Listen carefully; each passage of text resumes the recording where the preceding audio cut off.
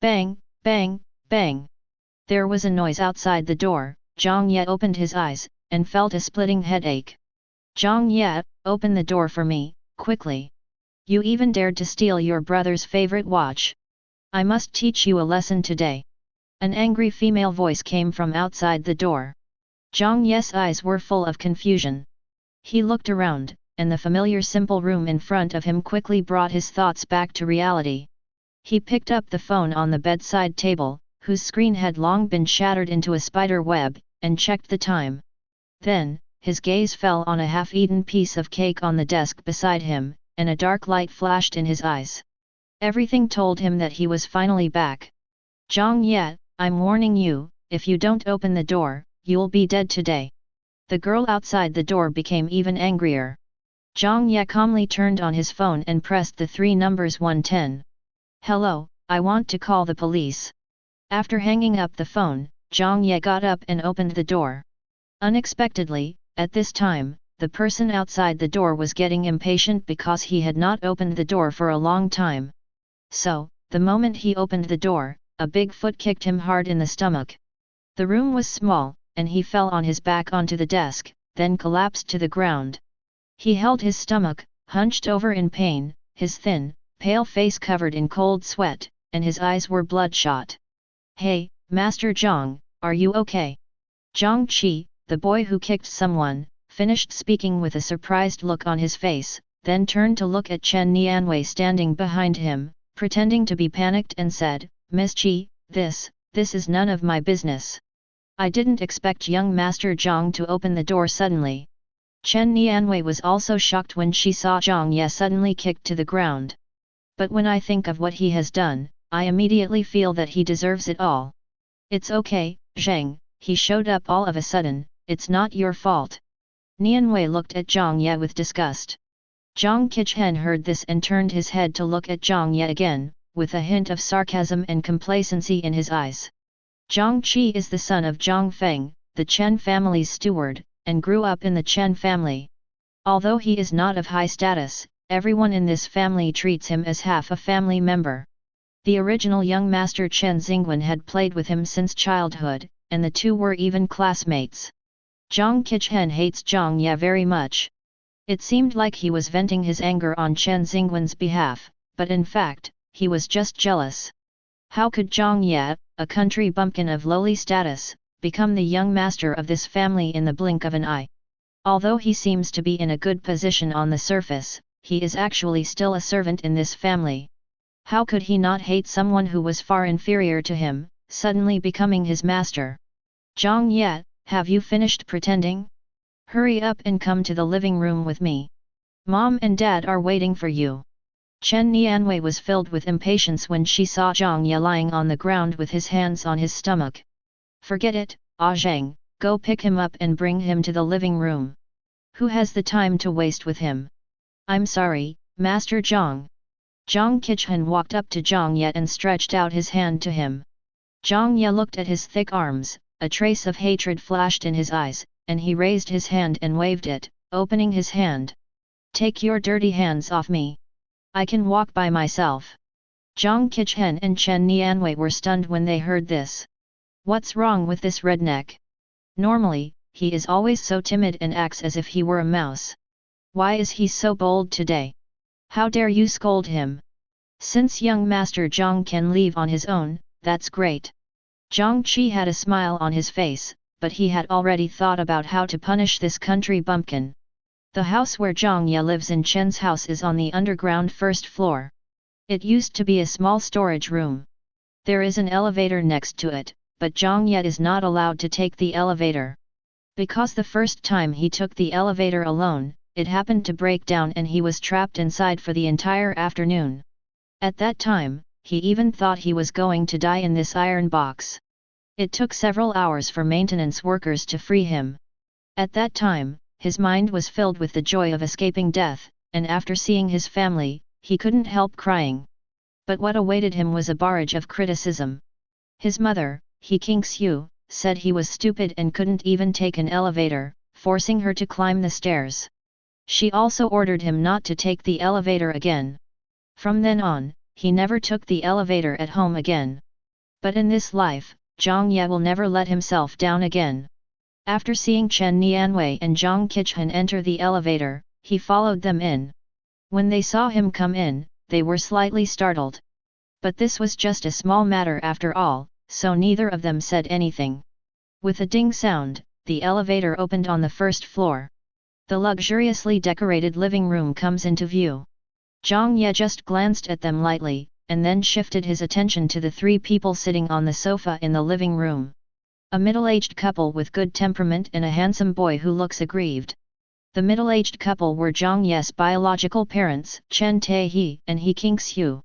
The handsome young man is the adopted son of the Chen family, Chen Xingwen. The moment Jiang Ye saw them, he felt as if he was dragged into that dark memory by a big hand.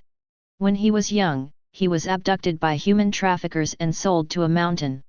The buyers were a young couple who originally thought they were infertile, so they were quite nice to him at first. Unexpectedly, 2 years later, they gave birth to a son. From then on, Jiang Ye's miserable life began. From the age of 4, he had to serve their family of 3 like a servant, doing laundry, cooking, and working in the fields every day. At first, Jiang Ye cried every day, but later he found that his tears were useless except for being beaten again and again. He could only get used to this kind of life of being treated like a slave. In that family, he always ate leftovers. Sometimes we even had to go hungry and have to sleep in a woodshed that was drafty on all sides at night. But what made him most sad was that every time he saw his parents and younger brother having fun together, he didn't understand why he was also a part of this family but never received any love. It was not until he grew up and learned by chance that he was a bought child that he realized they were not his real family. He buried this matter deep in his heart, hoping that one day he would be able to find his biological parents and live a happy life. So he tried even harder to please that family and finally got the opportunity to go to school. He studied hard, gave all his scholarships to them, and rushed to do the housework, which eventually earned him a chance to go to junior high school. The first thing he did after leaving the mountains was to go to the police station. After the efforts of the police, he was finally found by the Chen family when he was 14 years old. He thought that his loving parents and 7 sisters were waiting for him, but when he came back, he found that someone had already taken his place in the family. But he didn't care, he had nothing. Now that he has so many family members, it doesn't matter if there are others who share this family love with him. He is not greedy, he just wants a little bit, just a little bit. But in the end, the Chen family shattered his fantasy of family affection with their own hands. They got him back, but they never considered him family. He was humiliated and despised in every way. Even though he tried his best to please everyone in this family, they never changed their attitude towards him. Even until the day he died, they never looked at him straight in the eye, not even once. Even his final death was caused by this devilish family. In order to seize the gaming company he had worked so hard to build, they even sent him to a mental hospital despite being his blood relative. Since then, they have never come to see him again. He disappeared completely from their world, as if he had never appeared. Later, he died. Died in a riot in a mental hospital. The scene of that day is still vivid in my mind. Thunder, rain, howling, insane roars, and the sharp hissing of metal dragging on the ground merged together, mixed with the smell of blood and covered Jiang Ye's 5 senses. Then, he felt himself floating above the 6th mental hospital in the imperial capital. He looked at the corpse on the ground with red and white flesh and ugly twisted joints, and finally realized, his ridiculous life was over. He wanted to see if his blood relatives would feel a bit sad when they saw him die so miserably. But after waiting for a long time, no one came. Until he saw on TV that the Chen family was celebrating the fact that the market value of his good brother Chen Xingwen's game company had exceeded 100 billion. Everyone praised Chen Xingwen as a business genius and their pride. No one thought that this company was originally his. Perhaps because his resentment was too deep, his spirit never entered reincarnation, nor did it dissipate. He just lived like this, always with the Chen family. Until one day, he learned from a quarrel between Chen Xingwen and Zhang Qichen that his admission to the mental hospital and the riot that killed him were all planned by Chen Xingwen. Among them, there are also works by his closest blood relatives. At that moment, the hatred in his heart reached its peak. He wished he could die with them. At this moment, a white light descended from the sky and sucked him into a vast white space. There, he got an opportunity. A chance to live again and avenge himself. But this opportunity can only be obtained after he has completed his training in 99 small worlds. He worked hard for 99 lifetimes and finally returned to the starting point. This time, he would pay back to the Chen family 100-fold or 1,000-fold for what they had done to him. But the Chen family is, after all, a well-known wealthy family in this world, with assets worth hundreds of billions. It would not be easy for him to bring them down. Therefore, he must plan carefully, and the most important thing at the moment is to break away from the Chen family and accumulate his own strength. He couldn't do such a thing as enduring humiliation and working undercover in the Chen family. Just seeing the Chen family made him feel sick. And during the years he lived as a spirit, he discovered many unknown things. What frightened him most was that Chen Xingwen was extremely evil. But before he could find out what exactly was going on, he went to another world. But his instinct told him that at this stage when he was still young and inexperienced, it would be best not to get too close to him. Jiang Ye, kneel down. A sharp middle-aged female voice pulled Jiang Ye out of the vortex of memories. Jiang Ye raised his eyes and gave a cold look at the angry He Qingxiu. He Qingxiu was stunned for a moment by his cold and hateful look, and then her anger grew even more. Jiang Ye, what's that look in your eyes? Didn't you hear me kneel down? What did I do wrong that I need to kneel down? Jiang Ye asked coldly. When these words came out, everyone was stunned. Is this still the same timid and cowardly Jiang Ye? How dare you talk back? Is he crazy? You are so bad, Jiang Ye. He Qingxiu was even more furious after hearing what Jiang Ye said. She even forgot her manners as a wealthy lady. She stood up and strode to Jiang Ye, raising her hand to slap her hard. Although Jiang Ye was weak at this time, He Qingxiu was just a woman after all, and she had been pampered for many years, so he could still dodge the slap. But Jiang Ye stood still on purpose. Pa! A loud slap rang out in the huge living room. Jiang Ye's face was hit sideways, and a red palm print and 2 bloody marks left by He Qingxiu's manicure instantly appeared on his pale face. You're such a rebel! You dare to talk back! He Qingxiu said angrily. People who come from remote villages are just uneducated. If I don't teach you a lesson today, I'm not your mother. Hearing this, Jiang Ye turned around and looked at He Xueqin, whose face was grim, with cold eyes. After a long while, the corners of his mouth curled up into a mocking arc. My mother? Are you worthy? What did you say? He Qingxiu's voice became even sharper. Jiang Ye, you want to rebel, right? Kneel down. Jiang Ye still looked at He Qingxiu coldly, his back straight. Seeing this, He Qingxiu reached out her hand towards him again, ready to slap him again. But what she didn't expect was that this time, Jiang Ye raised his hand and grabbed her wrist. How dare you attack me? He Qingxiu stared at Jiang Ye in disbelief, then turned to Jiang Qichen who was watching the show, and said, Ah Zhang, come here, hold him down, and make him kneel down. Yes, ma'am. Jiang Qichen walked behind Jiang Ye with a gloating look, held his shoulders, and kicked him in the knee. Bang! The sound of knees hitting the ground was heard by everyone present. A sharp pain swept over Jiang Ye. Jiang Qichen was forced by Jiang Feng to practice martial arts since he was a child in order to protect Chen Xingwen, so his strength is much greater than that of an ordinary 17 or 18-year-old boy. Jiang Ye had just been reborn and had not yet adapted to this frail body, so he was pressed down by him and could not move. Jiang Ye simply stopped struggling, but just frowned in pain without saying a word. Chen Taiji heard the loud sound of the knee hitting the ground and frowned slightly. Qin Shui. Chen Taiji, this is the good son you gave birth to. As soon as Chen Taiji opened his mouth, he was interrupted by He Qingxiu's sharp voice. Now he not only dares to talk back to my parents, but also dares to attack me. This is outrageous. What sin did I, He Qingxiu, do in my previous life to give birth to such a son? Chen Taiji had been busy at the company all day, and when he came back he had to see such a noisy scene, which gave him a headache. He simply kept silent, lit a cigar and smoked it in silence. However, he was somewhat dissatisfied with his biological son who had just been found. Since he came back, there had been trouble in the house every other day, which made him very annoyed. Besides, this is not the first time he has stolen something, so he really needs to be disciplined. The Chen family is a wealthy family. If word got out that they had a son who was not honest, wouldn't that make people laugh? Jiang Ye looked at the hysterical He Kingxiu and the other so-called blood relatives who were either indifferent or gloating, and recalled every detail of his past life. He felt that he was really stupid at that time. I actually imagined that such a family would one day sincerely accept him and give him a little affection. Mom, please stop scolding my brother.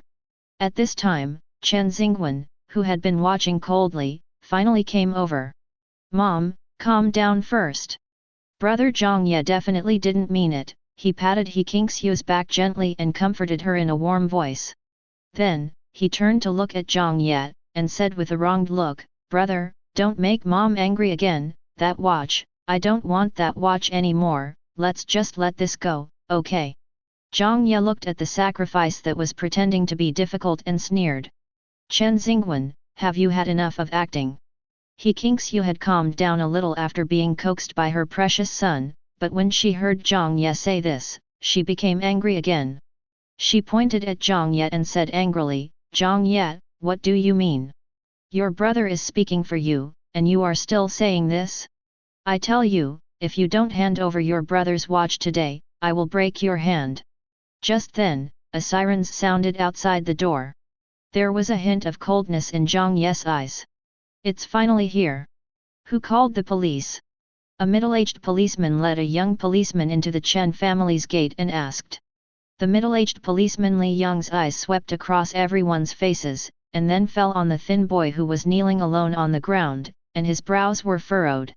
What's wrong with your face and neck? Why are there so many red spots?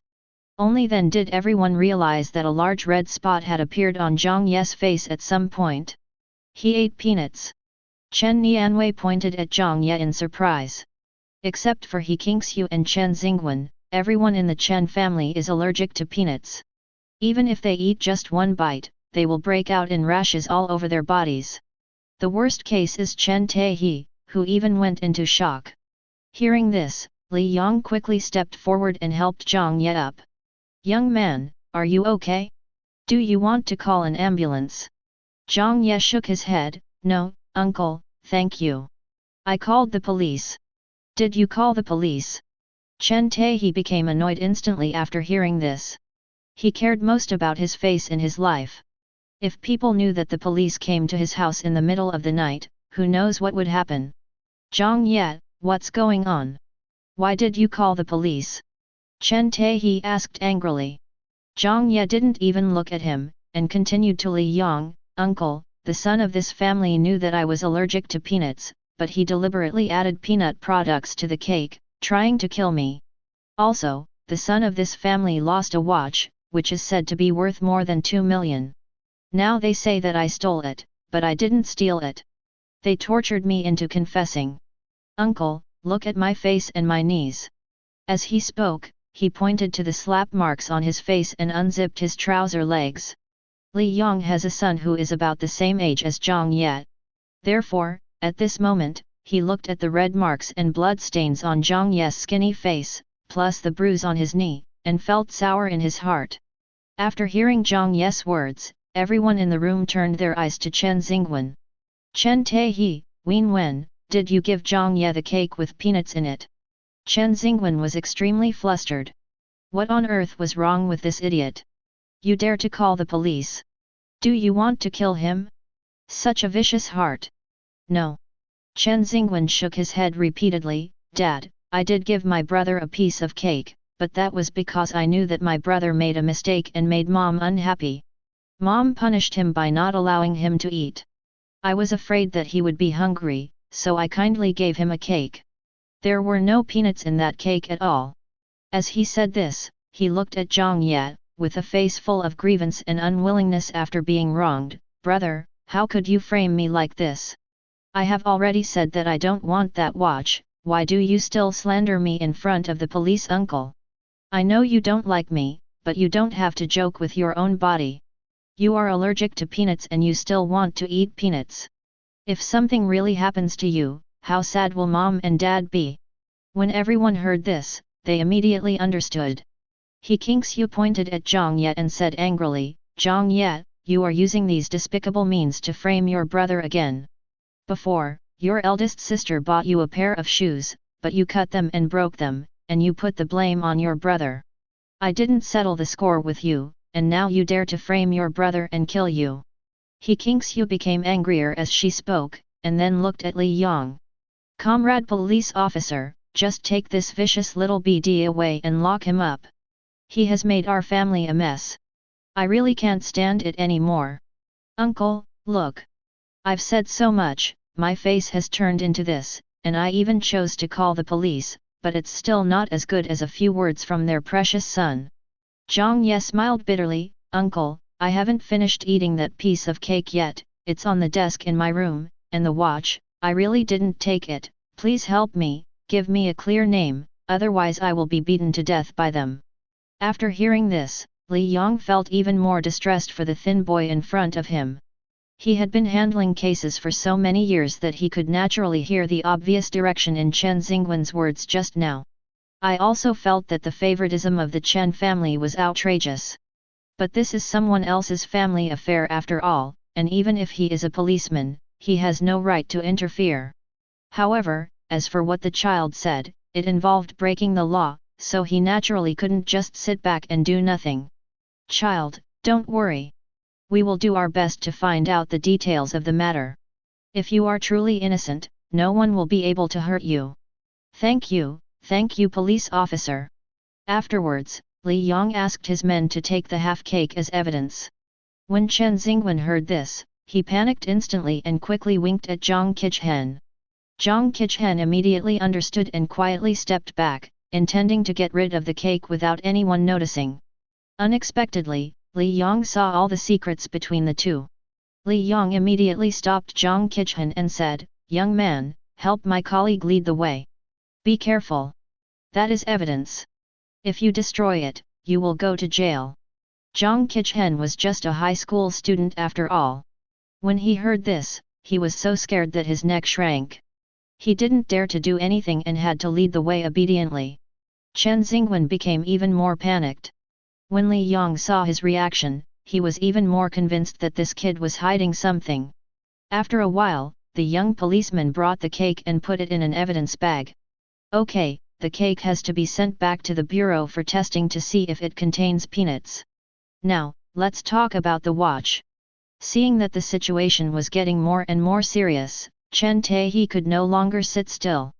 Comrades, what cakes and watches? It's all a misunderstanding. My children at home don't know what's going on. You've made a wasted trip. Butler, hurry up and send these two comrades off. Li Yang frowned and said, Comrade, now there is poisoning and theft. The parties involved have reported the case. Why don't you let us police investigate? Jiang Ye said angrily, Mr. Chen, you all falsely accused me of stealing your son's watch. You slapped me and kicked me to my knees just to get me to hand over the watch. Now the police are here and can help you get the watch back. Why don't you say anything? Do you just want to put the blame on me and force me to death? Chen Taehi looked at Jiang Ye, who was arguing with reason, and his eyebrows twitched with anger. Is this rebellious son planning to PS him off to death?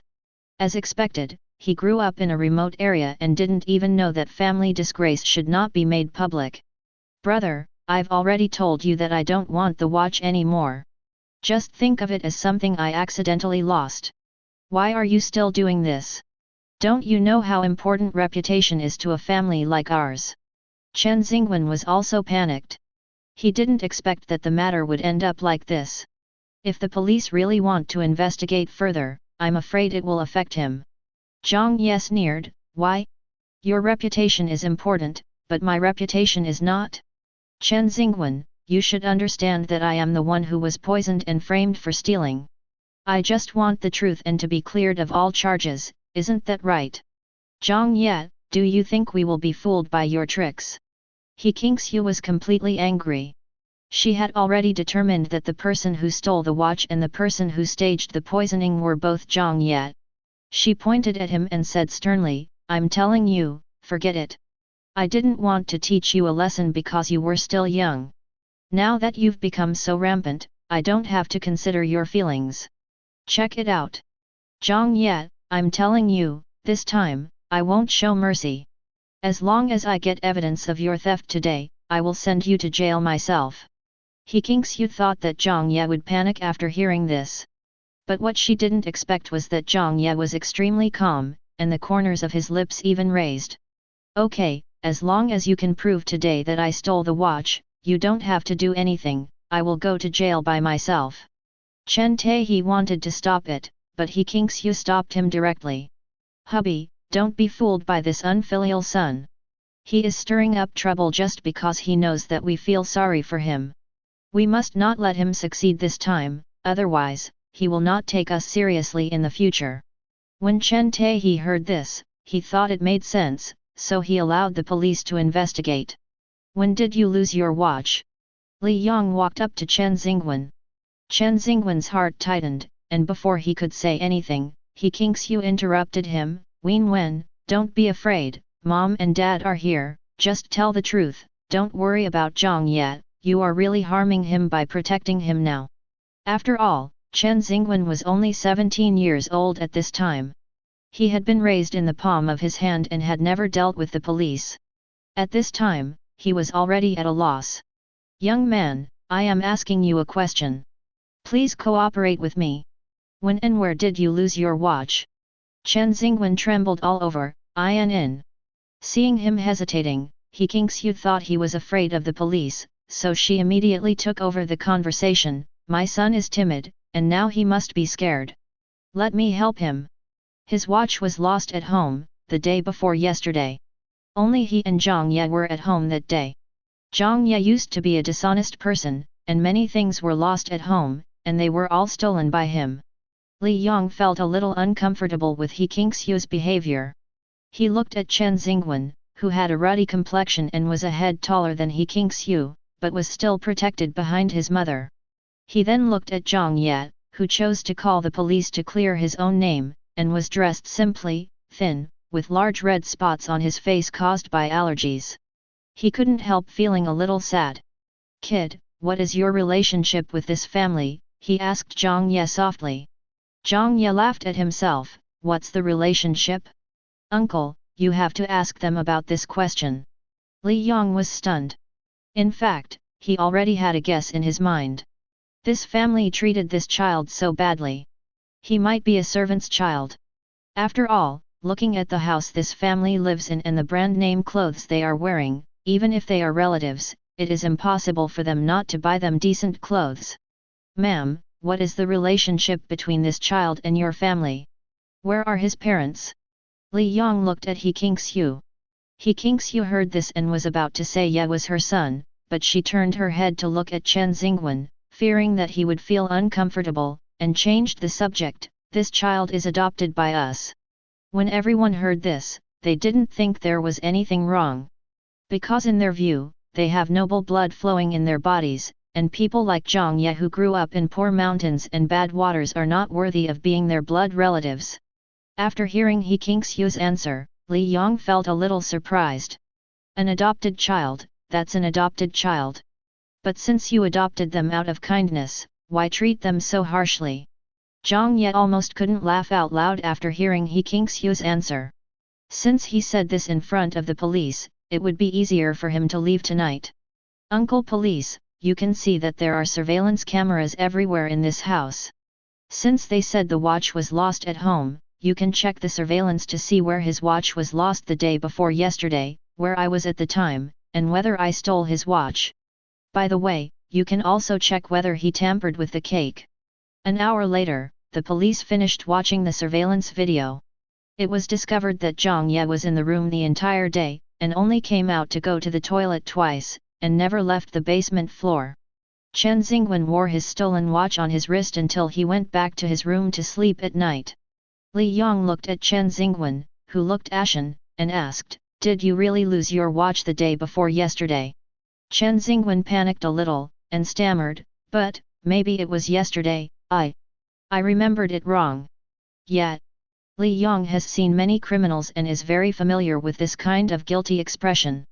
We also watched the surveillance footage of yesterday and today. You were not wearing a watch in the footage.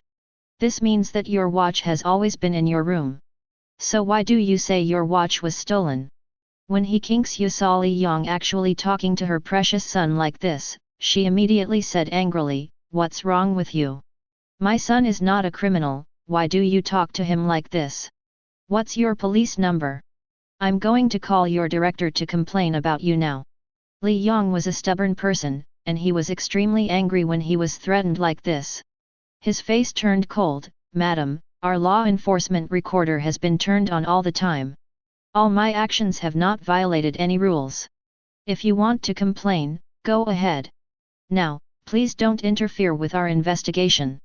After saying that, he looked at Chen Xingwen again. "Chen Xingwen, what happened to your watch? Was it really stolen?" Chen Xingwen said tremblingly, I don't know either." Li Yong's expression became even more stern. 2 million is already a huge amount. Since someone called the police, we have the responsibility to find out the truth. After investigating the case, we have reason to suspect that this may involve a burglary. Now please take us to your room to look for evidence. No need. Chen Xingwen was completely panicked, cold sweat oozing from his forehead. "Maybe I put it somewhere accidentally, let's just forget about it." "Never mind." Jiang Ye sneered, "Chen Xingwen, you really speak without thinking. Your whole family slandered me for stealing the watch, slapped me, made me kneel down, and you even poisoned me.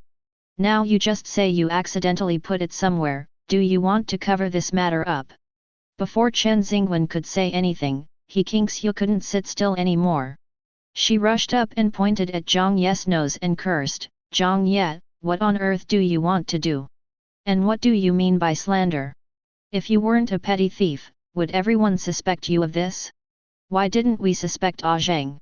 The housekeeper's children are more ambitious than you." Jiang Ye looked at He Kingxiu's sharp fingers that were about to poke his eyes, stepped back, and then looked at the middle-aged policeman. "Uncle Police, since I was only adopted by this family and I haven't even completed the adoption procedures, can I leave here?" As soon as Jiang Ye's voice fell, everyone in the living room was stunned. The originally noisy living room also became quiet, and you could hear a pin drop. After a moment, He Kingxiu realized what Jiang Ye said and said angrily, "Jiang Ye, what did you say? Say it again if you can." Jiang Ye ignored him and just looked at Li Yong straight. "Uncle, I just saw it on the surveillance camera. I haven't left my little room except for going to the toilet these 2 days. Aren't you curious about how I eat and drink?" Li Yong was stunned, and a terrible guess emerged in his mind. "Uncle, it's been 3 days. Jiang Ye said with a wry smile, "In these 3 days, I only ate the peanut cake that Chen Xingwen gave me. I was so hungry that I could only go to the bathroom to drink some tap water. This kind of life has been my normal state for more than 3 years." At this point, he unbuttoned the faded black shirt on his body, revealing the mottled red marks on it. "Uncle, look, in addition to the wounds on my face and knees, I still have so many wounds that haven't healed yet. These were all caused by my so-called foster mother who said I broke a vase and whipped me with a horsewhip 3 days ago." Jiang Ye pointed to the whip under the coffee table and said, "Uncle, this whip was bought by the 7th lady of this family and given to my adoptive mother, specifically to teach me a lesson." When Jiang Ye said this, he couldn't help but choke up. He thought that after so many lifetimes, his heart had become as hard as iron. But only now did he realize that he still felt wronged and unfair. In the past 99 lives, there were people who had harmed him, or even killed him. But he had long forgotten those people's faces and names. But in this life, but the Chen family, it's still fresh in his memory. Because they are the only ones who are his blood relatives. It was the family love that he had longed for and fantasized about for more than 10 years. But they destroyed all the dreams and beauty in his heart with their own hands, robbed him of everything, and finally ended his ridiculous life. In so many past lives, those bad situations made him want to give up, but he hated it. Whenever he woke up in the middle of the night and thought of this family, he wished he could skin and drain the skin of all of them. It was with this hatred that he came to where he is today step by step. Now that he's back, the Chen family can't expect to have an easy life. No one in this house can escape. He would personally send them to where they should go, and let this group of noble and aristocratic people taste the suffering he had endured in his previous life. Li Yong felt his nose sore when he looked at Jiang Ye's skinny body and the shocking scars on it. The young policeman behind him couldn't bear it and avoided his gaze. Not to mention the two of them, even the Chen family members were shocked. Why didn't they realize before that Jiang Ye was having such a miserable life? Chen Taehi looked at He Kingxiu in shock, his eyes full of blame. He Kingxiu immediately got angry and turned to glare at Jiang Ye. Jiang Ye, you still have the nerve to say that? Do you think I want to punish you? It's because you don't listen to me. Every day you either steal things or destroy things. Tell me yourself, since you came to this family, has there been a day of peace in this family? You either steal a ring today or smash a vase tomorrow. How many pieces of your brother's clothes have you cut?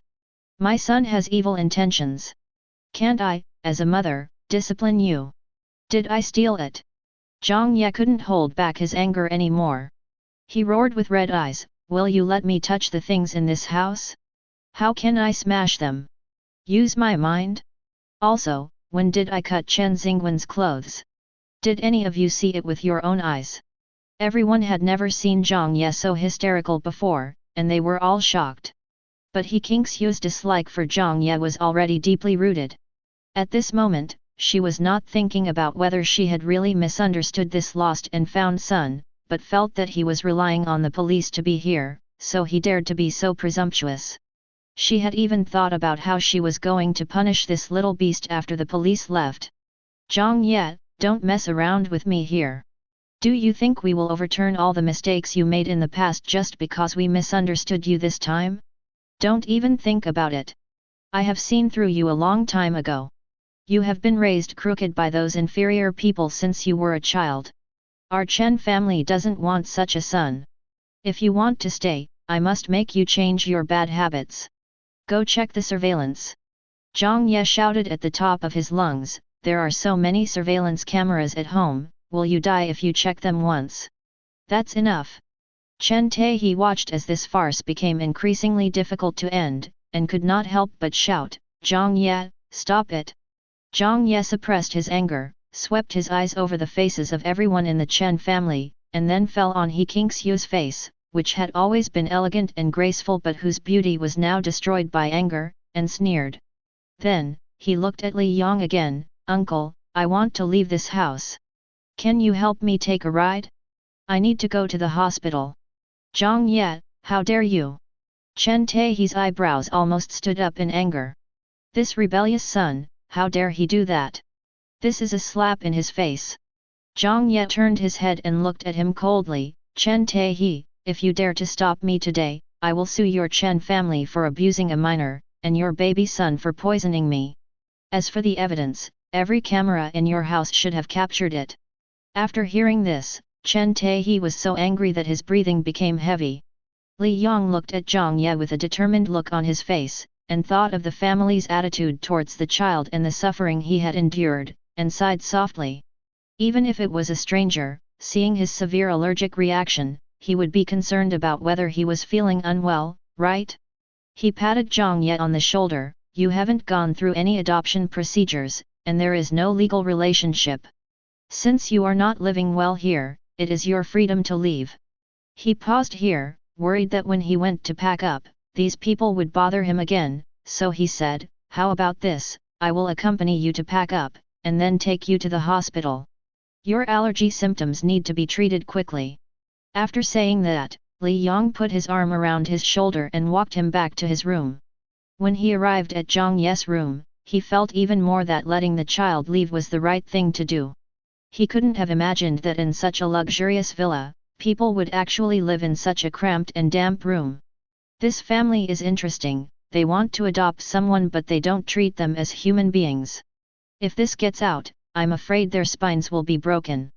After Jiang Ye entered the room, he walked to the simple wardrobe nearby, took out the clothes inside, stuffed them into a plastic shopping bag, and took out a skull bag with all four corners worn out. The skull bag looks heavy, it must be full of books. The shopping bag of clothes was only a little over half full. Then, he picked up a black down jacket from the bed and put it on, then put on his skull bag, carried the plastic bag and said, "Uncle, I'm done, let's go." "Is this all the luggage you have?" Li Yang asked in surprise. Jiang Ye nodded. "Let me get it for you." Li Yang's eyes were full of sympathy, and he reached out and pulled Jiang Ye's skull bag strap. "No, it's very light, uncle," Jiang Ye said with a smile.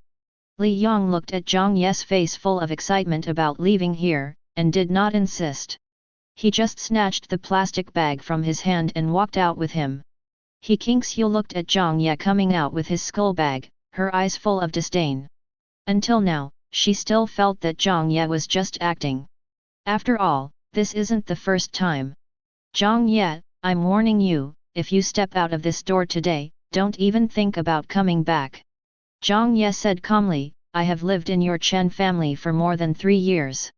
The accommodation, living and food expenses add up to 100,000. As for whether I have spent enough, you know it in your heart. I will return the money to you as soon as possible.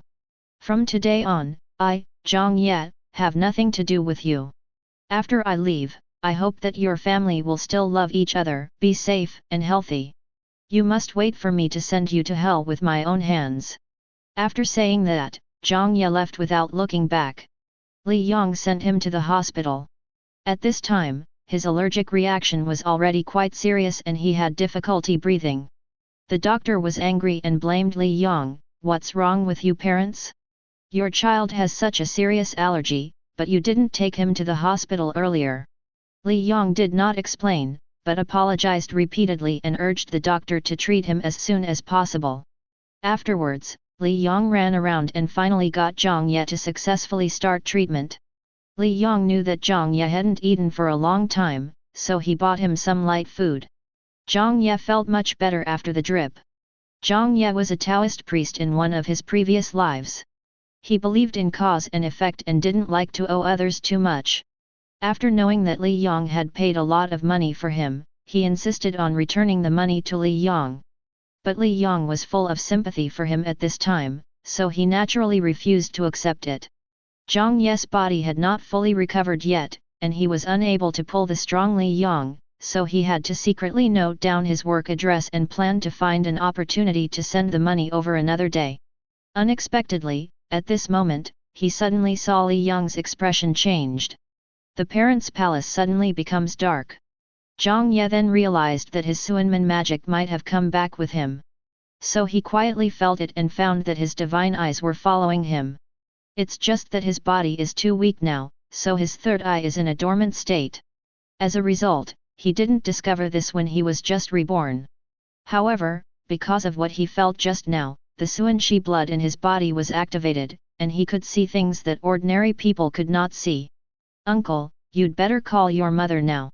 Li Yang was stunned when he heard this. Why is this kid suddenly talking nonsense? Jiang Ye was not a nosy person, but the middle-aged man in front of him was upright and had a golden glow on his body, which meant that he was a man of certain merits, and he had helped him so much. If he ignored him, wouldn't he be ungrateful? "Uncle, trust me once. If you don't fight again, it will be too late." Li Yang saw Jiang Ye's serious tone, and for some reason, he suddenly had an ominous premonition.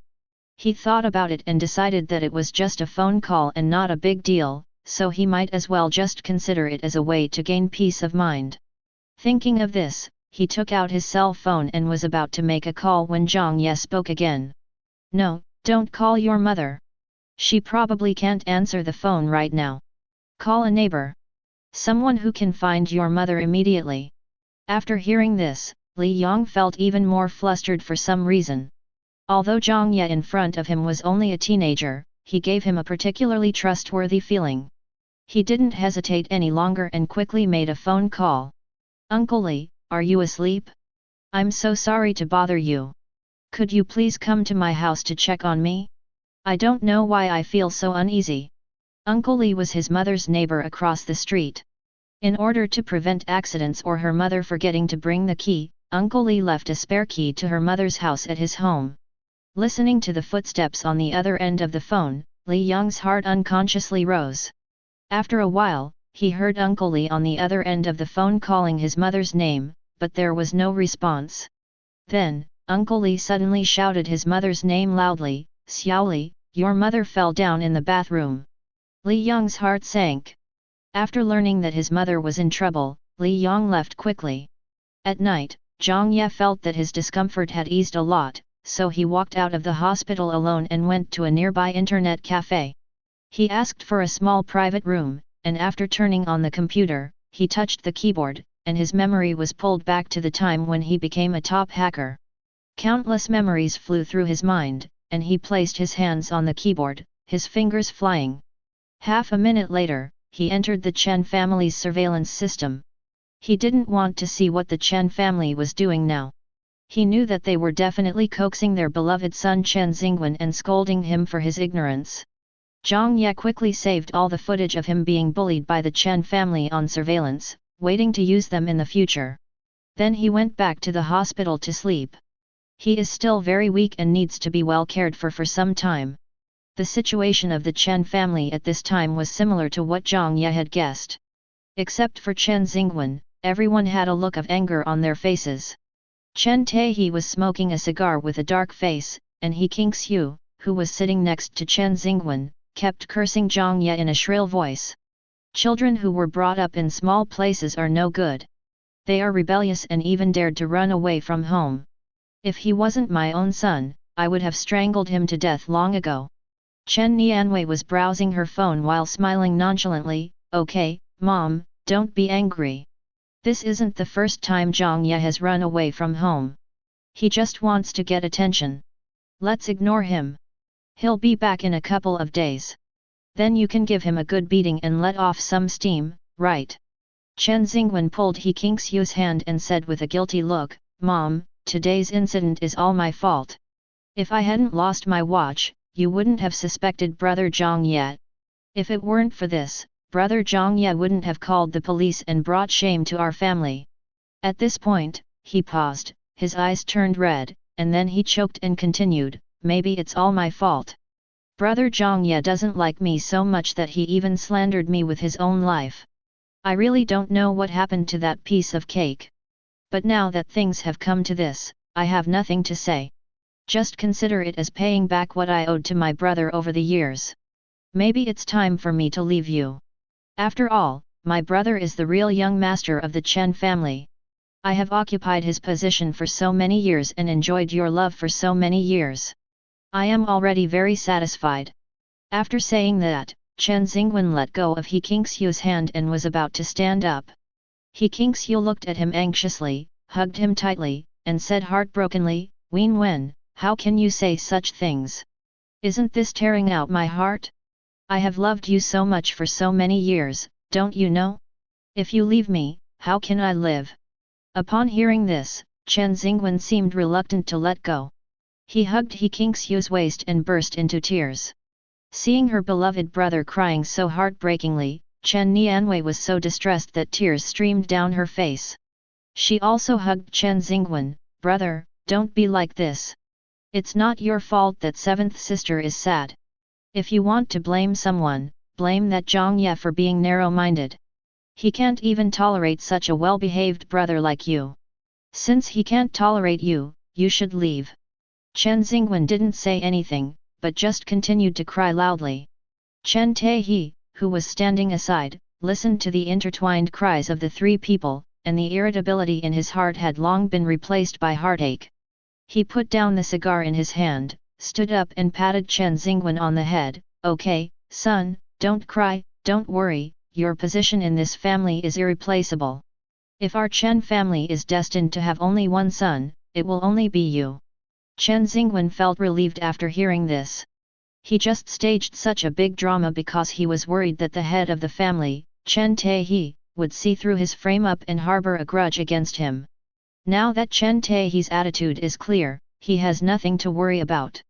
After the show was over, He Kingxiu personally sent Chen Xingwen back to his room, watched him fall asleep, tucked in the quilt for him, and touched his cheek before leaving. After returning to the room, she sighed. Chen Taehi put down the financial magazine in his hand and looked at her. Is your son asleep? He Kingxiu nodded with red eyes. Our son is good in everything, but he is too kind-hearted. He always feels sorry for Jiang Ye. He just told me that he wanted to leave this family. I was almost heartbroken when I heard it. Chen Taehi also sighed. Take him out for a walk tomorrow. Didn't he lose his watch? I just saw a watch that's pretty good. I'm sure he'll like it. How much is it? If it's cheaper, it won't be worthy of our son. Don't worry, my son will definitely like it. It's worth more than 6 million. That's fine. My son, He Kingxiu, deserves these precious things. He Kingxiu said with a smile, but soon stopped smiling because she thought of something. But what are you going to do with Jiang Ye now? What if he comes back and makes Wen Wen sad and bullies her again? Chen Taehi thought for a moment, then asked, do you mean to just let him stay outside? He Kingxiu sighed, I don't want this to happen either. After all, the child is a piece of my flesh and blood.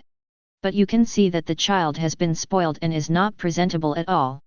Since he came back, there has not been a single day of peace in our family.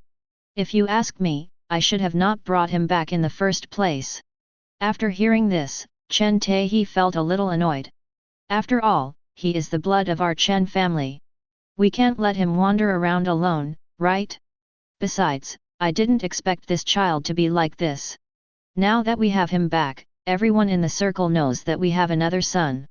If we say that this son is gone, who knows what they will say about us behind our backs. If our competitors hear about it, I'm afraid it will be another big trouble.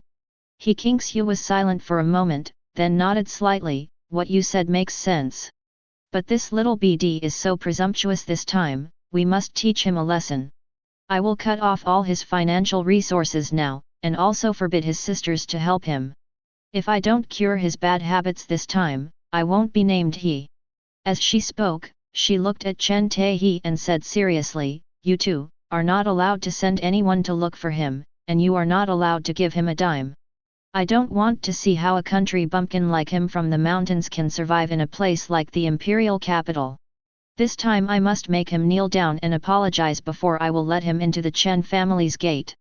Chen Taehi chuckled and patted He Kingxiu's hand, don't worry, I am just like you. I am also extremely disappointed with Jiang Ye. This child does have some problems with his character. He needs to be taught a lesson, otherwise it will definitely cause disaster in the future. He Kingxiu was satisfied and picked up her phone to start giving orders in a group without Jiang Ye. Yes, there are two groups of the Chen family in He Kingxiu's mobile phone. One with Jiang Ye. One without Jiang Ye. The group with Jiang Ye was created by Chen Taehi when he brought Jiang Ye back 3 years ago. There are only 2 chat records in it so far, which were sent when the group was established. Chen Taehi, this is also your younger brother, at Jiang Ye. Below is Jiang Ye's initial self-introduction to everyone with great excitement. Hello, Mom and Dad, sisters and brother Xingwen. I am Jiang Ye, and I am very happy to return to this loving home. Then there was a blank. Jiang Ye waited for a whole day, but no one responded to his call. At that time, he even thought that his mobile phone was broken, so he borrowed the servant's mobile phone to call and send messages to himself, and then he confirmed that his mobile phone was fine. But at that time, his heart was full of desire for family affection. He didn't realize that he was unwelcome in this family. For several days afterwards, after giving him gifts, none of the sisters spoke to him, they all surrounded Chen Xingwen. Only then did he understand the meaning of not replying to WeChat messages. But he quickly convinced himself that it was normal for her to have no feelings for him after they had been separated for so many years. Feelings are something that can be cultivated.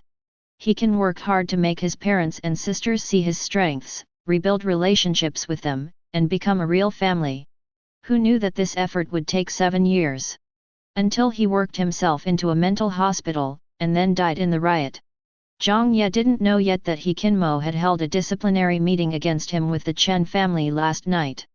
But even if he knew, he wouldn't care. After he got up, he saw that the allergic reaction had almost subsided, so he was discharged from the hospital. After leaving the hospital, he randomly found a small shop and ate breakfast while thinking about his future plans. First, take care of your body as soon as possible. His current body has been tortured in the past 3 years and he has never had a full meal. He is too thin, otherwise even that loser Jiang Ye wouldn't be able to suppress him so easily. He had to train his body as quickly as possible and pick up all the skills that required physical support that he had learned in other small worlds so that he could take revenge faster. Second, make money. He currently has only over 14,000 yuan in savings. In the past 3 years, the Chen family only gave him 400 yuan a month for living expenses. This amount of money is not enough to have enough to eat in the capital. In the past, he wanted to please everyone in the Chen family, so he always had a part-time job outside. He used the money he had saved to buy gifts for the Chen family. Although all of these gifts ended up in the trash, he never regretted it. I just felt that it was my fault that I didn't buy the gifts they liked. He had saved up more than 10,000 yuan for half a year.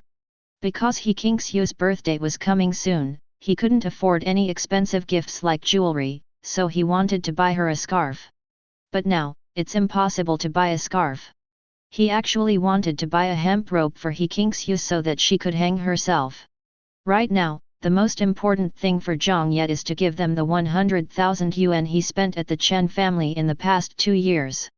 Once the money was repaid, he no longer owed the Chen family anything. With this in mind, Jiang Ye reviewed the skills he had learned before, and finally chose the most convenient way for him at this stage, and the way to make money quickly. Today is the weekend. The antique market was crowded with people and as lively as boiling water. When Jiang Ye was in those small worlds before, if he had a choice, he would choose a world that was not much different from the current world. There were even a few small worlds that were exactly the same as this world. In one of his lives, he had learned about antiques since he was a child from a man who specialized in studying antiques, so he knew everything about this area. He had already developed a pair of sharp eyes. It could be said that once something passed through his hands, the probability of him making a mistake was only 0.1%, or even lower. Jiang Ye walked into the market and found that it was very similar to the antique market he had visited before in another world. They are all huge places, surrounded by various shops and filled with small stalls in the middle. The stall owners put their treasures on the ground, and customers walked around. Those who were interested would squat down to take a look and chat with the stall owners. Most of the customers are middle-aged and elderly people, with the occasional young people just coming to join in the fun. Jiang Ye didn't have any goal in mind and just walked around slowly. After looking at 2 rows of stalls, he didn't find any good treasures. Most of them are fakes. But that's how antiques are, so he didn't get discouraged and continued shopping. It was not until he reached the middle of the 4th row of stalls that he saw a stall surrounded by people, so he squeezed in. But he didn't go in with the intention of joining in the fun. Instead, he saw a wisp of purple and black air entwined with each other in the crowd. Only people with some Taoist skills can see this kind of thing. Not to mention ordinary people, even ordinary people in the Suanmen find it difficult to see it. Generally speaking, people who possess purple energy have great merits and virtues, and it is difficult for evil spirits to approach them. But there was a black aura on his body, which proved that someone with deep Taoist skills had used evil magic on him. Jiang Ye squeezed in and took a look, and immediately found the person he was looking for, an old man about 70 years old. Jiang Ye looked at his face. It was supposed to be a face of peace and longevity, but now his fate palace was slightly dark. The old man was holding a copper product and examining it carefully. Jiang Ye looked around him and found that he was wearing a jade ring on his left thumb. The materials used are extremely precious and you can tell at first glance that it is not an ordinary product. But this is only what it looks like in the eyes of ordinary people. In the eyes of a Taoist master like Jiang Ye, this jade ring is a poison that cannot be touched. The stall owner smiled and said, "Mr. Zhou, you have a sharp eye. You picked out the best treasure in my stall at a glance. Let me tell you, this belongs to a prince of the Ming dynasty." The old man was very well-mannered. He looked the stall owner in the eye seriously. After listening to his introduction, he asked, "Little brother, you have said so much, but you haven't told me the price of this treasure yet." The stall owner went on and on about how rare and hard to come by this thing was, and finally, with a grin, he quoted a price of 1.4 million. The old man said nothing after hearing the price. But Jiang Ye suddenly laughed out loud. The old man turned to look at Jiang Ye, and seeing that he was just a teenager, he smiled and said, "Why are you smiling, little brother? Do you also think that the price is too high?" Just as Jiang Ye was about to speak, the stall owner became anxious. Go away, you little brat, where did you come from? If you don't want to buy anything, get out of here and don't disturb me while I'm doing business." Hearing this, Jiang Ye shrugged at the old man, indicating that he could do nothing to help. Then he lowered his head to look at the stall at his feet, and his eyes were attracted by a black bowl underneath. He squatted down and picked up a plate next to the black bowl and asked, "Boss, how much is this? Can you afford it? Just ask here." The stall owner looked at Jiang Ye's shabby outfit and said unhappily. The old man frowned and said, "Boss, you are not fair in doing business like this. The young man just asked about the price, but you have this attitude. If you continue like this, I am afraid I will not dare to come to you again." As he said that, he handed the treasure in his hand back. "Forget it, let me take another look." Jiang Ye was a little surprised that the old man would speak for him, and he wanted to give up the baby that he could take care of.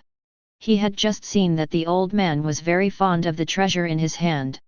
The stall owner didn't take it, and said flatteringly, "Mr. Joe, please don't. You are you, and this little brother is a little brother. You don't know that many children always come here recently, asking questions, but in the end they don't buy anything, which always delays my business, so I am like this." Mr. Joe looked at Jiang Ye and said, "Little brother, are you honest and sincere in wanting to buy something?" Jiang Ye grinned, "Of course, otherwise why would I go through so much trouble to come here?" Mr. Joe also laughed and said to the stall owner, "Look, he really wants to buy something. Even if he doesn't buy, you can't treat a little brother like this when you open the door to do business." The stall owner saw that Mr. Joe was determined to speak up for this little brother today. Although he was a little unhappy, he still didn't want to let go of this cash cow of Mr. Joe. After all, Mr. Joe is a frequent customer of their market, and he is very generous. It is said that he is also a big shot with a considerable background. If he offends him, it may be a problem whether he can continue to set up a stall in this market in the future. Thinking of this, he nodded hurriedly, Yes, Mr. Joe is right. I was anxious and worried that I might neglect you, so I got a little anxious. Since Mr. Joe doesn't mind, I will chat with this little brother." As he spoke, he also squatted down. "Little brother, you were asking about this plate just now, right?" Jiang Ye nodded, "Yes, how much is it?" The stall owner thought about it, and seeing that Jiang Ye didn't have much money, he didn't bother to say more to him. "This is a treasure from the Qing dynasty. If you really like it, little brother, you can take it for 5,000 yuan. Jiang Ye frowned, 5,000. When the stall owner saw Jiang Ye's expression, he knew that his guess was correct, but because Mr. Joe was still present, he did not dare to say anything harsh to Jiang Ye, and persuaded him, "Little brother, the good things here are not cheap. If you want to buy for fun, you can go to the innermost row. They are all handicrafts, cheap and beautiful." Jiang Ye smiled but said nothing, as if he was thinking about something. After a moment, he reached out and picked up the black bowl, gestured, and murmured, "These two things look pretty good together." After saying that, he looked at the stall owner and asked, "Boss, how much is this black bowl?" The stall owner was completely in no mood to waste time with Jiang Ye. His mind was full of the 1.4 million yuan, so he wanted to use this small black bowl to establish a good reputation in front of Mr. Joe. He waved his hand generously and said, "Little brother, I have been setting up a stall here for so many years. Seeing that you are young, I will not lie to you. This black bowl was picked up by my son outside. I put it out because I thought it looked good. If you buy this plate, I will give it to you, okay?" But this plate is really indispensable. If you can accept it, pay for it. If not, then I can't do anything about it. Hearing this, Jiang Ye took the disc and looked at it again, then seemed to have made up his mind.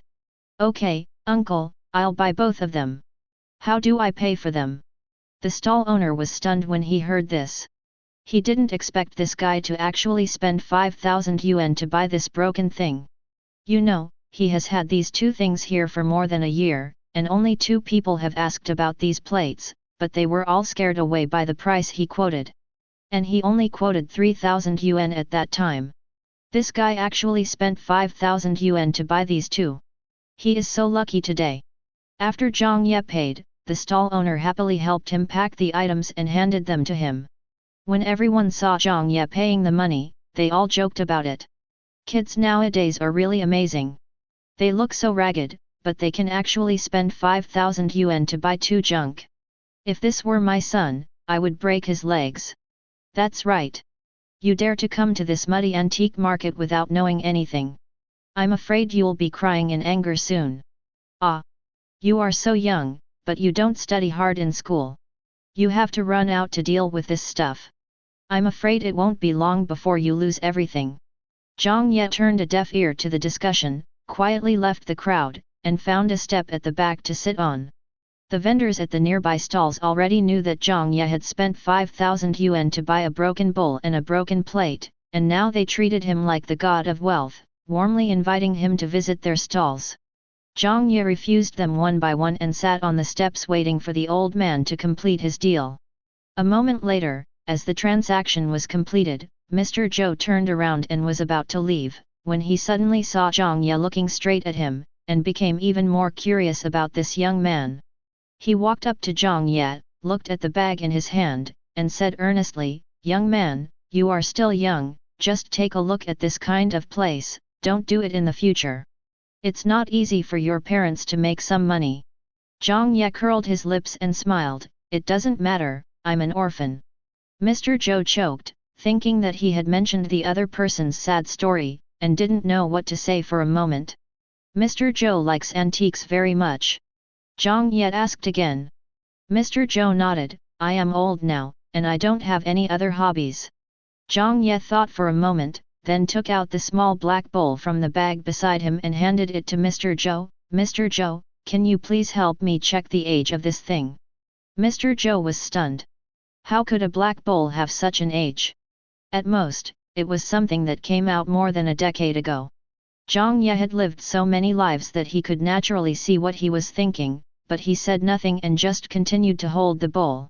Looking at his young face and clear eyes, Mr. Zhou couldn't say no, so he took the bowl. He glanced at it briefly and then handed the bowl back. "Little brother, this is probably something from recent years, it's not worth much." Jiang Ye didn't take the bowl, but looked into Mr. Zhou's eyes, smiling and saying, "Mr. Zhou, please take a closer look." Mr. Zhou was startled when he heard this, and looking at Jiang Ye's determined eyes, he suddenly felt something strange in his heart. Could it be that he really had an eye? Thinking of this, Mr. Zhou picked up the bowl and looked at it again. This time, he even put on his reading glasses. He looked at the bowl again and again, and suddenly found a spot on the edge of the bowl that was as big as an ant and had paint peeling off. Then he looked up at Jiang Ye in shock. What did Mr. Zhou see? Jiang Ye's eyes were full of smiles. Mr. Zhou was so excited that he sat down next to Jiang Ye. He didn't even care about the treasure he had just bought and put it on the ground. "Young man, my men have some tools. Do you need them? If you're willing, I can help you with them. Then lend me Mr. Zhou's tools and I'll handle it myself." Mr. Zhou was overjoyed when he heard this. To be able to see an ancient artifact unearthed was a huge temptation for an antique lover. He took out a small leather bag from his pocket and handed it to Jiang Ye. At this time, the people who had witnessed Mr. Zhou bargain down to 1 million to buy the treasure gradually gathered around. Seeing Mr. Zhou so excited, everyone was stunned. Everyone looked at Jiang Ye, full of doubts. This kid won't miss it, right? After Jiang Ye took the tools, he started working. The black bowl is not actually black, but is painted with a layer of paint, covering up the original color. Only an ant-sized spot on the edge of the bowl reveals a little bit of the original color. Paint removal is a very delicate job. Jiang Ye did it very carefully but methodically, without any shaking of his hands. When Mr. Zhou saw this, he was amazed. This young man is so young, yet he has such ability and courage, which is really extraordinary. More and more people gathered around, even the seller of the black bowl came over, fearing that what he was selling was really a rare treasure. An hour later, Jiang Ye finally finished the work in his hands. The originally pitch-black bowl has now changed greatly, becoming simple and elegant. Mr. Zhou looked at the porcelain bowl with shining eyes. "Little brother, can you lend me this treasure to take a look?" "Certainly." Mr. Zhou took the porcelain bowl and caressed it lovingly. When people around saw Mr. Zhou's expression, how could they not understand? This kid really has a pair of sharp eyes, he picked up such a big loophole. The original stall owner was now regretting his decision and came forward. "Mr. Zhou, when do you think this item was made?"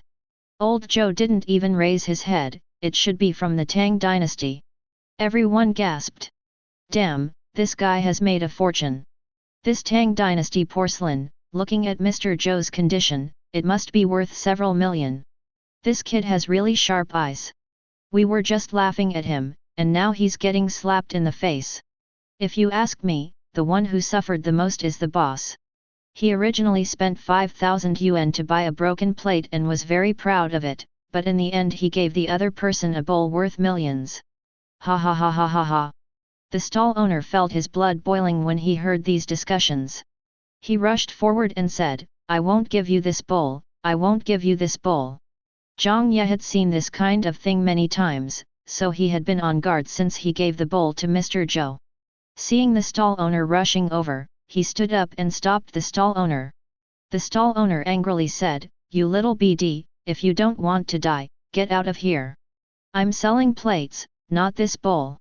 Give it back to me." Jiang Ye was too lazy to talk to him anymore, since Mr. Zhou was still behind him. Moreover, for a man of such a prominent status as Mr. Zhou, if there is a conflict around him, the bodyguards hiding in the dark will definitely come over. Sure enough, as soon as the stall owner finished speaking, two strong men squeezed through the crowd and took the man away. The stall owner was quickly dragged away, and Jiang Ye could only hear him screaming hysterically, "That's my bowl, give it back to me. I didn't sell that bowl." Jiang Ye sat back next to Mr. Zhou. Zhou Lai reluctantly moved his eyes away from the porcelain bowl and looked at Jiang Ye. "Young man, this bowl, are you willing to sell it? Since Mr. Zhou likes it so much, let's give it to someone who really likes him." Mr. Zhou thought for a moment and said, "Young man, I see that you are also an expert in this field, so you can make the offer." Jiang Ye smiled and said, "No need. I still trust Mr. Zhou's character. Just give it to me as you see fit." Upon hearing this, Mr. Zhou laughed out loud, "You are quite interesting, kid." After that, Mr. Zhou asked Jiang Ye for his bank card number, then called an old man in the crowd over and whispered something in his ear. The old man nodded and left. Jiang Ye chatted with Mr. Zhou for a while, and his cell phone suddenly vibrated. He took it out and looked at it, then said to Mr. Zhou, "Actually, this porcelain bowl is not worth so much." Mr. Zhou transferred 4 million to him, but he knew that this porcelain bowl would probably only be worth more than 3 million at an auction nowadays. Mr. Zhou laughed loudly, "It doesn't matter, you are an interesting guy, let's just be friends." As he spoke, he took out a business card from his inner pocket and said, "Young man, this is my business card. You can give me a call as well. I'm afraid that an old man like me will have many things to ask you in the future."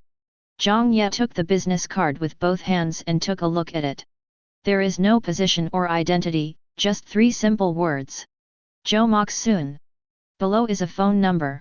Jiang Ye did not hesitate and directly sent a message to Zhou Moxun, attaching his name. "Jiang Ye." Mr. Zhou murmured, "Then I will call you Teacher Jiang from now on." "Mr. Zhou, you are embarrassing a junior like me." "No, no, no. With Mr. Jiang's pair of poisonous eyes, he deserves to be called teacher by Zhou." Seeing this, Jiang Ye stopped refusing and smiled. Then, Mr. Zhou seemed to have thought of something and took out the bronze he had just bought, Teacher Jiang, can you help me take a look at this object? I saw Teacher Jiang smiling just now, could it be that I made a mistake? Jiang Ye glanced at the bronze vessel in Zhou Lao's hand and did not take it. It's not a big mistake. It's not a loss to buy this item for 1 million. But does Mr. Zhou know the real purpose of this item? Mr. Zhou was startled when he heard this. Isn't this just a small decoration? Jiang Ye looked at Mr. Zhou, a trace of pity on his face, and then whispered, have you ever heard of Hu Zi, Mr. Zhou? When Mr. Zhou heard this, he felt like he was struck by lightning. After a moment, he suddenly laughed again. This time, Teacher Jiang really made a fool of himself. Jiang Ye said nothing more. Old Zhou finally saw a young man who was so knowledgeable about antiques. He held on to him and refused to let go. Finally, it was old Zhou's housekeeper who was afraid that it would be harmful to his health if he kept sitting on the ground in such a cold day, so he reminded him and let him stand up. Mr. Zhou originally wanted to invite Jiang Ye to dinner, but he had something important to do in the evening and couldn't refuse, so he had to make an appointment with Jiang Ye for next time. Before the two of them parted, Jiang Ye estimated that the time was about right, so he said, Mr. Zhou, since you call me teacher, there is something I think I need to remind you of. Okay, Teacher Jiang, don't worry. I will definitely keep it in mind.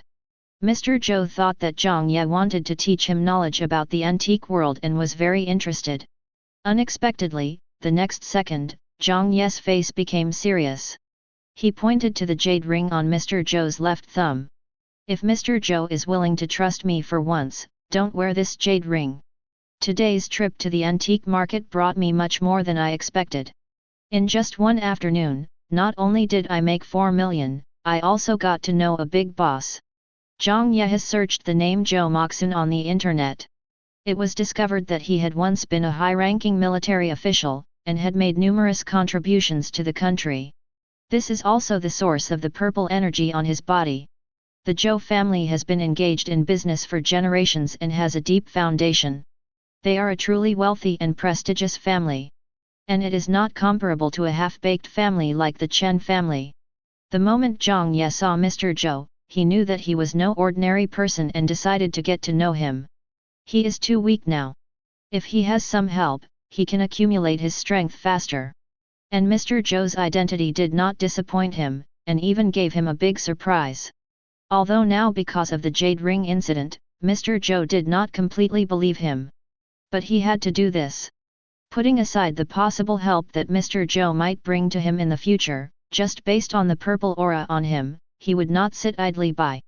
People with great merits are those who have made great contributions to the country and the people.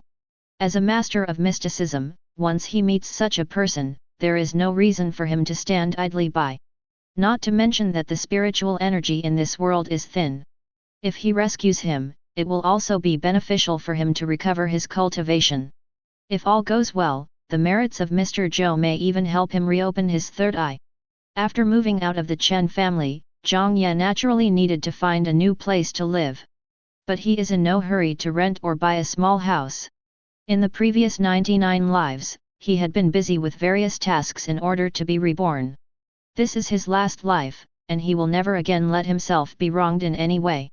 He took his luggage and took a taxi to the 5-star hotel closest to the school. The moment he entered the hotel lobby, he could clearly feel several gazes directed at him. His shabby attire formed a sharp contrast with the luxurious decoration here. Jiang Ye didn't pay any attention to these glances and walked straight to the front desk. There were 5 staff members standing at the front desk, 3 of whom were greeting guests. Jiang Ye walked up to a young woman. The woman's name tag had the word Su Yan printed in large letters. Hello. The moment Su Yan looked up and saw Jiang Ye, the smile on her face immediately faded and her tone became cold. What's up? Jiang Ye was too lazy to care about her attitude. Give me a presidential suite. Hee. Jiang Ye hadn't finished speaking when the woman laughed. Sorry, we don't have any rooms here.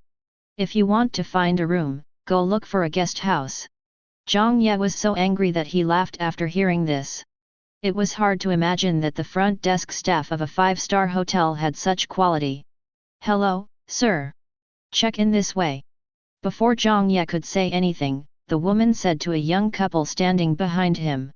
The young couple was a little confused, as if they didn't know what was going on. Jiang Ye naturally knew the mentality of this kind of person, and he was too lazy to care about it. After all, he had just seen from the woman's face that she would soon suffer a bloody disaster. In order to avoid being affected, Jiang Ye decisively chose to stand by and watch. Just at this moment, a round-faced girl next to the woman thought Jiang Ye was embarrassed and said kindly, "Sir, please come over here, I can also serve you here." Seeing this, Su Yan sneered and said, "You are not serious, are you? You are trying to curry favor with a country bumpkin like this." The round-faced girl heard this and immediately frowned. "Mind your own business, not everyone is as dog-eyed as you are." "You?" Su Yan's chest heaved violently with anger. Jiang Ye found it funny to see the round-faced girl looking so proud of herself as if she had won a battle. He glanced at the round-faced girl's employee badge. "Niu Jing, right? Please check me in first. I want a presidential suite for 1 month." Niu Jing was stunned when she heard this. One month? "Sir, are you sure? The presidential suite here is a bit expensive, it costs nearly 40,000 a day." "Tisk, I don't know where this country bumpkin came from. I'm afraid you've never even stayed in a suite? And yet you ask for the presidential suite. I'll see how embarrassing it will be when you can't afford the room fee." Su Yan sneered. Jiang Ye ignored him and took out his bank card directly. "Swipe the card, I'm in a hurry." Niu Jing took the bank card nervously. "Sir, are you sure you want the presidential suite for a month? If so, I can help you apply for a discount from our manager." Jiang Ye nodded slightly. "Thank you for your hard work." At this moment, the lobby manager just came out. Niu Jing hurried over to ask him for instructions, and then she saw the lobby manager walking towards her quickly. "Sir, would you like to book the presidential suite for a month at a time?" asked the manager. "Right." The manager smiled and did not look down on Jiang Ye because of his attire, because he knew that this international metropolis was home to countless low-key people. The person you look down upon may have more pocket money in a day than your monthly salary. "Sir, let me explain to you in advance that if you book a presidential suite for a month, you can upgrade it to our hotel's Diamond VIP. You can enjoy VIP discounts when you stay in our hotel in the future. However, if you need to leave and cancel the reservation midway, we need to charge a portion of the fee as a breach of contract fee. However, if you renew the lease day by day, although there is no discount, if you cancel the reservation in advance, there will be no loss. Which accommodation method do you prefer?" Jiang Ye was already feeling a little tired at this time, he just wanted to stay in a hotel. 1 month, please hurry up, I'm in a hurry." "Okay," the manager immediately responded with a smile, and asked Niu Jing to check Jiang Ye in quickly. Niu Jing returned to her workstation and began to check Jiang Ye in efficiently. At this time, Su Yan also saw that this guy seemed to be quite capable. She quickly propped herself up, showing off her proud cleavage, and said, "Brother, let me help you. Aren't you in a hurry? My colleague is new here and is not very familiar with the business yet." As she was talking, Niu Jing suddenly cried out, "Oops!" It seemed that something had indeed gone wrong, and she hurriedly apologized to Jiang Ye. "Sorry, sir, please wait a moment." Jiang Ye glanced at Su Yan and said with a smile, "No, you will be busy later." When Su Yan heard this, she immediately understood. These country bumpkins are really easy to control. She only needs to expose a little bit of herself and they will be unable to stop. "Okay, little brother, I'll be busy first. I'll come find you later. Mr. Jiang, here's your ID card and room card. I'll get someone to take you upstairs right now." At this time, Niu Jing handed Jiang Ye's ID card and room card to Jiang Ye. "Let's not go up yet. There will be a good show to watch here later," Jiang Ye said with a smile. Niu Jing was stunned and was about to say something when Jiang Ye suddenly took out an envelope from his skull bag and grabbed out a dozen cash bills from it. "By the way, thank you for helping me apply for the discount. It saved me hundreds of thousands of dollars.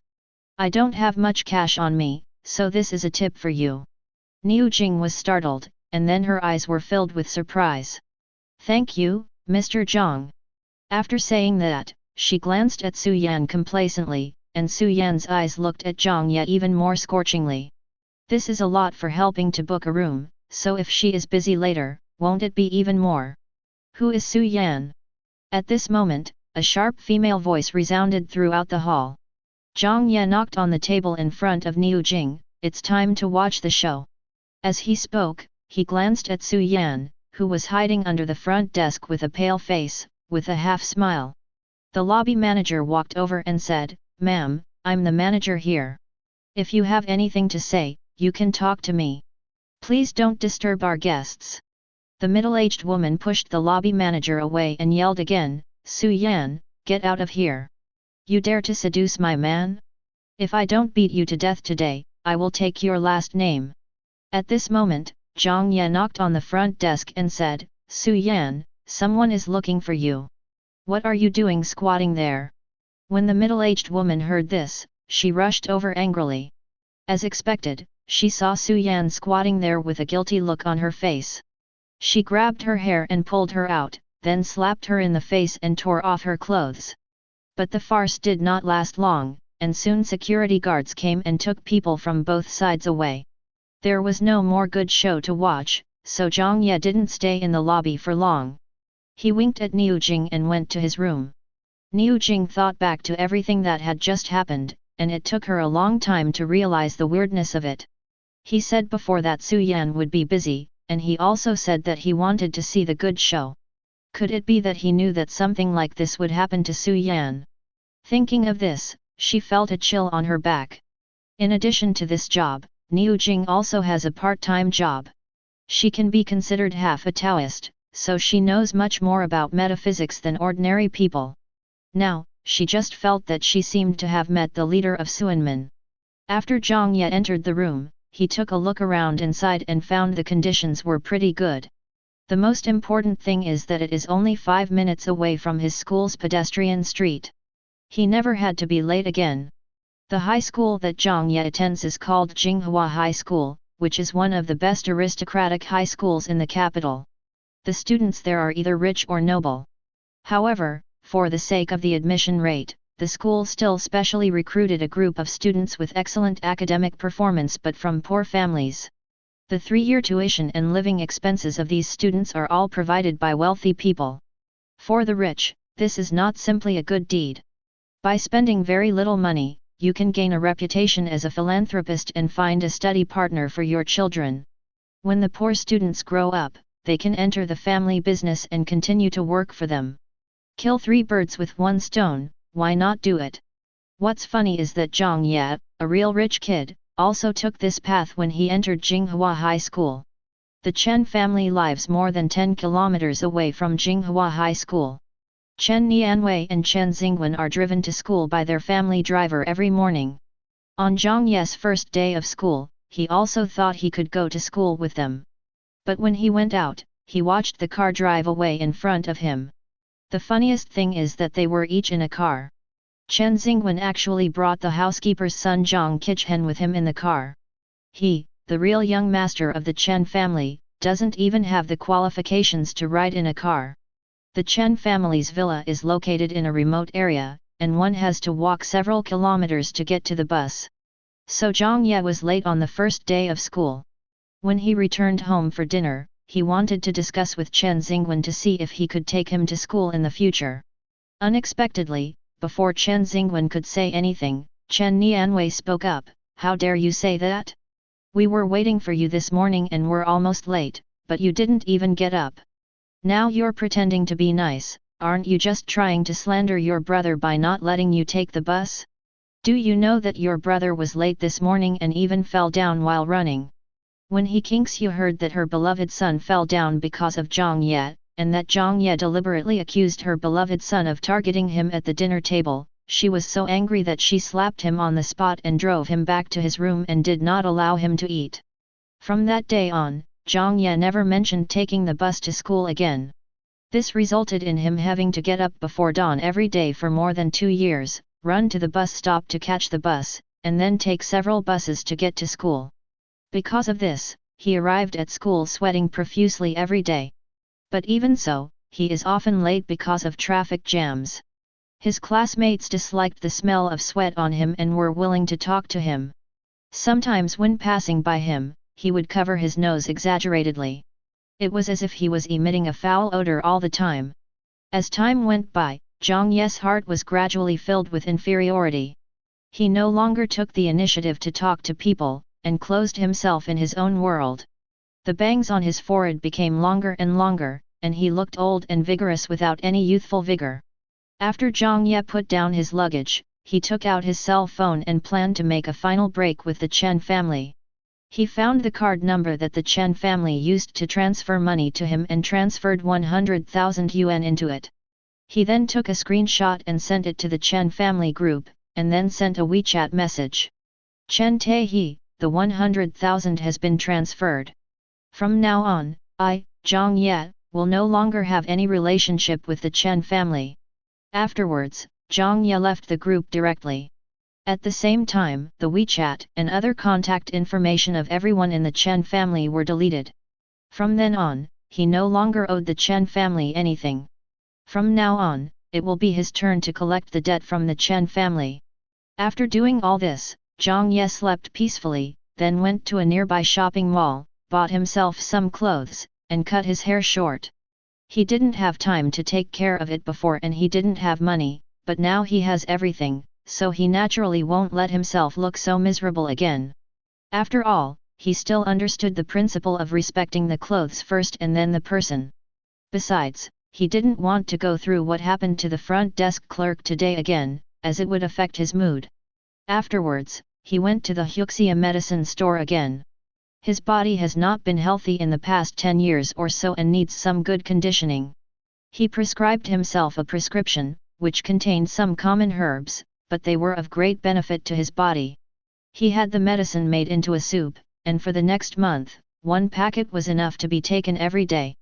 While waiting for the medicine soup, he went to a place that specialized in selling talismans and cinnabar and bought a bunch of things he would need later. He started drawing talismans when he returned to the hotel. It had been a long time since he started working as a Taoist priest. The spiritual energy in this world is thin, and it is hard to say how much cultivation he has left in this life. But after drawing a talisman, he laughed. It was good news for him that he could draw a complete amulet despite his weak body. Afterwards, he would take good care of his body, continue to practice, and accumulate more merits. Even if he could not recover to his prime, he could at least recover 60% to 70%. But in this world, 60% to 70% is completely sufficient. In the following period of time, his primary task was to focus on taking care of his body. When he had time, he would review all the metaphysical knowledge he had learned before. At the same time, the atmosphere at the Chen family's dinner table was very depressing, as if a dark cloud was hanging over the sky. Pa! Chen Taehi threw his phone onto the dining table, his face extremely ugly, and gritted his teeth and said, "This rebellious son! Where did you get so much money, brother?" Chen Xingwen pretended to be puzzled and asked.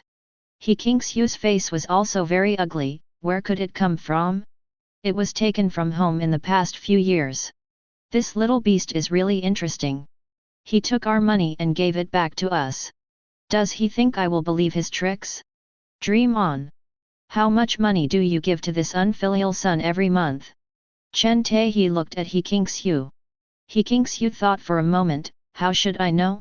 The children's lives at home are all managed by the finance department. Chen Taehi looked at Zhang Feng and asked, "Butler, how much living expenses does the finance department give Jiang Ye every month?" Zhang Feng thought for a moment, Master Jiang Ye's monthly living expenses are 400. How much? Zhang Taehi thought he had misheard. 400. Yes, sir. Zhang Taehi frowned, a high school student, in a place like Daijing, what does he eat and drink on 400 yuan a month?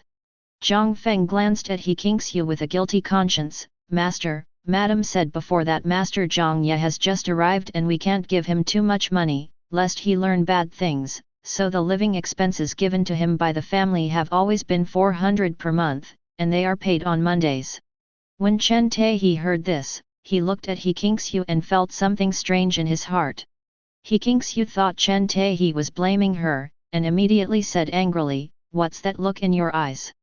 Look at your son, even if you give him 400 yuan a month, he has so many sisters, don't they give him money privately? Doesn't Wenwen give him money?" Hearing this, everyone looked at Chen Xingwen. Chen Xingwen lowered his eyes, "My brother did ask me for money a few times at school. I thought he was in trouble, so I gave him some." Chen Taehi was furious, "How much did you give?" Chen Xingwen thought for a moment and said, "It's not much, maybe a few 100,000. That was the money I wanted to save to buy a birthday present for my dad." After saying this, Chen Xingwen lowered his head in grievance. He Kingxiu looked at Chen Xingwen's reaction and immediately imagined the scene where Jiang Ye asked Chen Xingwen for money. She immediately said angrily, "Wenwen, tell mom, what did that little beast do to you when he asked you for money? Did he hit you?" Chen Xingwen shrank his neck in fear after hearing this, as if he had recalled some terrible memories. He hurriedly said, "No, no, my brother didn't beat me. I gave him the money voluntarily. Mom and Dad, please don't ask my brother about this. Just let it go, okay? Just consider it as me begging you."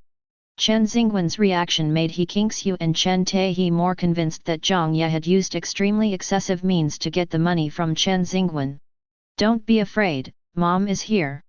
He Kingxiu felt so distressed when she saw her baby son trembling with fear that she quickly stood up, hugged him and comforted him softly. Then, she shouted at Chen Taehi, "Chen Taehi, your son is a petty thief, and now he has bullied Wenwen like this. If you don't take care of him anymore, I will never let you go. This time, I will make him kneel down and apologize to Wenwen." "Pa!" Chen Taehi slammed the table hard, his face as dark as ink. "This rebellious son, I have no choice but to teach him a lesson this time. Butler, please check how much money is in his account and freeze all his accounts." "Yes."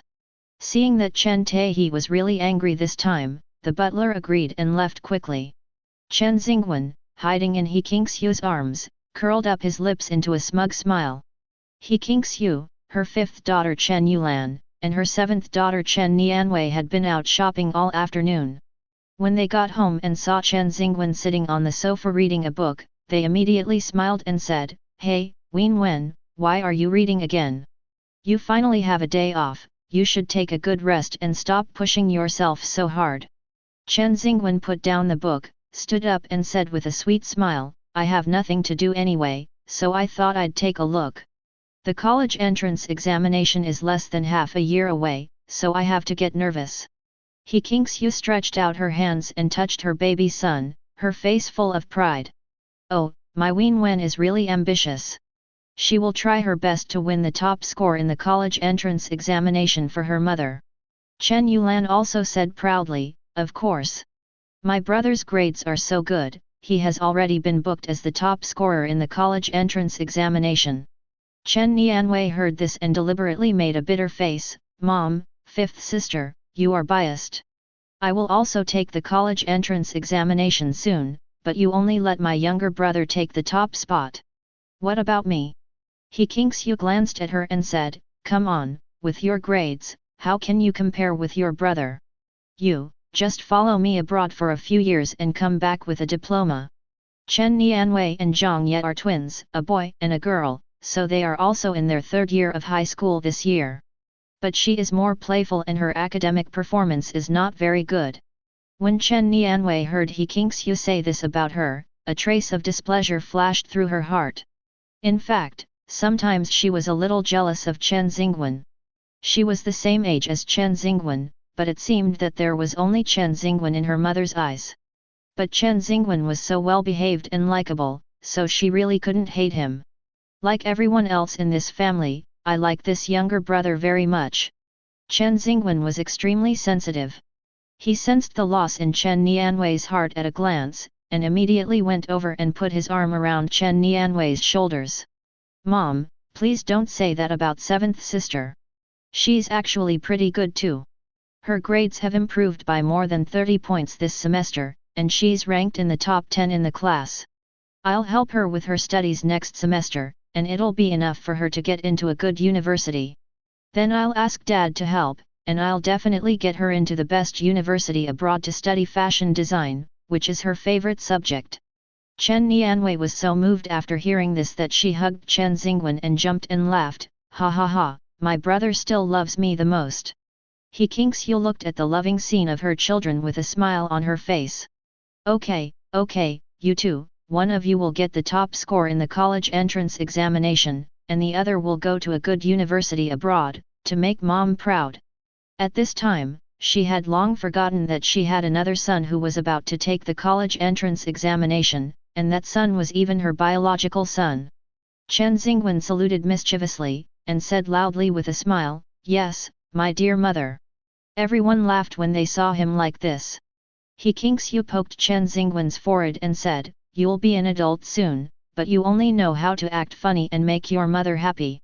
Chen Xingwen smiled, took He Kingxiu's arm and said coquettishly, Mom, you went out for so long today, did you buy me a gift? Of course.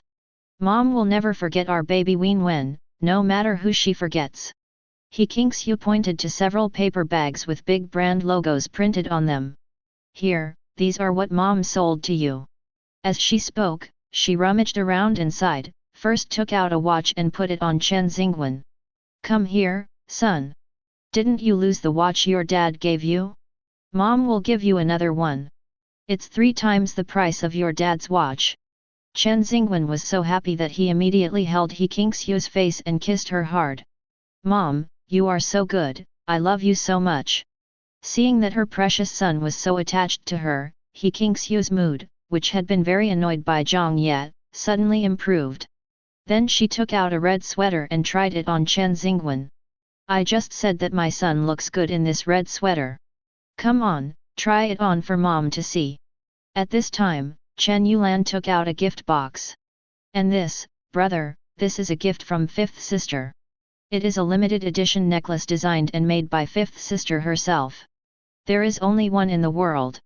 Chen Xingwen took the box and opened it. Inside was a silver necklace with a star inlaid with diamonds as the pendant. There are 7 small stars next to it that set off this big star. Chen Yulan explained, look at the stars, this big star is you, and the other 7 small ones are us 7 sisters. The 5th sister gave you this necklace to tell you that your 7 sisters will always protect you and love you forever. When Chen Xingwen heard this, he was so touched that he hugged Chen Yulan and said, thank you, 5th sister. I love you so much. I have one, too.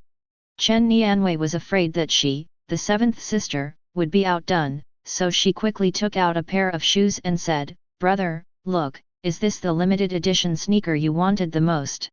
I, your 7th sister, spent a lot of effort to buy this. Thank you, 7th sister. Chen Xingwen quickly put on all the gifts he had received. Several people surrounded him and admired him, praising him non-stop. Chen Xingwen looked embarrassed by the compliments, and the atmosphere in the room was very good. Unexpectedly, Chen Xingwen suddenly became depressed. What's wrong, Wen Wen? Are you feeling unwell? Or tired?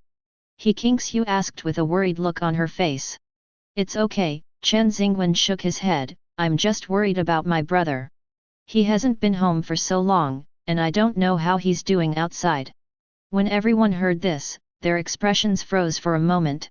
Afterwards, He Kingxiu touched Chen Xingwen's face distressedly, you silly child, that little beast treated you like this, why do you still remember him? Chen Xingwen smiled bitterly, Mom, he is my brother after all, my only brother. Even if he doesn't like me, I don't want him to suffer outside. Chen Yulan, okay, brother, don't think too much about it. He left on his own accord. He deserves the hardship he has to endure. Chen Nianwei, yes. Brother, don't be too kind. You will always be the one who suffers. Don't worry, he has been in our house for so long and has stolen so many things from us. He must have at least hundreds of thousands of dollars in his hands. He won't suffer. Besides, this isn't the first time he's run away from home. The new year is coming soon, he definitely can't stay alone and will come back. Maybe he's just worried about why no one is coming to pick him up. Don't answer it. He Kingxiu said angrily, this little BD talks back and fights with me and your dad. He used to fight with your brother, and he even learned how to transfer assets. When your dad asked someone to freeze his account, he found that there was not a penny left in the bank card given to him by the family. I don't know where it was transferred to. This time, I won't let him kneel at the gate and repent for a whole day. He won't be able to enter this house. After hearing this, Chen Xingwen's face was full of worry. Mom, my brother is not in good health, please don't be too harsh on him. A small punishment will do, otherwise my brother will be angry with me again, what should I do? He dares. He Kingxiu raised her eyebrows, if he dares to touch you again, I will skin him alive. Seeing that Chen Xingwen's face was still full of worry, He Kingxiu sighed silently in her heart. This silly child is too kind and soft-hearted, so he is always bullied when he meets evil-minded people like Jiang Ye. Okay, don't think about these unhappy things, okay? Mommy bought you some clothes, go try them on and show them to mommy. Chen Yulan knew that He Kingxiu was trying to divert Chen Xingwen's attention, so she quickly agreed, yes, brother, go and try it. Then we can take a few selfies and send them to your other sisters to make them jealous. Chen Nianwei, yes. Who told them to come back when the new year is almost here? Chen Xingwen then laughed and obediently continued to try on clothes. Soon, the Chen family group was flooded with photos of Chen Xingwen. After Chen Xingwen returned to his room, he carefully took some photos of the gifts he had received today, selected a few photos of him, He Kingxiu and the other two from the group, and posted them on his moments. Thank you mom and my 5th and 7th sisters for your love. Soon, there were many comments and likes under this circle of friends. It's another day that I envy Master Chen. Damn, this watch costs more than 6 million. My dad won't buy it for me even if I threaten to commit suicide. Master Chen, please let me touch it some other day, just once. Mom is so beautiful, and my 2 sisters are also so beautiful. Oh my god, Xing, you are so happy. I'm so envious. This necklace is so beautiful, Xing, where did you buy it? Damn, you also snatched this pair of shoes. Chen Xingwen, let me give you a unified reply. The necklace was designed and made by my 5th sister. There is only one in the world, so I really can't tell you where to buy it. I didn't steal the shoes, it was my 7th sister who did. After a moment, Chen Xingwen's phone vibrated. It was a WeChat message from Zhang Qichen. Master, I just sent a screenshot of your moments to that country bumpkin, and guess what? That idiot got so angry that he blocked me. Chen Xingwen looked at this WeChat message and a smug smile appeared on his face. This is why he is so optimistic about Zhang Qichen. He was smart enough to know who to stand behind. Jiang Ye did block Zhang Qichen because he was angry. But I wasn't angry about this post on WeChat moments. But I was angry at myself. What a mistake. I forgot to block this idiot. He cursed under his breath, heard a knock at the door, and got up to open it. You want to see me? Standing outside the door was a man in his early 30s with a noble temperament. It was obvious at first glance that he was not an ordinary person. The visitor was stunned for a second when he saw Jiang Ye's young and somewhat immature face, and then his expression quickly turned cold. Little friend, if you just wanted to play a prank today, I'm afraid you messed with the wrong person. Jiang Ye was not afraid of his powerful aura at all, and still had a faint smile on his face. Lawyer Qin, I have long heard of your name. The next day was Monday. After Jiang Ye got up, he first went to the hotel gym to sweat profusely, then returned to the room to take a shower and have breakfast before going out to school. Even though he did so much in the morning, he still had enough time to go to school. There are student union members on duty at the gate of Jinghua High School every morning, and they have only one task. Write down the names of students who are late. There are certain conditions for joining the student union, and one must have a good family background. Because the experience of being a student union member can add luster to the student's file and be of certain help in applying to prestigious foreign universities, these wealthy families like to send their children in, especially those who are not good at studying. And the poor student Chen Nianwei is one of them. And this morning, it was Chen Nianwei and her good friend Chu Nanan who were on duty. It was not yet time for class, so Chen Nianwei and Chu Nanan were bored and were chatting about gossip. Did Jiang Ye, that country bumpkin, really leave your family? After listening to Chen Nianwei's story about what Jiang Ye did the night before, Chu Nanan's face was full of surprise. Chen Nianwei sneered. It's just a trick of playing hard to get. Just wait and see. He will definitely come back in disgrace in a few days. You can't let him come back so easily this time. Chu Nanan puffed her cheeks and said, it's disgusting that he could deliberately get allergic to Xingwen and frame him. Xingwen treated him so well. That's right. Chen Nianwei agreed angrily, then she thought of He Kingxiu's words and laughed happily. Don't worry, it won't be that easy for him to come back to our house this time. My mother has said that if he wants to come back, he must kneel at the door for a whole day and apologize to her and my brother. That's more like it. You have to be a little ruthless when dealing with such a dirty-minded country bumpkin. Chu Nanan said indignantly, but if you ask me, your family is kind-hearted.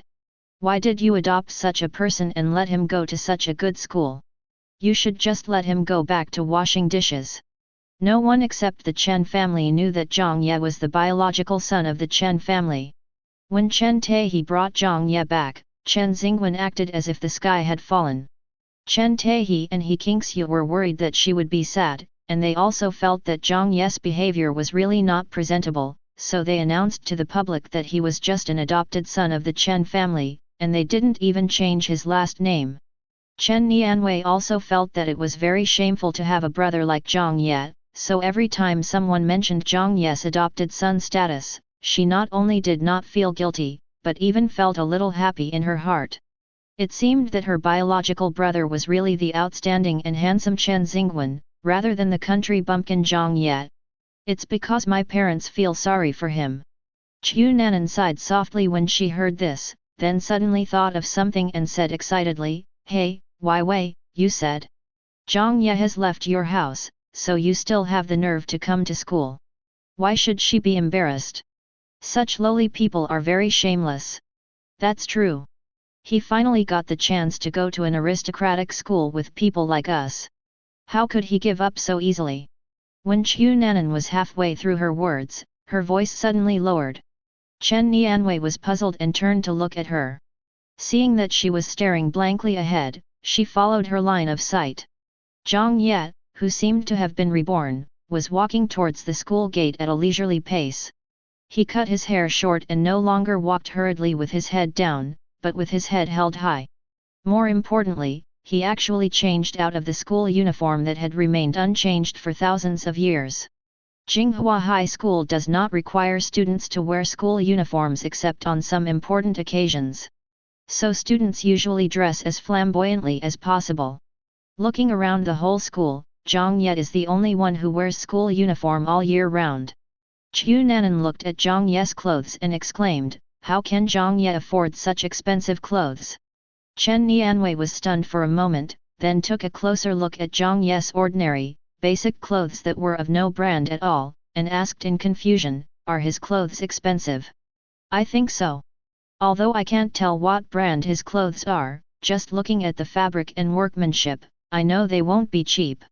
Chen Nianwei was still in a daze when she saw Jiang Ye's cold gaze fall on her, and then looked away with disgust. Chen Nianwei was immediately furious. How dare this country bumpkin look at her like that? What the hell is she? Your Chen family is too generous, aren't you?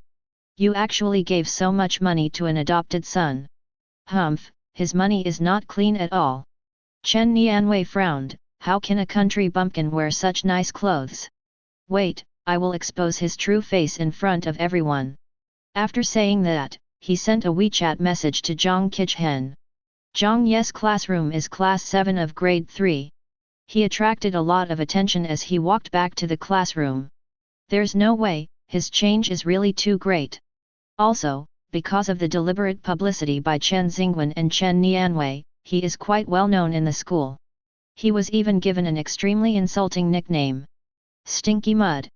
A bunch of stinking, useless mud from the countryside. There is still a post dedicated to him on the campus website of Jinghua High School. It's full of his shameful deeds. Most of them are fake. These rich kids have already started to spice up their lives by making up embarrassing stories about him. Someone even anonymously drew a cartoon of him peeping at girls using the bathroom. It was just a cartoon, but everyone took it seriously. Chen Nianwei even told He Qingxiu this as a fact. No matter how he explained, He Qingxiu didn't believe it. That time, He Qingxiu whipped him with a horsewhip and he was sent to the hospital on the spot. Jiang Ye's seat is in the corner of the classroom, with a trash can behind him. Every summer, there is a bad smell. None of the students in the class took out the trash, and the trash can was big, so he had to pay attention to it every day. Once the trash inside was more than half full, he had to throw it out quickly, otherwise he would not be able to pull such a big trash can to the garbage dump by himself. Last week, Jiang Ye was punished by He Qingxiu to reflect on his mistakes at home starting from Wednesday, so he didn't come to school and no one emptied the trash can in the classroom. At this time, the garbage has been thrown everywhere. Some bad-hearted classmates even threw garbage directly into Jiang Ye's drawers and stool. Jiang Ye looked at the messy table in front of him and sighed silently. How cowardly was he in his previous life? It has come to this, but I still don't have the slightest thought of resisting. Jiang Ye took out his newly bought mobile phone and took a photo, and also recorded the full trash can. Then he pulled up a stool and dumped the trash on the ground. The same goes for trash in drawers. Finally, he kicked it casually with his feet and sat down safely. Everyone was stunned when they saw Jiang Ye's smooth and flowing performance. At this time, Zhang Qi, who was called away by Chen Nianwei, returned to the classroom. Seeing that everyone was looking in the direction of Jiang Ye's seat, and their faces were all strange, he grabbed a classmate nearby and asked, "What happened?" "Health committee member, you're back just in time. Look at what a mess that stinky mud has made of our class." Zhang Qi is the health committee member of their class. Actually, he was the one who took the initiative to become the health committee member. The purpose is to be able to order Jiang Ye, the real young master, to do work openly. Thanks to Zhang Qichhen's mischief, all the sanitation work in Class 7 was done by Jiang Ye alone. Even to their duty area outside the classroom, a group of people went there in a mighty procession, and then just went through the motions, leaving Jiang Ye alone to work. Damn, this stinky mud wants to die, right? Zhang Qichen walked up to Jiang Ye, cursing. "Jiang Ye, did you do all this?" Jiang Ye raised his eyes calmly, "Which eye did you see it with?" All the classmates in the class saw it. Jiang Ye raised his mouth in a mocking arc, "From last Wednesday when I emptied the trash can until Friday, I didn't come to school. Others don't know about this, but don't you know?" Zhang Qi was looking at the indifferent expression on Jiang Ye's face, and the strange feeling in his heart rose again. What the hell is going on with this redneck? Why is it like he has become a different person? However, Zhang Qichen didn't care too much at this moment. The most important thing now was to listen to Chen Nianwei and teach this kid a lesson. "Jiang Ye, stop talking nonsense, class is about to start, hurry up and clean up this garbage for me."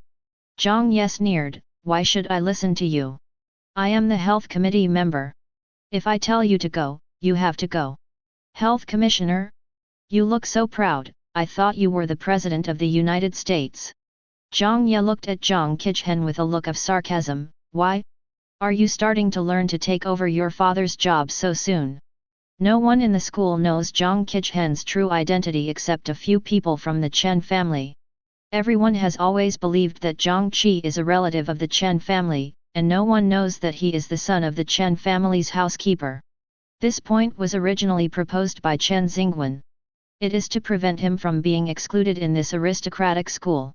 When Zhang Qichen heard this, he was deeply moved and silently vowed in his heart that he would loyally follow Chen Xingwen in the future.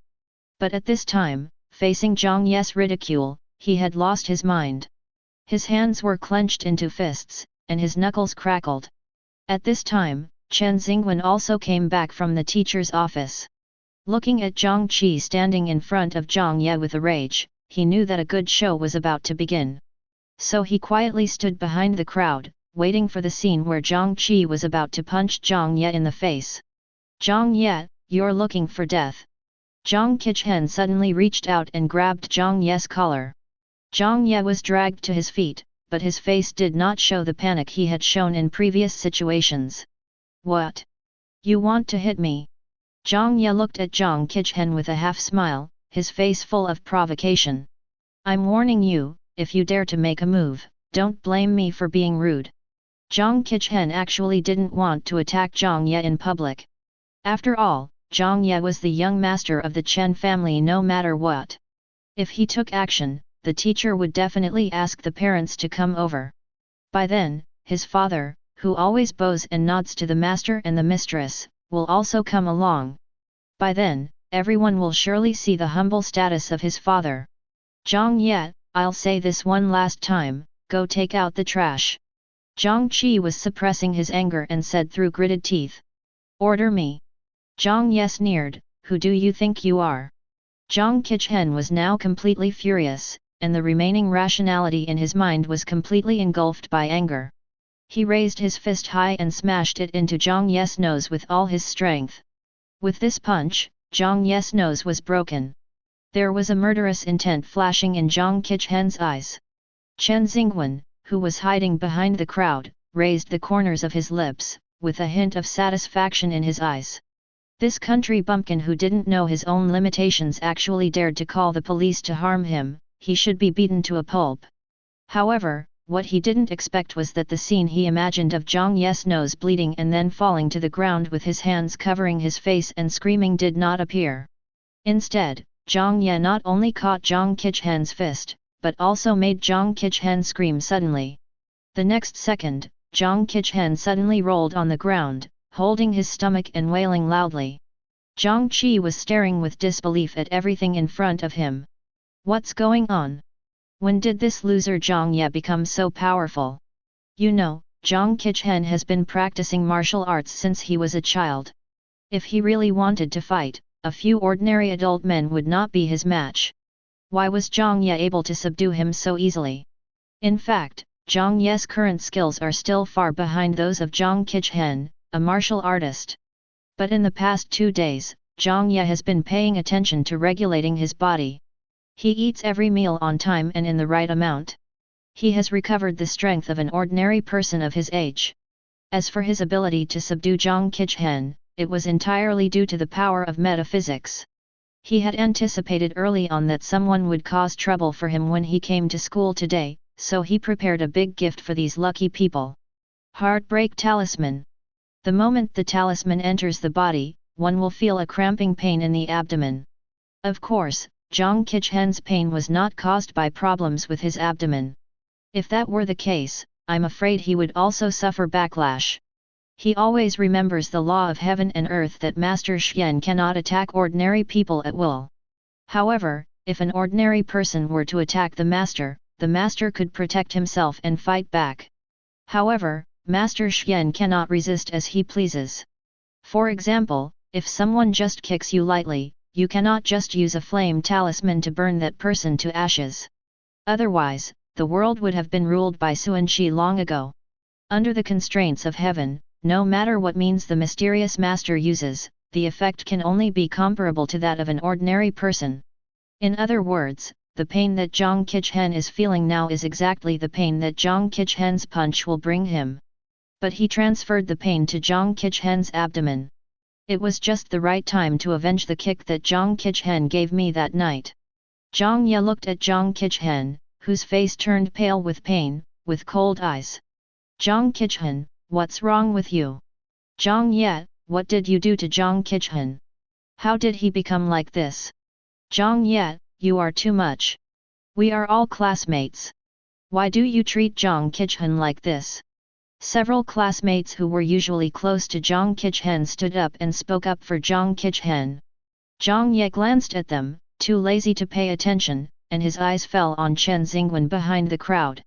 Since the awakening of the Suanmen bloodline, Jiang Ye's 5 senses have become much more sensitive than those of ordinary people. So he knew it almost as soon as Chen Xingwen appeared. Chen Xingwen, how long are you going to hide there and watch the show? Chen Xingwen was suddenly called and quickly walked out from behind the crowd. Zhang, how are you? Chen Xingwen ran to Jiang Zheng and helped him up. Jiang Qi was sweating profusely from the pain and couldn't even speak. Hey, your master asked you how you are, why don't you say something? Don't make your master anxious. Jiang Ye kicked Jiang Qichhen's thigh and said in a joking tone. Jiang Qi was so angry that he almost vomited blood because Jiang Ye kept calling him your young master. But now he just felt as if there was a knife stirring in his stomach, making him feel so painful that he even wanted to die immediately. Everyone was full of questions at this time. Isn't Jiang Qichhen Chen Xingwen's cousin? How come Chen Xingwen is his family's young master? What is going on? Brother, what did you do to Zhang? Chen Xingwen was horrified when he saw Jiang Qichhen's miserable condition. But he didn't feel sorry for Jiang Qichen. He even hoped that Jiang Qichen would die immediately in front of everyone. In this case, Jiang Ye is the murderer. The police should arrest him immediately and sentence him to death. As long as he died, he would no longer have to worry about someone coming to take away everything he had as the young master of the Chen family. Stop it, my last name is Jiang, your last name is Chen, I, Jiang Ye, don't have a brother like you, who keeps acting like a sissy, a real male lotus, you are playing your mother. Chen Xingwen has always presented himself as a gentle and kind young master from a wealthy family in Jinghua High School. Coupled with his good looks and a superstar sister, he is very popular in school. There are countless girls who like him. As for the boys, because of his soft personality, they basically protect him like a younger brother. So when everyone heard Jiang Ye insulting Chen Xingwen like this, they were all angry. Jiang Ye, you're going too far. You actually said that about seeing Wen. Jiang Ye, do you still have any shame? The Chen family kindly adopted you and paid for your schooling, and you treat them like this. That's right. If it weren't for Xingwen's parents, you would still be stuck in the mountains farming. How come you don't know how to be grateful at all? Jiang Ye, I'm warning you, you quickly apologize to Xingwen, otherwise we will definitely get you out of Jinghua High School. Chen Xingwen was secretly delighted when he saw everyone madly blaming Jiang Ye for him. Classmates, calm down. My brother is not usually like this. Maybe there is some misunderstanding.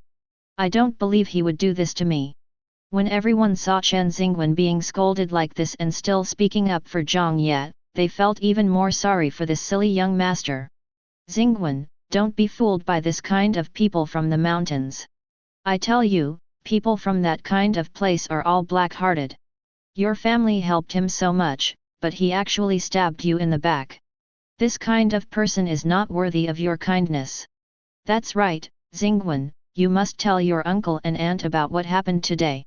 If you don't kick this guy out of your house, he will definitely make trouble again in the future, and maybe one day he will make your family uneasy. Yes, drive him away, get him out of our Jinghua High School. I feel ashamed to be in the same classroom with such a person. Chen Xingwen listened to his classmates' advice and looked at Jiang Ye with a hint of pride in his eyes. Jiang Ye, even if you are the real young master of the Chen family, so what? Your parents hate you, and your sisters dislike you. Even these classmates look down on you.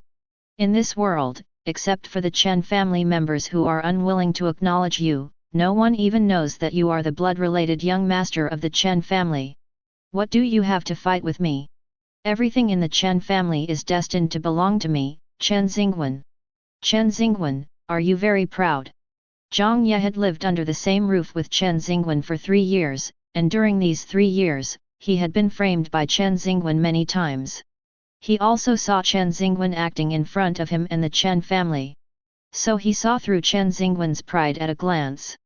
Brother, what are you talking about? You beat Zhang like this, why should I be proud of it? With just one sentence, Chen Xingwen drew everyone's attention back to Jiang Ye's cruel treatment of his classmates. Seeing that everyone was about to start complaining again, Jiang Ye suddenly shouted, "Shut the FK up!" As soon as he finished speaking, the classroom suddenly became quiet, leaving only Jiang Qi's low moans as he gritted his teeth in pain. Jiang Ye continued, "Who was the first to start? Didn't you see it?" After he finished speaking, he turned and stared at Chen Xingwen, his eyes were like torches, "And you, Chen Xingwen, you were there from the beginning. When Jiang Qi was about to attack me, you didn't show up, and now seeing Jiang Qi being beaten down by me, you come out and call me brother in a sticky way, and you even incited these idiots to accuse me. What are you thinking? I didn't. Chen Xingwen was not used to Jiang Ye's aggressive behavior. I was just worried that you might have hurt Zhang. So you're not afraid that I'll get hurt by your lackey? Others may not know, but don't you? Your lackey Jiang Qichen has been trained as your bodyguard since he was a child. Running dog, bodyguard. Jiang Ye almost said directly that Jiang Qichen was just a servant. Jiang Qi was so angry that he gritted his teeth and growled, Jiang Ye. He wanted to kill this BD. When he recovered, he would make sure that this BD would neither be able to live nor die. Jiang Ye saw Jiang Qichen's frustrated look and raised a mocking arc at the corner of his mouth. He did it on purpose. He knew how inferior Jiang Qi felt about his identity as the son of the housekeeper, so he wanted to tear off his fig leaf with his own hands. He wanted everyone to see who was the person of low status. And Jiang Qichen's hell has just begun. In his previous life, Jiang Qi relied on the trust of the Chen family and the protection of Chen Xingwen to trip him up and even torture him. Even after he was sent to a mental hospital, he didn't let him go. Whenever he suffered any injustice from Chen Xingwen, he would be sent to the mental hospital and tortured in every way.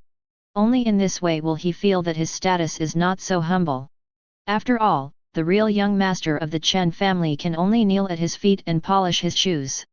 Therefore, in this life, Jiang Ye will not let Jiang Qichen go either. He remembered clearly how Jiang Qichen tortured him bit by bit. I will give it back to him double.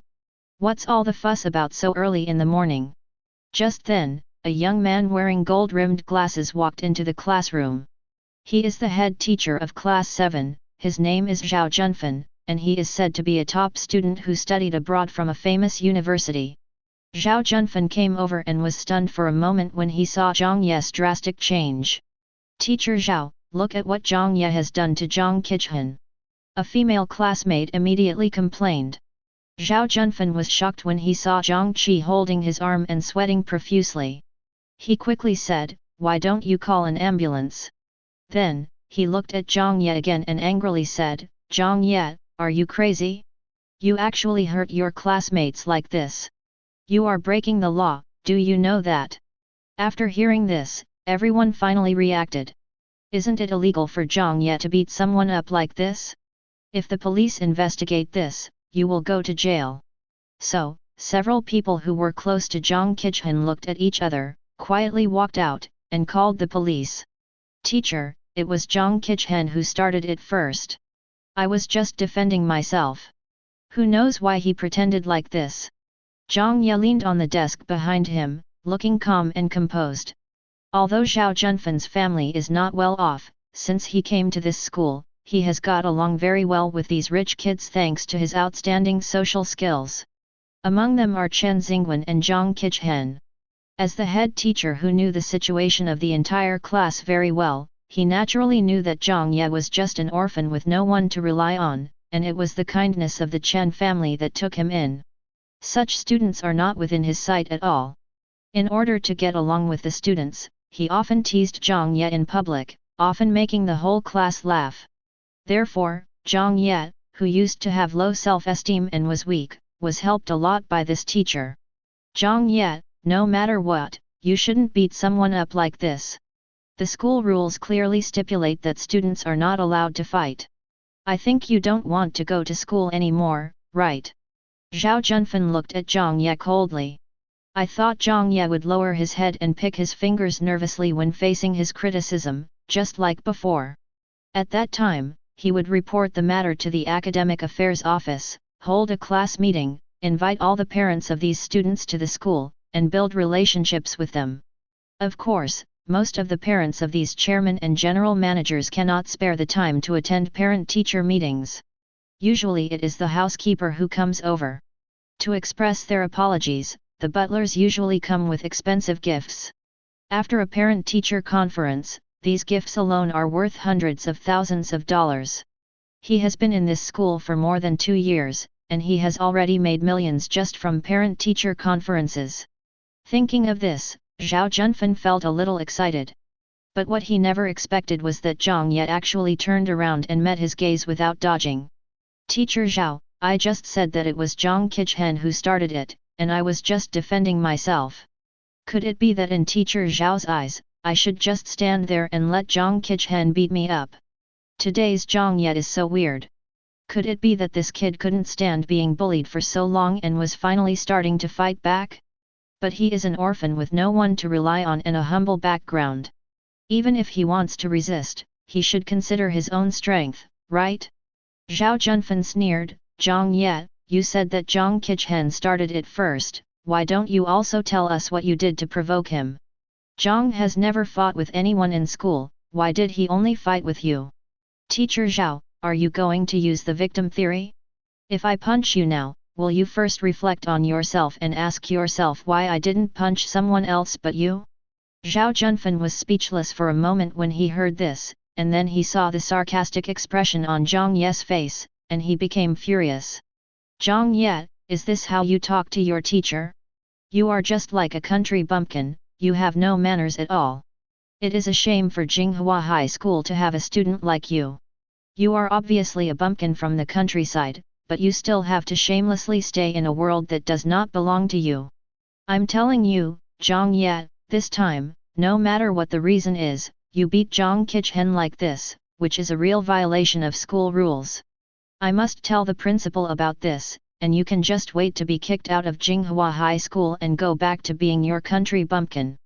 Jiang Ye listened to Zhao Junfen's insults that sounded like personal attacks, and instead of getting angry, he laughed. Go ahead and curse. The harsher you curse, the more miserable your death will be. So Mr. Zhao's teaching as a teacher is to insult students based on their background and family background? Didn't the principal of Jinghua High School say that everyone is equal in education? How come Mr.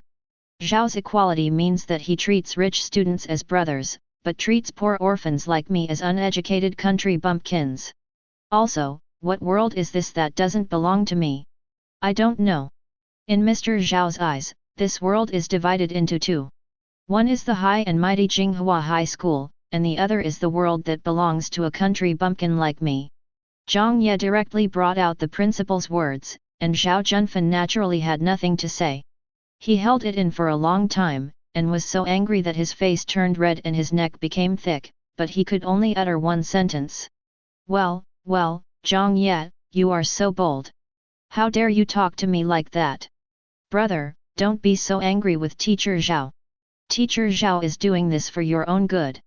You should apologize to Teacher Zhao quickly. Otherwise, if you are really fired, what will you do? How sad will mom and dad be then? Seeing that the conflict had almost escalated, Chen Xingwen quickly stepped forward to act as a good guy. Jiang Ye snorted coldly, Chen Xingwen, are you crazy? Even if I am an orphan, what does it have to do with your parents even if I am expelled? Also, which eye of yours saw that your teacher Zhao was nice to me? Everyone in the class takes turns to sit, but you let me sit next to the garbage dump forever. Is that good for me? Every day they look at me coldly while I carry such a big trash can, and they ask me to climb up and down the 7th floor by myself, twice, and not let me take the elevator. Is this good for me? Every time they distribute study materials, no matter how much they are, I am the only one who has to go back and forth to get them. If I am a little slow, I will be kicked and made to stand for the whole day. Is this good for me? Without any verification, you foolish and ignorant rich kids fabricated a lie that I peeked at girls in the bathroom, criticized me again and again in class, and forced me to make a self-criticism in front of the whole school. Is this good for me? If you really think this is good for me, then let's switch it up, okay? Jiang Ye spoke out all the grievances he had suffered in the past 2 years in one breath, and every word was heartbreaking. After listening to this, some students didn't know what to say for a moment and felt mixed emotions. Jiang Ye, you are so outrageous. Who gave you the courage to slander me like this? You did such a disgusting thing yourself. As a teacher, if I don't educate you, do I have to watch you do worse things in the future and cause a greater impact on society? Zhao Junfen felt completely humiliated when he saw a little orphan dare to mock him in public. That's right, Jiang Ye, if you feel wronged, you shouldn't have gone to the women's restroom to peek. A fat male classmate wearing black-framed glasses said sarcastically. This man's name is Chen Wei, and he is one of Chen Xingwen's lackeys. Jiang Ye's deep gaze fell on Chen Wei's face. Chen Wei, I haven't settled the score with you yet, but you jumped out first. Are you so eager to die? Chen Wei used to follow Jiang Qichen and bullied Jiang Ye a lot, so he was not afraid of him at all. You stinking piece of mud, you still dare to threaten me? Jiang Ye sneered, the post on the school forum that first slandered me for peeping in the girls' restroom and the comic illustrations in it were drawn by you, right? I have already contacted a lawyer. Chen Wei was a little flustered after hearing what Jiang Ye said, but when he heard him say I contacted a lawyer, he immediately laughed out loud. Ha ha ha ha. Jiang Ye, you've watched a lot of TV dramas recently, and you've learned to use fancy words. You can even say things like contacted a lawyer. You're so awesome. Hearing this, everyone started laughing too. An orphan who can barely afford food still wants to hire a lawyer. Do you have the money? And do you know who my father is? Do you think my father's entire team of lawyers are just eating for free? Jiang Ye smiled and said nothing more. Anyway, the fat guy's good days are coming to an end. Just as he was thinking about it, Chen Wei's cell phone rang. He took it out and took a look. It was his father calling. Answer it. Your father must have received a lawyer's letter, so he has good news to tell you. Don't scare me. Chen Wei suddenly felt a little uneasy, but he still spoke stubbornly. You're so stubborn, why don't you turn on the speakerphone so that everyone can listen and know what's going on? Open it. After Chen Wei answered the phone and turned on the speakerphone, Chen's father's extremely angry voice came out from the loudspeaker. Chen Wei, you idiot, what did you do in school? Why did you do something like slandering your classmates? Hearing this, Chen Wei looked at Jiang Ye in shock. I didn't, Dad, this was all deliberately framed by my classmates. Chen Wei felt so embarrassed that he quickly tried to turn off the speakerphone, but the more he made mistakes, the more confused he became. After clicking for a long time, he still couldn't turn off the speakerphone. He even dropped his phone on the ground because of his shaking hands. Mr. Chen's angry voice kept coming from the phone. Chen Wei, who is that Jiang Ye? Why did you want to mess with him? Do you know who his lawyer is? I'm telling you, no matter what method you use, get your classmate to withdraw the lawsuit immediately. If my company is ruined in your hands, I'll kill you. At this moment, the eyes of the people looking at Jiang Ye no longer had the previous contempt, but were filled with shock. Chen Wei's face had already turned extremely pale. He looked at Jiang Ye in horror and hurriedly explained, Jiang Ye, it's none of my business. I just heard from Chen Xingwen that you peeped at girls in the bathroom, and Jiang Qichen asked me to do this, so I posted the post and drew the cartoon. I didn't expect this post to be so popular. If you want to sue Chen Xingwen, and let me go, okay? Please let me go. Chen Xingwen was also shocked at this time. What kind of lawyer did Jiang Ye hire? Even the Qian family, which has a whole team of lawyers, is afraid of it. But at this moment, he didn't want to think about it anymore. This damn Chen Wei actually sold him out like this. He was really more of a hindrance than a help. Chen Xingwen, so this matter came from you. Jiang Ye looked at Chen Xingwen. Chen Xingwen was stunned for a moment, not knowing what to say to extricate himself from this matter. Looking at Chen Wei's behavior, I'm afraid he will accuse Jiang Ye to death of being the mastermind in order to ask him to withdraw the lawsuit. Why? Can't you think of an excuse right now? Jiang Ye's voice became a little colder. Everyone looked at Chen Xingwen's guilty expression and felt a little confused. Is this really the case that Chen Xingwen was in charge of? Isn't he always the kindest and takes good care of Jiang Ye? Why do you want to slander Jiang Ye like this? Chen Xingwen looked at everyone's suspicious eyes and felt extremely angry. Brother, I didn't. Chen Xingwen knew that if he didn't speak up, the perfect image he had maintained for so long would be ruined by that BD Jiang Ye today, so he had no choice but to bite the bullet and speak up. Is that so? Jiang Ye looked at Chen Wei. Chen Wei, so you are slandering Chen Xingwen again now. I didn't. Chen Wei said excitedly, Chen Xingwen, how could you do this? It was you who said it in the cafeteria. You saw Jiang Ye secretly go to the women's restroom and took pictures with your mobile phone. You felt that this was wrong, but you didn't know how to tell Jiang Ye. You also said that if your parents knew, they would definitely be disappointed in Jiang Ye. You said that and left. Then Jiang Qichen said that you were kind-hearted, but this matter couldn't just let go.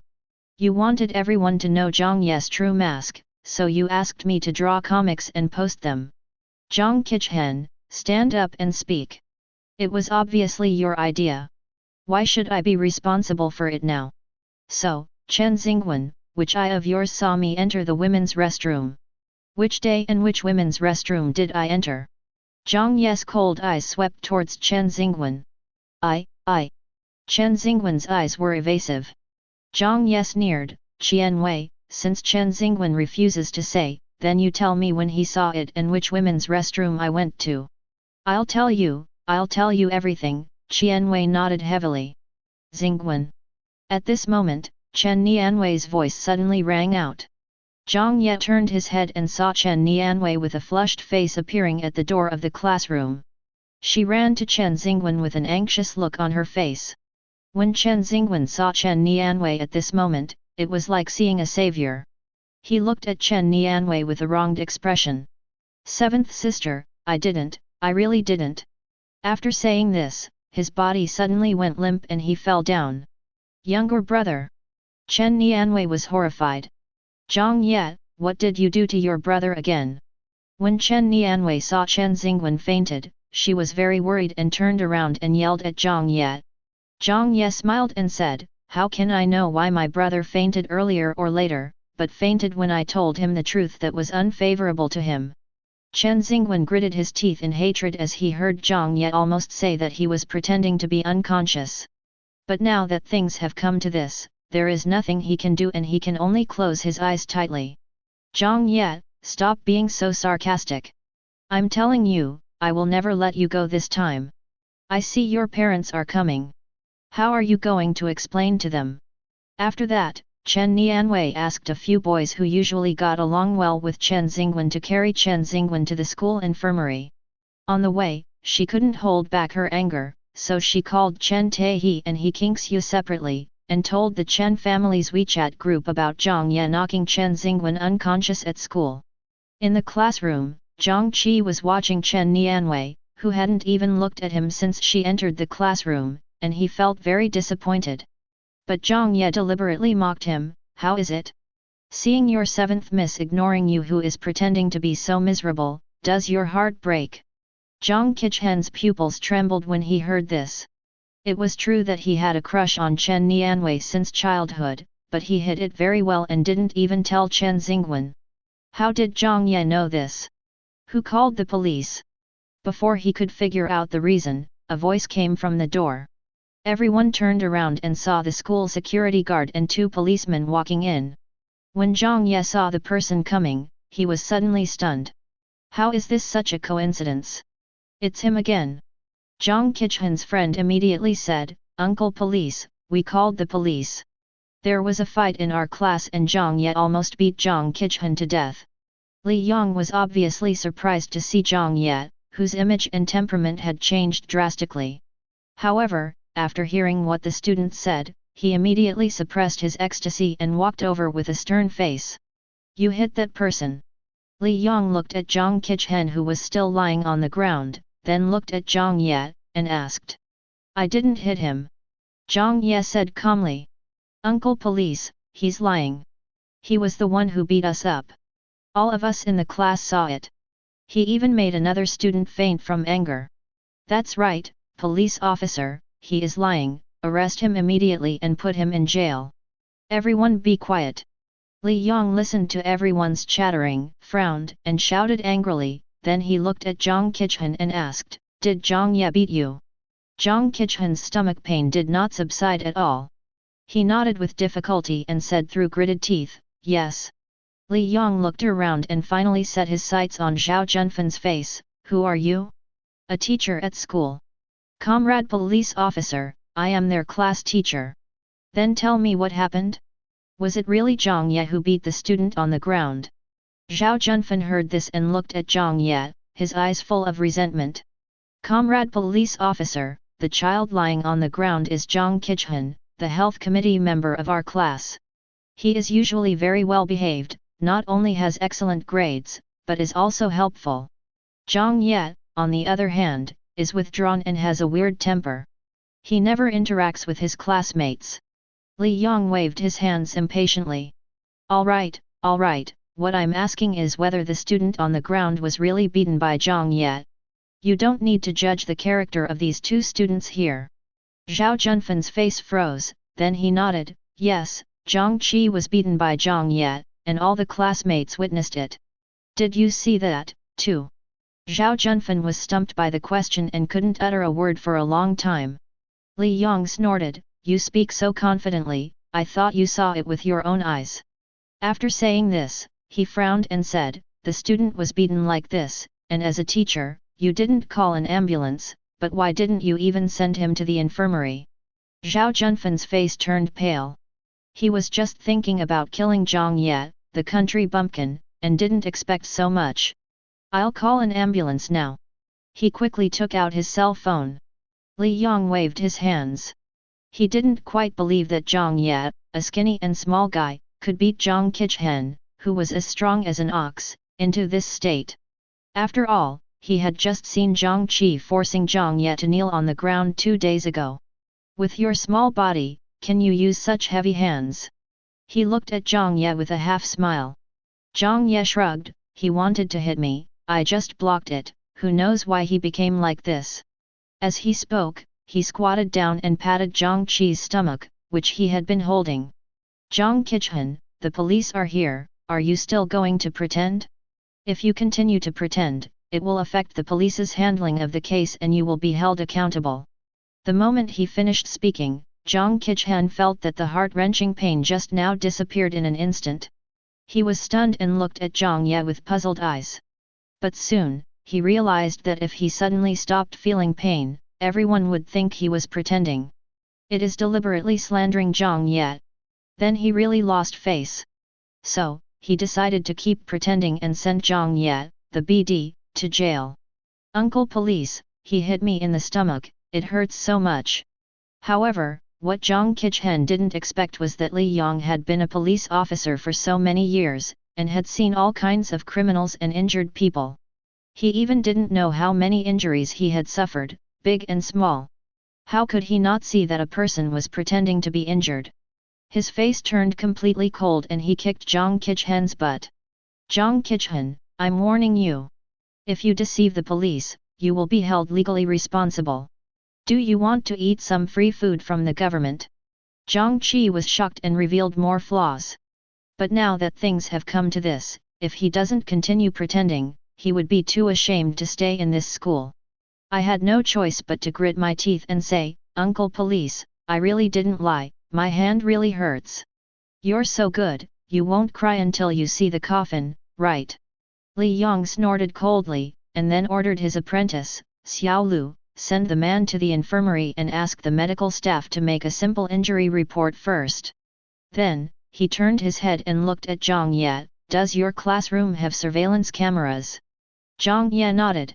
Take me to the monitoring room. As soon as Li Yang finished speaking, Zhao Junfen was shocked.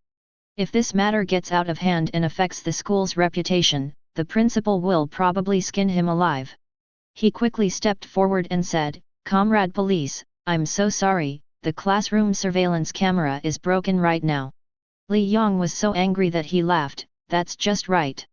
Zhao Junfen smiled awkwardly, yes, it broke last week. They said they would find someone to fix it, but it has never been fixed. Just then, the principal received news of a student fight and called the police, who rushed over. What happened? Why did even the police get alerted? The principal was worried that the matter would get out of hand, so he invited all the police officers and all the parties involved to his office. Not long after they entered, the principal received several phone calls in succession, and his expression became increasingly uglier. Then, he looked at Jiang Ye deeply, his heart full of doubts. What on earth did this kid do to alarm so many important people? Comrade police, all the parents involved in this incident are here. They all have children and are willing to resolve the matter privately. What do you think? Li Yang meant that he was not needed. Logically speaking, since the parents had said so, he had no right to stay here any longer. To put it bluntly, this was just a fight between children. But he was still a little worried about Jiang Ye. He still remembers vividly the unfair treatment he suffered in the Chen family. Not to mention that the child was very kind to him. If it weren't for him, my mother would have died long ago. Jiang Ye saw Li Yang looking at him with a worried look on his face, smiled and shook his head at him. Uncle, since the parents are here, there is no need to trouble you with the rest, I can handle it. Li Yang knew that Jiang Ye was a child with his own ideas. Seeing that he looked calm and didn't seem to be doing anything, he finally nodded and turned to leave. Not long after, He Kingxiu walked into the principal's office aggressively wearing a mink coat and high heels. Chen Taihe, Chen Nianwei and Zhang Feng came in a little later. Behind him was a slim young woman wearing gold-rimmed glasses. Chen Huaimeng, the second daughter of the Chen family. Jiang Ye was stunned for a moment when he saw Chen Huaimeng. This was the first time he saw his good second sister since his rebirth. Chen Huaimeng is a doctor. The youngest oncologist in the country. At the age of 27, he became the director of the oncology department of the best hospital in Tokyo, and even served as the vice president. It can be said that she is the brightest rising star in the entire Huxia medical community. Experts in the industry all assert that she has a bright future. In fact, her life trajectory in her previous life was also like this. In Jiang Ye's previous life, he actually didn't have much resentment towards his sister until he died. After all, he didn't have much contact with Chen Huaimeng at that time. She was very busy with work, and during the few times they met, although she acted distant, Jiang Ye did not feel the same disgust that others felt towards him. For a long time after her death, Jiang Ye even followed her and protected her in the form of a spirit. Until one day, he learned that the appraisal report that sent her to a mental hospital was written by her boyfriend.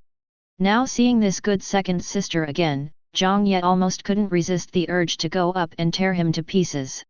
Perhaps the hatred in Jiang Ye's eyes was too strong. Chen Huaimeng noticed it as soon as he entered the door. He looked into Jiang Ye's dark and deep eyes and was shocked. What happened to his brother from the countryside? Why such a scary look? Did she do something to him? She thought back to the past few years since Jiang Ye came back. She didn't want to waste her energy dealing with him, so she rarely went home. So there is no grudge between them at all. Just at this moment, Jiang Ye's eyes had already moved away from her. So she didn't think about it anymore, thinking that the hatred she felt just now was just an illusion caused by her being too tired after just getting off the operating table. Jiang Ye, what did you do to your brother again? You actually made him faint. Don't you know that your brother has been weak since he was a child? When He Kingxiu saw Jiang Ye, she immediately screamed angrily. Seeing this, Zhao Junfen sneered in his heart. Jiang Ye, this time, I want to see how you can fool people. But what he never expected was that Jiang Ye actually laughed without any fear. What can I do to your precious son? Mrs. Chen, what's the matter? Your son is guilty of his crime and pretends to be unconscious because he is afraid that others will tell the truth. Do you want to blame me for this? He Kingxiu was startled when she heard this. What did you call me? Ms. Chen, what? Are you so worried about your son that you even forgot who you married? Or do you think that calling you Mrs. Chen makes you old, and you want me to call you Miss He? Jiang Ye said sarcastically. You are so brave. He Kingxiu raised her hand to slap Jiang Ye. But Jiang Ye will no longer spoil this family.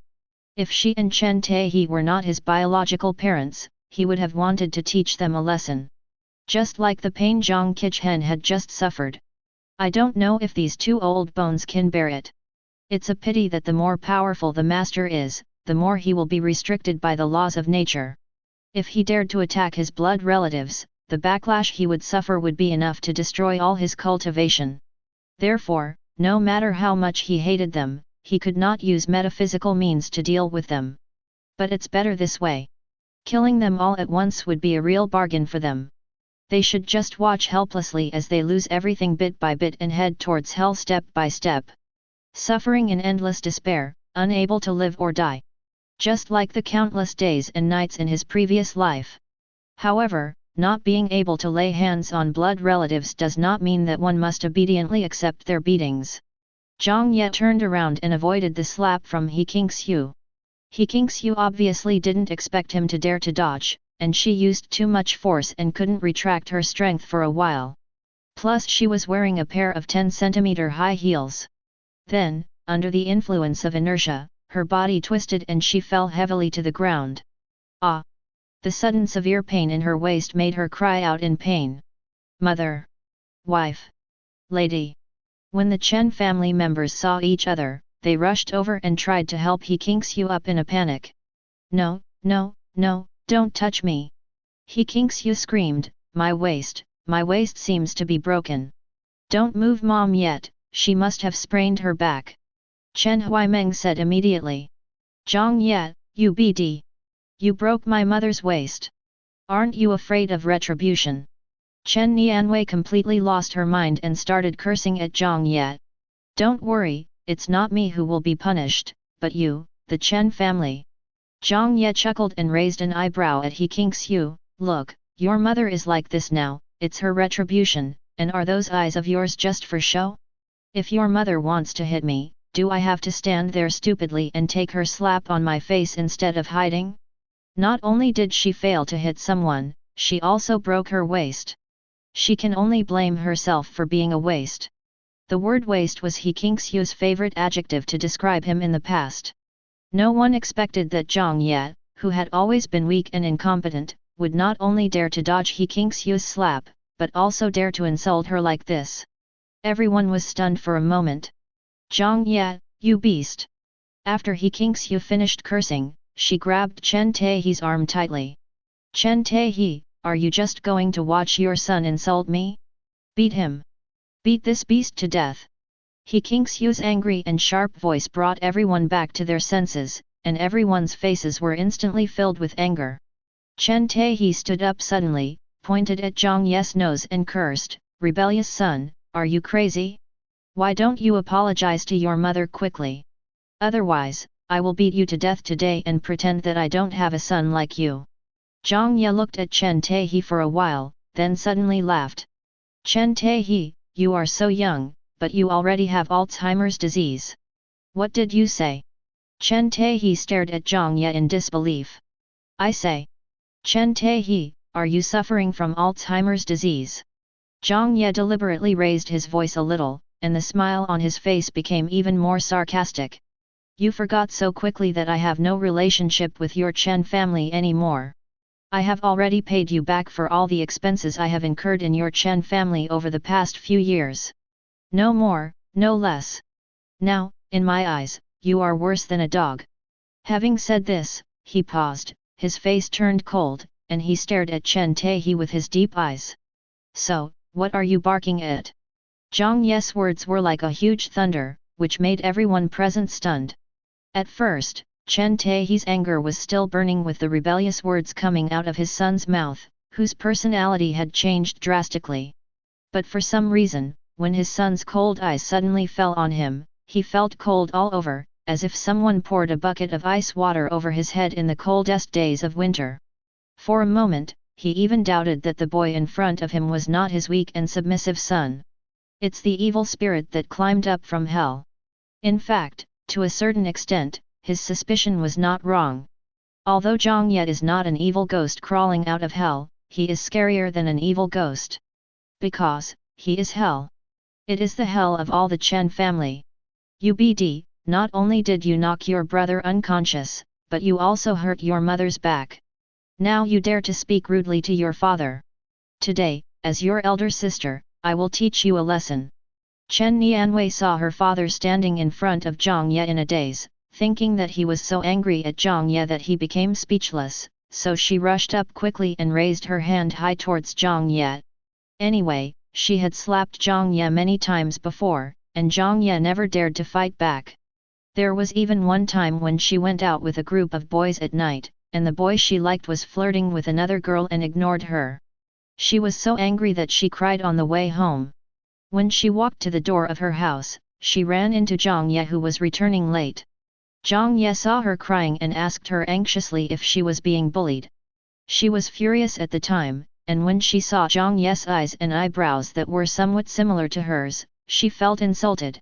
She immediately slapped her hard and told her to get out.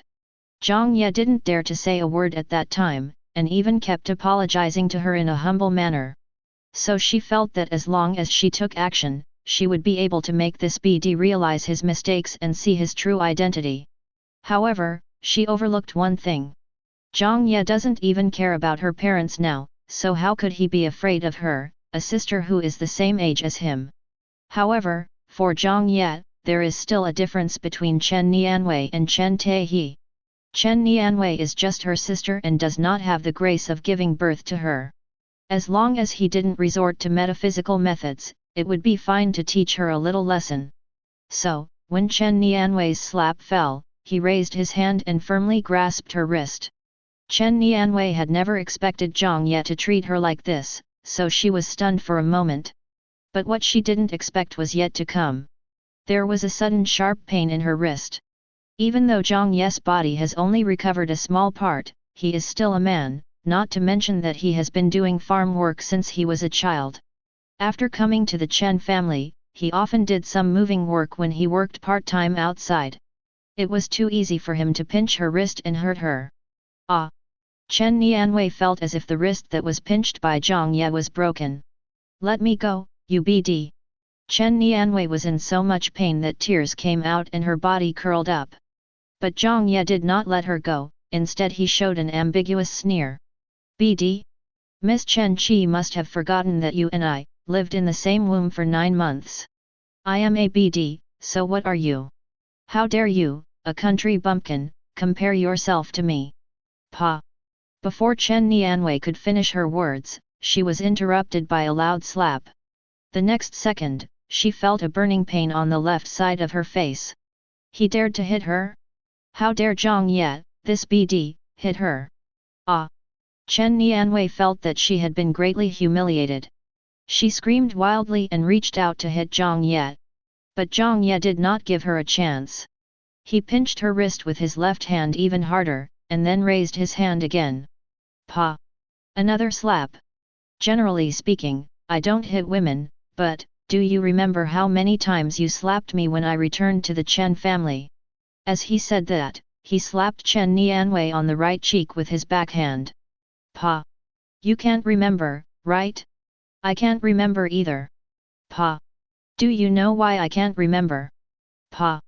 Because it's too much, today this is just a small amount of interest.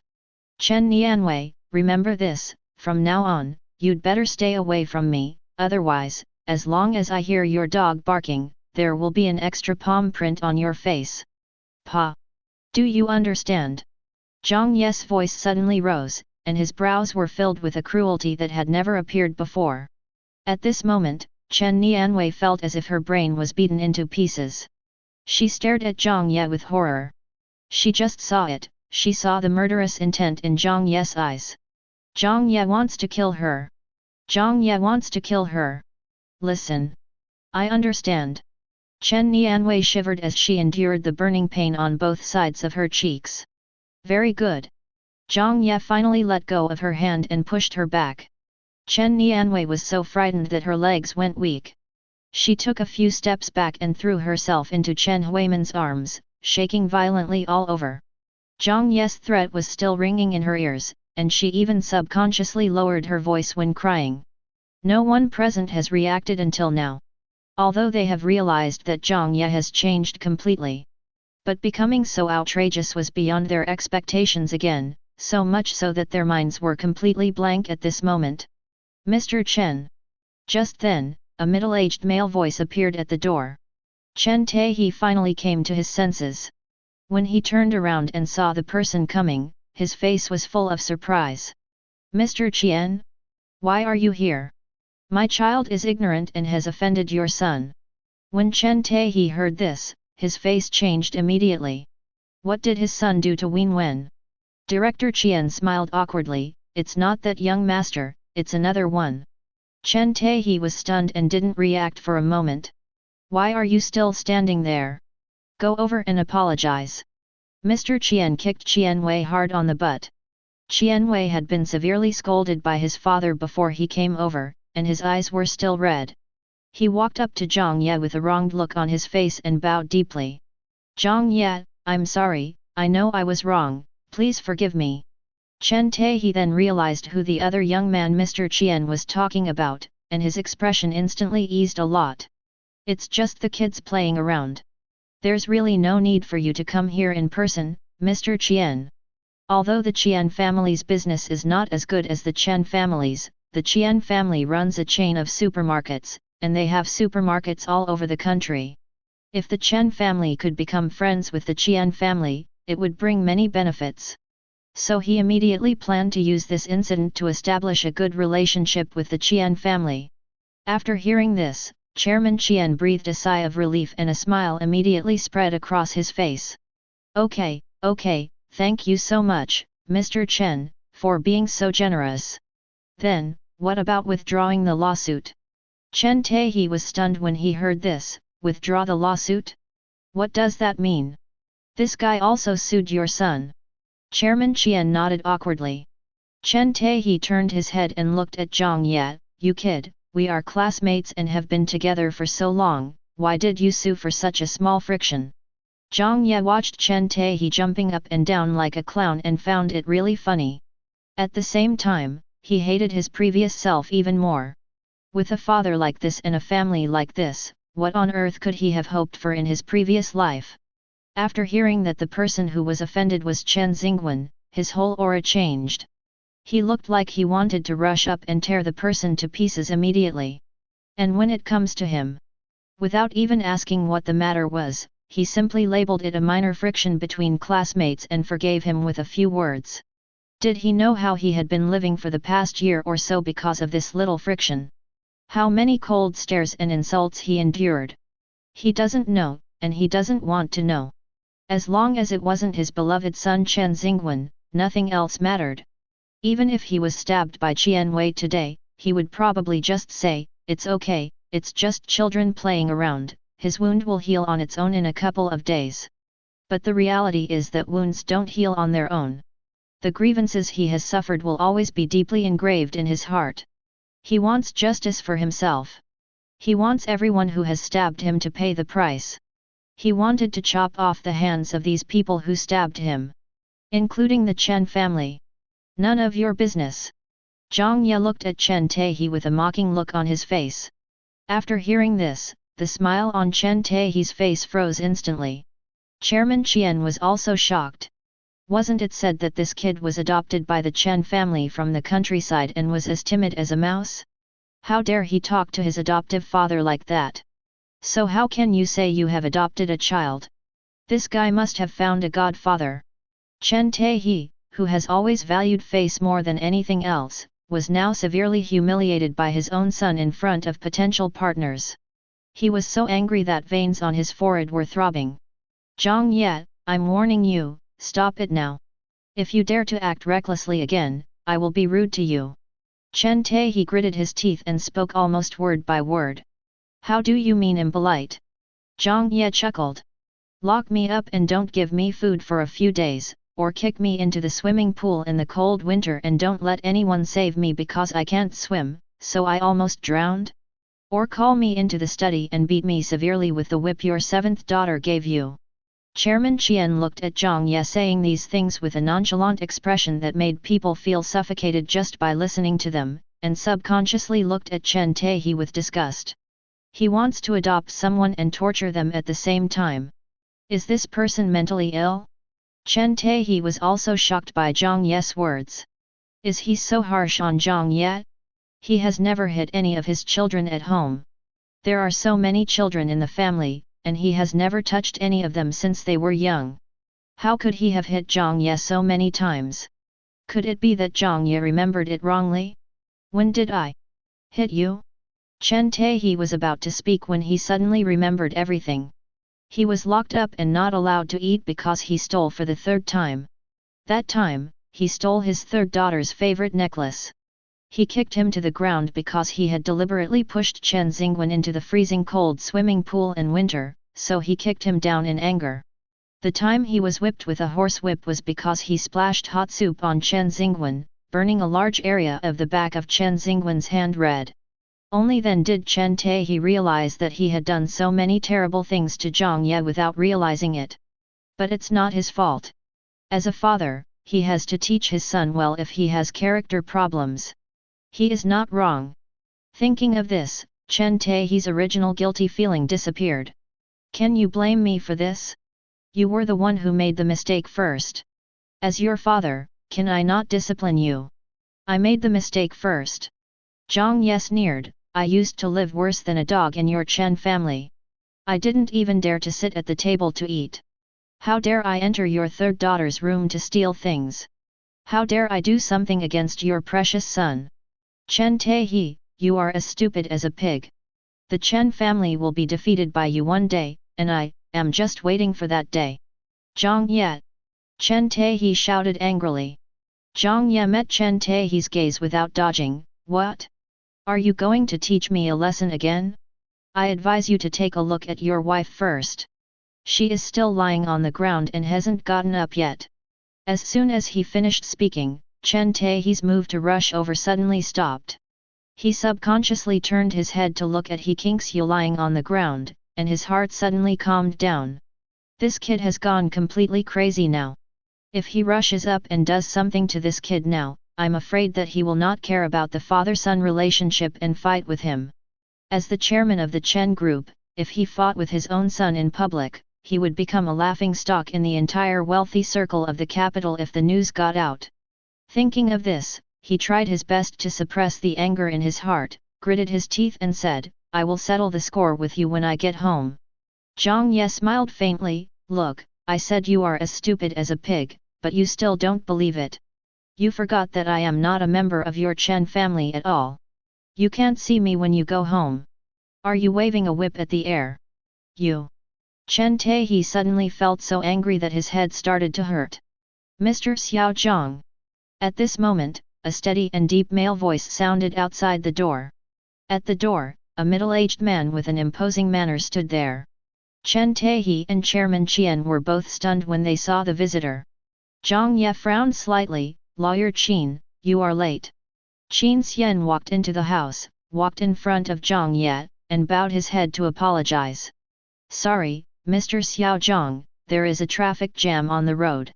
Chen Taihe and Chairman Qian widened their eyes in surprise when they saw that one of the best lawyers in the legal world was so humble in front of a young boy like Jiang Ye.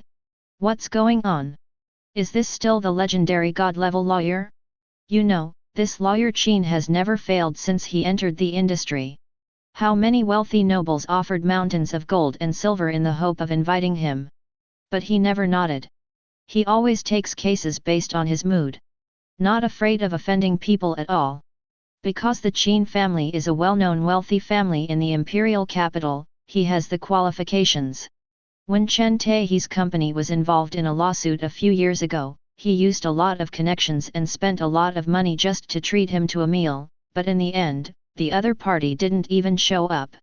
In the end, the Chen group lost the case and he paid a huge sum of money, which took him several years to recover.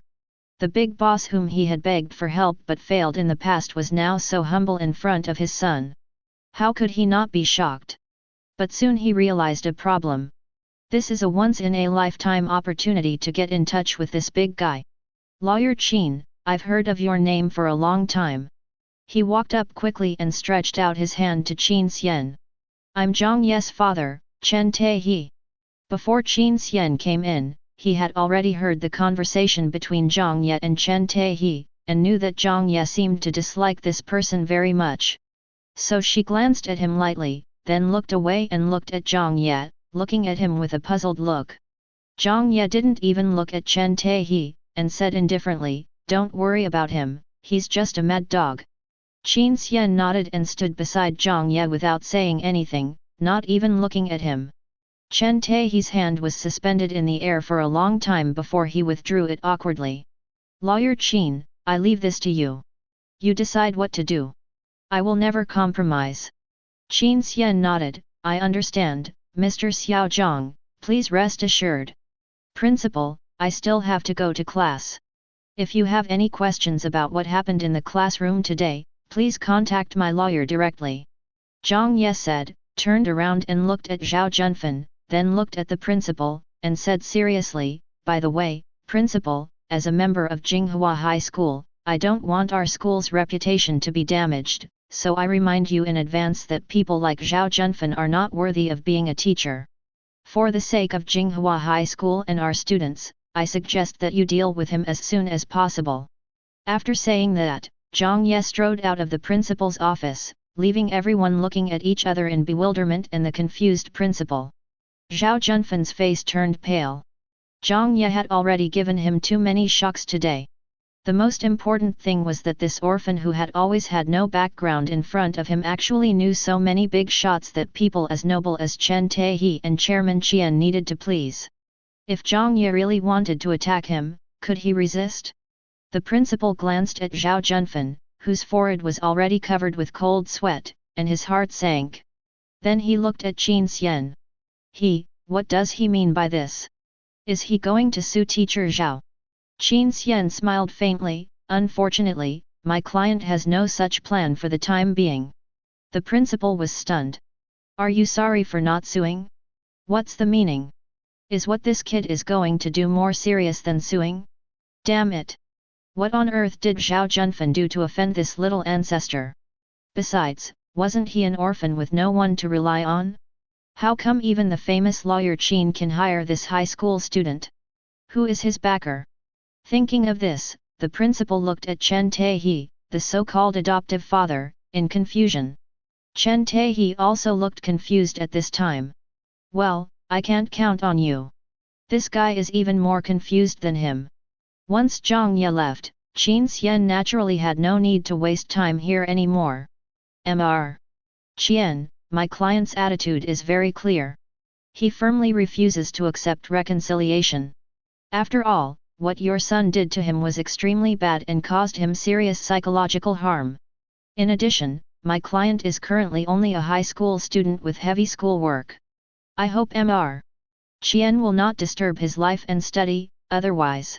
At this point, Qin Xian looked at Chairman Qian and sneered, his eyes full of threats. Okay, that's all I have to say, Mr. Qian, take care of yourself, and we will settle the rest in court.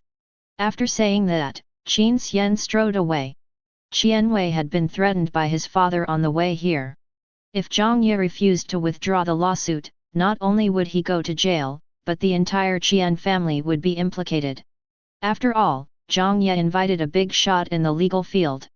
Qin Xian's influence is enough to destroy the reputation of the Qian family throughout Daxia.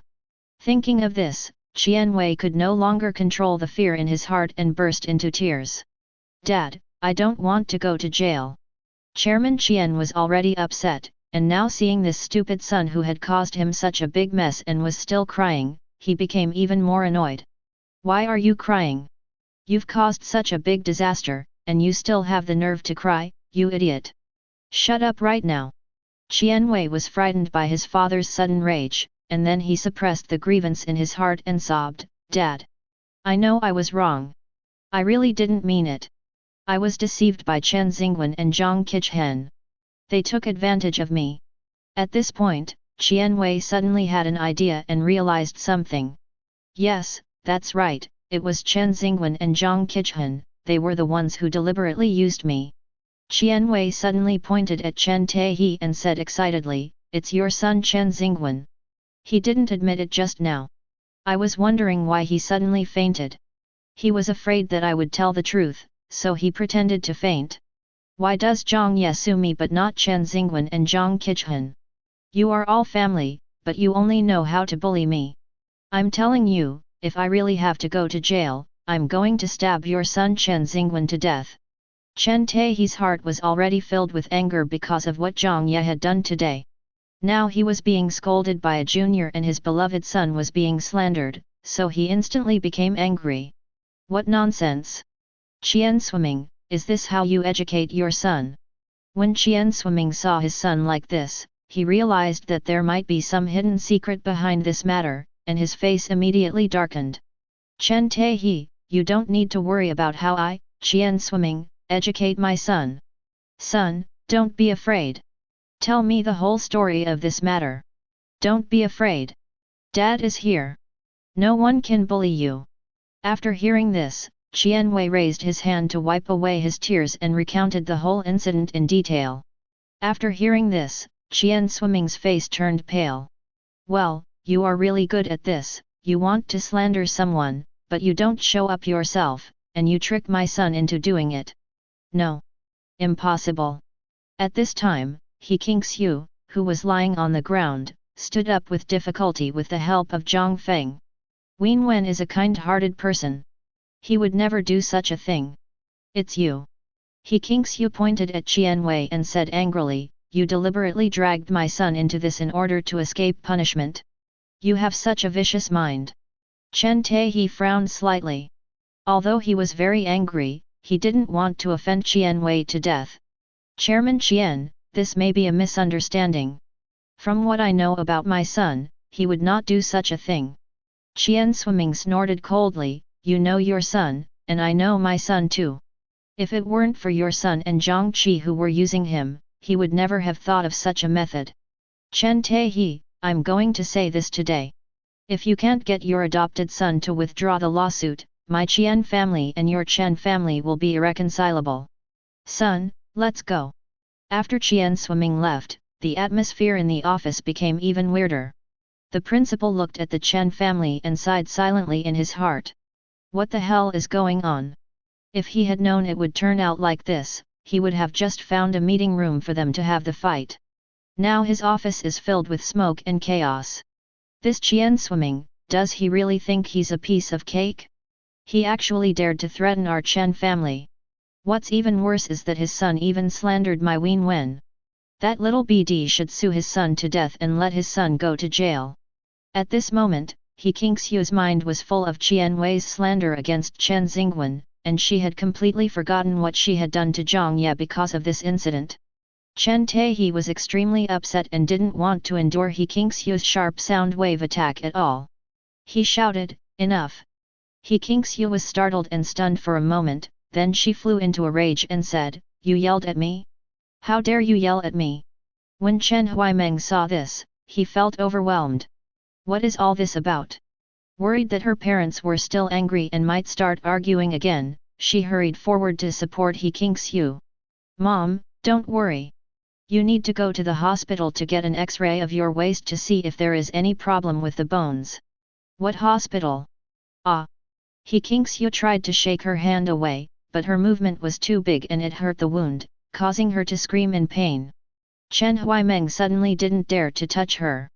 He Qingshu paused for a moment, then said, let's go see your brother first, I don't know if he has woken up yet. In this way, the group came to the infirmary. At this time, Chen Xingwen had woken up and was on N4. He Qingshu was so heartbroken when she saw her precious son lying weakly on the hospital bed that she quickly asked someone to support him and walked over. Wen Wen, how are you? Are you feeling better? Chen Xingwen looked at He Qingshu and his eyes immediately turned red. Mom, I didn't slander my brother. Mom knows, Mom believes Wen Wen is a good child and would not do such a thing. Chen Taehi looked at Chen Xingwen's aggrieved expression and felt distressed. He completely forgot all his previous worries and doubts. He found a doctor and asked about Chen Xingwen's condition. He was relieved when he learned that Chen Xingwen was not seriously injured and was just unconscious due to momentary emotional excitement. Back in the ward, he went over and touched Chen Xingwen's head. Okay, son, don't be sad. Daddy will take care of everything. Don't worry, no one can force you to admit something you haven't done. Chen Xingwen looked up at Chen Taehi and said with a touched face, thank you, Dad, for believing in me. You are my son. If I don't believe you, who should I believe? Chen Taehi smiled. Okay, now tell your father what happened. As soon as the voice fell, He Qingshu hurriedly said, Chen Taehi, what do you mean? Your son has just woken up, and you want to interrogate him again. Are you deliberately not letting your son have a good rest? Or are you actually on the side of that little beast Jiang Ye? Chen Huaimeng couldn't help but frown when he heard He Qingxiu calling Jiang Ye a little beast whenever she mentioned him. Chen Taihe sighed, it's not that I don't trust our Wen Wen, it's just that this matter has become too big now. It was originally just a joke between children. If it escalates to a conflict between two companies, it will have a bad impact on both the company and our family, especially on Wen Wen. He Qingxiu wanted to say something after hearing this. Chen Xingwen patted her hands and smiled faintly at her. It's okay, Mom. I'm feeling better now. And this matter must be made clear as soon as possible. If it only affects me, it's fine. But if it affects our family or Dad's company, I'll be so sorry to you. He Qingxiu was moved after hearing this. My mother's Wen Wen is still sensible. Chen Xingwen smiled, then turned to look at Chen Taihe and began to tell the truth on his side.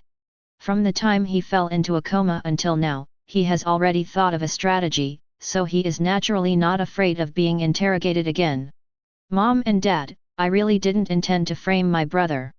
That day, I really saw. I said, this little BD Jiang Ye must have done something despicable. Does he think that he can cover up the truth of this matter by finding a powerful lawyer now? As soon as He Qingxiu heard what Chen Xingwen said, she couldn't help but feel indignant. Chen Huimen's brows furrowed more and more tightly. She didn't understand. Chen Xingwen's account of the truth clearly stated that the person he saw at the beginning might not be Jiang Ye himself. But why did her mother ignore this most important point and firmly believe that it was Jiang Ye who did such a shameful thing? In fact, the truth that Chen Xingwen told was almost the same as before. He saw a person whose back looked almost exactly like Jiang Ye sneaking into the women's restroom.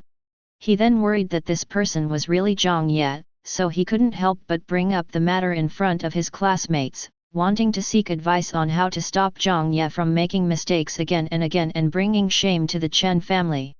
He had no idea what happened next. Before today, he didn't even know who posted the message. So this matter fell on Zhang Qichhen's head. Zhang Feng was worried that his son would be blamed by the master's family, so he slapped him hard in the face. Rebellious son, what nonsense are you talking about? Do you want to kill Master Jiang Ye? Zhang Qichen knew what his father meant and covered his face without saying a word. He Qingxiu had watched Zhang Qichen grow up, and she felt a little distressed when she saw him being beaten. Housekeeper, what are you doing? The child is already so old, why do you have to use force? Zheng probably just couldn't stand that little beast and said a few words casually, but who knew that the idiot from the Qian family took it seriously and caused such a big mess? I don't think Zheng can be blamed for this. Chen Huaimeng listened to He Qingxiu's defense of Zhang Qichen, and then thought of Jiang Ye's attitude towards the Chen family in the office just now and his tearful accusations, and suddenly a strong sense of powerlessness arose in his heart. She seemed to know why her timid and cowardly brother had become like this. Yes, Uncle Jiang, please don't blame Zheng. Zheng didn't do it on purpose, and he is still injured. I don't know what happened to my brother today. He was really too heavy-handed. Chen Xingwen also spoke up for Zhang Qichen and reminded everyone about Jiang Ye's violent behavior today. Right. He Qingxiu reacted immediately. Huaimeng, go help Xingwen and see if his injuries are serious. If there are any problems, we should rush to the hospital. Chen Huaimeng went forward and examined Zhang Qichen carefully. No matter where he pressed, he looked as if he was in excruciating pain. It doesn't look like there's any big problem. Zheng, just observe for a few more days. If it still hurts, you'll have to go to the hospital for a thorough checkup. Although Chen Huaimeng said this, he actually had another inference in his mind. There is a high probability that Zhang Qichen is pretending. She didn't know why she helped Zhang Qichen to lie, but she felt that at this time, it was better not to tell the truth. She didn't know why, so she subconsciously concealed it. Afterwards, the Chen family asked for leave for both children and took them home because they were worried about their health. Chen Huaimeng has not spoken since he finished diagnosing Zhang Qichen. She felt depressed, as if a big hand was holding her tightly, making it hard for her to breathe. Jiang Ye's incident caused such a big fuss that the news soon spread throughout the school. Everyone in class 7 was a little surprised to see Jiang Ye still attending class as if nothing had happened after returning from the principal's office. Doesn't the school deal with him? It was not until they saw Chen Wei coming back with red eyes and the other parties asked for leave to go home that they instantly realized that this time, Jiang Ye should have won a great victory. Therefore, everyone looked at Jiang Ye with a hint of fear in their eyes. No one dared to approach him the whole morning. Jiang Ye was also happy to have some free time. But at this moment, Zhao Junfen felt uneasy. What exactly did Jiang Ye mean by the harsh words he said in the principal's office? Will Jiang Ye do something to him? But didn't that powerful-looking lawyer say that? Jiang Ye doesn't plan to sue him. And even if I sue, what does it matter? He was Jiang Ye's teacher, and he had never even physically punished him. What could Jiang Ye do to him? Thinking of this, Zhao Junfen suddenly felt relieved and went to the cafeteria to have lunch with peace of mind. Zhao Junfen walked out of the teaching building and headed towards the cafeteria. The further I walked, the weirder it felt. For some reason, all the students along the way looked at him with disdain. Some people were even whispering. Is it him? Is it him? That's him. He's the Zhao Junfen who was trending on Weibo. How disgusting. This kind of person is worthy of being a teacher. Zhao Junfen was stunned. Weibo trending search? What does that mean? He was trending on Weibo? He quickly took out his cell phone, and when he saw the number 1 entry on the Weibo hot search list, he felt a black screen before his eyes. Jinghua High School teacher Zhao Junfen has a bad character. The content in the hot search made him feel like he was struck by lightning. In recent years, there are videos of him accepting gifts from students' parents and publicly insulting poor students in class, chat records of him on WeChat hinting at parents to give gifts, and video of him deliberately framing Jiang Ye when facing police questioning. There is even evidence that he forged his credentials and study abroad experience to obtain a teaching position at Jinghua High School. The following Weibo posts and comments are full of insults against him. Is this kind of person qualified to be a teacher? Just go to hell. After watching the video, I felt so sad.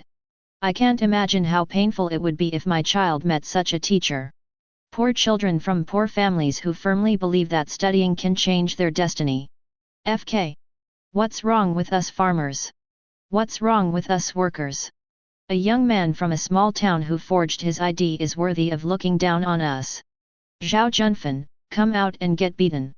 Haha, Jinghua High School is indeed an aristocratic high school, it is full of upper-class people, we lower-class people are not worthy. It's disgusting that Jinghua High School has such scumbags. Fortunately, I'm poor, otherwise I would be polluted too. Low-class people, let's report this to the Education Bureau and the police, and have this low-class person who looks down on low-class people arrested and put in jail. Low-class people, look carefully, this is a photo of low-class person Zhao, he looks so FG ugly, send him to prison immediately, let our low-class compatriots in prison teach him a lesson, let his a whole see how powerful we low-class people are. Zhao Junfen raised his head and felt as if all the students in the cafeteria were looking at him. Countless contemptuous glances shot towards him like sharp arrows, and he suddenly felt the blood rushing up his body. How so? Why did he suddenly become a hot topic in this way? Suddenly, his mind flashed back to the last words Jiang Ye said in the principal's office. Principal, as a member of Jinghua High School, I don't want our school's reputation to be damaged, so I remind you in advance that people like Zhao Junfen are not worthy of being a teacher. For the sake of Jinghua High School and our students, I suggest that you deal with him as soon as possible. Yes, Jiang Ye. Yes, that's right, it's Jiang Ye. He even hired such a powerful-looking lawyer. All these things on the internet must have been done by him. He wanted to find Jiang Ye and make him stop taking revenge on him. He couldn't let his family and friends see these things, and he couldn't go to jail. He had worked so hard to climb to this position and become the pride of the Zhao family. He must not fall. Thinking of this, Zhao Junfen's eyes kept moving among the crowd, and finally found Jiang Ye who was eating alone with his head down. Student Jiang Ye. Zhao Junfen strode up to Jiang Ye and sat in the empty seat opposite him. Jiang Ye looked up, a half-smile on his face. What? Is Mr. Zhao going to criticize a lowly person like me again? Zhao Junfen's words were instantly choked. Even though he wanted to strangle this arrogant little country bumpkin to death, in order to protect his own brilliant life from being ruined, he could only suppress his anger. Classmate Jiang Ye, I apologize for the hurt I caused you unintentionally in the past. Can you please remove the things on the hot search? Unintentionally. Jiang Ye put down his chopsticks and looked at Zhao Junfen with a mocking expression, his mind filled with the repeated difficulties and insults he had made to him. So, all those insults and harassments in public over the past 2 years were unintentional mistakes on your part, Mr. Zhao. Zhao Junfen smiled and said, Student Jiang Ye, the teacher really knows that he was wrong. The teacher sincerely apologizes to you. I hope you can forgive the teacher this time. The teacher promises that such a thing will never happen again. Speaking of this, Zhao Junfen suddenly thought of something and his tone became a little excited. By the way, classmate Jiang Ye, aren't you always ranked at the bottom in academic performance? As long as you help the teacher this time, the teacher will help you with tutoring every day before the college entrance examination. I'm sure you'll get a good score in the college entrance examination and get into a good university. Jiang Ye looked at Zhao Junfen's sparkling eyes and couldn't help laughing out loud. You want to tutor me? Zhao Junfen, are you okay? You are just a graduate from a fake university, and you still want to tutor me? Don't you even ask yourself if you are qualified? Actually, Jiang Ye doesn't really need any tutoring. Not to mention that he had learned so much knowledge in his previous small worlds and even worked as a professor at the world's top universities. His actual achievements in his previous life alone were impressive. It's really beyond your ability to give tutoring to an idiot like Zhao Junfen.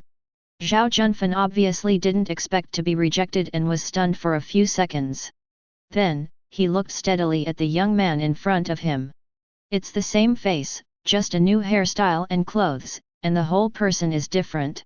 Just by sitting there quietly, he could give himself the pressure of being a superior. Zhao Junfen finally realized that Jiang Ye in front of him was no longer the helpless orphan who he had once manipulated. Jiang Ye became the kind of person he most envied and most desired to be. After figuring it out, Zhao Junfen simply stopped struggling. What is this thing called face? As long as he can get through this crisis safely, he can give up everything. Student Jiang Ye, just think of this as the teacher begging you, what do you want in exchange for letting the teacher go this time? Zhao Junfen said pleadingly. Jiang Ye smiled and said, First, don't call yourself a teacher in front of me anymore, you don't deserve it. Second, are you begging me now? Zhao Junfen looked at the mocking smile on Jiang Ye's lips, and he gritted his teeth in hatred, but he could only say humbly, Yes, I am begging you, please let me go. As long as you let me go this time, I am willing to resign immediately and never appear in front of you again and get in your way. Jiang Ye was silent for a moment, as if he was seriously thinking about his proposal. This finally gave Zhao Junfen some hope. Although he was reluctant to give up this job that brought him honor and wealth, he had no other choice compared to the rest of his life. But Jiang Ye's subsequent words hit him hard again. Zhao Junfen, have you forgotten how you treated me in the past? Why do you think that the humiliation and suppression you inflicted on me over the past 2 years, which was even corporal punishment in disguise, can be written off just because you apologized and resigned? So what do you want? Zhao Junfen, has no one ever told you that you should have the attitude to ask for help? Look, there are so many people here, isn't it very similar to the scene when you humiliated me? Only then did Zhao Junfen understand what Jiang Ye meant. He wants to embarrass himself in public to make up for the harm I have caused him. But now, does he have any other choice? No. If I kneel down and apologize to you in public, will you let me go? Zhao Junfen clenched his fists tightly, feeling extremely aggrieved. It hasn't even started yet, and you're already thinking about the outcome. Zhao Junfen, your apology isn't sincere. Zhao Junfen took a deep breath, slowly stood up, then bent his knees and knelt on the ground under the countless gazes and cameras. Student Jiang Ye, I'm sorry, I'm not worthy of being a teacher. I shouldn't have humiliated you in public again and again just because you come from a poor family. I shouldn't have deliberately left you sitting next to the garbage dump, letting you take out the garbage twice a day by yourself, and not allowing you to take the elevator. I shouldn't have insulted you in class for your bad character without finding out the truth, peeped at you in the girls' restroom, and even asked you to admit a crime you didn't commit and reflect on it in front of the whole school. I shouldn't have. As the onlookers listened to Zhao Junfan's crimes one after another, they all recalled the bad words they had said to Jiang Ye in the past. They couldn't help but feel a little guilty, and their eyes turned towards Jiang Ye with sympathy. But at this time, Jiang Ye, the person involved, was very calm. Perhaps he has too many enemies, and Zhao Junfan is just a small fry among them. Therefore, he did not feel any pleasure from revenge.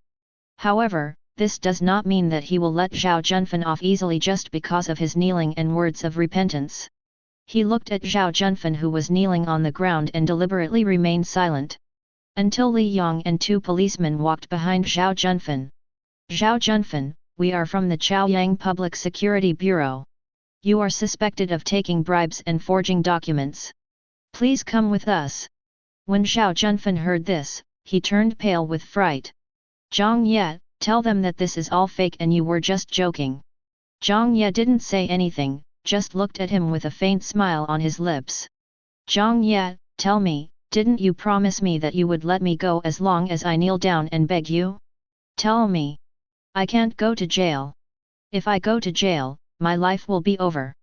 Jiang Ye, I beg you, please help me. Teacher Zhao, are you okay? You broke the law. Can I solve this kind of thing just by talking? Have you forgotten? I am just an inferior person, an orphan. After hearing this, Zhao Junfan realized that he had been fooled by Jiang Ye. Jiang Ye had no intention of letting him go from the beginning. Jiang Ye, how dare you play tricks on me? Zhao Junfan stood up suddenly and rushed towards Jiang Ye in a rage, wanting to strangle him to death.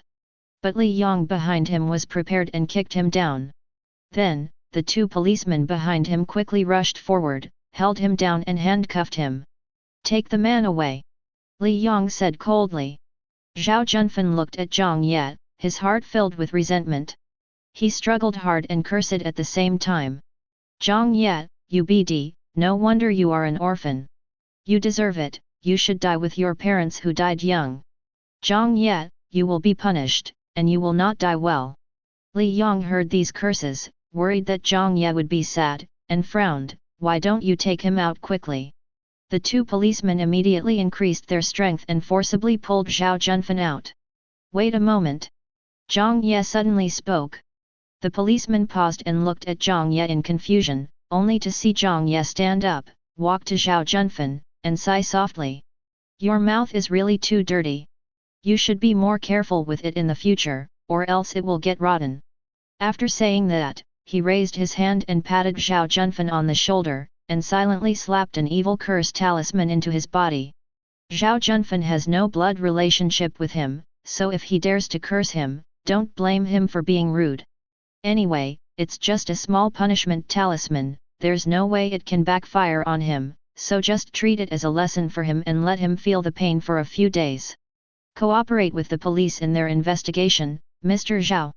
When Zhao Junfan heard the last sentence, he collapsed instantly and struggled to rush towards Jiang Ye again. Jiang Ye, you are a beast who has a life but no one to teach you. Ah, my mouth, my mouth. Zhao Junfan had just cursed halfway when he felt a sharp pain in his mouth and screamed out.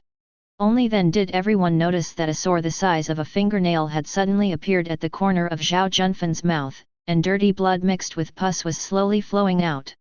Everyone was an ordinary person and had never seen such a thing before. They just felt it was magical at the moment and silently swore in their hearts that they must do good deeds in the future, otherwise they might suffer retribution, just like Zhao Junfan. But Li Yong had seen the magic of Jiang Ye. When he saw the abscess that suddenly appeared at the corner of Zhao Junfan's mouth, he was sure that this matter must be related to Jiang Ye. But he didn't say much, just waved his hand and asked someone to take Zhao Junfan away. The corner of Zhao Junfan's mouth was extremely painful. Thinking of Jiang Ye's meaningful words just now and his current situation, and then thinking of his sudden change in personality, he looked at Jiang Ye with horror. If his mouth hadn't been in so much pain that he couldn't open it, he would have almost shouted ghost. Jiang Ye had almost finished his lunch, and since Zhao Junfen had left, there was no need for him to stay in the cafeteria any longer. Then he looked at Li Yang's face, which clearly showed that he wanted to talk to him, so he took the initiative to say, "What a coincidence, Uncle Li, I actually ran into you twice in one day." Li Yang smiled and said, "It's not a coincidence. This time, I took the initiative to ask to come here." Jiang Ye nodded, "Let's talk while we walk." Good. The two walked out one after the other. Is Uncle Li's mother okay now?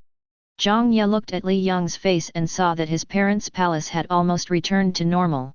He thought his mother was no longer in danger and was just recuperating in the hospital. You are out of danger now. All you need to do next is to rest and recuperate. Jiang Ye nodded. This time it's all thanks to you, Xiao Zhang. Li Yang continued, the doctor said that if my mother had discovered it a little later, the consequences would have been disastrous.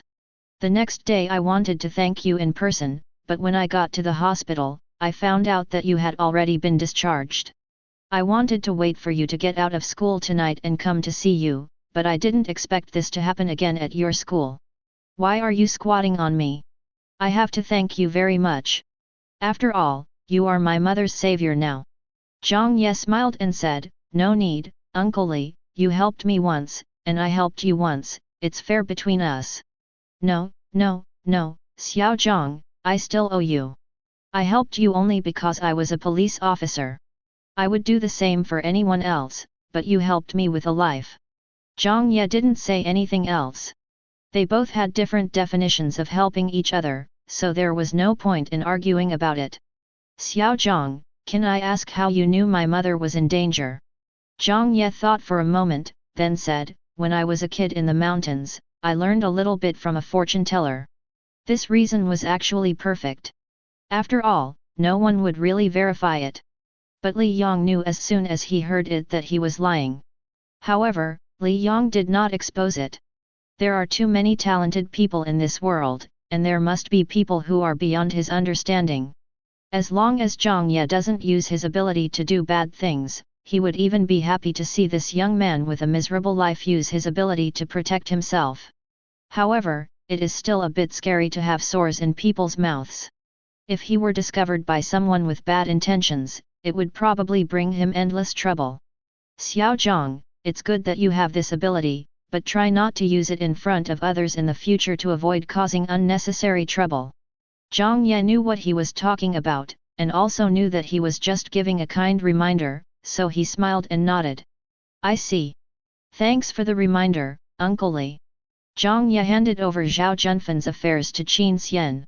Thanks to Qin Xian's full support, this incident became a hot topic among the public so quickly, and Zhao Junfen was arrested on the same day. At this time, everyone in the Chen family also learned about this. On the way back from school, He Qingxiu went to the hospital because of unbearable pain. There's nothing wrong with the bone, just a sprain. But for the next month, she should stay in bed and rest, and if she must travel, she will have to use a wheelchair. He Qingxiu didn't want to lie in bed like a useless person, so she insisted on getting down in a wheelchair to have dinner with everyone. When she came down, she found that Chen Nianwei was not there, so she asked, where is Wei Wei? Why didn't she come down to eat?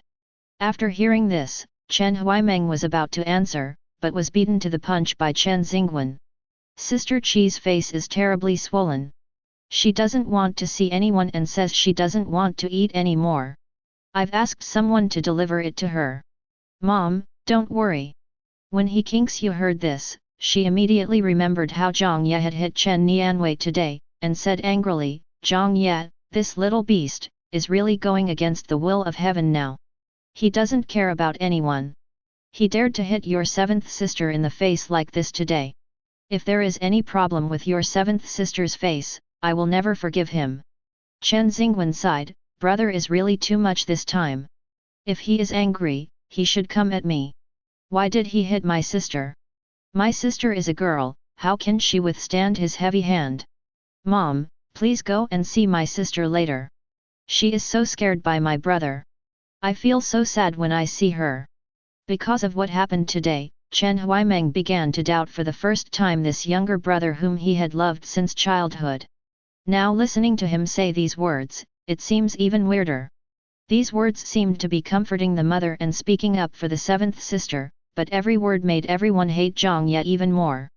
Was he doing it intentionally or unintentionally? Our Wen is still obedient. He Kingxiu touched Chen Xingwen's head and then let out a long sigh.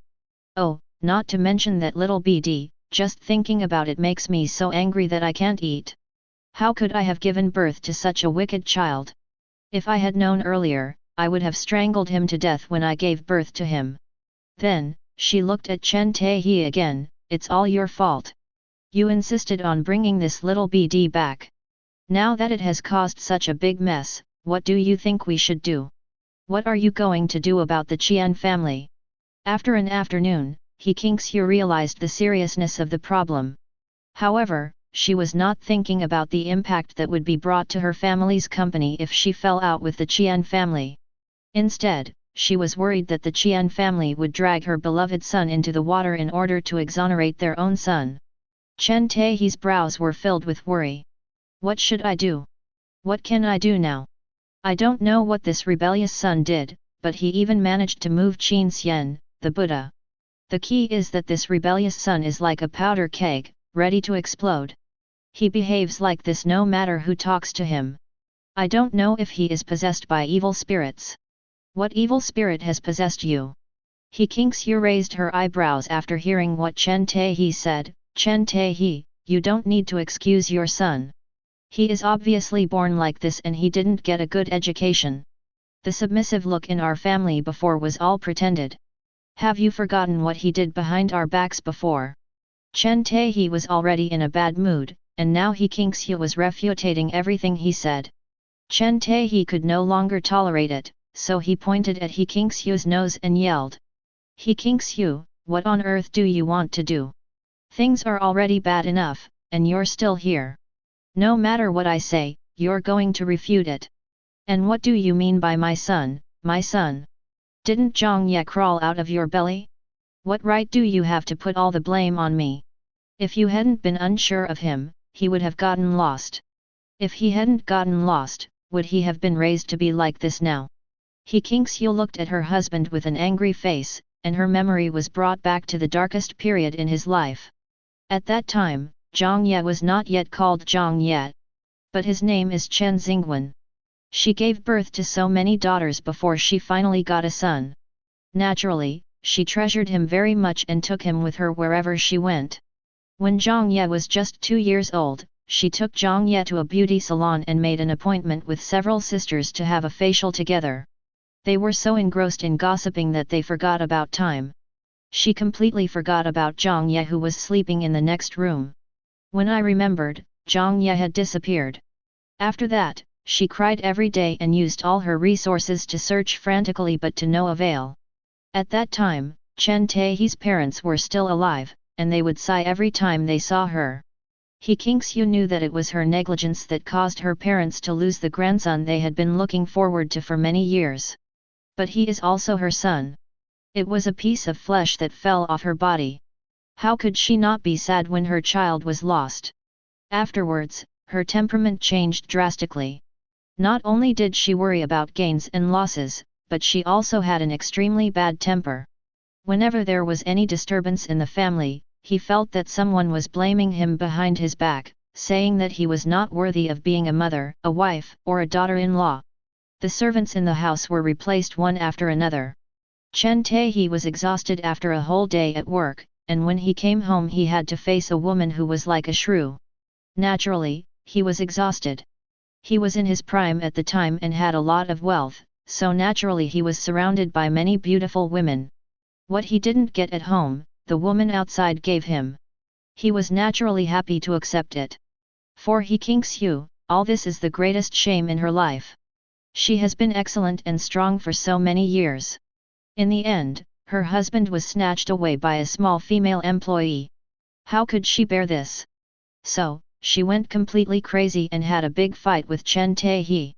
Sometimes she wanted to divorce, sometimes she wanted to commit suicide, and sometimes she wanted to drag Chen Taehi to die together with her. Chen Taehi was not without feelings for He Kingxiu, and the He family was a well-known family in the capital. If they fell out, it would be bad for both parties. So he completely cut off all ties with the women outside. In order to divert He Kingxiu's attention, he even brought back a child who was about the same age as Jiang Ye. That is the current Chen Xingwen. At first, He Kingxiu couldn't accept that her son was replaced by someone else. But after hearing Chen Xingwen calling mom again and again, and seeing that with this child, Chen Taehi spent more and more time at home, he opened his heart and accepted this child. In order to prove that she is a good mother, she loves Chen Xingwen in every way. This couple relationship can continue to survive. But some things had happened after all, and cracks had already appeared in the relationship between the couple. Over the years, in order to prevent the rift from getting deeper, the couple has deliberately avoided these things.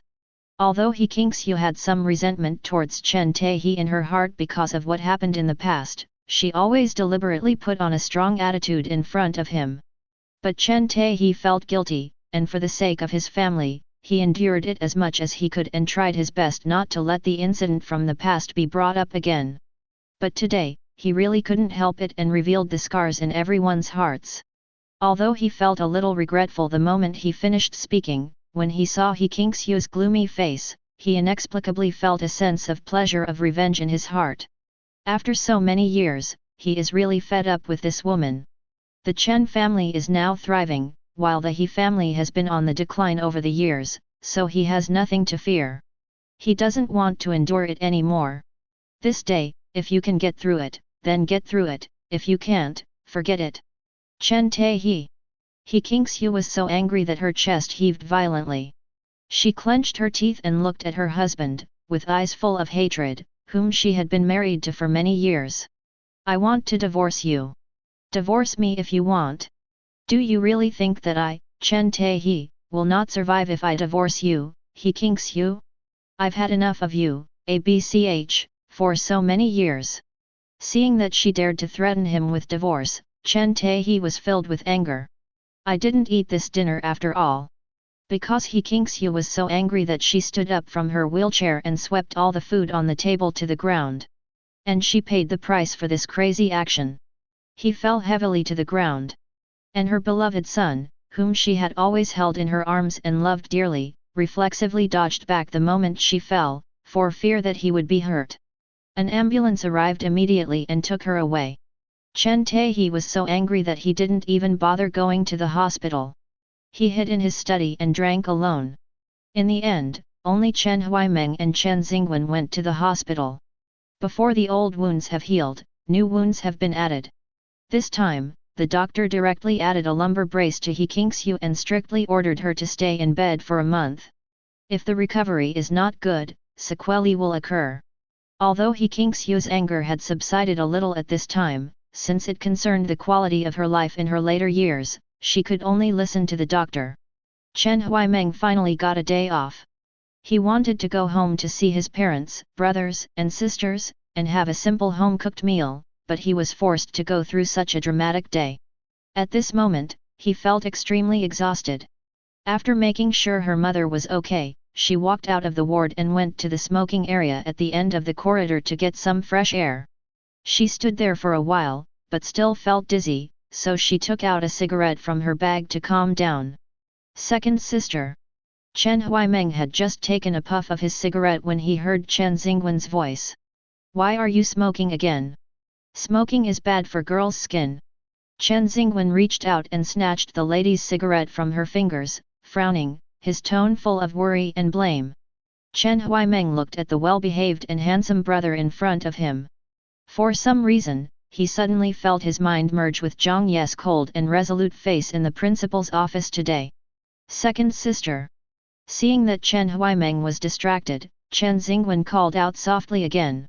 Chen Huaimeng came back to his senses and smiled. Sorry, I was distracted.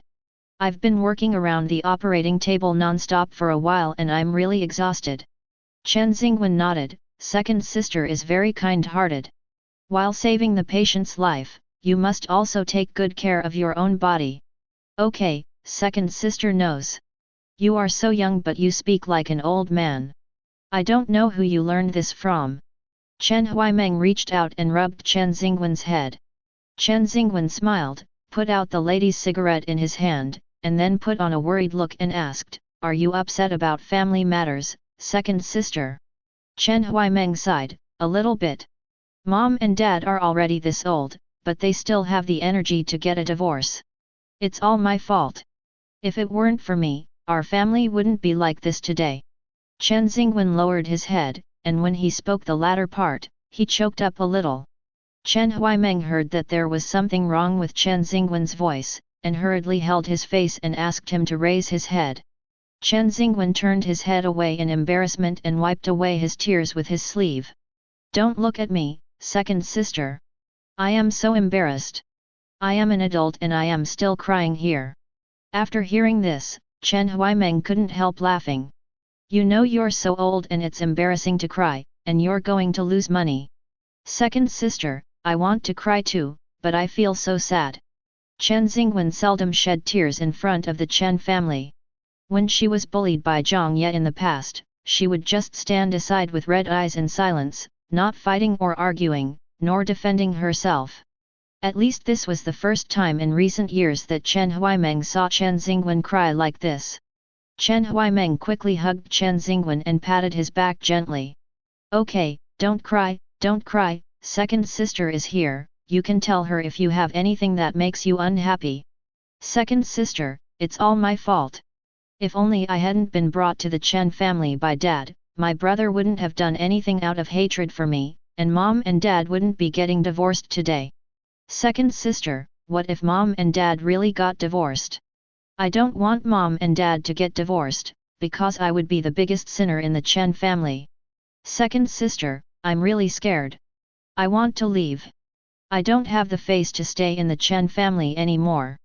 How about I go and beg my brother? I'll go and beg him to come home tomorrow. I really don't want to make any of you who I love the most unhappy." Chen Huaimeng felt his heart break when he heard Chen Xingwen's sad words.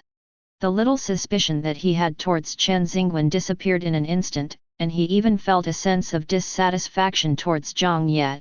Why is the personality so extreme? We are all family, even if our bones are broken we are still connected by tendons, why must we make it to this extent? Okay, Wen, stop crying. Mom and Dad will not get divorced, and brother will come home. No one in our Chen family will be missing. Second sister promises you, okay? Really?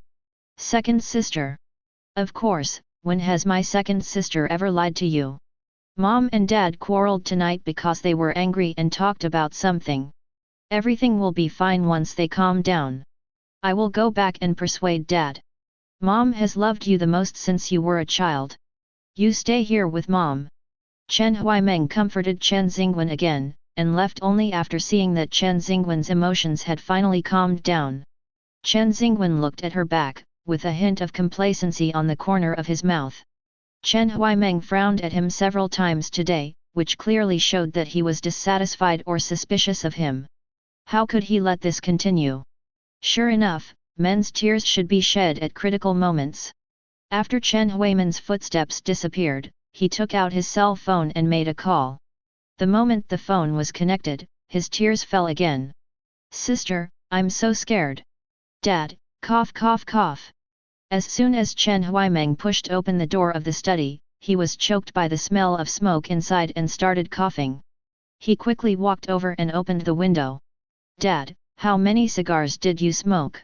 The fresh air system didn't even remove the smoke." Chen Taiji put down the half-smoked cigar in his hand and asked indifferently, "How is your mother?" Chen Huaimeng smiled and said, "I asked you to go to the hospital before, but you refused. Now you are worried about your mother. You are a man who says one thing and means another." Chen Taiji glanced at his daughter and said, "How disrespectful." Chen Huaimeng shrugged, Okay, my dear father, don't be angry, and don't worry. Although Mom's back injury has worsened, it's not a big deal. She just needs to rest for a while. Chen Taehi snorted coldly, that's good, it gives her time to reflect and change her bad temper. Yes, yes, you two should modify it together. Chen Huaimeng said as he walked around behind Chen Taehi and raised his hand to massage him. Dad, what are you going to do about Jiang Ye? As soon as he finished speaking, an angry female voice came from outside the door. What else can I do? I don't know. I've only been gone for a few months, and this kid has grown so capable that he has turned our house upside down. Big sister! Chen Huaimeng shouted with surprise. Wanning, why did you come back early? Chen Taehi's originally stern face also had a bit of warmth. Chen Wanning is the eldest daughter of the Chen family. At a young age, she has already become the CEO of the Chen Group. Whether in the company or at home, she has an iron fist and no one is afraid of her. In the Chen family, her words are sometimes more effective than those of Chen Taehi or He Kingxiu. If I don't come back, the Chen family will be in chaos. Chen Wanning took off her long windbreaker and threw it on the sofa. Then she walked to the opposite side of Chen Taehi with her long legs, pulled out a chair and sat down. Her straight and long legs were casually crossed, and she exuded the temperament of a strong woman.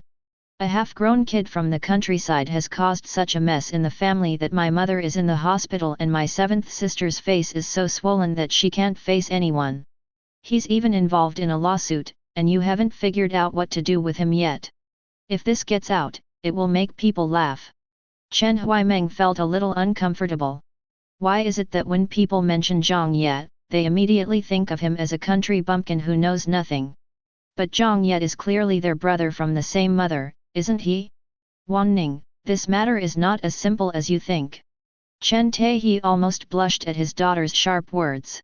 How complicated can it be? Isn't it just that he asked Qin Xian to be his lawyer? Chen Wanning folded her arms and looked at Chen Taehi. The key is that this rebellious son is like a powder keg, ignited at any time, and no one can talk to him. Qin Xian doesn't know what's going on, and only listens to him. If this rebellious son doesn't reconcile, our Chen family will really have to be at odds with the Qian family. Chen Wanning looked disdainful. Qin Xian only listens to him because he paid for it. This is Qin Xian's professional ethics. But what if he can't afford the lawyer's fees? So what you're saying is... After hearing this, Chen Taehi finally became interested. Of course, Jiang Ye can't afford the lawyer's fees. Jiang Ye is a country boy with nothing. How can he afford the lawyer's fees of a top lawyer like Qin Xian? He got all the money from our Chen family in the past few years. I heard that he stole a lot of things from our family in the past few years. I won't talk about others, but my set of top-notch ruby jewelry was stolen by him. If he wants to use our Chen family's money to do something that is not good for our Chen family, he has to see if I, Chen Wanning, agree or not. Chen Huaimeng looked at Chen Wanning's expression when she spoke, which didn't seem like a joke at all, and felt inexplicably worried about Jiang Ye. Sister, what are you going to do? Call the police to arrest Jiang Ye? Isn't that a bit too much? We are a family after all, and he seems to be underage now. If he really goes to jail, his life will be ruined. Chen Wanning frowned slightly. Why? He is now spending the Chen family's money and stabbing our Chen family in the back. Do I still have to consider his future? How can such a thing happen in the world? Besides, the moment she chose to betray the Chen family, she was no longer a member of our Chen family. I, Chen Wanning, don't have a brother who picks up the bowl to eat and puts down the bowl to curse his mother. I, Chen Wanning, will only have one brother, Wen Wen, in this life. After hearing what Chen Wanning said, Chen Taehi's eyes unconsciously revealed a hint of admiration. The daughter of Chen Taehi should be so strong and sober. Only in this way can we lead the Chen family to a higher level. Wanning is right. As Chen Taehi was talking, he suddenly realized another problem. It's just that this matter involves Qin Xian after all. You know, with Qin Xian's current status, many wealthy nobles are eager to get close to him. I don't know how that rebellious son managed to win Qin Xian's favor this time. So I thought that if I could take this opportunity to build a good relationship with Qin Xian and even the Qin family, it would be of great benefit to the future development of our Chen family. Chen Wanning pondered for a moment, then nodded. Qin Xian is indeed someone worth making friends with. If we can make friends with him, our Chen group will have a better future. In this case, let's start with Qin Xian. Don't worry about this matter, just let me handle it. After saying that, she stood up. Okay, I haven't had a good sleep for several days. I'm going to go back to my room and rest. I'll go see Mom tomorrow when I'm free. Chen Wanning returned to the room and immediately sent a WeChat message to Chen Xingwen. Brother, the matter has been settled. Big sister has sent someone to take care of Mom. You will go home with the driver and have a good rest. Big sister will personally take you to school tomorrow and talk to Jiang Ye. With Big sister here, no one can bully you. Just study hard. When you have your coming of age ceremony in a while, Big sister will give you a supercar. Chen Xingwen, that's great, thank you, Big sister. I love you the most.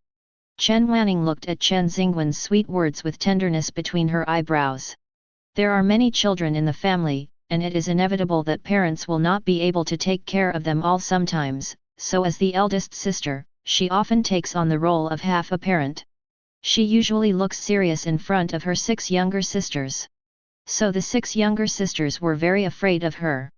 But the youngest brother was born with a smiling face and liked to follow her around happily since he was a child. She is so cute and calls me big sister all the time. It was from this younger brother that she understood the phrase an elder sister is like a mother. So when facing this well-behaved and lovely brother, she always couldn't help but put away her cold side and was extremely gentle and patient with him. Pampered him all the way up. Until now, this younger brother has almost grown up. She still treated him as the little boy who had followed her since childhood. After Chen Wanning put down her phone, she went to the bathroom with her clothes. She is already 29 years old this year. Looking at the still youthful and beautiful face in the mirror, she stroked her face and gently raised the corners of her mouth. A mature and handsome face suddenly appeared in my mind. That face appeared in her dreams countless times, calling her name with all kinds of voices and emotions. Qin Xian, I am finally good enough to be the woman standing by your side. She whispered softly. In fact, after Chen Xingwen told her everything Jiang Ye had done during this period, she felt nothing in her heart. A younger brother who has nothing but blood relationship with him, since he has betrayed the Chen family, he should retaliate and call the police to arrest him on charges of theft. Anyway, the outside world doesn't know the relationship between them. So even if he kills people or burns things, it will not cause any impact on the reputation of the Chen family. But what surprised her was that this country bumpkin actually had the ability to get in touch with Qin Xian. This was something she hadn't been able to achieve even after trying so hard for so many years. So when she learned about this, she knew in her heart that the opportunity she had been waiting for many years had finally come.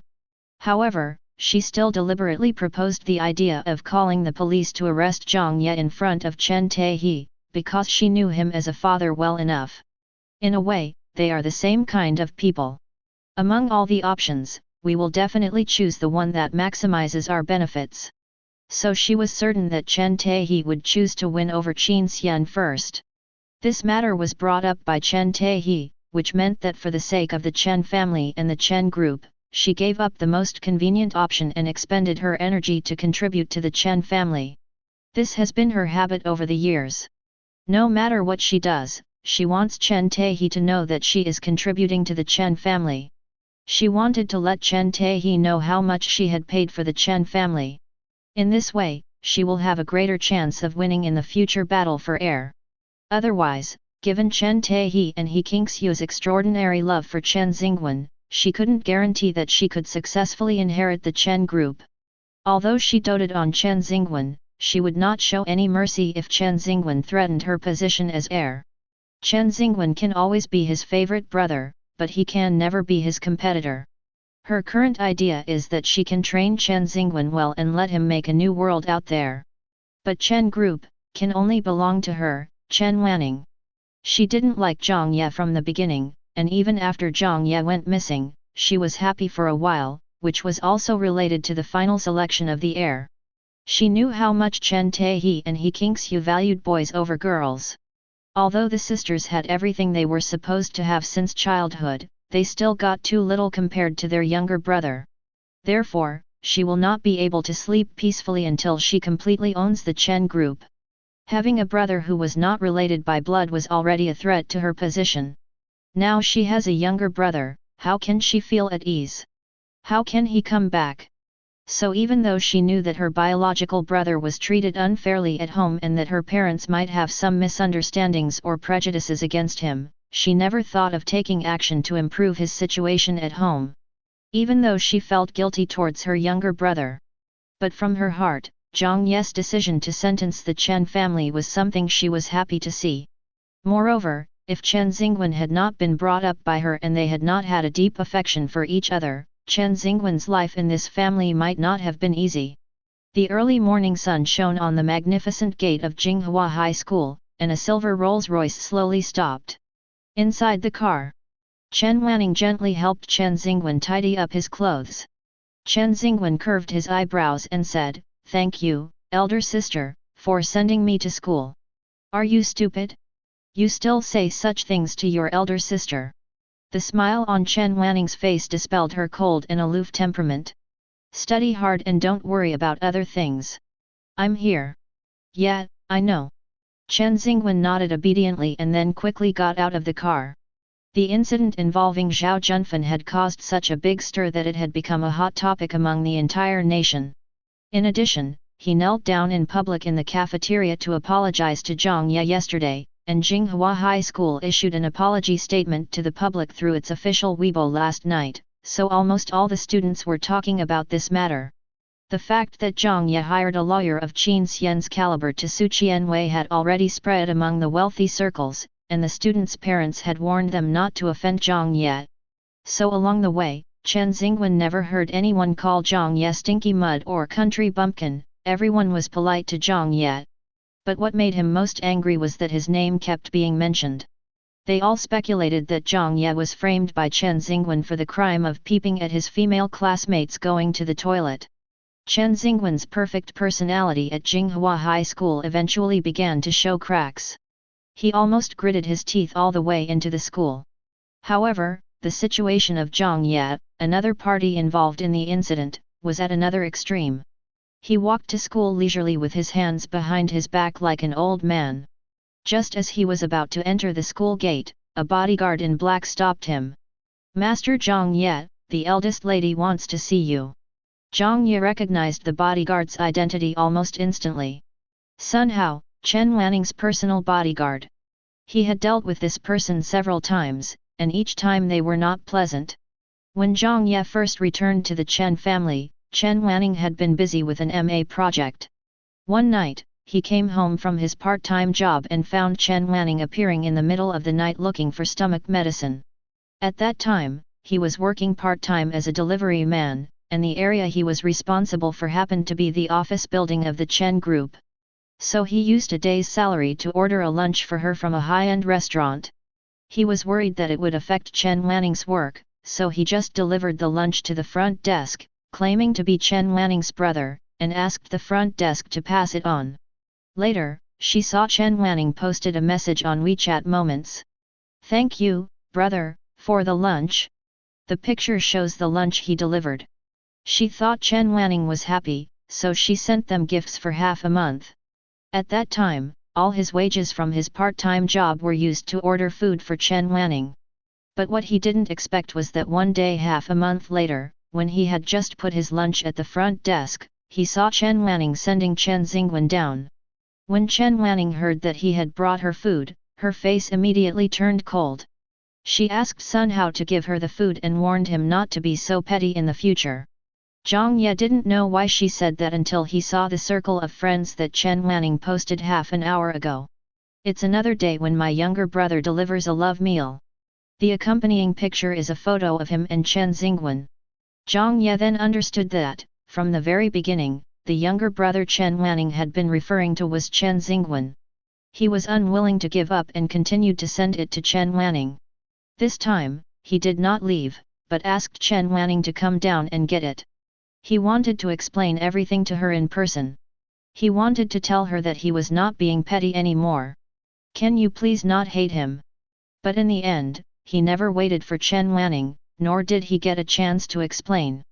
The person who came down was Sun Hao. Sun Hao asked him to leave and warned him not to come again. But he was too stupid at the time, and too afraid that he would be disliked by this already cold elder sister. So I stubbornly took out my cell phone and wanted to call my elder sister to explain everything. But what he didn't expect was that Sun Hao not only smashed the lunch he brought to the ground, but also beat him up and warned him that if he dared to harass Chen Wanning again and make her upset, he would beat him every time he saw him. He even directly instructed the security guards to beat him up if they saw him next time. From then on, every time Sun Hao saw him, he looked ferocious, as if he had some blood feud with him. At that time, he didn't understand why Sun Hao treated him like this. Until after his death, when he was following Chen Wanning, he saw Sun Hao looking at Chen Wanning's back with a very obsessed look several times. He would even pick up her hair that fell in the car and put it in front of his nose to sniff it, and even secretly kiss her after Chen Wanning got drunk at a social event. Only then did he realize that Sun Hao had always been obsessed with Chen Wanning.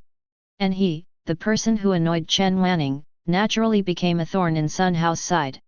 However, he did not have any hatred towards Sun Hao. After all, Sun Hao treated him like this because of Chen Wanning's attitude. Otherwise, why would Sun Hao treat him like this only, and be respectful to other people in the Chen family, especially Chen Xingwen? But Jiang Ye had long developed a revengeful character. Although he did not hate Sun Hao, he still wanted to pay back for the beating he had given him. Jiang Ye turned his head and looked at the Rolls-Royce parked on the side of the road. He saw that the window of the Rolls-Royce was half open and Chen Wanning was still looking at something on the tablet in the car. It was like a queen high above waiting for an audience with the lowly common people. Jiang Ye raised the corners of his lips in disdain. Tell your eldest lady that I don't want to see her. After that, he waved his hand, as if to sweep away the dirt in the air, and then said, a good dog does not block the road. Sun Hao was stunned for a moment when he heard this. This kid has changed so much, hasn't he? Every time I saw him before, he was like a quail, not daring to fart, but now he dares to be so presumptuous. If the young lady didn't have something to discuss with him, he would have to teach him a lesson right now. Thinking of this, his face sank, and he reached out to grab Jiang Ye's arm and drag him into the car. But what he didn't expect was that Jiang Ye was well prepared. For Jiang Ye, now is the best time to return the beating to Sun Hao. Jiang Ye knew that his body had not recovered yet and many of his skills could not be used yet. If he met someone who could fight, he would have no chance of winning. But he can't use metaphysical means to make everyone retaliate against him.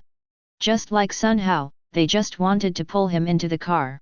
If the attack backfired directly on Sun Hao, it would be just like a tickle for someone with a physique like him. Isn't this too cheap for him?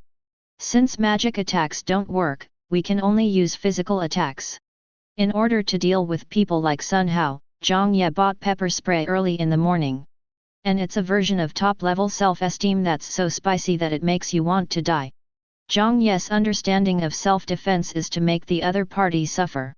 Faced with Sun Hao's sudden attack, Jiang Ye quickly took out a black tube-shaped object from his pocket, pointed it at him and pressed it lightly. Squeak!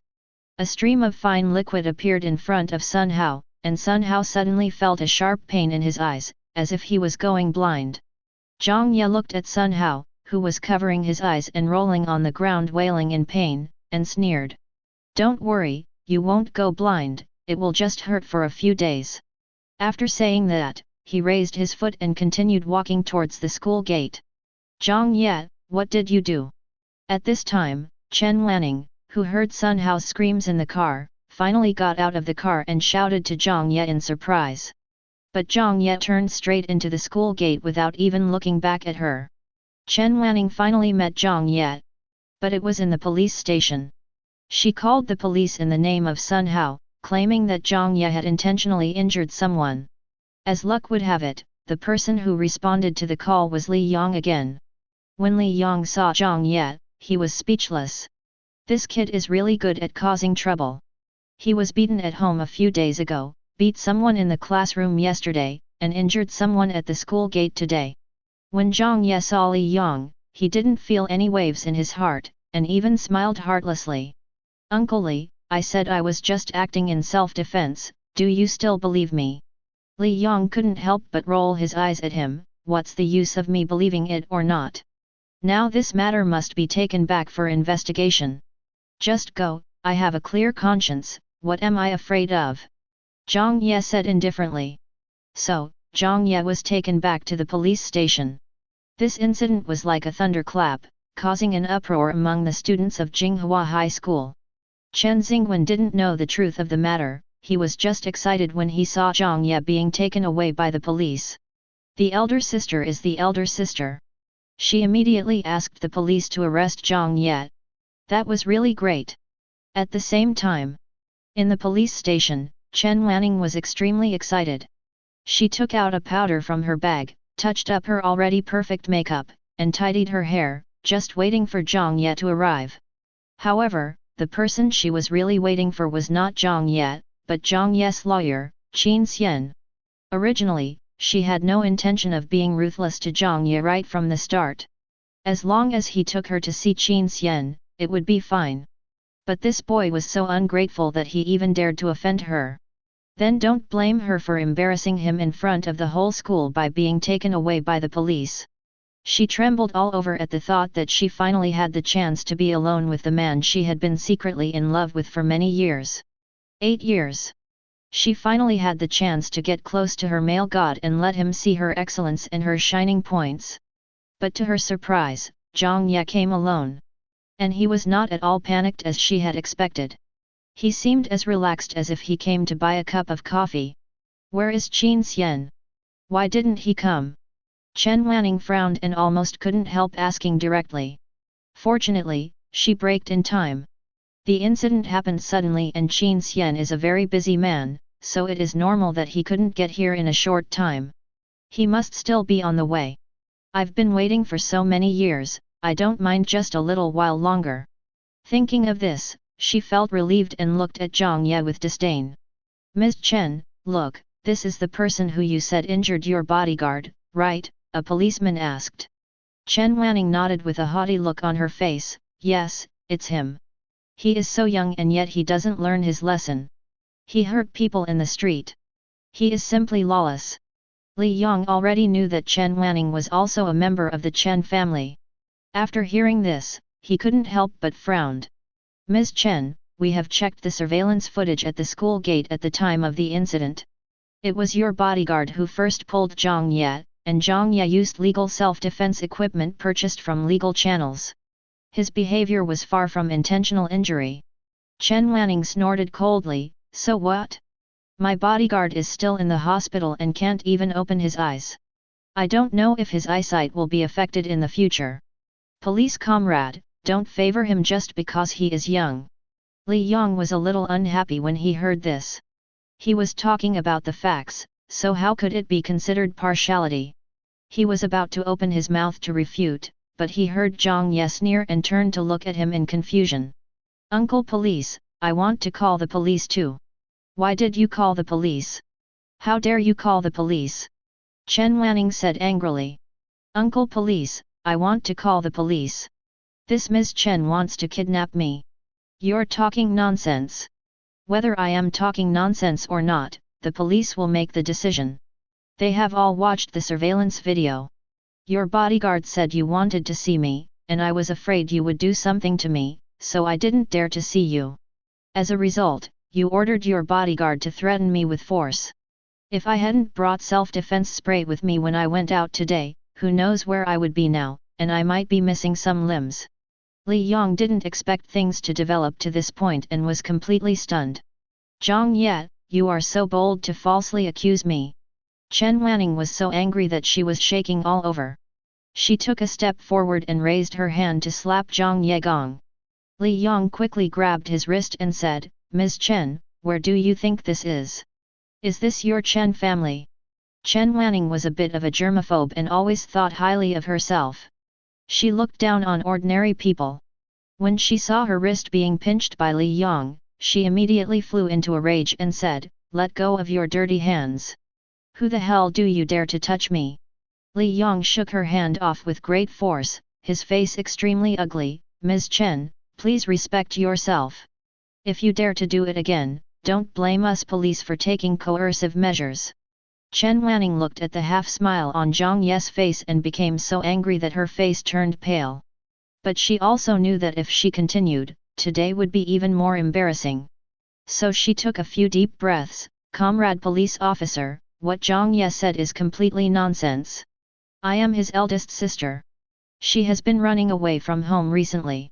I just want to talk to him. As far as I know, Jiang Ye has no legal relationship with your Chen family. Li Yong said. How is that possible? Chen Wanning stared at Jiang Ye. He is my brother, my biological brother. Now, Li Yong was completely confused. Biological brother? How could anyone treat their own son like this? Not only do they live in the shabbiest house in the luxurious villa, they don't even give them food, and they beat people up at every turn. He looked at Jiang Ye with surprise. Jiang Ye shrugged, Uncle Li, I told you, I'm just an orphan and I have nothing to do with the Chen family. Jiang Ye! Chen Wanning shouted angrily, do you have any conscience? If your mother hadn't worked so hard to give birth to you, would you be where you are today? You eat and drink from the Chen family, and now you want to stab the Chen family in the back. Aren't you afraid of retribution when you wake up in your dreams at midnight? Jiang Ye suddenly laughed when he heard this. At first, he just chuckled, but for some reason, he suddenly laughed louder and louder, until he fell backwards with laughter. In the end, I couldn't control myself and laughed till tears came out. Chen Wanning felt a little uneasy because of his smile. Jiang Ye, what are you laughing at? Are you crazy? Yes, of course I am crazy. Jiang Ye slowly put away his smile, his eyes were red, and the hatred inside was about to overflow. Who would not go crazy if they returned to their real home with a longing for family affection, but were ignored, humiliated, framed, beaten and scolded at every turn, locked up, and deprived of food and water for more than 3 years? Chen Wanning, you are the eldest daughter of the Chen family and the CEO of the Chen Group. Tell me, if you were me, would you go crazy? And asked me if I was afraid of retribution. Of course I'm scared. I'm scared to death. I'm afraid the retribution won't come. I'm afraid the retribution for you Chen family beasts won't come. Chen Wanning had never seen Jiang Ye like this before, yelling at the top of his lungs. For a moment, she felt inexplicably nervous. She knew that Jiang Ye had a hard time in the Chen family, but she just thought that her family couldn't accept her for the time being and was worried that Wen Wen would be sad, so she was a little cold to him. When he and Wen Wen had a conflict, everyone would take Wen Wen's side. That's all. But Jiang Ye now told her that in a corner unknown to her, her biological brother who had been separated from her for many years was having a very hard time. But even so, Jiang Ye shouldn't have said these words in front of so many people without any image. This is too embarrassing for the Chen family. Comrade police, my brother is a little emotional right now. Can you find a room so we can talk? This time, Jiang Ye did not refuse. For Jiang Ye's sake, Li Yong quickly arranged a room for him. Jiang Ye and Chen Wanning sat opposite each other, neither of them spoke. Jiang Ye's emotions have calmed down at this time. He was indeed a little excited just now. The word retribution was like a sharp sword, piercing his heart. For so many lifetimes, the only thing that sustained him was the desire to witness with his own eyes the day when the Chen family would receive retribution. As a result, someone in the Chen family actually pointed at his nose and said that he would receive retribution. It's absolutely ridiculous. Only now did Chen Wanning have the mind to take a closer look at his younger brother who was sitting opposite him. She could feel that Jiang Ye had changed, and was completely different from before. Perhaps it was because his complexion had improved a lot, and his temperament was no longer as timid as before. She actually saw the shadow of the Chen family in his face.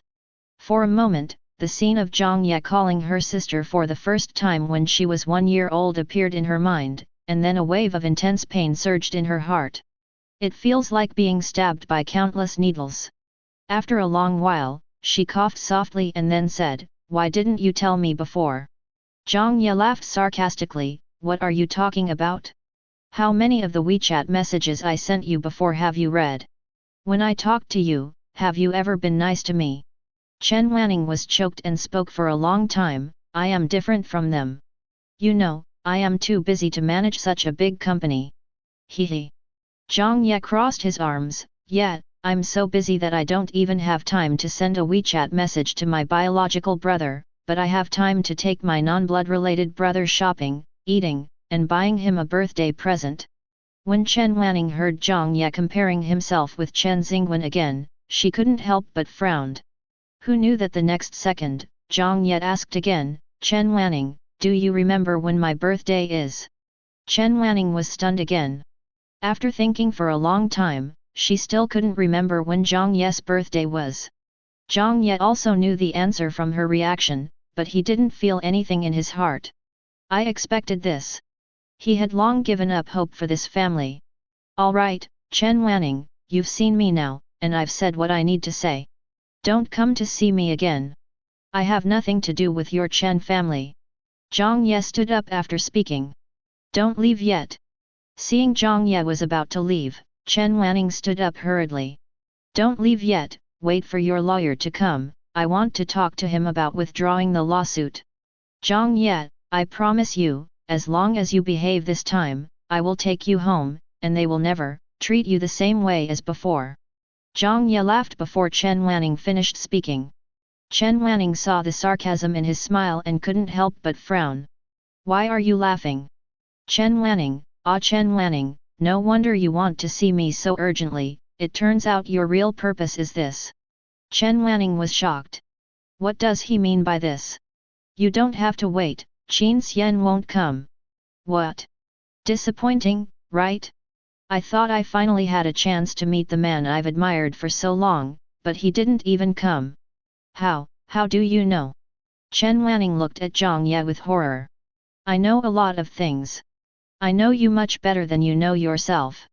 So I know your real purpose from just one sentence. Chen Wanning, if you could stand in front of me and tell me directly, begging me to take you to see Qin Xian, whom you love deeply, I would still look up to you. But you have to use such disgusting means. You are really, both ridiculous and pathetic. On the surface, you look like a high-ranking businesswoman, but behind the scenes, you are like a maggot in a gloomy corner, only daring to secretly peek at the man you like. Chen Wanning listened to Jiang Ye's words and felt as if she had been stripped naked and thrown in public. She was extremely humiliated. No. It's not like that, you're talking nonsense. As she said that, she rushed towards Jiang Ye like crazy, wanting to tear his mouth apart. Jiang Ye didn't indulge her and kicked the chair at his feet. The chair fell to the ground with a loud noise. Chen Wanning was already overwhelmed with anger at this time, and rushed over regardless of anything. She was wearing high heels and was tripped by the leg of a chair and fell heavily to the ground. At that moment, Jiang Ye even heard the sound of bones breaking. Ah! Chen Wanning only felt a sharp pain in her ankle, but she didn't even bother to look at the injury. What do you know? I just fell in love with a man. What's wrong with that? Who do you think you are? How dare you laugh at me? Jiang Ye, you beast, Mom is right, you are an ungrateful person who can never be tamed. You dare to compare yourself with Wen Wen? You are not even as good as one of his toes. Jiang Ye, when you were taken away by the traffickers, why didn't you just die outside? What's the point of living for a loser like you? Go die, go die. UBD. Jiang Ye listened to her cursing and a mocking arc appeared on the corner of his mouth. He squatted down and pinched Chen Wanning's jaw hard, making her unable to speak and could only wail. Aren't you a strong woman in the business world? You can't take it anymore and you're going to collapse? Don't worry, your collapse will come later. Chen Wanning, have you ever felt guilty towards me over the years? You clearly saw the whole process of me being abducted by human traffickers, but you said nothing. In these years, when you woke up in the middle of the night, did you ever think of me, who was only 2 years old at that time, looking at you on the body of the human trafficker, crying big sister heartbreakingly? Chen Wanning's pupils dilated sharply as she listened to Jiang Ye's words. He still remembers. How could he still remember? He was only 2 years old that year. Chen Wanning tried her best to shake her head to deny it. But Jiang Ye's hand that was pinching her jaw became harder and harder, causing her to cry in pain. I don't think so. After all, you have done more evil things than just this one. My dear elder sister, what were you thinking when you saw that girl struggling in the water? Did you just want her to die, just like when I was taken away? Elder sister, I really look forward to what Qin Xian's sister will think of you after she wakes up and knows that you didn't save her sister. After hearing this, Chen Wanning felt a chill all over her body. She didn't dare to think about how Qin Xian would look at her if he really knew about this. Is it possible for her to never stand beside Qin Xian in this life? Just wait and see, big sister. Not only will you not be able to get Qin Xian in this life, but you will also have to watch him hate you to the core, fall in love with another woman, marry someone else and have children with her. You will also have to watch yourself lose the Chen group that you value most. Jiang Ye stood up, took out a few pieces of paper, wiped his hands with disgust, then crumpled the tissue into a ball and threw it at Chen Wanning's face. Chen Wanning, your retribution is far more than this. After saying that, he opened the door and strode away. At this moment, Chen Wanning felt like she was in an ice cellar where she couldn't see her hand in front of her face, and she was shivering with cold. How did he know that? How could he know this? No, you are not Jiang Ye, that's right, you are not Jiang Ye. Who are you? Jiang Ye, come back, come back. Jiang Ye actually knew more than just these things. He knew everything about everyone in the Chen family. After all, after he died in his previous life, his spirit followed them for more than 10 years. Originally, what Chen Wanning had done was only known to her in this world. Even if he followed her like a spirit, he would not be able to discover these things for which there was no evidence. It was not until Qin Xian's sister Qin Shuang became a vegetable for many years that her organs failed and she eventually passed away. Qin Shuang's spirit didn't want Chen Wanning to have a good time after her death because of her resentment towards her, and followed her and cursed her every day. Jiang Ye then realized that Qin Shuang fell into the water because she had a quarrel with Chen Wanning. When she left angrily, she accidentally stepped on empty air and fell into the school pool. Chen Wanning, a good swimmer, did nothing but watched her struggle coldly until she finally sank into the water. Maybe Chen Wanning wanted Qin Shuang to die at that time. Because Jiang Ye heard something incredible from Qin Shuang's unbearable scolding. Back then, the two of them had a quarrel because Chen Wanning was madly obsessed with Qin Xian. She not only hired someone to follow Qin Xian, installed cameras in his house, but also had someone steal his underwear. When Qin Shuang learned about this, he immediately thought that this woman was a terrible pervert. But she thought that if this matter got out, her brother would become a laughingstock, so she wanted to privately warn Chen Wanning to stay away from her brother. Unexpectedly, it was this time that she got into trouble. Jiang Ye guessed that Chen Wanning was probably afraid that her ugly deeds would be discovered, so she deliberately did not save Qin Shuang at that time. After all, as long as she died, all her ugly deeds would be buried with her in the earth. Later, for some reason, Chen Wanning suddenly felt very guilty and always felt that someone was following her and wanted to do something to her. She spent a lot of money on investigation but found nothing, so she turned her attention to metaphysics and sought help from a master. But she didn't know the news of Qin Shuang's death at that time, and learned that Jiang Ye died so tragically in the mental hospital. She thought that after Jiang Ye's death, he learned the truth about his abduction. He was afraid that he would be abducted by human traffickers because of her, his eldest sister, who saw him being abducted but watched coldly. So she offered him a perpetual lamp in the temple, told him the whole truth there, and confessed to him. Therefore, Jiang Ye was able to use these two things today to easily force Chen Wanning to collapse. However, he did not tell Qin Xian about Qin Shuang's affairs. After all, he had no evidence.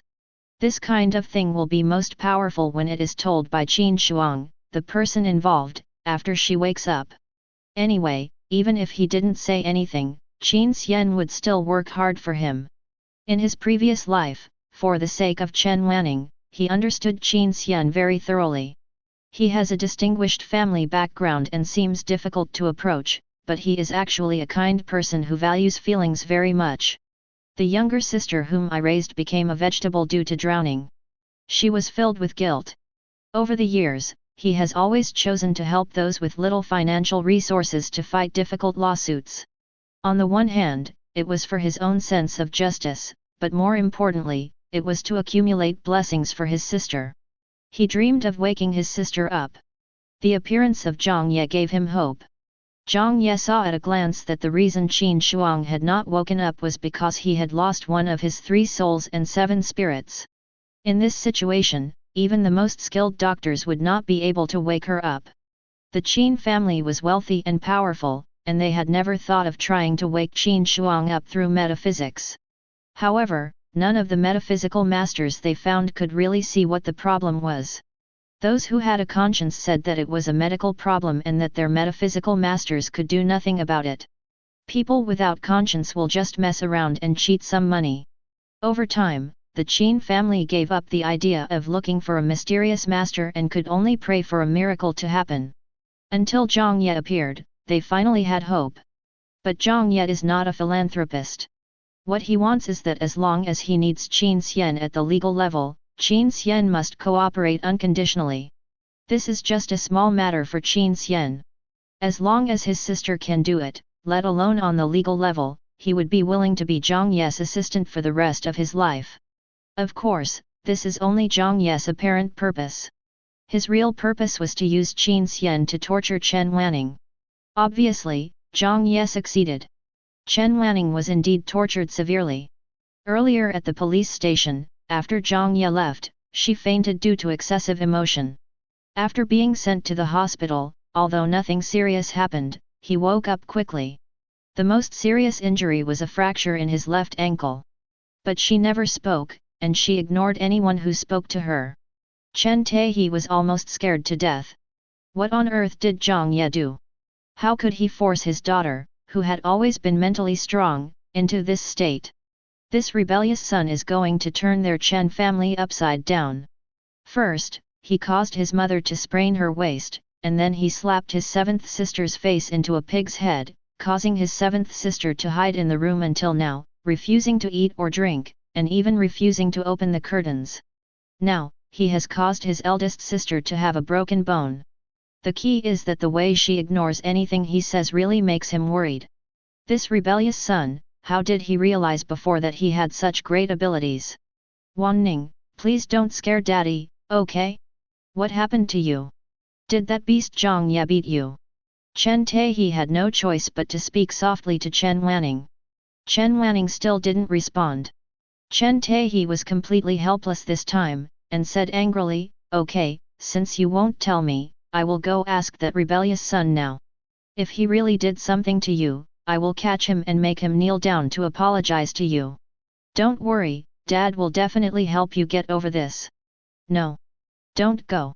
Chen Wanning panicked immediately after hearing this. Jiang Ye has changed, completely changed. She hasn't figured out how to deal with this little beast yet, and she must not let the Chen family run into him. What if she told the truth about how she was taken away by human traffickers? How would the Chen family view her? Although she could deny it to the death, who knows if this guy has any other evidence? Things were no longer under her control and she couldn't take any risks. Also, Chen Xingwen and Zhang Qichen are also in school, will Jiang Ye tell them?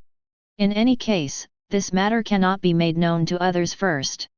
Dad, call now and ask Chen Xingwen and Zhang Qichen to come to the hospital.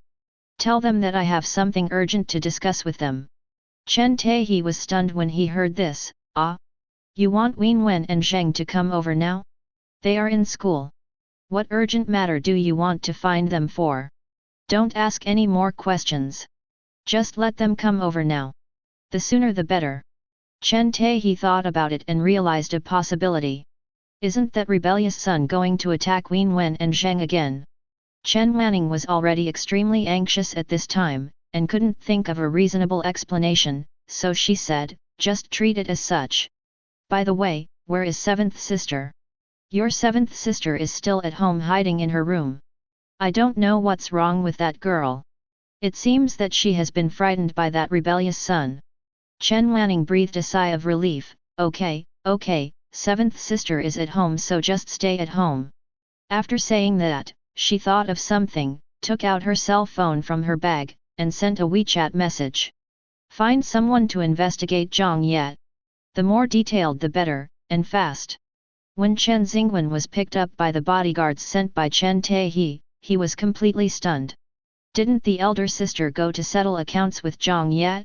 Why did you end up in the hospital? Moreover, he was so anxious that he and Jiang Qichen had to go over as well, saying that Jiang Ye would attack them next. Does Jiang Ye have such great ability? Before leaving the school, Jiang Ye just came back from outside.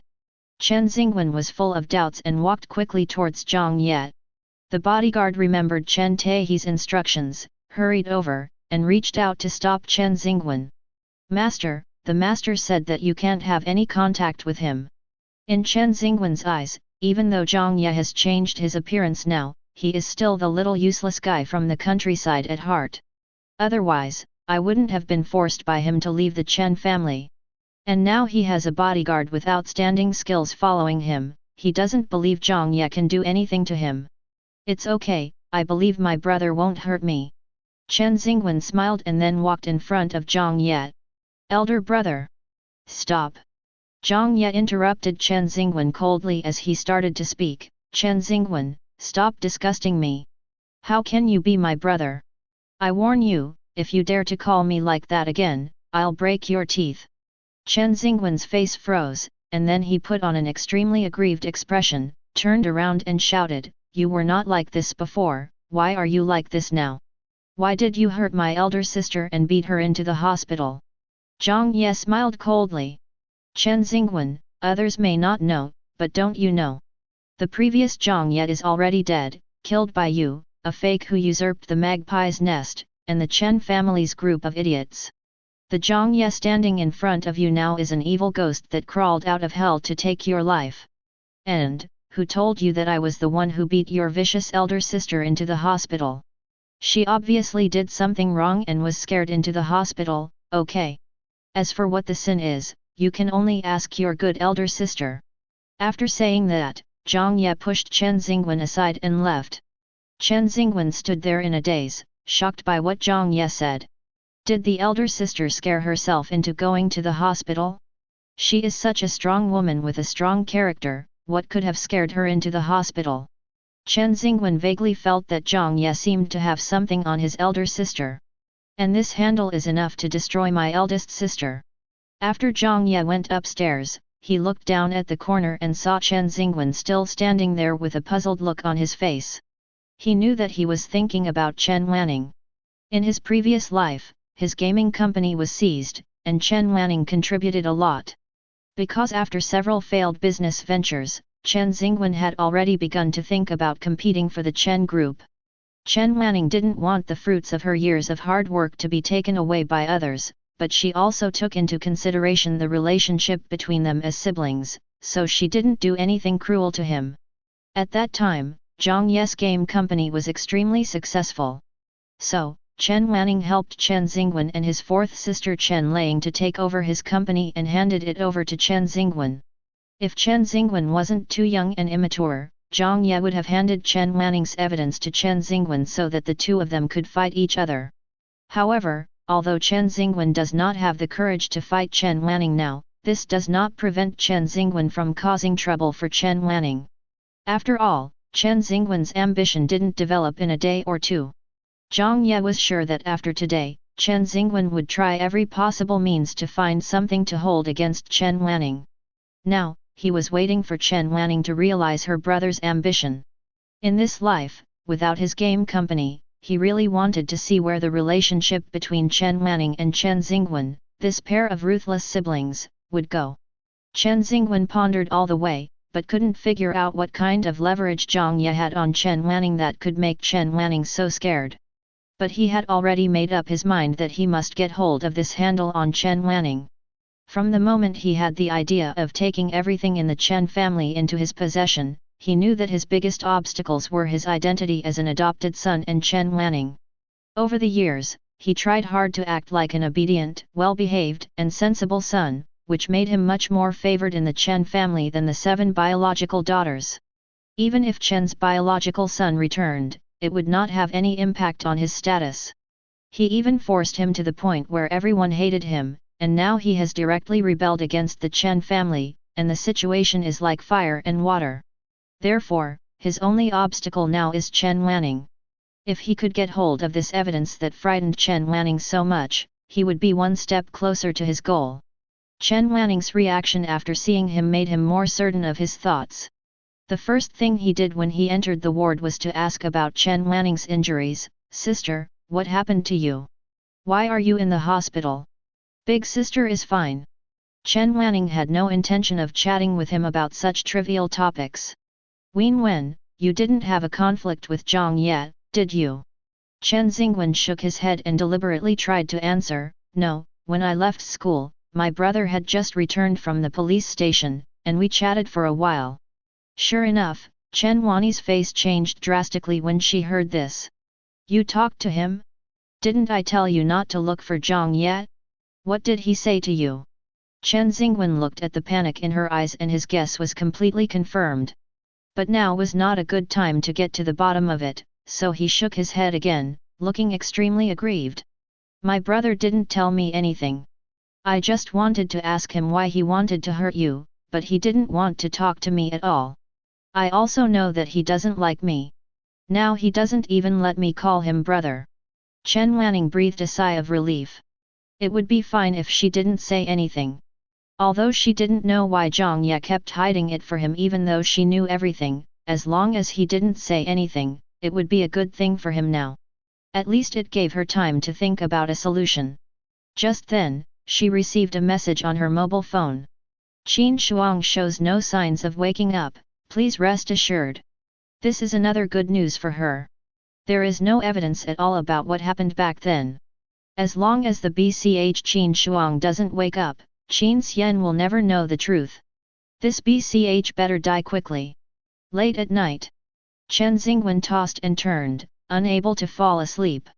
He suddenly realized that Jiang Ye's transformation did not seem to be a good thing for him. Jiang Ye is too uncontrollable now. Although Jiang Ye had always been hanging around in front of him, reminding him that he was just the adopted son of this family and had no blood relationship with them. But with his ability, it is enough to trample him under his feet. But now that Jiang Ye is gone, so many things have suddenly happened in the Chen family. He even has the ability to get close to a big shot like Qin Xian. Chen Xingwen knew Chen Taiji, and what he valued most was the status of the Chen family. If he found out that his own son, whom he had always despised, had suddenly become successful, not only able to beat his most beloved eldest daughter like this, but even able to do things that he couldn't do, he might really change his attitude towards Jiang Ye. Thinking of this, Chen Xingwen suddenly felt a surge of regret. If he had known that things would come to this point, he should not have kicked Jiang Ye out of the Chen family. After all, when he was at the Chen family, he didn't even dare to say a word. However, nowadays, just because of the complete despair towards blood relatives, a person will undergo such a big change. From a weak and useless person, to a ruthless and powerful person? No matter how Chen Xingwen thought about it, it felt strange. If Jiang Ye's face had not been exactly the same as before, he would have even suspected that the current Jiang Ye was a different person. The more he thought about it, the more he felt something was wrong, so he went downstairs to Jiang Qichhen's room. "Ah Zheng, do you think my brother is a little weird?" Jiang Qichen wanted to tell Chen Xingwen about this early in the morning, but too many things happened in the past 2 days, one after another. He also knew that Chen Xingwen actually had some resistance to Jiang Ye in his heart, so he remained silent. Now that Chen Xingwen suddenly came to ask him so late, he must have noticed something was wrong. "Master, I've wanted to tell you this for a long time. I think there must be something wrong with this country bumpkin Jiang Ye." "What do you mean?" "You know, actually when the police came yesterday, I was pretending to be in pain, but at first I wasn't pretending, it really hurt. At that time I really thought my pea was broken." Chen Xingwen thought for a moment after hearing this, and then said, "So Jiang Ye really hurt you? But your skills are unmatched in the entire school." "That's right. Jiang Ye suddenly became excited when he said this. Master, you have no idea how weird yesterday was. I was so pd off by that country bumpkin that I wanted to beat him to death. I didn't hold back my fist at all. If I had hit him, the country bumpkin's nose would have been broken. But the country bumpkin raised his hand to block me. I felt that he didn't use much strength, but I just couldn't move. Then he poked my arm with his other hand, and I immediately felt that I couldn't use any strength in my hand. Then he poked me in the stomach with his other hand. As he spoke, he gently poked Chen Xingwen's stomach from behind and demonstrated it. That's it, master. I'm a little stronger than him. Do you feel it? Chen Xingwen shook his head. Right. Master, he used less force than I did just now, but I felt like there was a knife stirring in my stomach, and the pain made me want to die. Later, when the police came, they asked me if I wanted to continue pretending, and I immediately stopped feeling pain. Everything about this is really weird. Master, I even suspect that he has practiced some kind of evil magic. When Chen Xingwen came out of Jiang Qichhen's room, he was completely stunned. What Jiang Qichen told him was completely beyond his understanding. When did Jiang Ye have such ability? Could it be that when he was in the countryside, he met some hermit master and learned some unique martial arts? Thinking of this, Chen Xingwen himself found it ridiculous. Even if you practice martial arts, at most you can be like Jiang Qichen, who is better at fighting. How can there be such an evil ability? Chen Xingwen felt that Jiang Ye was really weird. It was so strange that he couldn't help but feel a sense of fear. Younger brother. At this moment, the door of the villa was opened and Chen Huiman's voice was heard. Second sister. Chen Xingwen turned his head and saw Chen Huimeng and immediately forced a smile. Second sister, why are you back so late? I just came back from my eldest sister's place, and came to see you and my seventh sister. Chen Huimeng was in the operating room almost the entire day today. After she finished her work, she received the news that her eldest sister was injured and hospitalized. She hurried over. After learning about everything that happened today, she just felt tired. Chen Xingwen was not in the mood to talk much with Chen Huimeng at this moment. He chatted for a few words and went back to his room. After Chen Huimeng put down his things, he went to Chen Nianwei's room. Chen Nianwei's face was still red and swollen, and her eyes were also swollen. You could tell at a glance that she had cried for a long time today. Seventh sister, I brought you some ointment. It's very effective in reducing swelling. Can I apply it on you? Chen Nianwei slowly turned her head and glanced at Chen Huimeng without saying anything. Chen Huimeng was slightly relieved when she saw that she did not refuse. She opened the ointment, squeezed a little onto the cotton swab, and gently rubbed it on Chen Nianwei's face. Chen Nianwei seemed to be unaware and had no reaction at all. Chen Huimeng sighed softly, and then asked, Seventh sister, when Jiang Ye was at home, did you often beat him? When Chen Nianwei heard Jiang Ye's name, her body trembled subconsciously.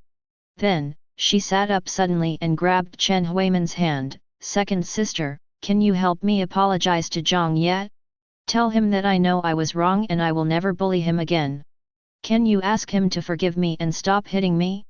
He is so scary. Second sister, Jiang Ye's eyes are so scary, he wants to kill me, he will really kill me. Chen Huimeng was frightened by Chen Nianwei's appearance, and quickly hugged her and comforted her softly. It took a long time for Chen Nianwei to calm down. After Chen Nianwei applied the medicine to her, she waited until she fell asleep before getting up. Leaving Chen Nianwei's room, she sighed helplessly. She had felt strange when she was in the hospital before. How could someone like my elder sister be hurt like this by Jiang Ye? But when asked what was going on, the eldest sister refused to say anything. She only said that Jiang Ye had gone crazy and forbade her to have any contact with Jiang Ye. What's even more ridiculous is that she actually forcibly brought back Chen Xingwen and Jiang Qichen, who were in the critical period of their senior year of high school. The reason was simply that they were afraid Jiang Ye would take action against them. Obviously, they are both either adults or about to become adults, and are about the same age as Jiang Ye. They are fully capable of protecting themselves and there is no need to do this. Most importantly, he didn't think Jiang Ye would commit violence against the two of them for no reason in public. Even though she knew that Jiang Ye had changed now, he was not a socially dangerous person. And seeing how he argued yesterday, she would rather think that if no one from the Chen family bothered him, he would rather treat the Chen family as heir. As Chen Huaimeng was thinking, he went to the first floor and saw Aunt Tian, the maid who was on duty tonight. She had been busy all day and hadn't eaten properly. Suddenly, she remembered the noodles that Tian's mother used to cook for her every time she came back home in the middle of the night. "Auntie Tian, I'm a little hungry. Could you please cook me a bowl of noodles?" "Okay, miss." Aunt Tian hurried to the kitchen. 10 minutes later, Chen Huaimeng had the steaming hot noodle soup.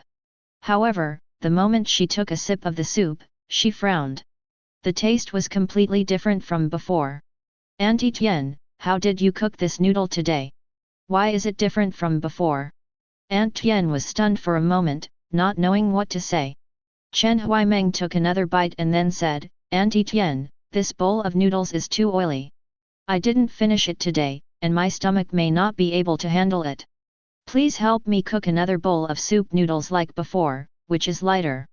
"Second miss, I'm really sorry, I can't cook the noodles you ate before." Chen Huaimeng was stunned when he heard this, his face full of confusion.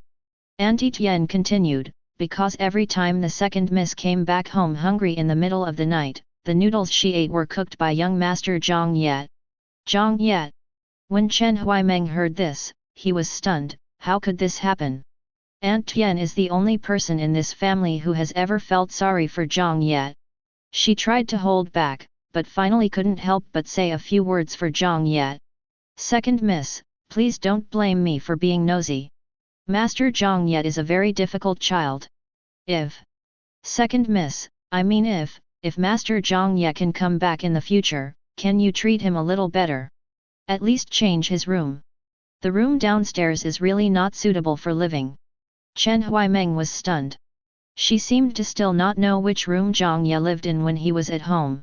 Now listening to what Auntie Tian said, "Does Jiang Ye live on the first floor with the servants in the house? Auntie Tian, please take me to see Jiang Ye's room." "Okay, miss."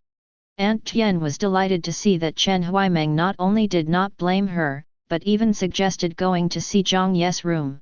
If the second miss saw young master Jiang Ye's living environment and felt sorry for him, she would just change Jiang Ye's room. Aunt Tian took Chen Huaimeng straight to the basement. "Auntie Tian, why are you going underground?" Chen Huaimeng asked in confusion. Aunt Tian was startled when she heard this. "Master Jiang Ye lives on the basement floor." Chen Huaimeng was shocked. "Living on the basement floor? There are so many rooms in the house, why let Jiang Ye live in the basement?" Aunt Tian took Chen Huaimeng down to the basement floor and soon came to the small room next to the elevator. "Second miss, this is it." Auntie Tian opened the door and turned on the light in the room. Chen Huaimeng looked at the small room which was only the size of the bathroom in her bedroom and was completely stunned. She turned her head in disbelief and looked at the small window that was almost installed on the top of the room. There was a big tree outside the window. It was obvious that no sunlight could come in even during the day. Jiang Ye has always lived here. A sense of fear suddenly arose in Chen Huaimen's heart. This feeling made her whole body cold and she even stuttered when speaking. Auntie Tian sighed, "Yes, second miss, Master Jiang Ye has been living here for the past few years. It was him and I who cleaned up this room. This was a utility room before, used to store various tools. But when Master Jiang Ye first came, he was happy to see this room. I still remember that after Master Jiang Ye and I cleaned up the house, we happily took a photo together. He said, it was great, he finally had a room that was not leaky and belonged to him alone." When Aunt Tian said this, she thought of the light and joy in Jiang Ye's eyes when he first came, and then she thought of how the light in his eyes gradually dimmed and he became gloomy. Her heart was filled with heartache. "Second miss, this place is really not suitable for living. As you know, when you came here just now, the elevator is next to you on the left. As long as it is working, this room is very noisy. On the other side is the bathroom. There is no sun here all year round.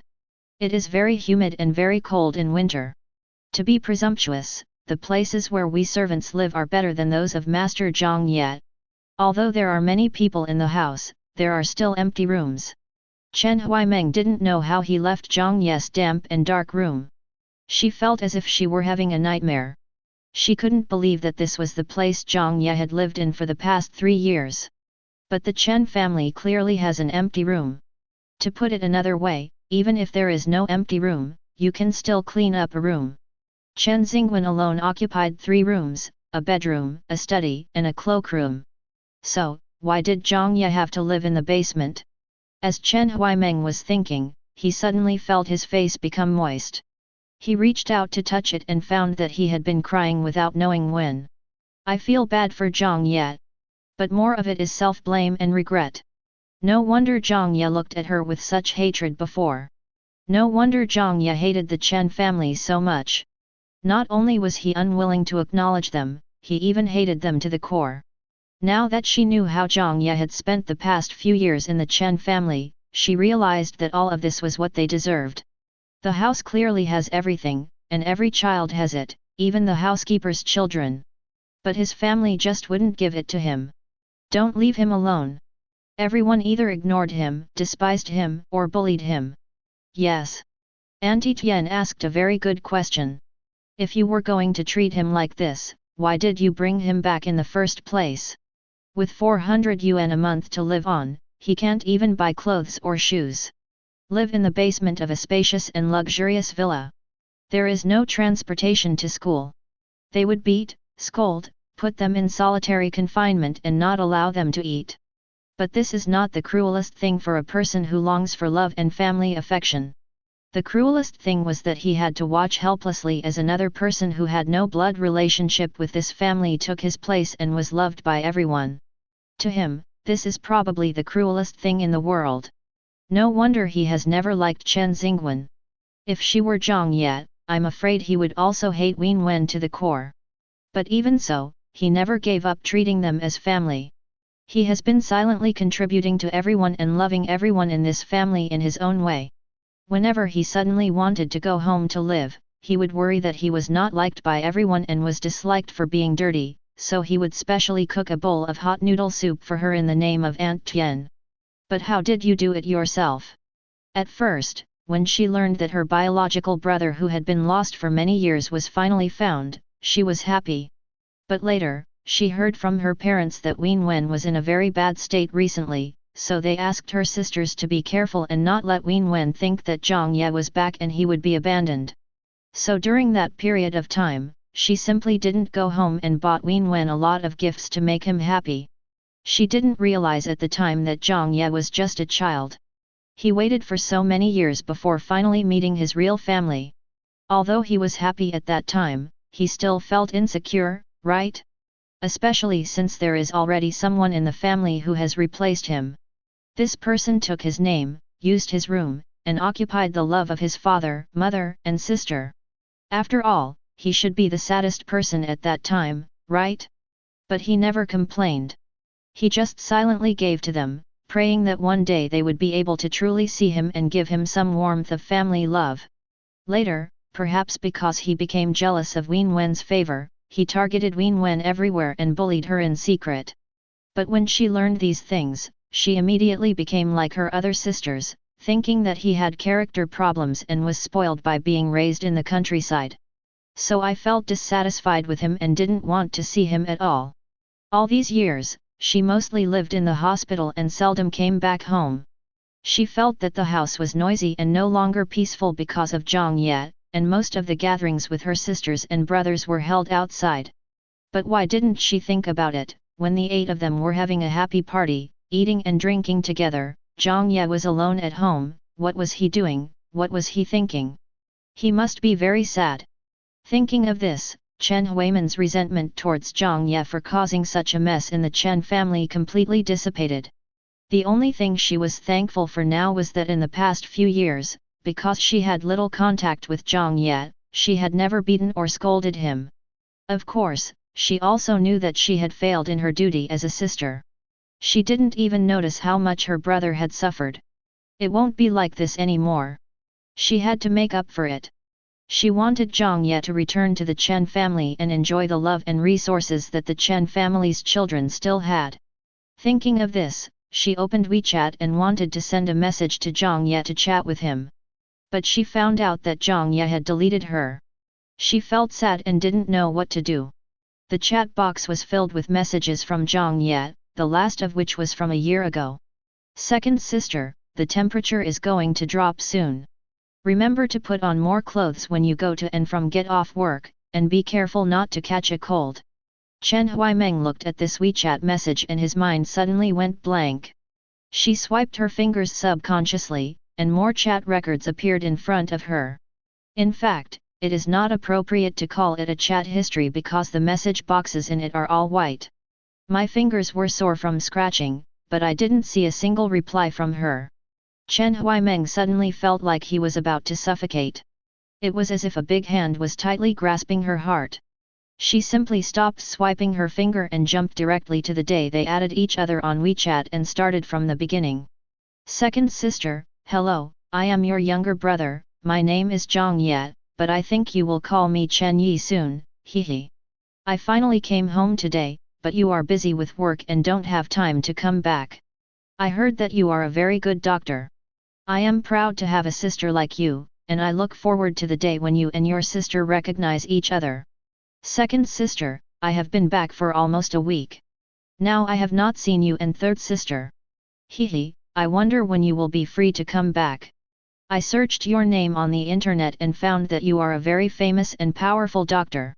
I never thought that I would have such a powerful sister who can save so many people. Second sister, I heard from mom that when you are performing surgery on patients, you often don't have time to eat. If you need, I can cook for you. My cooking is delicious. Second sister, I am so upset. I finally met you today, but because I am too timid, I dare not talk too much to you. Can you please stop hating me? Second sister, are you usually very busy with work? I sent you WeChat messages but you rarely responded. You should take care of your health. Second sister, today is your birthday. I don't have much money right now, so I can't buy you an expensive gift, so I baked a birthday cake for you. This is my first time baking a cake, and Aunt Tian taught me. Although it doesn't look very good, I tasted it and it tastes pretty good. I hope you will like the birthday cake I baked specially for you and the flowers I gave you. Auntie Tian taught me how to bake cookies today. When I get better at baking, I will send them to the hospital for you. That way, you won't have to worry about having nothing to eat after coming out of the operating room. Second sister, I baked some cookies today and asked your colleague to bring them to you. Did you eat them? Are they delicious? If you don't like this flavor, I will bake you the flavor you like next time. What flavor do you like? Second sister, I think being a doctor is so cool, I want to be a doctor too. But today I went to the bookstore and read some medical books, but they are so difficult, like a book from heaven, I can't understand them at all. It seems that my brain is still too stupid. Second sister, you are really amazing. Second sister, do you think I'm annoying? Second sister, seventh sister said you were angry and will ignore me in the future, but I didn't push my brother, really didn't, and I don't know why my brother said that. Second sister, can I go to your hospital and explain this to you in person? Chen Huaimeng read them one by one, and tears as big as beans fell on the screen one by one. She just felt like her heart was being cut by a knife. These messages, she had not read any of them except the first few. When she received Jiang Ye's first WeChat message, she was worried that she and Jiang Ye were getting too close so quickly and that Wen would feel uncomfortable, so she didn't reply. Later, Jiang Ye sent her WeChat messages every now and then and even secretly visited her in the hospital, which made her feel very annoyed. She simply set the Do Not Disturb function on Jiang Ye's WeChat. As a result, she received more work WeChat messages every day and soon forgot about Jiang Ye completely. She thought Jiang Ye had stopped bothering him a long time ago. But she only realized now that Jiang Ye had been talking to himself for so long in a corner where she couldn't see him. Can't he see that she doesn't want to pay attention to him? No, he could see that. He just didn't want to give up, and he didn't understand. Why would his biological sister ignore him like this? At this moment, Chen Huaimeng felt his heart filled with regret. So many WeChats. There are so many WeChat messages, she can just reply to one. But she had never even opened this dialogue box. Chen Huaimeng couldn't imagine how frustrated Jiang Ye felt when he didn't receive a reply after sending those WeChat messages. She also couldn't imagine how Jiang Ye felt when she baked cookies, cakes and cooked noodles for her sister who always ignored her. Chen Huaimeng felt guilty and did not sleep all night. She read the WeChat messages Jiang Ye sent her over and over again. We arrived at the gate of Jinghua High School at daybreak. She wanted to apologize to her brother whom she had neglected for 3 years. For this purpose, she also booked a luxurious and sumptuous breakfast at a nearby 5-star hotel. This time, she wanted to make up for all the money she owed Jiang Ye over the years. Second sister. Chen Huaimeng had just received breakfast from the waiter when he heard Chen Xingwen's voice. She turned her head and looked at Chen Xingwen in surprise. She felt inexplicably guilty, as if she had betrayed Chen Xingwen. But she soon calmed down. Over the years, she has owed Jiang Ye too much for Chen Xingwen. Chen Xingwen has gotten enough. Jiang Ye is still a child of the Chen family after all. After Jiang Ye returns, the two brothers still have to learn to get along well with each other. Second sister, did you know that I didn't have time to eat breakfast this morning, so you came here specially to bring me breakfast? Second sister, you are so kind. I love you so much. As Chen Xingwen spoke, he reached out to take the bag on the hood of Chen Huaimen's car. Unexpectedly, Chen Huaimeng suddenly held his hand. Wait a minute, Wen Wen. Chen Xingwen was stunned. Wen Wen, these are not for you. If you didn't eat this morning, your second sister will order another portion for you. You didn't buy it for me. Chen Xingwen soon realized who the real owner of this breakfast was. His heart sank, but he still maintained a smug smile on his face. Who did you buy this for, sister? I bought this for your brother. Chen Huaimeng simply didn't hide it. Although Chen Xingwen had been mentally prepared for the answer to this question, when he actually heard the name Jiang Ye, the smile on his face froze for a moment.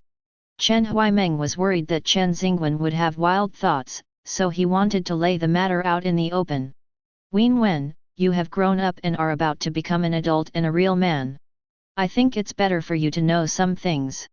Chen Xingwen nodded, his facial expression had adjusted, still with that cute smile that made people feel comfortable at first sight. Wen Wen, you should know how much your parents and 7 sisters have loved you over the years, right? Well, second sister, I know everything. Having a family like you is the luckiest thing in my life. Chen Huaimeng smiled with relief after hearing this. In the past, Mom, Dad, and your sisters were worried that you were young and not a biological child of the Chen family, so you felt insecure. So they ignored your brother in many ways, and your brother couldn't stand it and left our family. I just realized how much I have wronged your brother in the past few years. I feel very uncomfortable, so I want to do something for your brother and bring him back home. After all, your brother didn't grow up with us, and he suffered a lot since he was a child. So, you promised me that you would take good care of my brother when he comes back, okay? When Chen Xingwen heard this, he was filled with anger and clenched his hands at his sides into fists. Why? Why do you feel sad? He had worked so hard for so long and put so much thought into getting that BD Jiang Ye to get out of the Chen family, making everyone in the Chen family hate that BD so much. Why does Chen Huaimeng, a saintly BCH, feel guilty towards that BD? Is it true that we only know how to cherish something after we lose it? Jiang Ye left, and they just thought about his goodness? He did want to bring Jiang Ye back, but not in this way. The Chen family must not change their attitude towards Jiang Ye. Jiang Ye must live like a dog in the Chen family. Second sister, I understand. As long as my brother is willing to come back, I will definitely get along well with him. Chen Xingwen said while suppressing his anger. Second sister, actually you don't know, I also want my brother to be able to go home. I also begged him several times at school, but now he doesn't pay much attention to me. I really don't know what to do, and now you have the same idea, that's even better. When Chen Huaimeng heard this, he couldn't help but reach out and pinch Chen Xingwen's face. Oh, how come our little brother Wenwen is so sensible? It's no wonder that my second sister has loved you so much since you were a child. As she spoke, Chen Huaimeng caught a glimpse of a figure out of the corner of her eye. It was Jiang Ye, whom she had been waiting for all morning. Jiang Ye, she shouted loudly. Jiang Ye paused, turned his head to look at her, and then turned away in disgust. Chen Huaimeng felt as if a thorn had pierced his heart, causing a sharp pain. Jiang Ye ignored Chen Huaimeng and continued walking towards the school gate. Chen Huaimeng was anxious and hurriedly ran to Jiang Ye with 2 large bags of breakfast. Jiang Ye, wait a minute. Jiang Ye stopped and looked at Chen Huaimeng with cold eyes without saying a word. Chen Huaimeng felt a little guilty under his cold eyes and forced out a smile that he thought was natural. Jiang Ye, have you had breakfast this morning? This is the breakfast my second sister bought for you. Second sister? Jiang Ye sneered. Whose second sister? Miss Chen you got the wrong person, right? Your brother is over there. Chen Huaimen's eyes instantly turned red after hearing Jiang Ye's words. Jiang Ye, can you please not do this? What do you mean by not wanting to? Don't want to tell the truth? Chen Huaimeng, you are so funny. When I wanted to be your brother, you didn't even look at me. Now that I care about your Chen family, you come here again like ast. And you're buying breakfast? Who are you trying to disgust? Jiang Ye. Chen Huaimen's tears instantly flowed down. Elder brother. Just then, Chen Xingwen ran over and stood in front of Chen Huaimeng. My second sister came here early this morning just to bring you breakfast. She really wanted to take you home. How could you say that to her? I know that all this is because you hate me for taking away the love of my parents and sisters. If you feel uncomfortable, just come to me. My sister is a girl. How sad she will be if you say that to her. Jiang Ye's face turned cold after Chen Xingwen called him brother. Hearing Chen Xingwen talking in front of him, his face became even darker than ink. Coming for you, right? A cold light flashed in Jiang Ye's eyes, and then he quickly raised his hand and punched Chen Xingwen's mouth. Chen Xingwen didn't expect that he would dare to attack him directly, and with such a heavy blow. He lost his balance and fell to the ground, hitting his mouth on the flower bed beside him. Ah! Chen Huaimeng screamed, immediately dropped the breakfast bag in his hand, squatted down and helped Chen Xingwen up. Wenwen, how are you? Are you okay? Chen Xingwen released his hand that was covering his mouth, took a look, and found that his palm was covered with blood and there was a broken tooth on it, and he immediately became angry. Jiang Ye, you! Jiang Ye sneered. Chen Xingwen, I told you before, if you dare to call me brother again and disgust me, I will break your teeth. Since you don't seem to take my words to heart, I will teach you a lesson. Remember, from now on, if you disgust me once, I will break one of your teeth. Jiang Ye looked at Chen Huaimeng. And you, Chen Huaimeng, if you don't want the current situation of your Chen family to get worse, don't come in front of me and disgust me. After saying that, Jiang Ye stepped on the breakfast that Chen Huaimeng brought and strode away. Chen Huaimeng looked at the dusty crab buns and the seafood porridge on the ground, and felt as if his heart had been crushed by Jiang Ye. The fact that Chen Xingwen was beaten into the hospital by Jiang Ye caused an uproar in the Chen family. The crowd's reaction was even greater than when Chen Wanning was admitted to the hospital. He Qingxiu, in particular, was so frightened when she saw her precious son's mouth full of blood that she almost fainted. After she recovered, she even ignored her back injury and wanted to find Jiang Ye to settle the score. Chen Taihe had to persuade him with all his might and finally managed to calm him down temporarily. Who knew that later, she would yell that she would call the police to arrest Jiang Ye. Although Chen Huaimeng also felt that it was wrong for Jiang Ye to beat Chen Xingwen like this, she still felt guilty towards Jiang Ye, so she tried her best to persuade He Qingxiu. But He Qingxiu was filled with hatred for Jiang Ye for beating her precious son like this, and insisted on calling the police. In the end, it was Chen Wanning who came to her ward on crutches and threw a tantrum before she was able to subdue He Qingxiu. Afterwards, Chen Wanning went to Jiang Ye privately and scolded her because Chen Huaimeng did not listen to her. Finally, Chen Wanning once again strictly ordered everyone in the Chen family not to look for Jiang Ye again, and she was handling all the matters, and the turmoil finally stopped. It was precisely because of Chen Wanning's attitude of not allowing for negotiation that Jiang Ye was able to have a period of leisure time. Time flies and it's the weekend again. Jiang Ye worked out in the hotel's own gym for an hour early in the morning and then returned to his room to take a shower. His body is now much stronger than when he was reborn, and his skills are much better than before. Although the ancient martial arts skills that were learned in one of the past lives could not be retrieved in this world, all the martial arts, sanda, judo, and practical skills from other past lives were returned. With his current skills, even 2 or 3 Zhangqi Zhengs would be no problem at all. And this is only 30% of his peak period.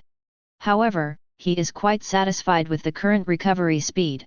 After that, the main task is to improve the mysterious skills as quickly as possible. Calculating the time, it's almost time for Mr. Zhou to proceed to the next step. So he went to the antique market again. On the first day, he did not see Mr. Zhou. It was not until the next afternoon that he accidentally met Mr. Zhou. Mr. Zhou was very happy to see him and talked to him for a long time. When they were about to part, he suddenly remembered the jade ring that Jiang Ye had reminded him of. By the way, Teacher Xiao Zhang, what did you mean last time when you told me not to wear this ring? Do you think it's bad? A fake? Jiang Ye smiled and shook his head. It's a good thing, and it's a top-notch thing, but it shouldn't appear on a living person. Mr. Zhou was startled when he heard this, and then his face changed drastically. Jiang Ye continued, has Mr. Zhou been having minor health problems in the past 6 months? How do you know? Mr. Zhou asked in surprise. I can't sleep well at night. Even if I fall asleep, I always have nightmares. I often have headaches during the day. Now, the surprise on Mr. Zhou's face disappeared, replaced by undisguised shock. After a moment, he recalled the scene when he first met Jiang Ye, and a guess suddenly arose in his mind. Why did this young man look as if he was approaching him on purpose? Who is he? Thinking of this, Mr. Zhou looked at Jiang Ye with a bit of scrutiny in his eyes. Young man, who are you? How do you know about me? Who sent you here? The amiable smile on Mr. Zhou's face disappeared instantly, and his whole body exuded the pressure that only belonged to a superior. Old Zhou had been to the battlefield when he was young, and he had an aura of decisiveness and murderousness. When he gets angry, there is no young person in the family who is not afraid. But Jiang Ye had lived for so many years and had experienced everything, so he would not be scared by Zhou Lao's little test. He just felt a little sorry that things had become a little troublesome. He didn't expect that Mr. Zhou was so suspicious. It can be seen that he has made many enemies over the years. But this is okay, after all, he has no ill will towards him. Jiang Ye raised his lips with a relaxed look. Mr. Zhou, I told you that I am an orphan. If someone really sent me here. At this point, Jiang Ye pointed to the sky and continued, then it should be considered that God sent me here. Mr. Zhou didn't say anything, his eagle-like eyes kept examining Jiang Ye. Mr. Zhou, this ring is not something a living person should wear. You'd better be careful of the person who gave it to you. After saying that, Jiang Ye turned and left. Mr. Zhou watched his back disappear in the crowd and stood there for a long time before waving. A tall bodyguard in black quickly appeared in front of him. Go investigate this kid. An hour later, the bodyguard sent back a message. The person was lost. When Mr. Zhou heard this, his face became even uglier. The bodyguards around him are all mercenaries, so tracking is the easiest thing for them. But it is really doubtful that such an ordinary-looking high school student could get rid of them. Old Zhou gently turned the jade ring in his hand, and his eyes gradually became cold. At night, when Mr. Zhou returned home after having dinner with some old comrades, his youngest son Zhou Zinan was talking on the phone in the living room. When Zhou Zinan saw Mr. Zhou, he immediately hung up the phone and came forward. Dad, you're back. Mr. Zhou looked at Zhou Zinan's face, which was very similar to his own when he was young, and suddenly remembered Jiang Ye's words. Be careful of the person who gives you the jade ring. The person who gave him the jade ring was his youngest son, who was considered extremely filial by everyone and also the son he valued the most. Could it be that he really wanted to harm himself? Zhou Zinan saw his father staring at him in a trance and was a little confused. "Dad, what's wrong with you?" Mr. Zhou's thoughts were called back by his son, and he threw Jiang Ye's words out of his mind. This young man's origins are unknown, and what he says may not be trustworthy. And it is also possible that he was sent to his side by someone who has a grudge against him. How could he doubt his own son just because of what an outsider said? Thinking of this, he calmed himself down. "I'm fine. I just met some old comrades tonight and was happy for a while, so I drank a few more glasses." Zhou Zinan supported Mr. Zhou with a worried look on his face. "Dad, please go sit down first. I'll make you a cup of tea to sober you up." Mr. Zhou still hasn't figured out what's going on and his mind is a little confused. He waved his hand. "No, I'm a little sleepy, I'm going to go back to sleep first. You should also go to bed early and don't work too late." Having said that, Mr. Zhou went upstairs. He went back to his room, took a shower, and lay on the bed, looking at the jade ring on his left thumb. Jiang Ye's words intertwined with what Zhou Zinan said when he gave him the jade ring, echoing in his ears. "This is not something a living person should wear. Dad, this is a good thing. It can keep you safe and prolong your life. The master said that you must not take it off. It's best to wear it when you bathe and sleep." Mr. Zhou thought about it, and finally made up his mind to take off the jade ring. Anyway, it's just one night, so it shouldn't have any impact. It's a good opportunity to verify what that kid said. The next day, while Jiang Ye was having breakfast, he received a call from Mr. Zhou. "Mr. Zhou called me at this time, I guess he knows something, right?" Jiang Ye asked straight to the point.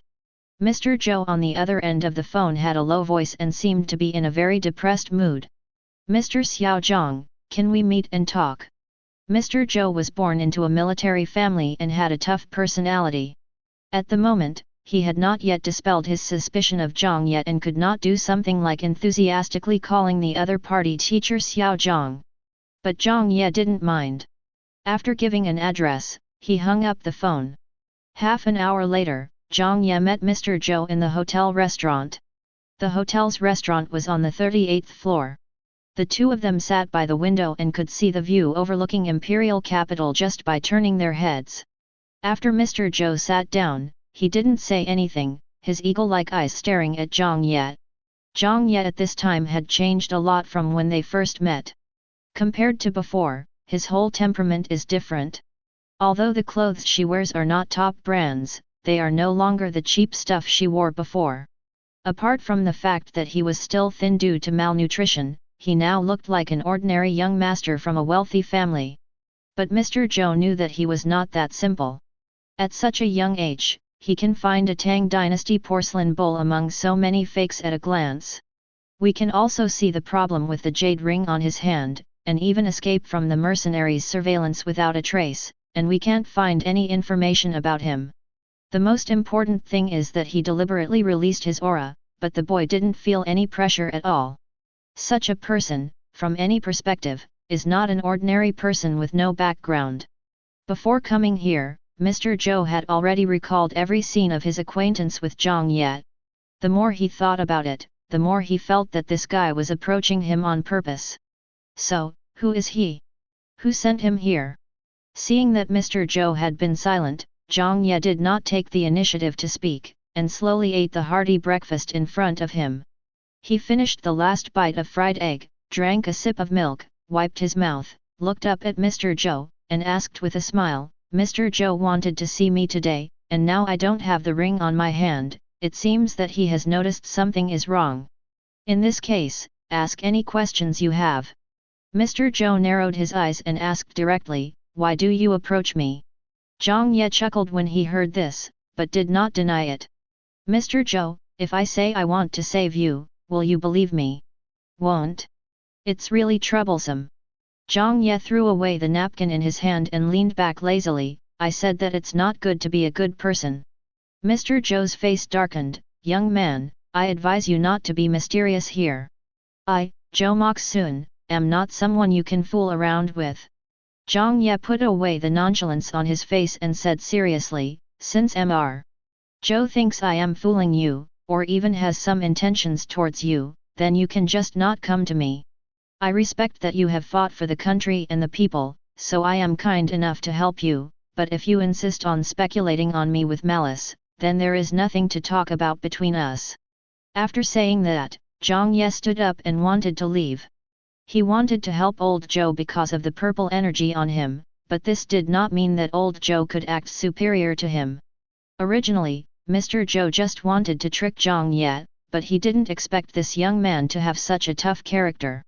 Right now he still had to find out the truth about the jade ring from the other party, so naturally he couldn't let him go, so he had to soften his attitude. Mr. Xiaozhang, please stay. Jiang Ye paused and looked back at Mr. Zhou. Mr. Zhou never expected that at his age, he would have to bow to such a young man. He was angry, but had to swallow his anger. Mr. Zhou, Mr. Xiaozhang, I apologize to you for my attitude just now.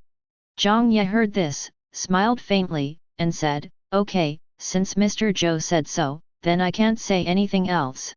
I just hope that Mr. Zhou can remember in the future that I respect you, and I hope you can respect me, even though I am young. Mr. Zhou, that's natural. Mr. Zhou, please take a seat.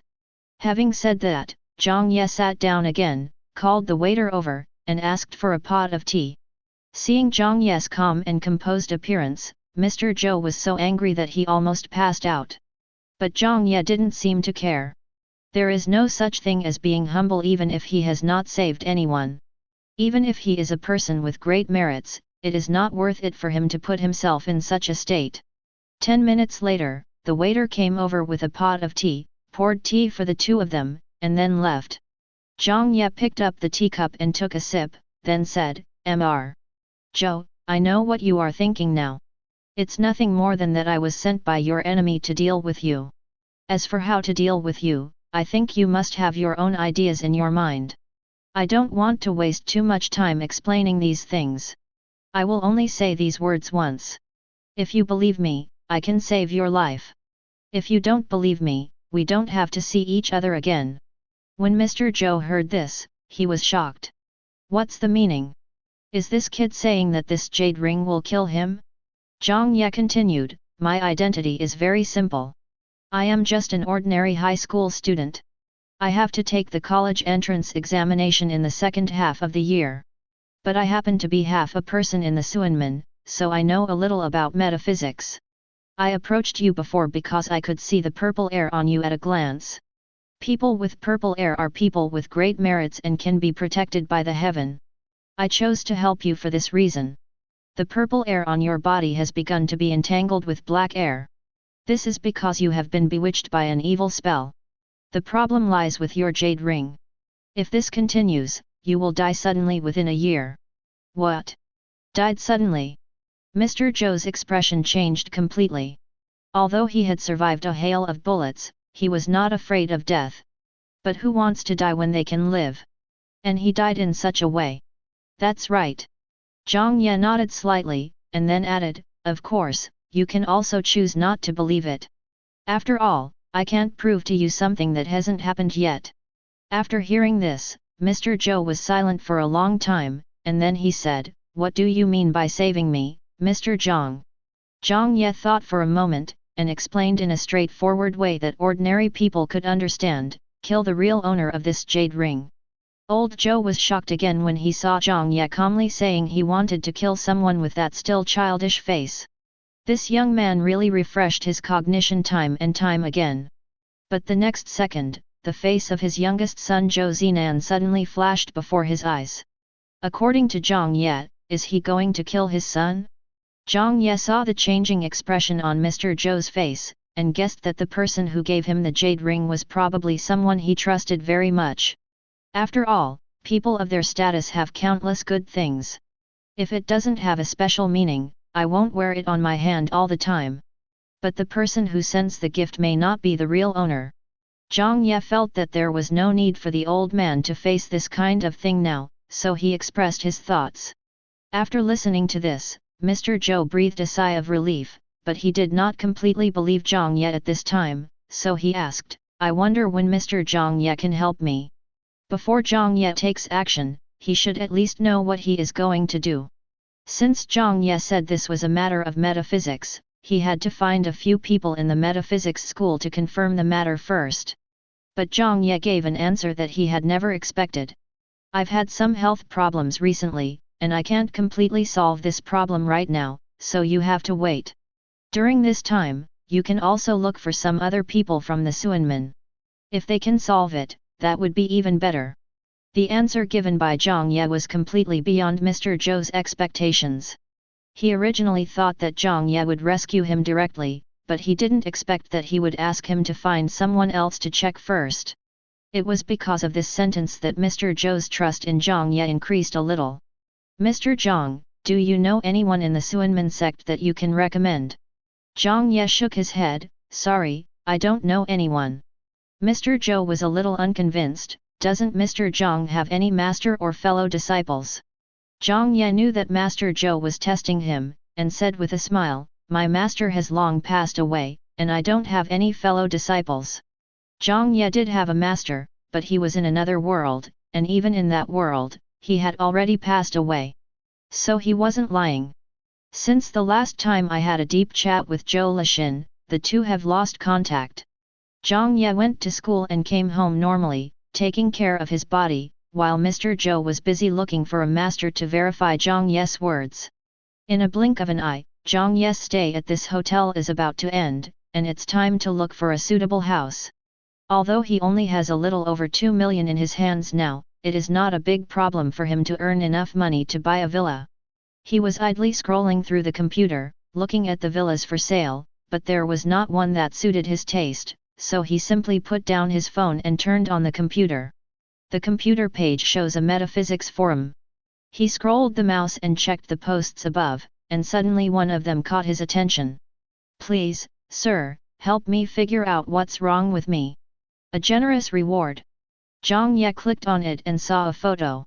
The pair of hands in the photo looked very strange.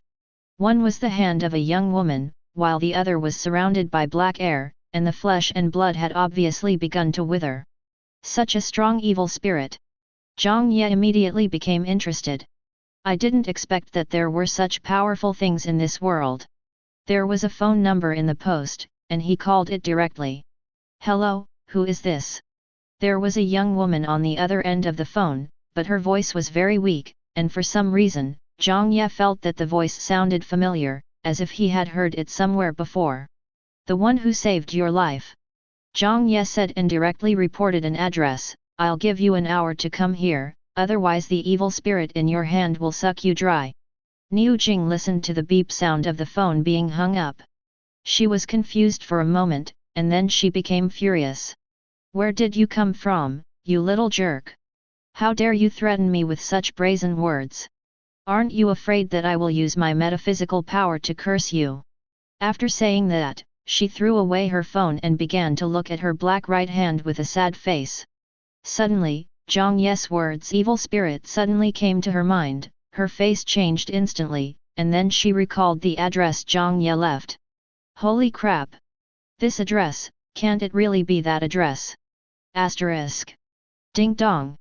Jiang Ye had just finished taking today's Huxia medicine when he heard the doorbell ring. The person outside the door was perhaps too excited and knocked on the door without waiting for him to open it. Jiang Ye went over to open the door with the unfinished bag of Huxia medicine in his mouth, and saw a woman wearing a Taoist robe and a mask standing outside. When Niu Jing saw Jiang Ye, her eyes were filled with joy. Boss, it's really you. Jiang Ye was stunned. Do you know me? Niu Jing immediately squeezed into the room, closed the door, and took off the mask on her face. Boss, it's me, do you still remember me? Niu Jing. Jiang Ye was stunned and looked at her Taoist robe. Aren't you the receptionist of this hotel? Why are you working as a Taoist nun now? Oh, it's a part-time job, I can make a little money. Jiang Ye sighed helplessly, too lazy to say more to this weird woman, and turned back to the living room. Come in. Niu Jing hurriedly followed. Jiang Ye glanced at his left hand wrapped in black cloth. Untie the black cloth, let me see. Boss, can you really save my life? Jiang Ye glanced at her and said nothing. Niu Jing smiled awkwardly, took off the black cloth obediently, and put her left hand in front of Jiang Ye.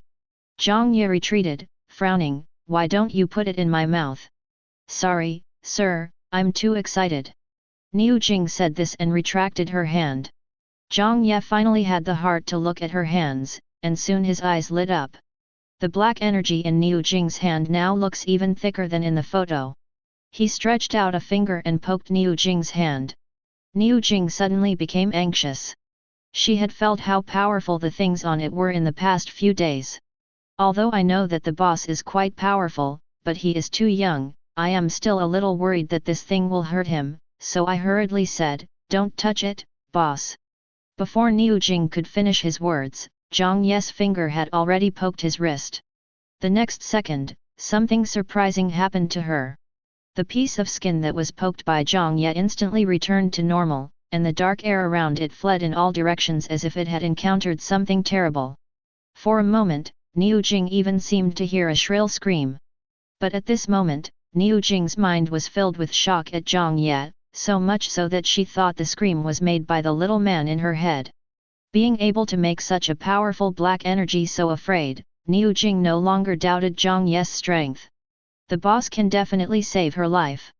Moreover, she heard that when the cultivation of the Suanmen people reaches a certain level, they can even regain their youth. The big man in front of me might be the Suanmen big man after he regained his youth. No wonder the boss is so arrogant. The first thing he did was to save his life. The boss is really kind. He only said to save her dog's life, but didn't say to save her worthless life. He takes care of her feelings like this, he is worthy of being the leader of Suanmen. Thinking of this, Niu Jing knelt down directly. "Please save my life, sir. I, Niu Jing, will serve you like a slave from now on." Jiang Ye's mouth twitched when he heard this. "That's not necessary. I'm still young and can handle my personal hygiene issues myself." Niu Jing was stunned for a moment, fearing that the boss would not help her, and she patted her chubby chest with her good hand and promised, "As long as the boss is willing to save my life, I, Niu Jing, will repay the boss for saving my life even if I have to give up everything." "Can't save," Jiang Ye said lightly. "Ah!" Niu Jing's face immediately turned bitter before Jiang Ye finished speaking. "Even the big boss can't save me? Am I destined to lose my life? It's just that I can't save it now. I have to find the thing that made your hand become like this first." Niu Jing was overjoyed when she heard this, and she grabbed Jiang Ye's hand and asked excitedly, "Big brother, do you mean that you have a way to save my life?" Jiang Ye lowered his eyes and looked at Niu Jing's chubby little hands, one of which was still pitch black, and his brows were tightly knitted. Niu Jing then realized that her behavior had upset the boss, so she quickly let go of his hand and said with a wry smile, "Sorry, boss, I was so excited that I lost my composure." Jiang Ye didn't respond, and said helplessly, "Get up, do you remember what your hand touched to become like this?" I remember. Niu Jing nodded excitedly.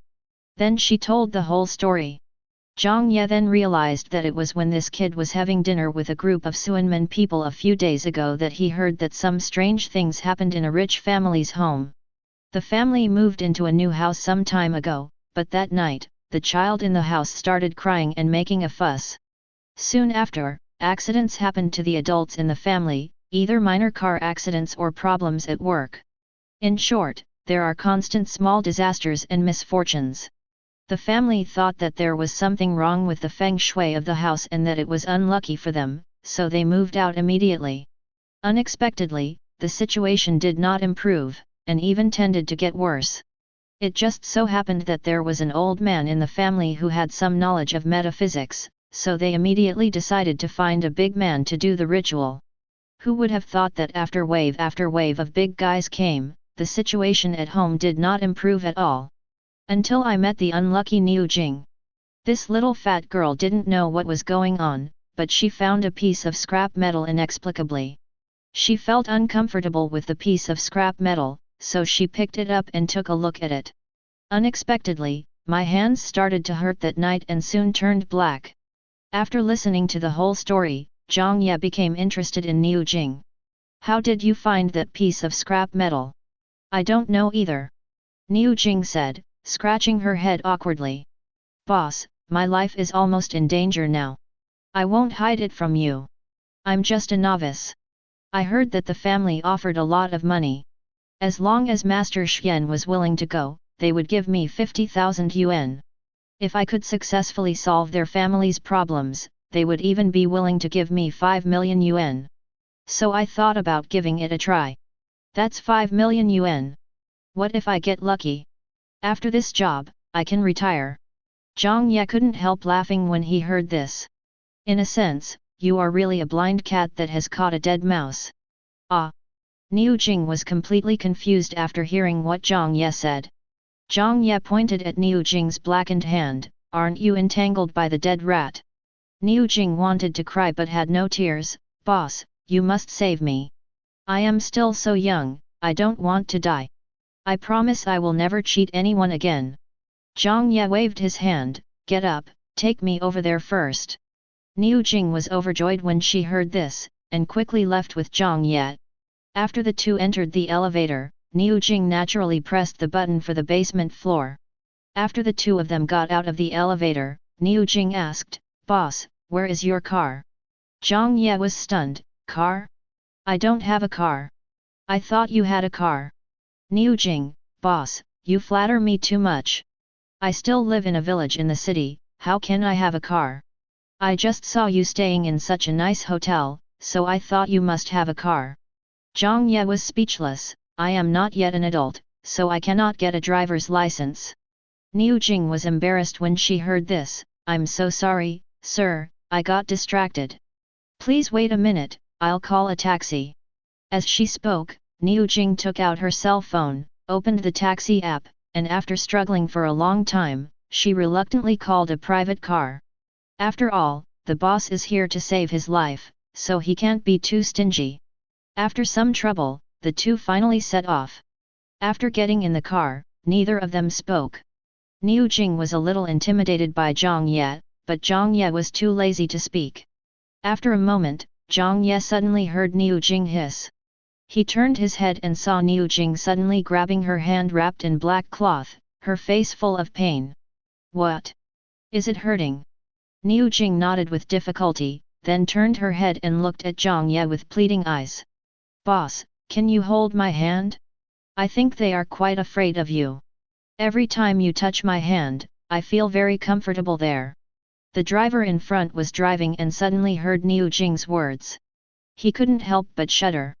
Jiang Ye's face was also very ugly at this time.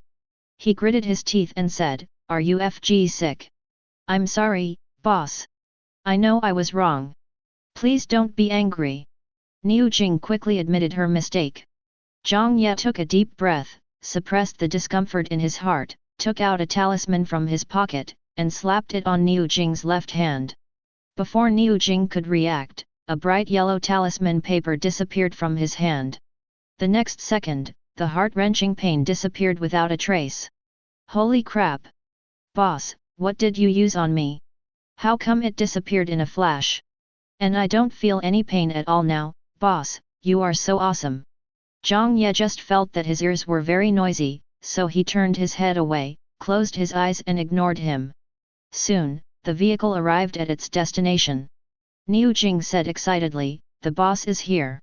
Jiang Ye opened his eyes and found that they were still at the gate of the villa area, so he asked, can't the car drive in? Niu Jing shook her head and said, Chongyuan is a high-end villa area in Daijing. No outside vehicles can enter unless there is an order from the owner. Big boss, please walk for a while. Jiang Ye looked at Niu Jing's guilty expression and knew that this guy probably brought him here without discussing it with the owner. He sighed softly, opened the car door and got out. There are 28 villas in Chongyuan, and the one they are going to is number 16. Jiang Ye originally thought that Niu Jing didn't discuss this with the owner simply because the owner was too busy or simply didn't trust him and didn't want to waste any more time. However, what Jiang Ye didn't expect was that they couldn't even get through door number 16. A group of people were standing in the yard of villa number 16. The person surrounded in the middle was a middle-aged man, about 50 years old. He was wearing a grey Taoist robe, his long hair was tied on top of his head with a wooden hairpin, and he had a long beard on his face. He looks like an immortal, but compared with him, Niu Jing looks more like a liar. The last time Niu Jing came, the owners of the house were a middle-aged couple. But this time, the middle-aged couple were not there. She could only keep calling the middle-aged couple, but the calls were always unreachable. Obviously, she was blocked. After all, this matter concerned Niu Jing's life. She was so anxious that she shouted to a young black-clad bodyguard in the yard, "Hey, big brother, over here." The bodyguard turned around and saw Niu Jing and Jiang Ye, and walked over to them in confusion. "What do you want?" "Niu Jing, brother, I want to ask, where is Mr. Han, the owner of this house?" The bodyguard frowned, "Who are you? What do you want to do with my young master?" When Niu Jing heard this, she was overjoyed. It would be easier if they were a family. "Brother, I am a Taoist priest. I came here to help Mr. Han deal with the strange things in this house before, but I was not skilled enough and could not help Mr. Han. After I went back, the more I thought about it, the more ashamed I felt. So I took great pains to find a real Taoist master. As long as he takes action, Mr. Han's family problems will definitely be solved." After hearing what Niu Jing said, Jiang Ye's eyes flashed with surprise. This fat girl really speaks without thinking. Clearly, he came here to save his own life, but when she said it, it immediately became great. This made Jiang Ye feel that this fat girl Niu Jing might really be a promising talent. But the bodyguard was not moved by Niu Jing's words. He looked at Niu Jing, who looked unreliable, and then looked at Jiang Ye, who looked even more unreliable, and said disdainfully, "No need, my master has already invited a master back, you can go now." After saying that, the bodyguard turned and left. Seeing this, Niu Jing panicked and quickly grabbed the iron gate and shouted, "Don't worry, brother, the master I invited is really amazing. He will definitely be able to help you solve your family problems." Niu Jing's shout immediately attracted the attention of everyone in the yard. Old Han looked at the two young men shouting at the door, frowned, and asked the bodyguard who had just returned what was going on. The bodyguard explained the situation, and Old Han sneered, "You dare to call yourself a master at such a young age? If you really get into trouble, you won't even know how you died. If they don't leave, go get them away, otherwise they will affect the Taoists' practice." "Yes." Several bodyguards responded at the same time, and then walked towards Niu Jing and Jiang Ye.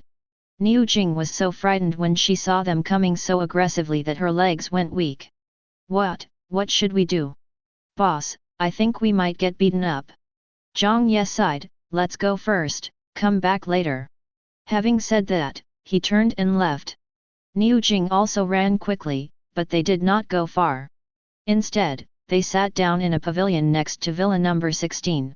At the same time, Villa number 16. Old Han looked at the Taoist priest holding the compass with a nervous look on his face. "Master Chinfo, have you found the source of the problem?" Taoist Master Chinfo looked up at a corner of the courtyard facing south and sneered, "What a vicious mind." When Mr. Han heard this, his face changed suddenly.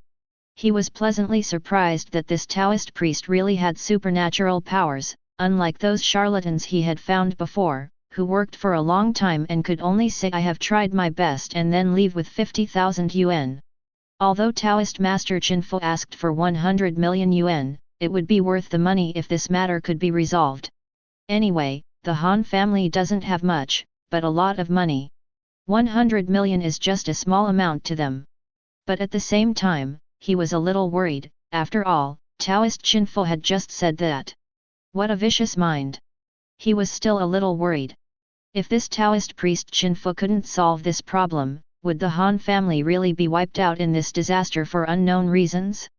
Now it's not just his eldest son's family that's in trouble. Even he was affected. He fell down while walking on flat ground a few days ago. If he was not in good health, he would probably not be able to get up now. Now, Old Han is at his wits' end and can only hope that Taoist Master Chinfo can resolve the current crisis for his Han family. "Master Chinfo, do you have any solution?" Old Han asked cautiously. "Of course, it is my unshirkable responsibility as a cultivator to exorcise demons. When Mr. Han heard this, he finally felt relieved. I hope it can be solved. It seems that this time, their Chen family is saved. So what are you going to do next, Taoist priest? If you need anything, just let me know. Taoist Master Chen Fo nodded, reported some things and asked Mr. Han to prepare them as soon as possible. The things he wanted were all commonly used by sorcerers when performing rituals. Except for the fresh black dog blood which needed to be found on the spot, everything else was ready in the villa. These are all left over from previous warlocks. Old Han quickly sent someone to look for black dog blood. On the other side, in the pavilion. Master, that old Taoist priest seems to be ready to take action. If he succeeds, what will happen to my life? Is there any hope? Niu Jing was very anxious when she saw that everyone around the Taoist priest had dispersed. Jiang Ye glanced at him lightly, ran to the bench and lay down. Don't worry, even if there are 10 of him, he won't succeed. Niu Jing was startled when she heard this. Master, how did you know? Jiang Ye closed his eyes lazily and said nothing. Niu Jing was completely stunned by Jiang Ye's calm demeanor. She guessed that he probably recognized the master's level of skill the first time he saw him. The master is worthy of being a master. Just this way of looking down on everything in the world is enough for her to learn for a lifetime. Worried that Jiang Ye would find her annoying, Niu Jing shut her mouth obediently, resting her chin on her hand and concentrating on watching what happened next in Villa number 16 not far away. More than half an hour later, a black car drove into the yard of Villa number 16. A bodyguard got out of the car, holding an iron bucket in his hand, and walked quickly to Taoist Master Cheng Fu. Cheng Fu looked at the things inside and nodded. At this time, everything he needed to set up the formation had been prepared in the yard. Under Cheng Fu's instructions, several bodyguards poured the black dog blood into 8 white porcelain bowls and placed them in 8 different directions, due east, due west, due south, due north, southeast, southwest, northwest, and northeast. Niu Jing was far away and couldn't hear what Cheng Fu said. She could only see him holding the peachwood sword and muttering something, as if he was chanting some spell. Then he grabbed a handful of yellow talismans from the table and threw them into the sky with force. Suddenly, a gust of wind blew up beside him. Then, the yellow talisman seemed to come to life and began to circle around him. His Taoist robe and long beard fluttered in the wind, giving him the appearance of a god descending to earth. At this moment, a faint golden light even appeared on his peachwood sword. Everyone present was stunned. Niu Jing in the pavilion stared at everything in front of her in amazement, and couldn't help but sigh in a low voice, "Damn, this old Taoist priest seems to have some skills." He turned around to look at Jiang Ye who had woken up at some point, only to see Jiang Ye watching everything that happened in the yard with a half smile on his face. She thought about it, but decided not to say anything, lest the boss misunderstand that she didn't trust him. The sky and earth are clear and bright, all evil spirits are gone, hurry up and obey the command. At this moment, a majestic voice reached Niu Jing's ears. Although the pavilion where Niu Jing was sitting was some distance away from Villa number 16, the voice was very clear, as if it was wrapped in endless pressure. In an instant, the situation changed drastically. Suddenly, dark clouds gathered over Villa number 16 and strong winds blew.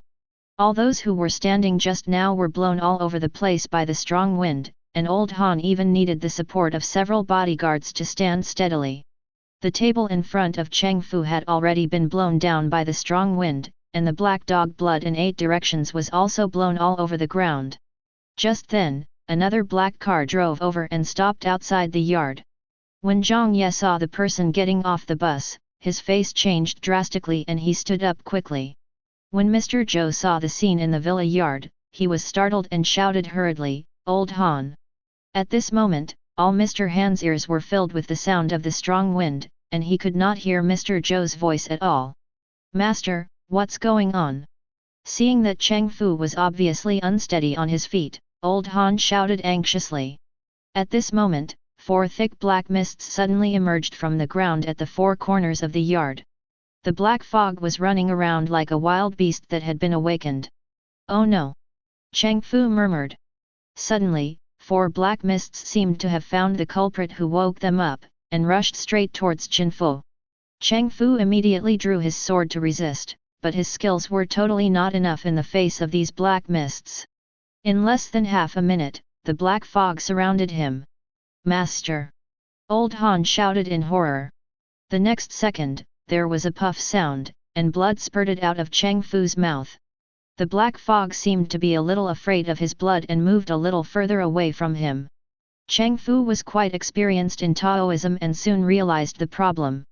He wiped the blood from the corner of his mouth, smeared it on the peachwood sword, and then raised the sword and slashed wildly. "Get out! Get out! I'm going to kill you, evil spirits!"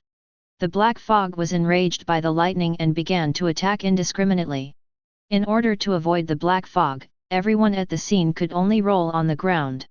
At this time, a ball of black mist went straight towards Old Han, and Old Han retreated back with a look of horror on his face.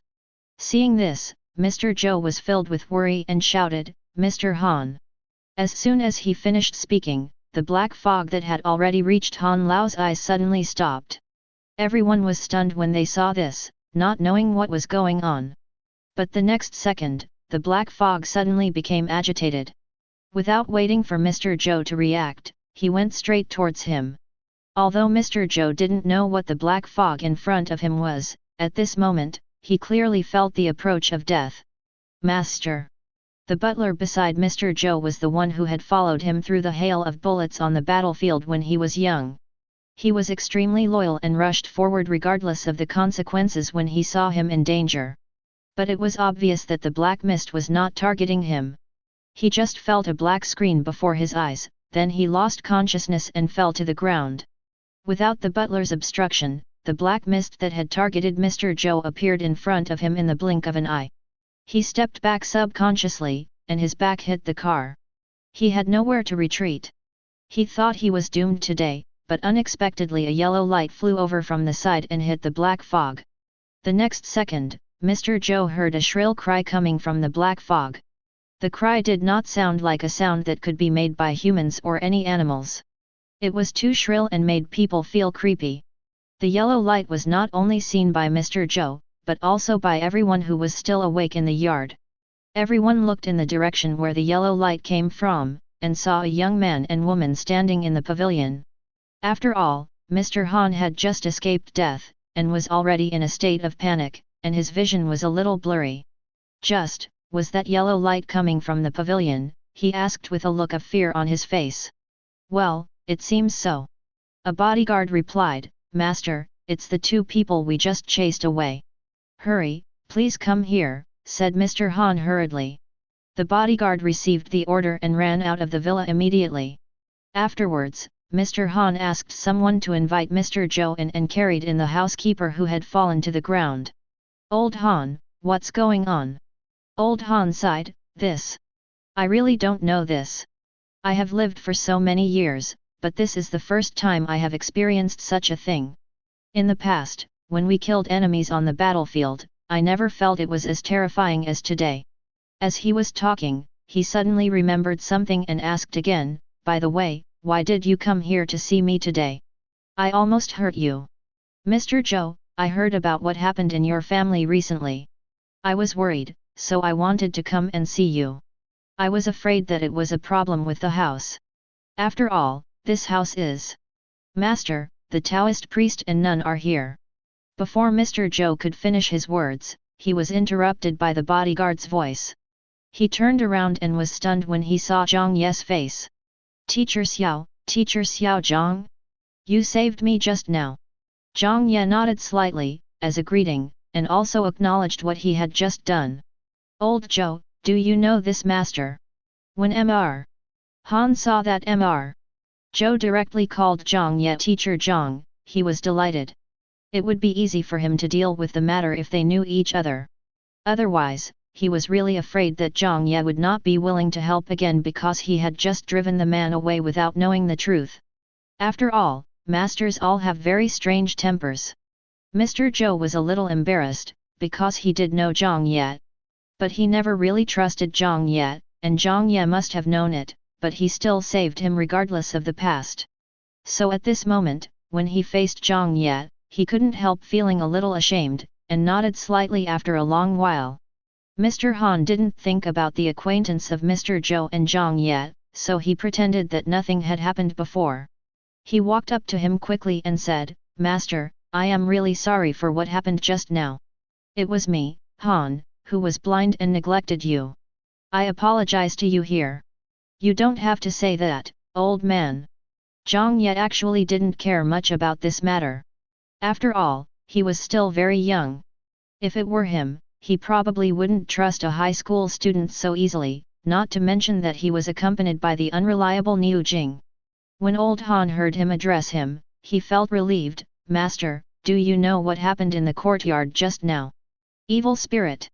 After the words fell, everyone's face showed a look of confusion. "Nonsense." At this moment, Cheng Fu suddenly scolded loudly. He just woke up from his coma and found himself lying alone on the ground, while the people who surrounded him before were now surrounding a young boy like stars surrounding the moon. Over the years, no matter how powerful a person was, they would be respectful to him when they met him. But now they are ignoring him like this. Even if he wasn't able to help this family solve their problem, at least he was injured for them, right? It was really too much for them to ignore him. Just then, Jiang Ye started talking nonsense again, saying that the strange things in the courtyard were caused by evil spirits. Wasn't this just a slap in the face for his previous assertion that evil spirits were the cause of the trouble?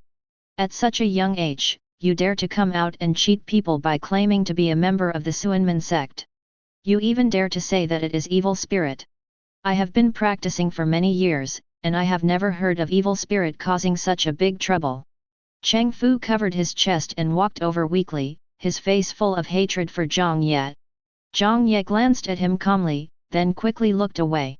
He acted as if he didn't take him seriously.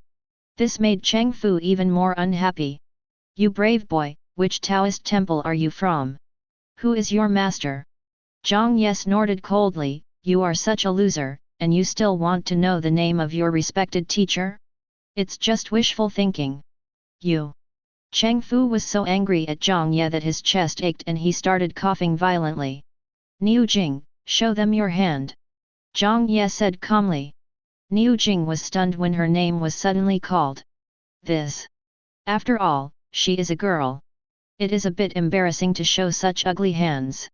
Although she felt a little embarrassed, she still untied the black cloth wrapped around her hands for the sake of her life. There was black air coming out of it, and it appeared in front of everyone like an old woman's dry hand. Everyone gasped. What's going on?" Old Han felt his legs getting weak at this point, and pointed at Niu Jing's hand and asked. "Jiang Ye, evil spirit invades the body." A bodyguard with a quick mind immediately realized the danger. "Danger, you said that the black fog just now was evil spirits, and these evil spirits have been circling around us just now. Will we be like this too?"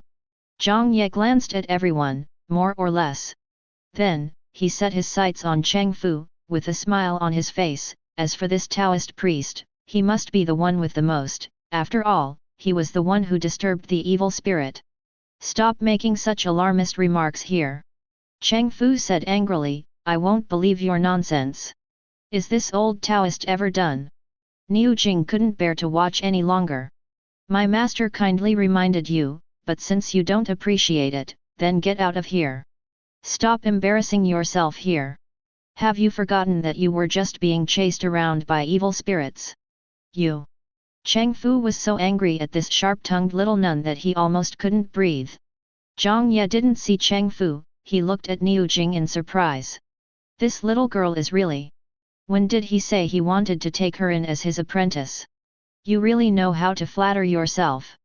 Niu Jing was actually feeling a little guilty at this moment. She had just deliberately lost her temper just to gain favor with Jiang Ye. Just now, when she saw Jiang Ye throwing talismans in the air in the pavilion, she had already made up her mind to accept this big guy as her master. Even if the boss doesn't accept her, she will shamelessly follow him. Jiang Ye was considering the presence of so many people and didn't feel like slapping the girl in the face, so he simply put the matter behind him. "Since master knows what's going on in this courtyard, are you willing to help me, Han, this time. Although Jiang Ye was incredibly young, he would rather believe Jiang Ye because he was able to send out that golden light to repel the black fog and save Lao Zhou than Taoist Cheng Fu, who was beaten to a mess by the black fog. Jiang Ye was silent for a moment. How much did Mr. Han pay for this Taoist priest? Upon hearing this, old Han looked at Cheng Fu, whose face turned black, and felt a little embarrassed. Cheng Fu is a capable man after all. Even if he cannot solve the problem, he still dare not offend him easily. After all, the methods used by these people in the Suanmen are too powerful. If you want to take revenge on someone, you probably just need to move your mouth. Jiang Ye looked at Mr. Han's reaction and instantly understood his concerns. Since Mr. Han is not in a position to say, I will not consider these and will just quote you what I like. Okay. Old Han nodded hurriedly, as if relieved. Master, as long as you can solve this problem, the price is not a problem. 100 million. Jiang Ye said lightly. Everyone gasped when they heard this. 100 million? How dare he ask for it? He is still so young. Although Taoist Master Chen Fu also asked for 100 million, he has been famous for many years and is a guest of honor for many bigwigs in the circle. But what they didn't know was that Jiang Ye hadn't finished speaking yet. Plus this villa. Cheng Fu laughed loudly and said, Young man, aren't you afraid that the wind will blow your tongue away? You are so young, your hair hasn't even grown out yet, and you dare to ask for such a high price. Don't you even consider whether you are worthy of it? Jiang Ye smiled faintly. Old Taoist priest, before you meddle in other people's affairs, you should first find a mirror to look at your face, it's starting to turn black. Cheng Fu was stunned when he heard this and subconsciously touched his face. Only then did he realize that his hands had started to turn black without him knowing. He quickly looked around for his cell phone to see if his face was really turning black. Everyone also saw Cheng Fu's look, and they were afraid that they would be the next person. They all looked at old Han anxiously, wishing they could agree to it on his behalf. Although Mr. Han felt that the price was a bit high, he was willing to pay it if it could solve the problem. Master, rest assured. If you can really solve this problem, I will pay the 100 million immediately. As for this property, it will be transferred to your name as quickly as possible. Having said that, old Han paused, and then a hint of hesitation appeared on his face. If Mr. Han has any other questions, please ask them together. Old Han smiled awkwardly. It's like this. Master, I want to ask, after the matter here is resolved, can you help us get rid of the evil spirits in our bodies? And all the people who have had accidents in my family during this period, they are all in a bad situation now. Jiang Ye looked at the nervous expressions on everyone's faces and said, Don't worry, 100 million is to get rid of the evil spirits. This villa is to solve all the problems caused by the evil spirits. After hearing this, everyone breathed a sigh of relief. Then Master, may I ask if there is anything you need later? I'll have someone prepare it right away. Old Han asked again. Go get some shovels, and stay away from me until I call you. After hearing this, everyone felt that Jiang Ye was the real boss. He could solve such a terrible thing so calmly without any preparation. Compared to the previous guy who was both black dog blood and glutinous rice, he is so many times stronger. Jiang Ye walked to the middle of the yard. He had to admit that Cheng Fu was quite capable, at least he chose the right location for the performance.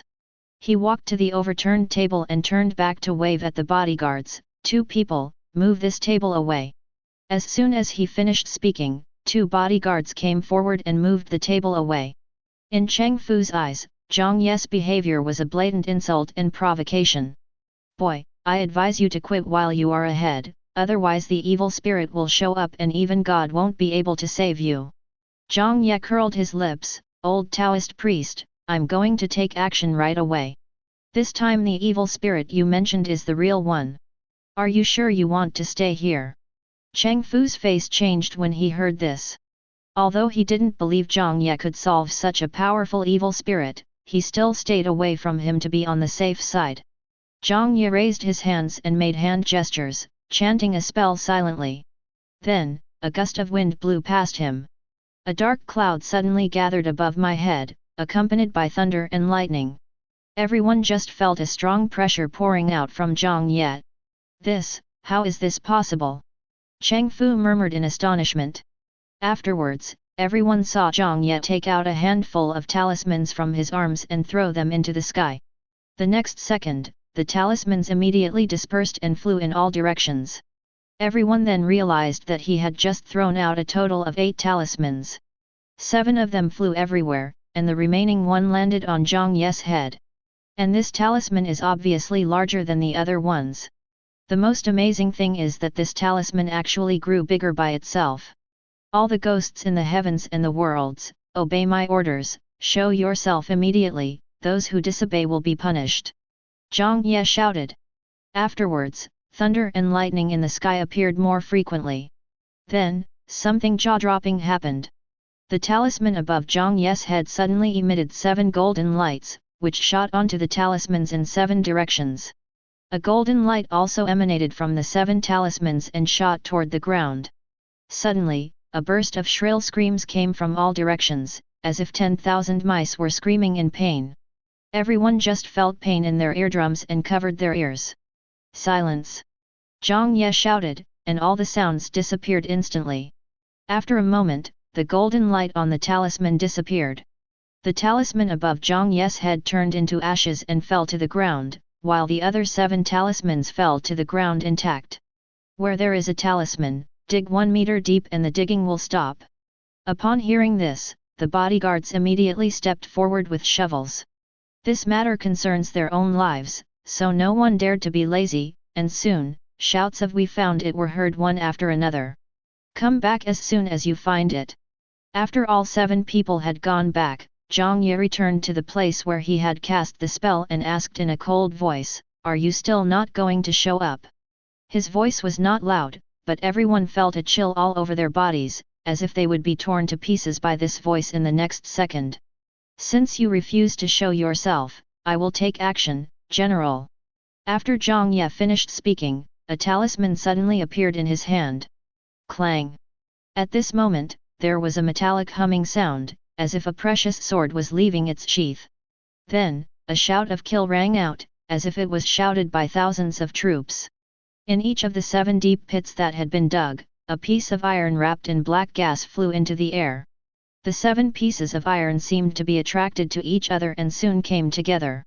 Thus, 7 pieces of iron that looked like scraps of copper and iron turned into a big knife. If you look closely, you can see blood still dripping from the sword. The big knife floated in front of Jiang Ye, and wisps of black air went towards Jiang Ye, as if testing him. Jiang Ye said coldly, "You have 2 choices, one is to be reduced to ashes, the other is to send you to reincarnate." Dadao seemed to be insulted, and his whole body was shaking when he heard this. The black air around became thicker and continued to spread outwards. Jiang Ye shook his head, "In that case, don't blame me for being ruthless." As he spoke, he took out a talisman. Dadao instantly became timid and restrained the dark energy. Jiang Ye then put down the talisman. "That's right. After all, he was once a famous general who protected the country. Come over." Jiang Ye waved at the big knife, and the big knife shook the blade gently, as if hesitating, but finally succumbed to Jiang Ye's pressure and slowly flew towards Jiang Ye. Unexpectedly, just when Jiang Ye was about to grasp the knife handle, something unexpected happened. The big knife flew towards Mr. Zhou at a rapid speed. "Old Zhou!" Old Han shouted in shock. "You are so stubborn." Jiang Ye's face suddenly turned cold. He threw out a handful of talisman papers and then quickly drew a talisman in the air with his hand. The evil spirit is reduced to ashes and smoke, and the thunder is so powerful that all evil is annihilated. The next second, countless talismans flew towards the big knife, hitting it one by one. The sound of miserable screams never ceased. As the talisman paper wrapped around the sword, the screams became weaker and weaker, and the black fog gradually faded. In the end, the sword was completely wrapped in the talisman paper and fell to the ground, and its original appearance could no longer be seen. At this time, Mr. Zhou was so frightened that his face turned pale and he had to rely on someone to help him stand steadily. The dark clouds gradually dissipated and everything in the yard returned to calm. As if nothing had happened. Jiang Ye stepped forward, picked up the long knife, took a look at it, and threw it to Niu Jing casually. Niu Jing screamed in fright and took a big step back. The long knife fell to the ground. Jiang Ye frowned and looked at him puzzledly. "Boss, what do you mean?" Jiang Ye was speechless. "I asked you to hold it." But, didn't you say that this was the real body of the evil spirit? I'm so weak, will it turn my whole body black?" Jiang Ye was completely speechless at the fat girl's train of thought. If this person is really his disciple, he will be angry to death sooner or later. Never mind, I'll just do it myself. Thinking of this, Jiang Ye took a step forward and prepared to pick up the long knife. Niu Jing then realized that the knife had been subdued by the boss. The black air above has been suppressed tightly by the talisman of the boss, so there will definitely be no danger. And she, this fool, just lost an opportunity to serve the big boss. Thinking of this, she quickly rushed ahead of Jiang Ye, picked up the knife and held it in her arms. "Boss, I'm sorry, I was ignorant just now. Don't worry, from now on, I will definitely hold this knife for you." Jiang Ye didn't know what this fat girl was doing, but he was too lazy to care.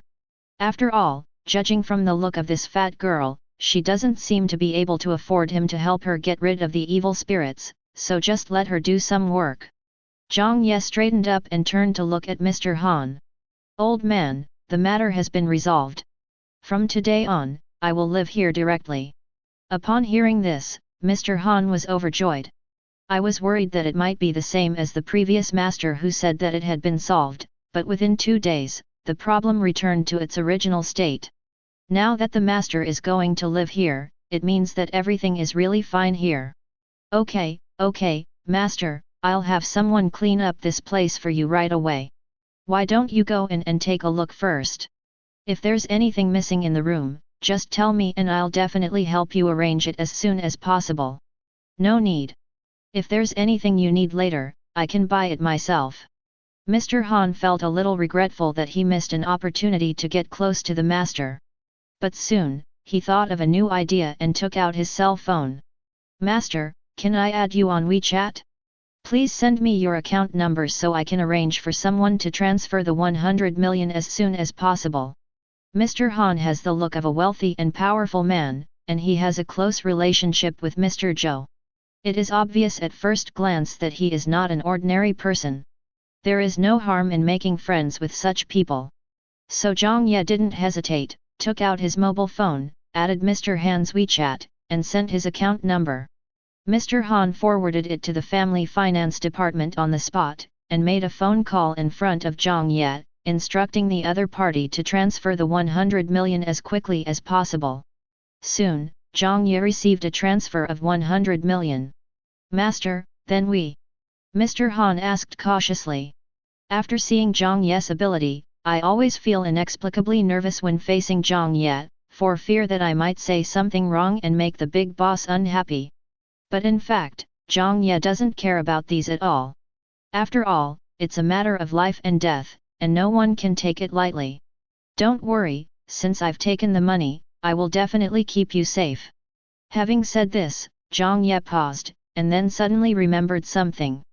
"By the way, Mr. Han, I am still just a high school student.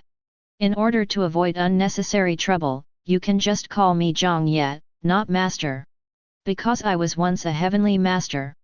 Mr. Han smiled and said, "If I call you Jiang Ye, it would be too disrespectful to you. But since you said so, I will call you Mr. Jiang from now on." Jiang Ye nodded, too lazy to dwell on such a trivial matter. "There are too many of you. It will take a while to get rid of the evil spirits in you." As Jiang Ye spoke, he was silently making plans in his mind. But he didn't know that everyone present was worried at this moment. Isn't it a matter of a moment? Doesn't that mean that some part of their body will also become dark like that fat nun? How about this, the day after tomorrow at 11 o'clock, you all come here together, and I will help you completely get rid of the evil spirit in your body. Everyone breathed a sigh of relief when they heard this. It turns out it was just a one-day wait. Master. Cheng Fu had moved behind Jiang Ye at some point, a flattering smile on his face. Can you help me get rid of the evil spirit tomorrow night? Jiang Ye looked at him, his eyebrows slightly raised. Didn't Master Chen Fu say that this is not evil spirit? No, no, no, it's all because I didn't recognize the real master. I didn't even recognize the master of metaphysics. I hope Master Jiang. No, I hope Mr. Jiang Xiao can be kind and help me get rid of the evil spirit on my body. Jiang Ye thought about it, then turned and looked at Mr. Han. Has the Master Chen Fu's remuneration been paid? Mr. Han said with embarrassment, I paid 50%. Chen Fu has earned a lot of money over the years by relying on his own abilities. I don't want to sacrifice my life for just 50 million. So he quickly assured Jiang Ye, give it all to Mr. Xiao Zhang. The matter was resolved by Mr. Xiao Zhang. These rewards should have belonged to Mr. Xiao Zhang. How dare I keep them for myself? Jiang Ye was very satisfied with Cheng Fu's understanding, and then looked Cheng Fu up and down.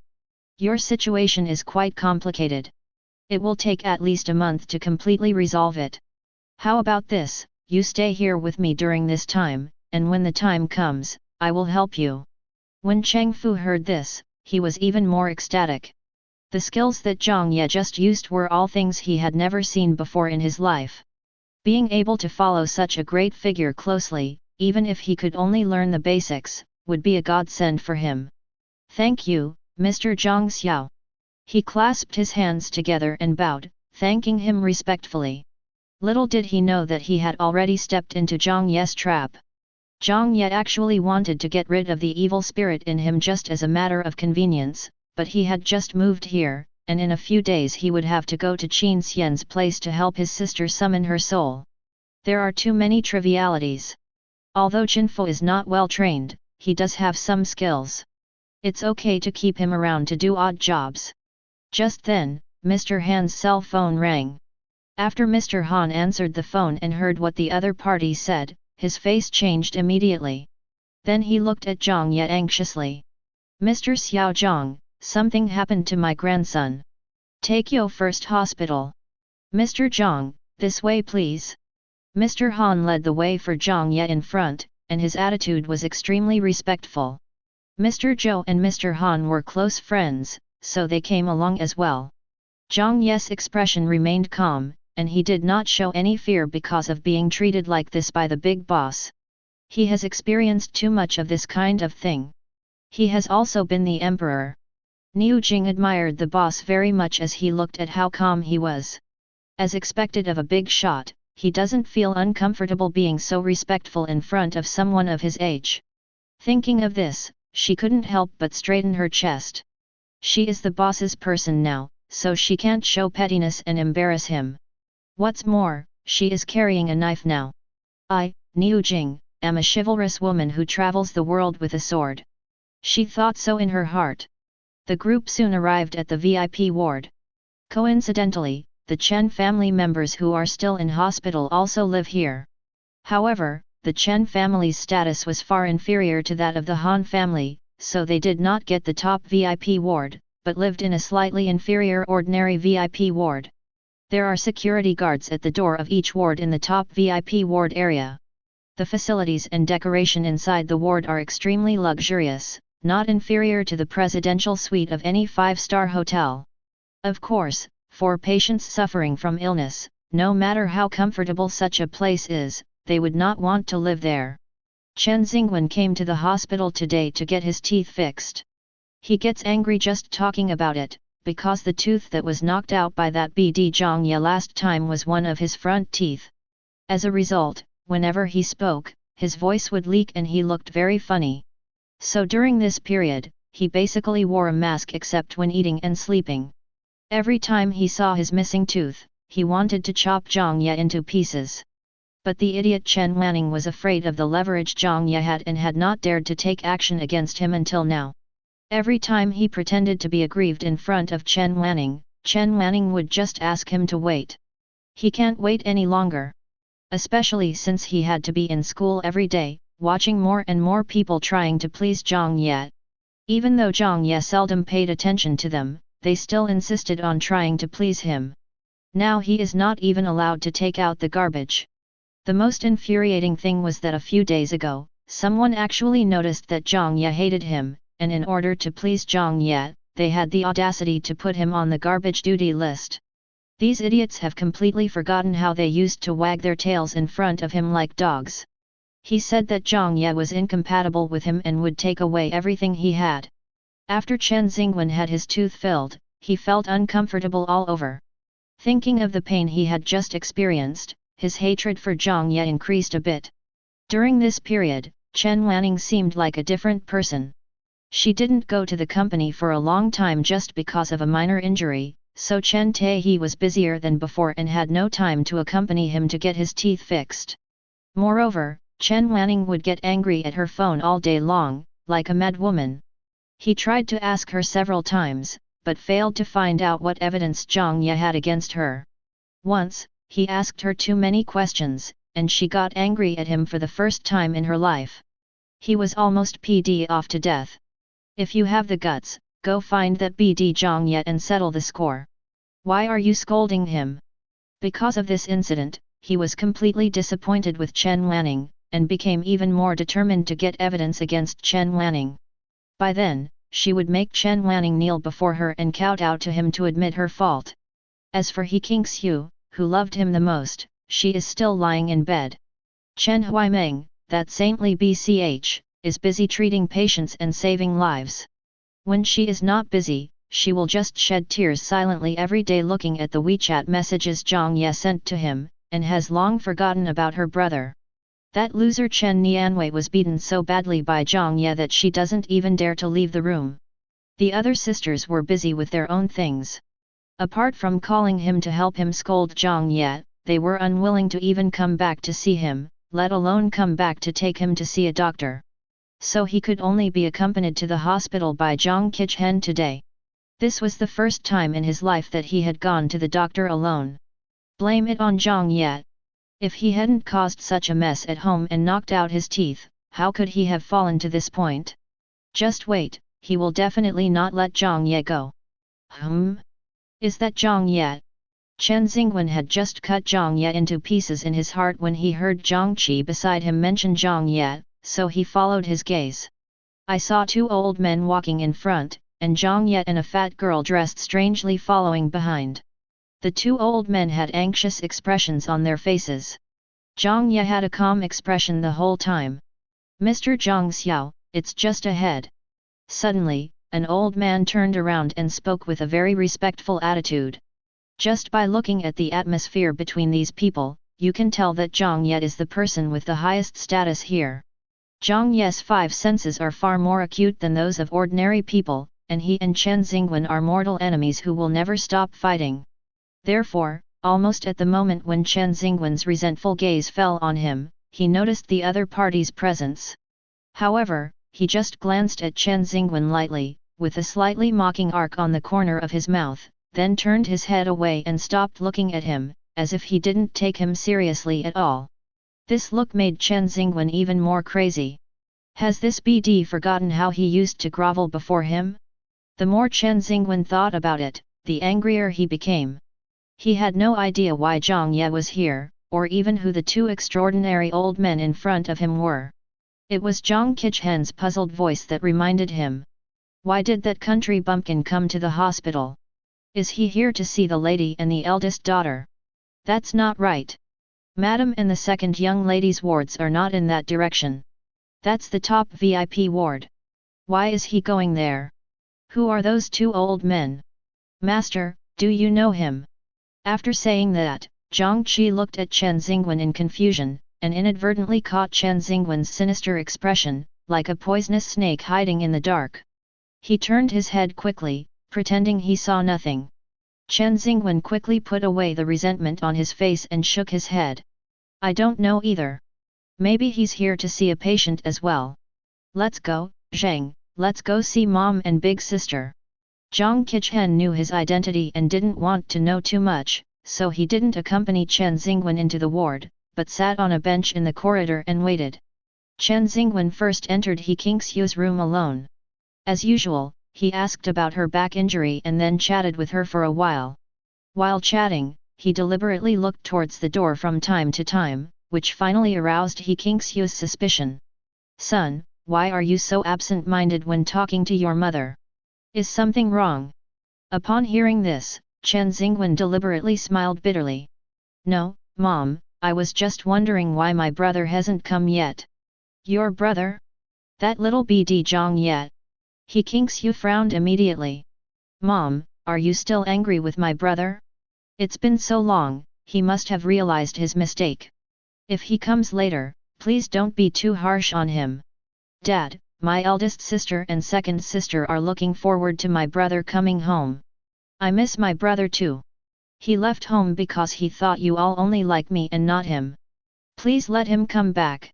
I still hope that our family can be together. He Qingxiu sneered, humph. He turned our Chen family upside down, and now he wants to come back? Don't even think about it. After saying that, He Qingxiu looked at Chen Xingwen with a distressed look on her face. Wen Wen, you are just too kind, that's why you can't beat that little beast who was raised by a bunch of lowly mountain villagers. Mom is telling you, if you meet him next time, don't pay any attention to him. You are a fine jade, and you will suffer if you collide with this kind of stinky stone. If you have any problems in the future, you must tell your mother immediately and she will help you vent your anger. Thank you, Mom. You love me the most. Chen Xingwen said with a touched look on his face. After leaving He Qingxiu's place, Chen Xingwen turned around and went to Chen Wanning's ward. Big sister, isn't your brother here? As soon as he sat down, he pretended to be confused. Chen Wanning was startled when she heard this, and then immediately became alert. What did he come for?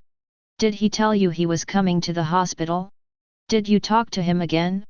What else did he say to you? Chen Xingwen shook his head, no. I just saw my brother in the hospital, and I thought he had figured it out and came to see you and Mom. But I just came from Mom's place and didn't see him, so I thought he was with you. Chen Wanning breathed a sigh of relief when she heard this, but now she felt irritated whenever she heard anything about Jiang Ye. The people she sent to investigate Jiang Ye could only find out about Jiang Ye's past. Chen Taihe had already found out all of this before he brought Jiang Ye back. It's just that he suffered a lot in his childhood, but before returning to the Chen family, he was a good student who was motivated and studious. After returning to the Chen family, he was dazzled by fame and fortune and lost interest in studying, causing his grades to plummet. These contents don't seem to be the reason for getting close to Qin Xian and finding out the truth of those years. So Chen Wanning thought that Jiang Ye must have been able to get hold of her recently. But no matter how many private detectives she sent, they couldn't find any clues. Now they couldn't even find out where Jiang Ye lived. Every time I followed Jiang Ye, he would quickly throw me off. Even if I waited for a whole day at the school gate where he had to enter and exit every day, I couldn't even take a photo of him. It's absolutely weird. Chen Wanning didn't know how many times she got angry because of this, but there was nothing she could do. He didn't come over. Where did you see him in the hospital? Finally having the chance to see Jiang Ye again, Chen Wanning began to wonder whether she should talk to him again. Chen Xingwen pretended to think for a moment before saying, in the top VIP area, my brother is with two old grandfathers. Those two old grandfathers seem to be of high status, but they seem to have a very good relationship with my brother. Having said this, he paused deliberately, and then as if he suddenly thought of something terrible, he said with a look of horror, Sister, the people living in the top VIP ward are all big shots, and brother has been saying that he will not let us go. Is he here to find a backer this time? After Chen Xingwen finished speaking, he carefully observed Chen Wanning's expression. He just didn't believe it. If Chen Wanning knew that the Chen family was in trouble, would she still be able to sit still? Sure enough, although Chen Wanning didn't say anything, her increasingly furrowed brows fully demonstrated the anger in her heart. It seems that even if she doesn't take action today, she won't be able to wait much longer. And He Qingxiu is here today. He had just been so wronged in front of He Qingxiu, and she didn't believe that He Qingxiu would remain indifferent and not do anything to Jiang Ye. The two old men following Jiang Ye were obviously not ordinary people. For such a person to hang out with a good-for-nothing high school student like Jiang Ye, it is highly likely that he was deceived by Jiang Ye's sweet words. But what if Jiang Ye's biological mother reveals his true identity herself? Chen Xingwen didn't believe that the two old men would still be willing to continue dealing with him. Maybe because he knows Jiang Ye's true character, he will teach him a lesson. At the same time, in the ward of Mr. Han's grandson, Hao Sitong burst into tears in the arms of her husband Han Teng. Han Teng looked worried as he looked at his 5-year-old son who was tied tightly with a bed sheet. When Hao Sitong saw Mr. Han coming, she rushed over and grabbed Mr. Han's arm as if she had found a savior. "Dad, you're finally here." She glanced at Jiang Ye and the others, then asked anxiously, "Dad, where is the master you invited?" "Yes, Dad, didn't you say you would bring the master with you?" Han Teng also came over. "This Mr. Jiang is the master I invited here. Please show some respect." Old Han knew that his son and daughter-in-law would ask this question because they must think Jiang Ye is too young to be a so-called master, so he wanted them to be careful with their attitudes so as not to offend the master accidentally. Unexpectedly, he was interrupted by the anxious Han Teng before he could finish his words. "Dad, are you getting senile? This kid looks so young, but he's definitely a liar. Do you know how dangerous Hao's situation is right now?"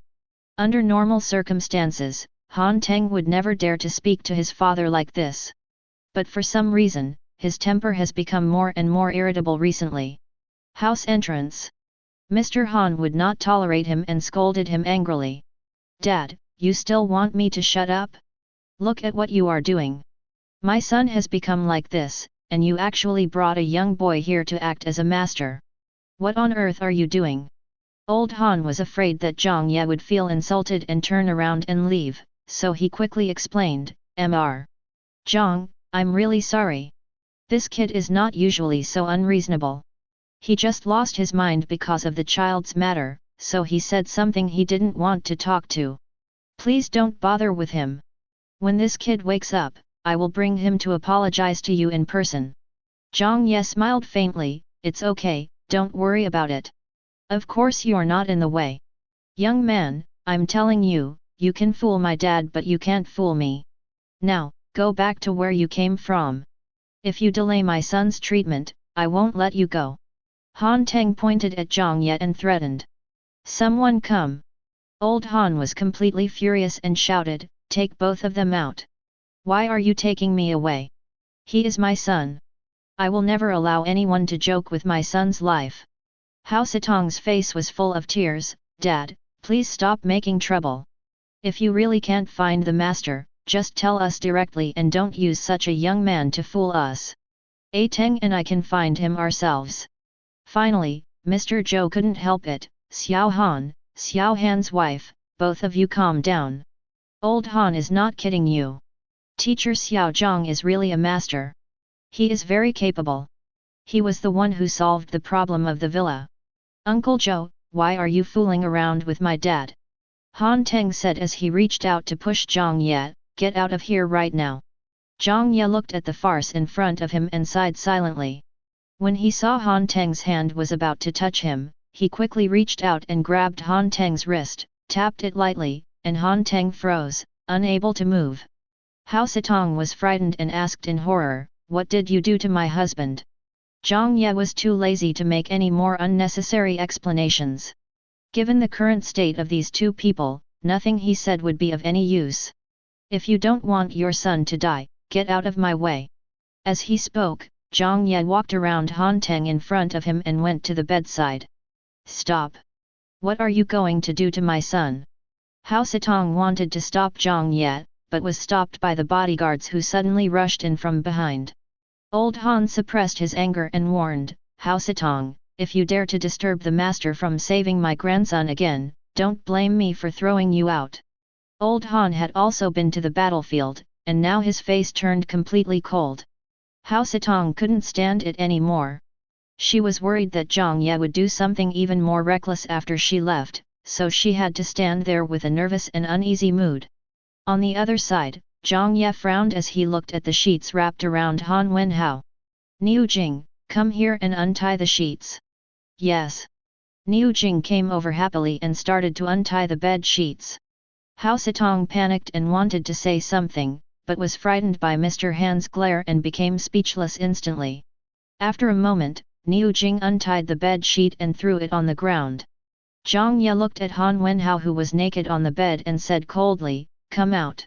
As soon as he finished speaking, Han Wenhao, who had been sleeping soundly, suddenly opened his eyes, gave Jiang Ye an evil smile, and then suddenly jumped into the air and pounced straight at Jiang Ye. Jiang Ye's expression was stern, and he reached out and pinched Han Wenhao's thin neck. Seeing this, everyone gasped. Hao Sitong even screamed, "Let my son go!"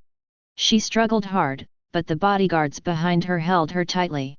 At this time, Han Wenhao, who was strangled by the neck, was not afraid at all, but laughed out loud. He he he. The shrill, eerie laughter echoed in the ward, making people shudder. Court death. Jiang Ye sat down beside the bed and turned Han Wenhao over. He held him down with one hand and raised the other hand high up and slapped him hard on the butt. "Can't you get out?" Han Wenhao screamed and replied in a shrill voice, "No." "Can you come out?" Another slap. "No, no, no, no." Bang. "I can't get out. I won't come out. I won't come out even if you kill me. I wonder what you can do to me." This time, Jiang Ye had completely lost his patience. "Since you are young, I will give you one last chance. If you don't come out, don't blame me for beating you to death." "Humph! Just because you are a little Taoist priest, you want to kill your grandfather? You are just dreaming. Do you know how many years your grandfather has lived?" Jiang Ye smiled faintly and raised his hands high again. This time, he did not strike directly, but gathered a trace of mysterious power that only a heavenly master possessed in his palm, and then struck back with all his strength. "Ah!" Han Wenhao screamed and then burst into tears. "Wow, why didn't you say you were a heavenly master? If you had said so earlier, I would have come out a long time ago. Why? If you don't run into the heavenly master, can you do evil things?" "Woo, I won't dare to do it again. Master, please spare me, I'll come out right away." As soon as he finished speaking, everyone saw a ball of black gas floating out from Han Wenhao's body, floating all the way to the corner before revealing its original appearance. It is a young child with a similar body shape to Han Wenhao. Jiang Ye stood up holding Han Wenhao and waved to Hao Sitong, "Come here and hold your son." The bodyguard behind Hao Sitong then let him go. Hao Sitong rushed over with tears streaming down her face, hugged her baby son and kissed him again and again. Jiang Ye turned his head and glanced at Hei Tong, "Stand still. I'll settle the score with you later." Everyone clearly saw that Hei Tong was shaking with fear. Jiang Ye walked to Han Teng and pressed the place where he had cast the immobilization spell before. Han Teng staggered for a moment, then he realized that he could move. "What did you do to me?" Han Teng looked at Jiang Ye with horror. Seeing that Han Teng dared to act so presumptuous in front of his grandson's savior, old Han was so angry that he kicked him on the butt. "Why don't you thank your benefactor? He just saved your son." When Han Teng was immobilized, his five senses were not blocked, so when he heard his father's words, he immediately remembered the noises he had just heard. He turned his head and saw his wife holding their son who had just woken up, and quickly ran over. Jiang Ye walked up to Hei Tong and squatted down, asking coldly, "Tell me, why did you harm that child?" Hei Tong said aggrievedly, "His body is so suitable for me, I want to live again." "If you want to live again, why don't you reincarnate? Do you know that you don't even have the qualifications to enter reincarnation now?" After hearing this, Hei Tong was so scared that he burst into tears. "Woo! Master Tianqi, can you please not let my soul fly away? I'm scared." "Oh, you're scared now? Why weren't you scared when you were hurting people?" I don't know either. It was General Daddy who said it was no big deal. I thought it was fun, so I borrowed the body of that younger brother." Jiang Ye sighed, then turned to look at Mr. Han. "Mr. Han, please ask someone to buy me an umbrella, a pure black one." Hei Tong was overjoyed when he heard this. "Master Tianqi, you won't let my soul fly away, right? Then can you send me back to my father, the general?"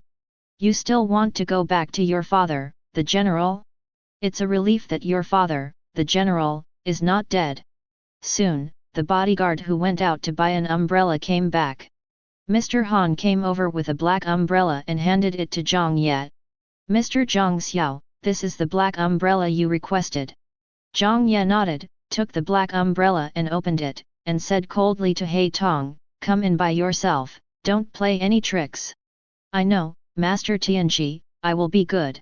After saying that, He Tong turned into a ball of black mist and flew into the black umbrella.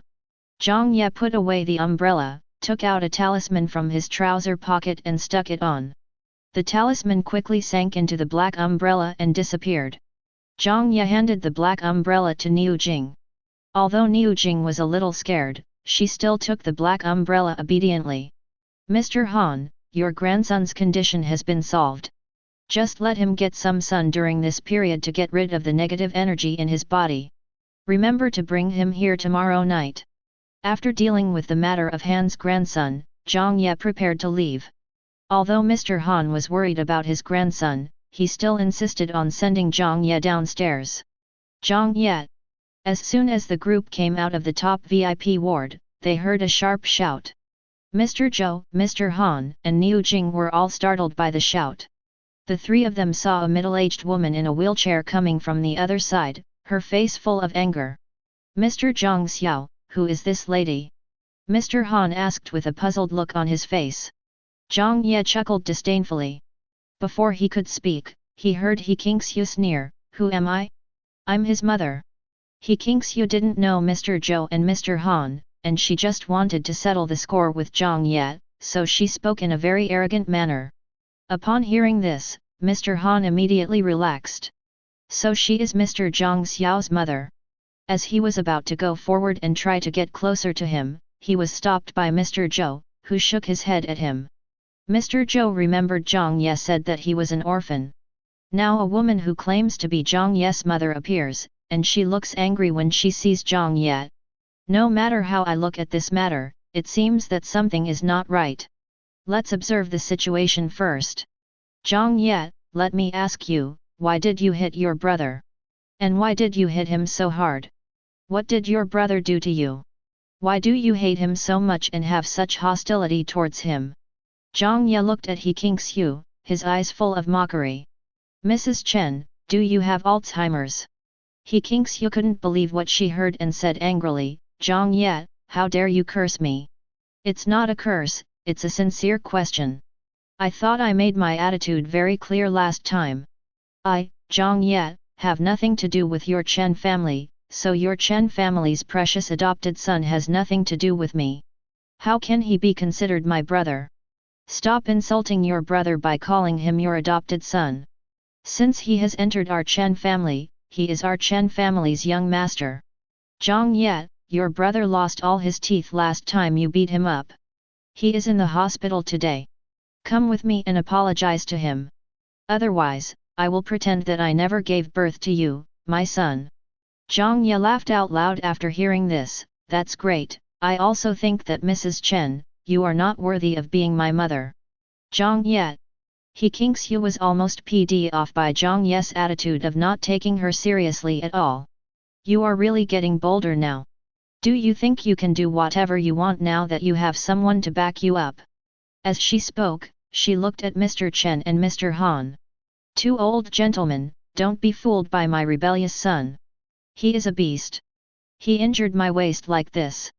Not only that, he also beat his eldest sister into the hospital.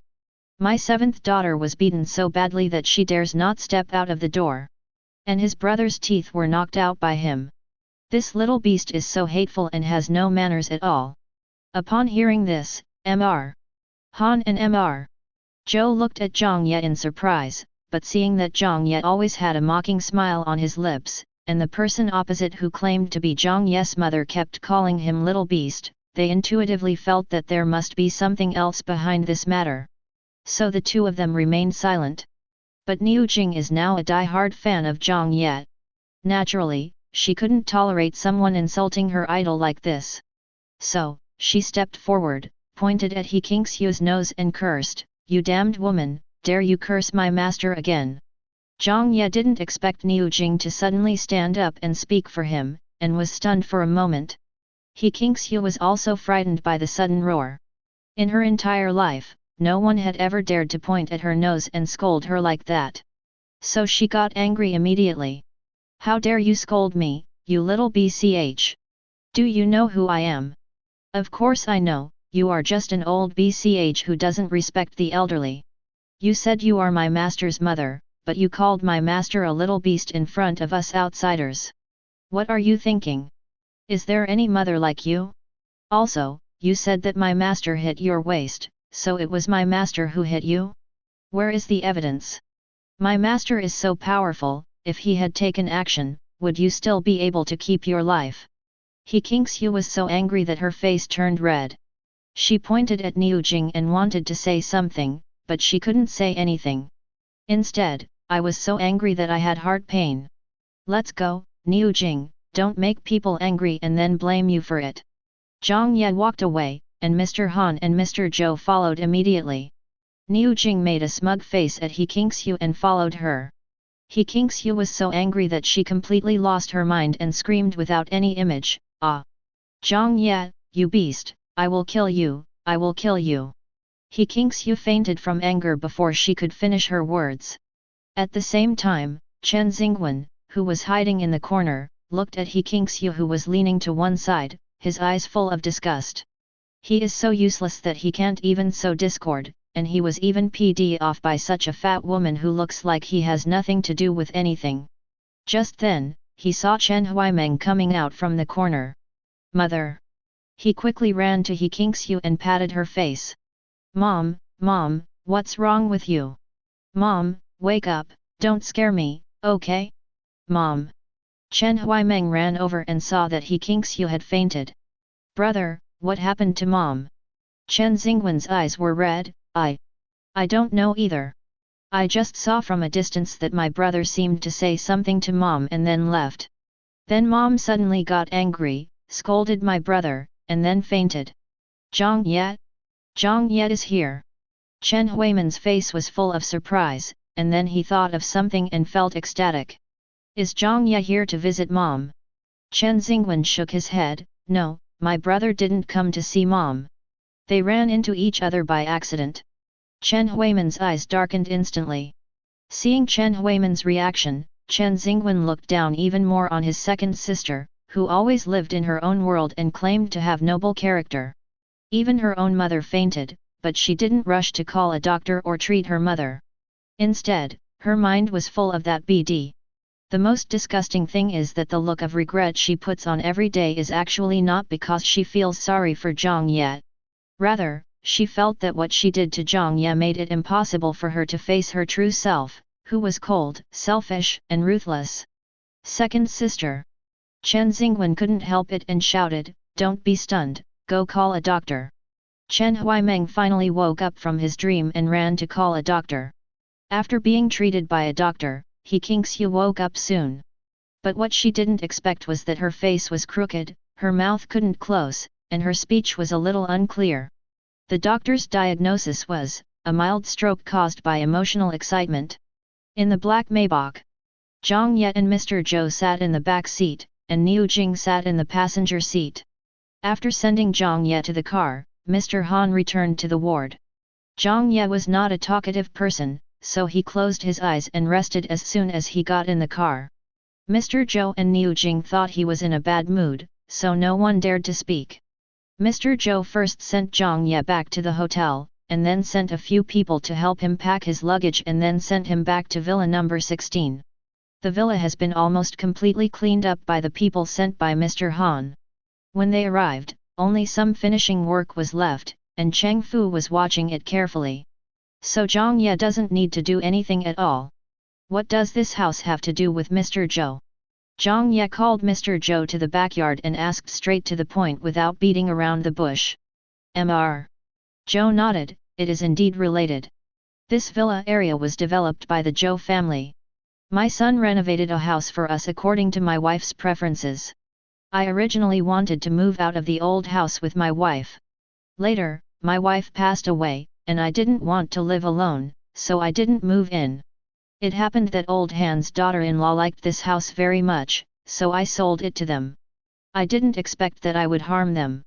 At this point, Mr. Zhou suddenly realized something and his face changed drastically. Teacher Xiao Zhang would ask this question, is it because the things in this villa are coming for me? Mr. Zhou, do you still remember that evil spirit rushed towards you twice? If I'm not mistaken, that evil spirit should have been cultivated with your blood. What? Raised with my blood? After hearing this, Mr. Zhou broke out in a cold sweat. Yes, if that evil spirit had not been cultivated by you, it would not have rushed straight to you upon seeing you. Your blood has the power to summon it. Selling your house saved your life. Otherwise, you wouldn't have been able to see me. Jiang Ye sneered. The man behind this is really vicious. If one plan fails, he will come up with another. Mr. Zhou, the man who gave you the ring is determined to kill you. The face of his youngest son suddenly flashed through Mr. Zhou's mind. He couldn't believe that the person who wanted to kill him could be his own son. Teacher Xiao Zhang, the person who harmed me must be the one who gave me the ring? Could there be some misunderstanding? Jiang Ye was silent for a moment before he said, the person who gave you the ring is very important to Mr. Zhou. Mr. Zhou nodded, to be honest, the person who gave me the ring and this villa was my youngest son. Jiang Ye sighed softly, if Mr. Zhou doesn't believe that your youngest son will harm you, then take the time to bring him here. After I see him, I will have a way to confirm it. Okay, then I'll have to trouble teacher Xiao Zhang. When Mr. Zhou left, most of the staff in the villa had already left. Jiang Ye walked around the villa, with Cheng Fu and Niu Jing following behind him. Cheng Fu smiled and said, how is it? Mr. Zhang, are you satisfied with the layout of this villa? If you feel there is something wrong, I will adjust it tomorrow. Jiang Ye nodded, that's about it, no need to keep going. I really have other tasks for you. Mr. Zhang, please speak. As soon as Cheng Fu finished speaking, Niu Jing also spoke up. Master, I'm here too. If you have any instructions, just give them to me. I'll do the work, and you can rest assured. When Cheng Fu saw that Niu Jing was trying to steal the credit, he glared at her angrily. Niu Jing now considers herself Jiang Ye's apprentice. Even though Cheng Fu is very advanced, she is not afraid at all and glares back at him fiercely. Cheng Fu was so angry that he was gasping for breath, but he was afraid of making Jiang Ye unhappy, so he had to endure it. Okay, stop arguing. Jiang Ye didn't want to see the two of them fighting like a black-eyed chicken, so he spoke out to stop them. Since you are so free, let's go together. Chinfu, you can read faces, right? Cheng Fu nodded proudly, yes, Mr. Jiang. Jiang Ye nodded. Niu Jing, please help me find a driver.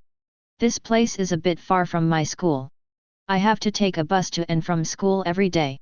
It's not convenient without a driver. Chinfu, you are responsible for helping me to check.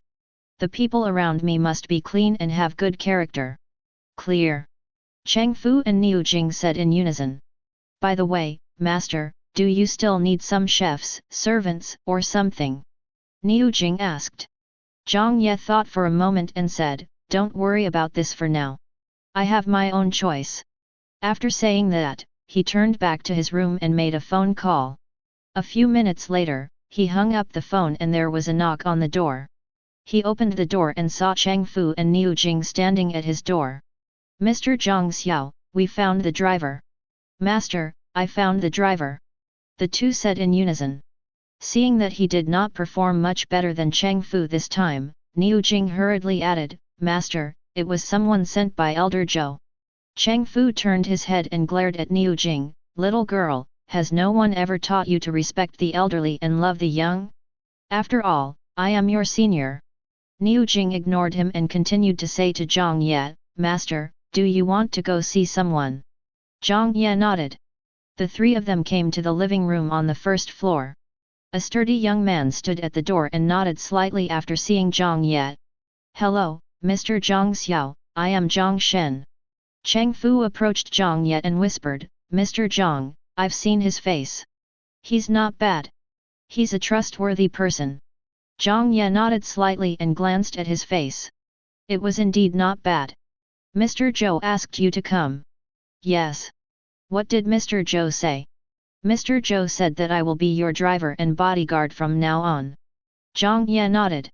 At this moment, his cell phone suddenly rang. Jiang Ye picked up the phone, and immediately heard Mr. Zhou's voice from the other end. Teacher Xiao Zhang, did you see the person I sent over? Well, stand in front of me now. That's good. Are you satisfied, Teacher Zhang? This kid is your relative. He came from the army and has good character. But it depends on Teacher Jiang's preference. If you feel that he doesn't get along with you, I will pick a few more for you. No, let's just take him. Thank you for your hard work, Mr. Zhou. As long as Teacher Jiang thinks it's okay. Jiang Shen has also sent the car to you. You can use it first. If you are not satisfied, just tell me and I will replace it for you. I do need a driver, so I won't be polite and will accept him.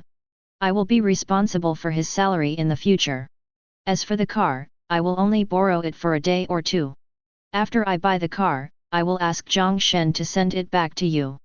Jiang Ye hung up the phone immediately after he finished speaking, not giving Mr. Zhou any chance to persuade him. Then he looked at Jiang Shen. Go pick someone up for me now, the address is Chen Family Villa. When Aunt Tian was about to leave with her suitcase, she ran into Chen Huaimeng who had just returned home. Auntie Tian, what are you doing? Chen Huaimeng looked at the suitcase in Aunt Tian's hand with confusion. Second miss, I resign. Aunt Tian looked at Chen Huaimeng feeling a little guilty. Resign? Why would you resign for no reason? Are you unhappy at home? Chen Huaimeng really didn't want Aunt Tian to leave because Aunt Tian had been her spiritual support during this period. In this family, only Aunt Tian knows everything about Jiang Ye's past. So during this period, whenever she was in a bad mood, she would pull Aunt Tian aside and tell her about her regrets. And now, if Auntie Tian is gone, who can she tell about her worries? Chen Huaimeng really didn't want to let Aunt Tian go, but no matter what she said, even when she offered to double her salary, Aunt Tian was still determined to leave. Chen Huaimeng had no choice but to let her go. However, before Aunt Tian left, Chen Huaimeng asked for her phone number and WeChat, and agreed that they should keep in touch. But what she didn't know was that after Aunt Tian got on the bus, she immediately blocked her phone and WeChat. During this period of time, she had long been fed up with this weird and nagging saintly BCH. Every day after work, he would pull her over and cook bowls of noodles for her, insisting that she make noodles that tasted the same as the ones Jiang Ye used to make. But the problem is, even if she really made the noodles the way Jiang Ye used to cook them, she would only take one bite and say the taste was different. Sometimes they don't even eat it, they just smell it and say it's different. Then he sat there crying silently, and took her hand to tell her about his grievances and regrets. The most important thing is that no matter whether she is on duty at night or not, this second young lady, as long as she thinks of Jiang Ye, will come to her to talk and ask her to give her advice on how to make Jiang Ye forgive her and return to the Chen family. It is no exaggeration to say that Aunt Tian felt that she was about to suffer a nervous breakdown. She originally thought that there was no normal person in the Chen family. Instead of loving such a good and well-behaved biological son, he pampered an adopted son who had no blood relationship with him. Now that she was mentally tortured by this weird second young lady, she felt that this family was extremely weird. So when Jiang Ye called her, she agreed to take care of Jiang Ye without even asking about the salary. She herself had no children, and when she saw Jiang Ye being tortured like this by the Chen family, she was heartbroken. If her own conditions weren't so poor and she wasn't worried that Jiang Ye would dislike her, she would have wanted to adopt Jiang Ye. Now Jiang Ye took the initiative to find him, and heard that he was living a better and better life after leaving the Chen family. She couldn't help but feel so happy. And she always had a premonition that one day, the Chen family would regret how they treated Jiang Ye. She couldn't wait to see that day. After Aunt Tian left, Chen Huaimeng felt as if there was a void in his heart. In this family, the only person who would treat Jiang Ye as sincerely as she did is gone. She sat on the sofa dejectedly. She went to look for Jiang Ye. Chen Nianwei's voice suddenly came from behind, scaring Chen Huaimeng. Chen Huaimeng turned his head and looked at Chen Nianwei standing on the stairs, with a hint of surprise in his eyes. Seventh sister, you finally agreed to leave the room. Chen Nianwei hid in her room for more than half a month this time and didn't eat well. She lost a lot of weight and her chubby cheeks are now a little sunken. His originally rosy face now exuded a sickly paleness. Chen Nianwei did not respond to Chen Huimen's words, but repeated herself, she went to find Jiang Ye. Chen Huimen's smile froze for a moment, and then he said, are you saying Auntie Tian went to see Jiang Ye? Yes, I heard her talking to Jiang Ye on the phone. She is going to be Jiang Ye's maid. Chen Huaimeng was stunned. Auntie Tian is still in contact with Jiang Ye? Why didn't she tell me? Chen Nianwei said nothing, and like an emotionless puppet, she turned around and went upstairs. Chen Huaimeng thought for a long time but couldn't figure it out.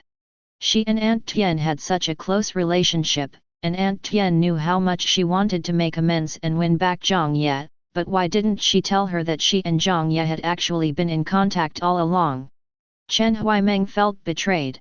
She quickly took out her cell phone and called Aunt Tian. She wanted to know clearly why Aunt Tian was so heartless and watched all her suffering. It was at this moment that she realized that Aunt Tian had blocked her so quickly. She didn't give up and sent a WeChat message to Aunt Tian. The result is the same.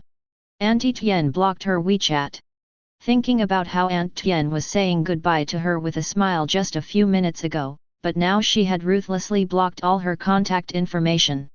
She just felt extremely wronged. Why? Why do you do this to her? What did she do wrong?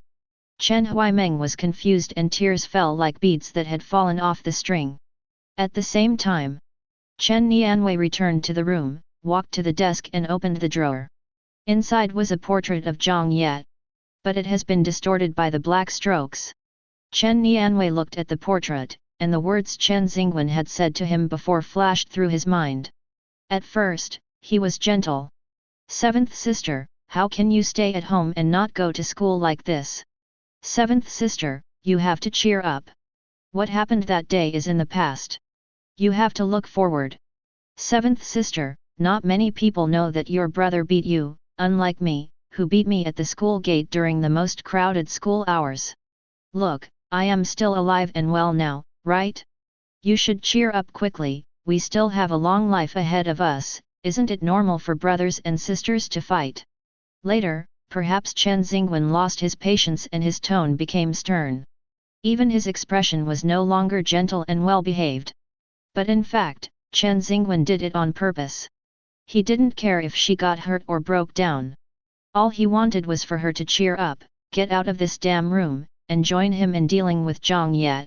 If she could only hide in her room and become depressed, then her sister would be completely useless. Chen Nianwei, wake up. What's the point of hiding in your room every day? Do you think Jiang Ye will let you go and let our Chen family go? Impossible, I tell you. Jiang Ye is determined to take revenge on us and the Chen family. You know what? He not only beat you, he also beat my elder sister. My elder sister's leg was broken by him and she is still lying in the hospital. Mom ran into Jiang Ye in the hospital today and wanted to help you vent your anger, but what happened? Jiang Ye caused Mom to have a stroke. Chen Nianwei, are you willing to hide here and feel sorry for yourself after being slapped by Jiang Ye for more than a dozen times, and then watch Jiang Ye get better and better outside? Do you know how proud Jiang Ye was when he saw you didn't go to school for most of the month? Many boys in school who used to like you have now become Jiang Ye's dogs. If you don't cheer up, you will become a complete joke in Jiang Ye's heart. Your cowardice will make Jiang Ye even more unscrupulous when he slaps you next time. Don't you always say that Jiang Ye is just a country bumpkin who grew up in the countryside? Can't you, a noble lady from a wealthy family, be compared to a country bumpkin? Chen Xingwen's words completely dispelled Chen Nianwei's fear of Jiang Ye. And the hatred that had been suppressed by fear instantly occupied her heart. Yet, what does she have to be afraid of? Could Jiang Ye still kill her? Chen Xingwen is such a perceptive person who is good at reading people's expressions, so he naturally noticed the change in Chen Nianwei. Seventh sister, think about it carefully. If you can figure it out, then all my words won't be in vain. If you can't figure it out and think I shouldn't be mean to you, and even hate me, then I'll accept it. But I hope you can remember that everything I said was for your own good." After saying that, Chen Xingwen sighed and left her room. As her thoughts returned, Chen Nianwei crumpled up Jiang Ye's portrait. Her face was full of viciousness that was inconsistent with her childish appearance. "Jiang Ye, wait, I won't let you go." Mr. Zhou gave Jiang Ye a Rolls-Royce.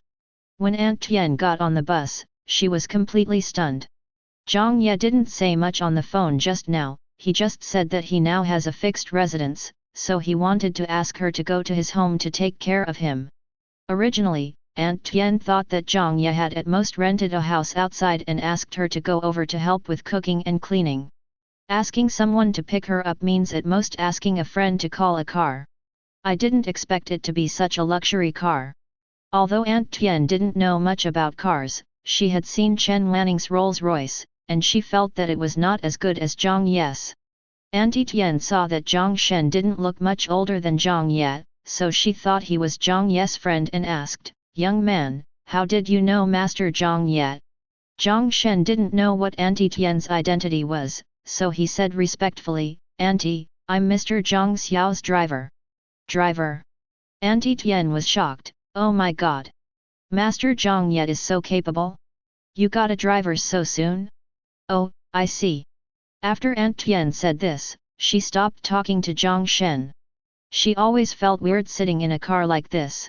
If young Master Jiang Ye really became rich, he might think she was asking about his private life. This is the most fatal mistake for a servant. Soon, the vehicle drove into the yard of Villa number 16. Not only was Jiang Ye already waiting for her in the yard, he also took the initiative to open the car door for her. Aunt Tian is the only person in the Chen family who has ever given Jiang Ye warmth, so Jiang Ye still has some gratitude towards her. Jiang Ye knew that Jiang Feng always took the opportunity to make things difficult for her at Chen's house, making her do the dirtiest and most tiring work, always being assigned to work night shifts, and even having her salary often deducted. So now that he had a fixed residence, he immediately brought Aunt Tian over. Aunt Tian also has deep feelings for Jiang Ye. After learning that Jiang Ye has become successful enough to own his own luxury car and mansion, she was so excited that her eyes became red. He said yes several times in a row. The room Jiang Ye arranged for Aunt Tian was a south-facing bedroom on the first floor, which was very spacious. Aunt Tian was lying on the 2-meter-long bed. For some reason, she felt a sense of pleasure as if she had taken revenge. She couldn't wait to see the scene where the Chen family would regret deeply when they found out that Jiang Ye was such a promising child. After Jiang Ye settled Aunt Tian, he looked at Niu Jing who was sitting obediently in the living room and shook his head helplessly. This fat girl hasn't left yet at this late hour. Is she expecting him to arrange a room for her as well? Jiang Shen, send Niu Jing back. Jiang Ye went upstairs after saying this, leaving Niu Jing, who had a bitter look on her face, behind him. Niu Jing had no choice. Her master had already driven her away, so she naturally didn't dare to disobey his wishes.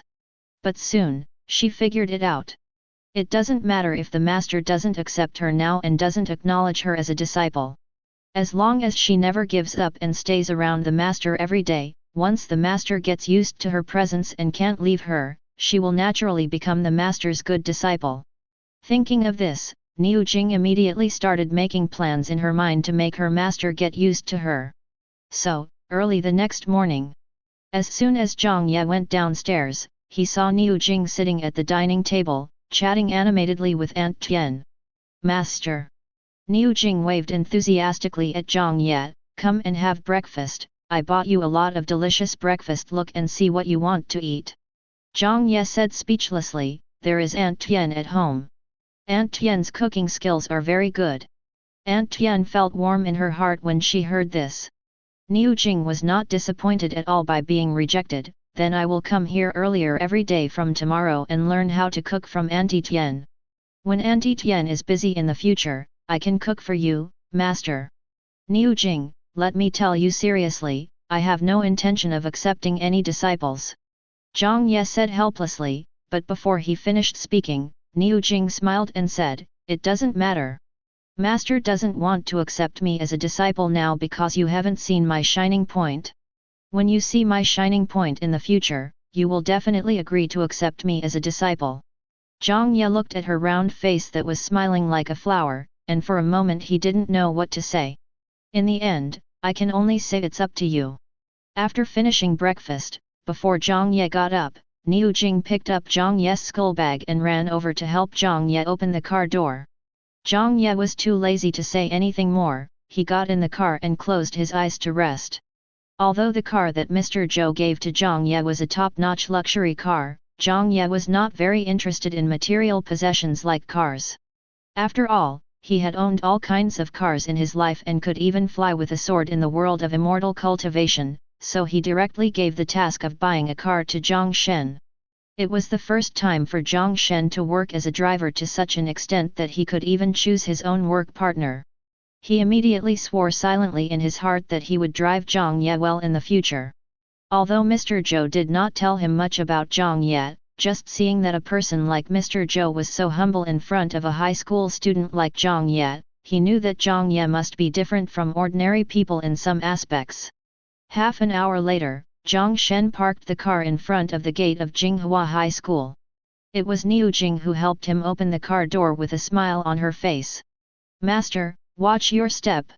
Zhang Shen took the skull bag from her hand, and as soon as he looked up, he met Chen Nianwei's hateful eyes. Jiang Ye looked at Chen Nianwei's face, which seemed to be torn apart by anger, and a contemptuous arc appeared at the corner of his lips. It seems that those dozen slaps haven't completely made her learn her lesson. But it doesn't matter. How can physical pain be as painful and desperate as watching yourself lose everything and being unable to do anything about it? Jiang Ye took the skull bag from Niu Jing and prepared to go in. "Jiang Ye!" Just then, Chen Nianwei screamed. "Stop right there!" Jiang Ye paused, turned around, raised his right hand, and gently rubbed his right wrist with his left hand, with a half-smile on his face. "Chen Nianwei, remember this. From now on, you'd better stay away from me. Otherwise, as soon as I hear your dog barking, there will be a palm print on your face." That day in the principal's office, Jiang Ye's warning suddenly appeared in Chen Nianwei's mind. Chen Nianwei took a step back reflexively. "Jiang Ye, what do you want to do again?" Jiang Qichen and Chen Xingwen ran over anxiously and stood in front of Chen Nianwei. Jiang Qi was glaring at Jiang Ye fiercely, fearing that Jiang Ye would attack Chen Nianwei again. The driver who drove Chen Nianwei also got out of the car at this time and looked at Jiang Ye with a wary look on his face. When Zhang Shen saw the other party's bodyguard appear, he quickly got off the car and stood beside Jiang Ye, staring at the other party's bodyguard with a warning in his eyes. Jiang Ye couldn't help laughing when he saw such a big scene. "What? Chen Nianwei, are you so afraid of me now? You need 2 bodyguards to even talk to me. It's because you are so vicious that you can even do that to such a delicate girl," Jiang Qichen said angrily. During this period, after being beaten by Jiang Ye, Chen Nianwei seemed to have become a completely different person. She hid in her room all day and didn't even dare to open the curtains. Several times when he went to bring food to Chen Nianwei, she was in tears. He just felt like his heart was about to break. This is the princess he has always loved since he first fell in love. How dare Jiang Ye hurt her princess like this? At that time, he vowed to protect Chen Nianwei and never let Jiang Ye bully her again. Even want to avenge Chen Nianwei. He thought, if he stayed by Chen Nianwei's side and protected her, maybe one day, Chen Nianwei would see his sincerity and fall in love with him. If that's the case, that would be great. Jiang Ye listened to Jiang Qichen's words and smiled contemptuously. "Why? Jiang Qichen, do you want to play the hero-saving beauty game to impress your sweetheart and make her fall in love with you? But how did you know your sweetheart was delicate? When she bullied me in the Chen family before, I didn't think she was delicate." "Jiang Ye, what nonsense are you talking about?" Jiang Qichen was panicked when he heard Jiang Ye's words. He quickly turned his head and said to Chen Nianwei, who was looking at him in surprise, "Miss Qi, don't listen to his nonsense. This BD did it on purpose." "I did it on purpose." Jiang Ye's playful voice sounded again. At this time, quite a few people had gathered behind Jiang Ye. He is now a prominent figure in the school, and his every move attracts much attention. Jiang Ye took out his phone, clicked a few times quickly, and then said loudly, "Chen Nianwei, go check out the school's forum and see what your loyal little servant has done behind your back."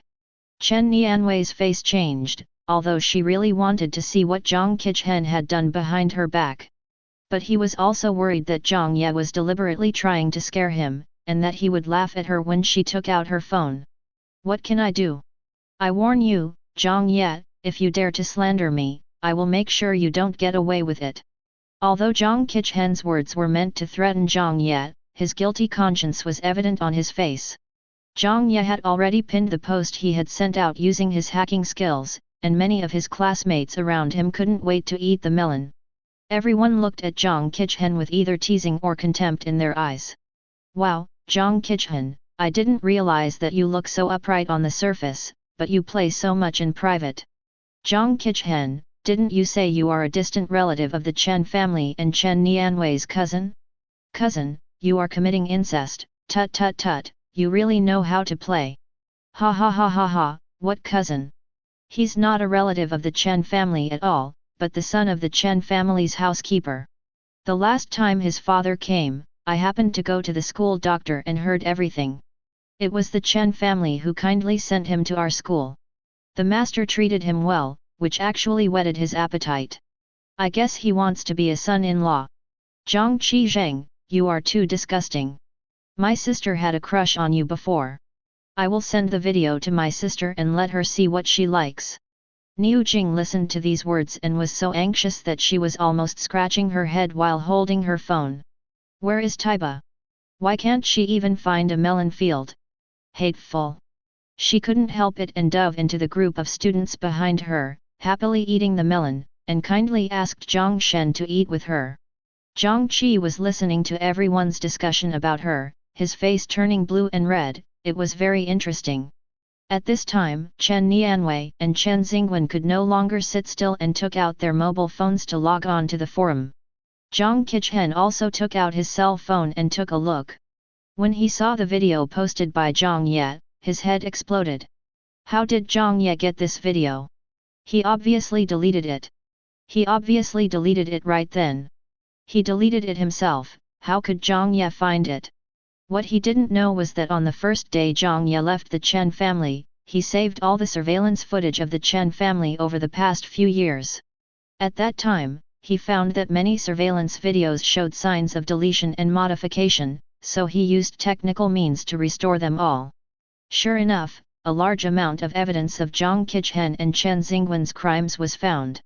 At this moment, Chen Nianwei looked at what Jiang Qichen did in the video and even wanted to kill him. The video was captured by a camera in the corridor on the third floor.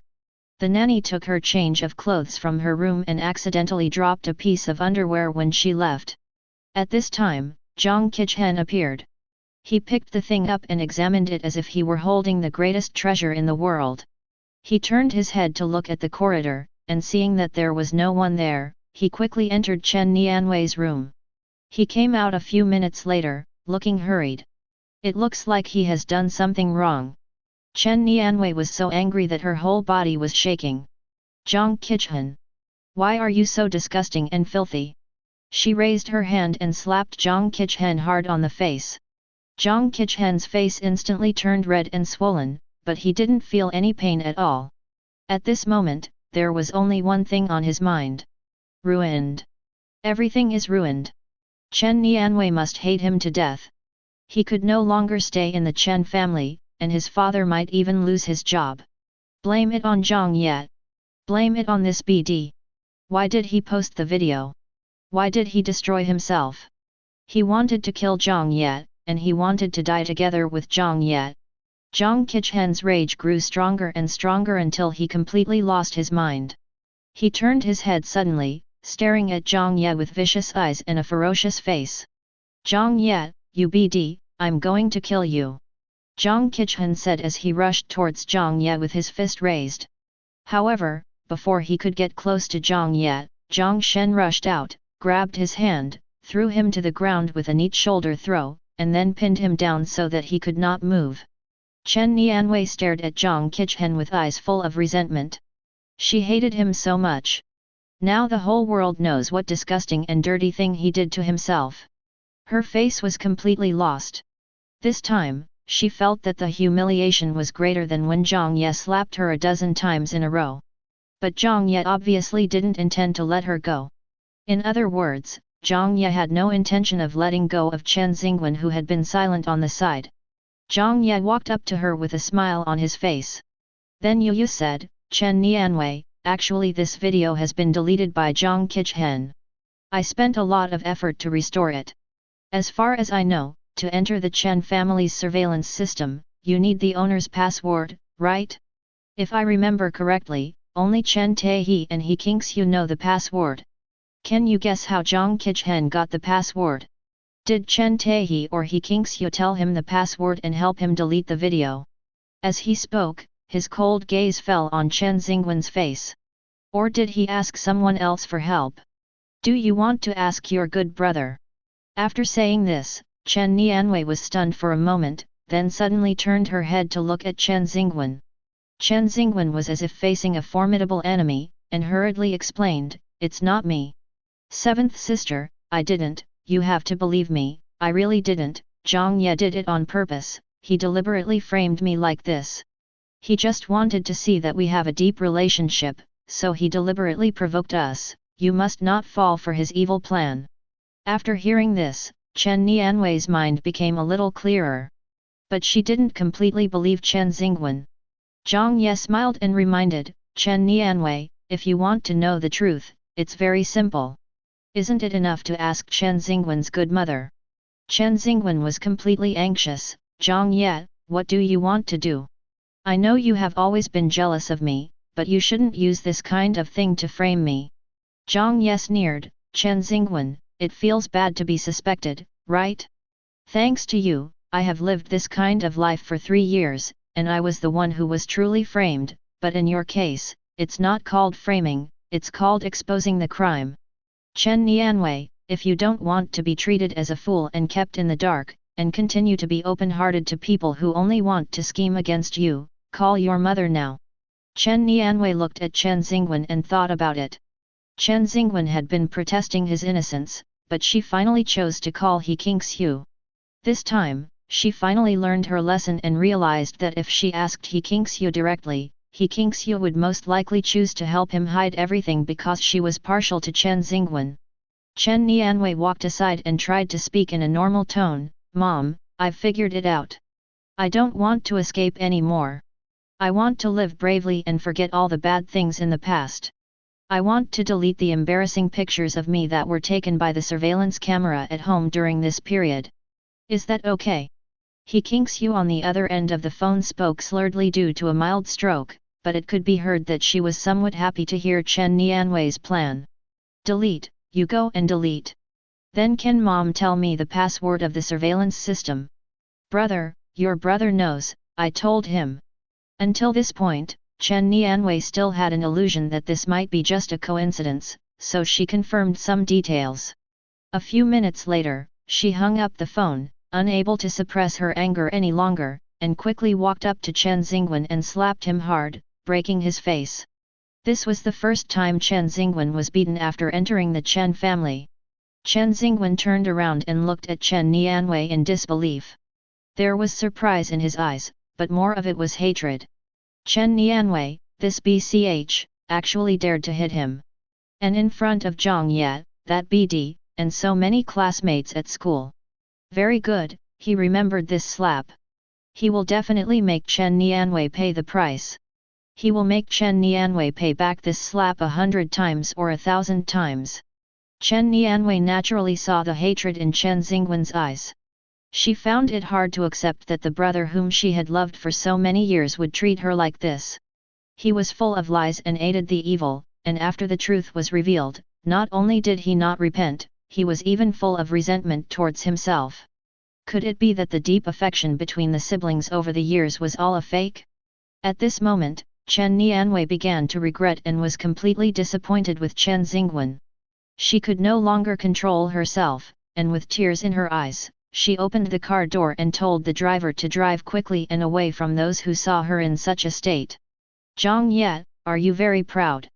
Chen Xingwen stared at the mocking smile on Jiang Ye's face, wishing he could rush up and stab him to death. Jiang Ye's smile deepened a little. This is just a small matter, it's not worth my pride, because I will have many opportunities to be proud in the future. Chen Xingwen, wait, this is just the beginning. I will get back everything you owe me. Early in the morning, there was another big commotion at the school gate. The story was so exciting that it accurately hit the excitement points of these high school students. So soon, the news spread throughout the school. In less than an hour, Zhang Qichhen's obscene video appeared on everyone's mobile phone. Zhang Qi naturally couldn't stay in school, and he ran away as soon as Zhang Shen let him go. After Chen Xingwen calmed down, he realized that if he didn't coax Chen Nianwei back, his position in the Chen family would be in jeopardy, so he went straight home. But when he returned home, he found that Chen Nianwei had not come back at all. The phone call is also unavailable. So he went to the hospital again, but still couldn't find Chen Nianwei. No one in the family had any news about Chen Nianwei. Chen Xingwen even thought that it would be great if she died and never came back. As long as she died, all his troubles would be solved. Chen Xingwen was disappointed. Because Chen Nianwei came back around 10 o'clock in the evening. After she entered the door, she did not go back to her room, but walked to the sofa in the living room and sat down. Seventh sister. Chen Xingwen walked over immediately. Where have you been? I was so worried about you. Have you eaten? Chen Nianwei raised her head, looked at Chen Xingwen coldly, and said nothing. Chen Xingwen showed an aggrieved expression. Seventh sister, can you please not be like this, I really... Shut up. Before Chen Xingwen could finish his words, Chen Nianwei interrupted him coldly. Don't rush to explain. I'll give you a chance to explain later. Chen Xingwen didn't quite understand what she meant when he heard it, but he felt inexplicably uneasy. But after that, no matter what he said, Chen Nianwei stopped talking and completely ignored him. He was so angry, but there was nothing he could do. After a while, Chen Taihe and Chen Huaimeng returned home together. The two met at the door. Seventh sister, what happened that made you so anxious that you had to call me back? After Chen Huaimeng entered the room, he quickly walked to Chen Nianwei. Chen Taihe looked a little pale due to the intense work in recent days. He didn't say anything, but his eyes were full of worry when he looked at Chen Huaimeng. Chen Xingwen's heart tightened, and he realized that the opportunity to explain that Chen Nianwei mentioned was to explain in front of his father and second sister. This time, he completely hated Chen Nianwei in his heart. This BCH has no self-discipline even before she reaches adulthood. She always goes to nightclubs with a group of men. I don't know how many men have played with her. Now I'm pretending to be innocent. It was just someone's lust, but you had to make such a big fuss about it. Besides, he was the one who fantasized about her, so why should she target him like this? The relationship between siblings who are not related by blood is indeed fragile. They can make such a fuss over a small matter and wish he were dead. At this moment, Chen Xingwen had long forgotten how much Chen Nianwei had loved him over the years. Dad, second sister, I called more than just the two of you to go home tonight. In addition to mom and eldest sister who are in the hospital, I called the other sisters, but they all said they didn't have time. Having said that, she smiled bitterly. Maybe I'm just not valued in this family. After all, when I begged them to go home, their first reaction was to ask me if something happened to our good brother. Chen Taihe was already extremely tired at this time, but seeing his usually lively daughter showing such a depressed look, he felt a little worried. Seventh sister, what happened? Don't scare your second sister. Chen Huaimeng held Chen Nianwei's hand and said with a worried look on his face. Chen Nianwei forced out a bitter smile. Dad, second sister, before I start, I want you to watch a video. As she spoke, she took out her cell phone and sent the video to the family group. Chen Xingwen immediately panicked and hurried to explain, seventh sister, I really... Shut up. Chen Nianwei suddenly became hysterical and looked at Chen Xingwen as if she wanted to eat him. Chen Xingwen had never seen Chen Nianwei like this before, and he shuddered with fear. Chen Huaimeng and Chen Taihe were also frightened. But when Chen Taihe saw Chen Xingwen's aggrieved look, he couldn't help but frown. Why Wei, what's wrong with you? Why are you so angry with your brother for no reason? Have you forgotten what your parents taught you? Chen Nianwei sneered, of course I remember. Mom and Dad told us sisters since we were young that my younger brother is the youngest, so we should take good care of him and not bully him. Then you still. There was some blame in Chen Taihe's tone, but Chen Nianwei didn't let him finish his words. Dad, please watch the video first. After you watch it, we can talk about why I lost my temper with my good brother. Chen Taihe had no choice but to take out his cell phone and turn it on. The video is not very long. Jiang Ye sped up the meaningless part in the middle. Chen Huaimeng watched the video earlier than Chen Taihe. Soon, she raised her head and looked at Chen Nianwei in disbelief. Zheng would actually do such a thing. As soon as he finished speaking, Chen Taihe's angry shout was heard in the living room. Zhang Feng. At this time, Zhang Qi had not returned yet because he felt guilty, so Zhang Feng only knew that something big must have happened in the Chen family, but he didn't know that this big event happened because of his precious son. Now hearing his boss calling him like this, his heart tightened and he walked over quickly. Master! Chen Taihe's face was full of anger. Go and call your son. Master, Zheng went to a class reunion and hasn't come back yet. Did this kid do something wrong? Master, just tell me, I won't let him off. Only then did Zhang Feng realize that his son might have done something wrong. Chen Taihe glanced at Zhang Feng and then snorted coldly. Well, Zhang Feng, you are so kind that you actually gave birth to such a capable son. Not only does he covet my daughter, Chen Taihe, but he also dares to do such a shameless thing. I, Chen Taihe, have been kind to you and your son, right? Is this how you repay me? Chen Taihe seldom lost his temper with servants like them, but this time he actually said such harsh words. Zhang Feng felt cold sweats coming out just by listening to them. Master, calm down. Zheng is just a child. Please don't let your anger ruin your health. Child? Zhang Feng, what your son did to my daughter is not something a child can do. As he spoke, Chen Taihe threw his phone onto the coffee table. Look for yourself. Upon hearing this, Zhang Feng hurried forward and took the phone. After watching the video, his legs went limp and he knelt down. Beast, this beast! How could he do such a thing to Miss Seven? As he spoke, he turned around and faced Chen Nianwei. Miss Qi, Zheng really went too far in this matter. Don't worry, Uncle Zhang will definitely make him give you an explanation. Dad. As soon as Zhang Feng finished speaking, Zhang Qichhen's surprised cry came from the door. Afterwards, everyone saw Zhang Qichen running over quickly, bending down and supporting Zhang Feng. Dad, what are you doing?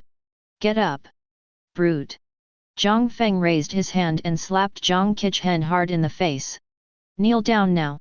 Zhang Qi was stunned for a moment, then immediately knelt down. Master, I have liked Miss Seven since I was a child. I couldn't control myself and did such a despicable thing. It's all my fault. Master and Miss Seven, please don't blame my father for this matter because he has worked like a slave for the Chen family for so many years. Chen Nianwei snorted coldly. Zhang Qichen, what are you saying?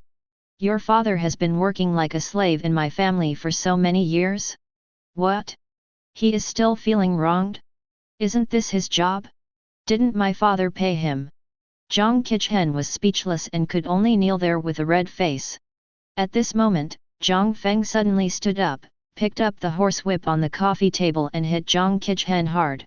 With a pop, Zhang Qichen was hit hard on the back by a whip. He couldn't bear the pain and fell to the ground. You beast! Get down on your knees! Who are you to dare to covet Miss Seven and insult her like this? I will beat you to death today, even if it means giving Miss Seven an explanation. As he spoke, he whipped him again. At this moment, Zhang Qichhen's face turned pale. But Zhang Feng did not stop and continued to beat him severely. Seeing this, Chen Taihe's originally ugly expression eased a lot, and he even felt a sense of pity in his heart. But Chen Nianwei's heart was not moved at all. When she thought about how Jiang Qichen had taken her underwear and done that in her bedroom, she wished Jiang Qichen would die. It seemed that only when he died would the disgusting memory that made her feel nauseous whenever she thought of it disappear. While Zhang Feng was beating Jiang Qichen, he was also observing the reactions of Chen Taihe and Chen Nianwei with his peripheral vision. Seeing that the hatred in Chen Nianwei's eyes had not diminished at all, he knew that today's incident would be useless even if he beat his only son to death. It seems that he just thought of another way. You beast! The master, the mistress, the young lady and the young master are so kind to us, how dare you do such a thing? How can I behave in front of the master and the mistress? Bang! After another fierce whip, everyone saw Zhang Feng pause, and then suddenly his face turned red and he covered his chest. The whip in his hand fell to the ground, and he fell straight to the ground. Dad! Zhang Qi, who had been knocked down, immediately stood up, helped his father up, and then looked at Chen Taihe with a pleading look. Master, my dad has fainted. Please help me call an ambulance. When my dad is better, I will kneel down and admit my fault to Miss Seven. Miss Seven can kill me if she wants. Please save my dad first. I beg you. Jiang Qichen kowtowed as he spoke. Chen Taihe finally couldn't bear it anymore and asked someone to call 120. Half an hour later, Zhang Feng and his son got on the ambulance together. Chen Taihe looked at Chen Nianwei with red eyes and sighed deeply. He reached out and touched Chen Nianwei's head. Wei Wei, don't be sad. Dad will definitely give you an explanation for this matter. Chen Nianwei finally felt better when she saw her father's loving side. But soon, Chen Xingwen, who was still standing beside her with an uneasy look on his face, ignited her anger again. Dad, this isn't over yet. Chen Taihe was stunned. Is it not over yet? Your uncle Chen has gone to the hospital, and Jiang Qichen has also passed away. We have to wait until your uncle Jiang recovers before we can deal with it.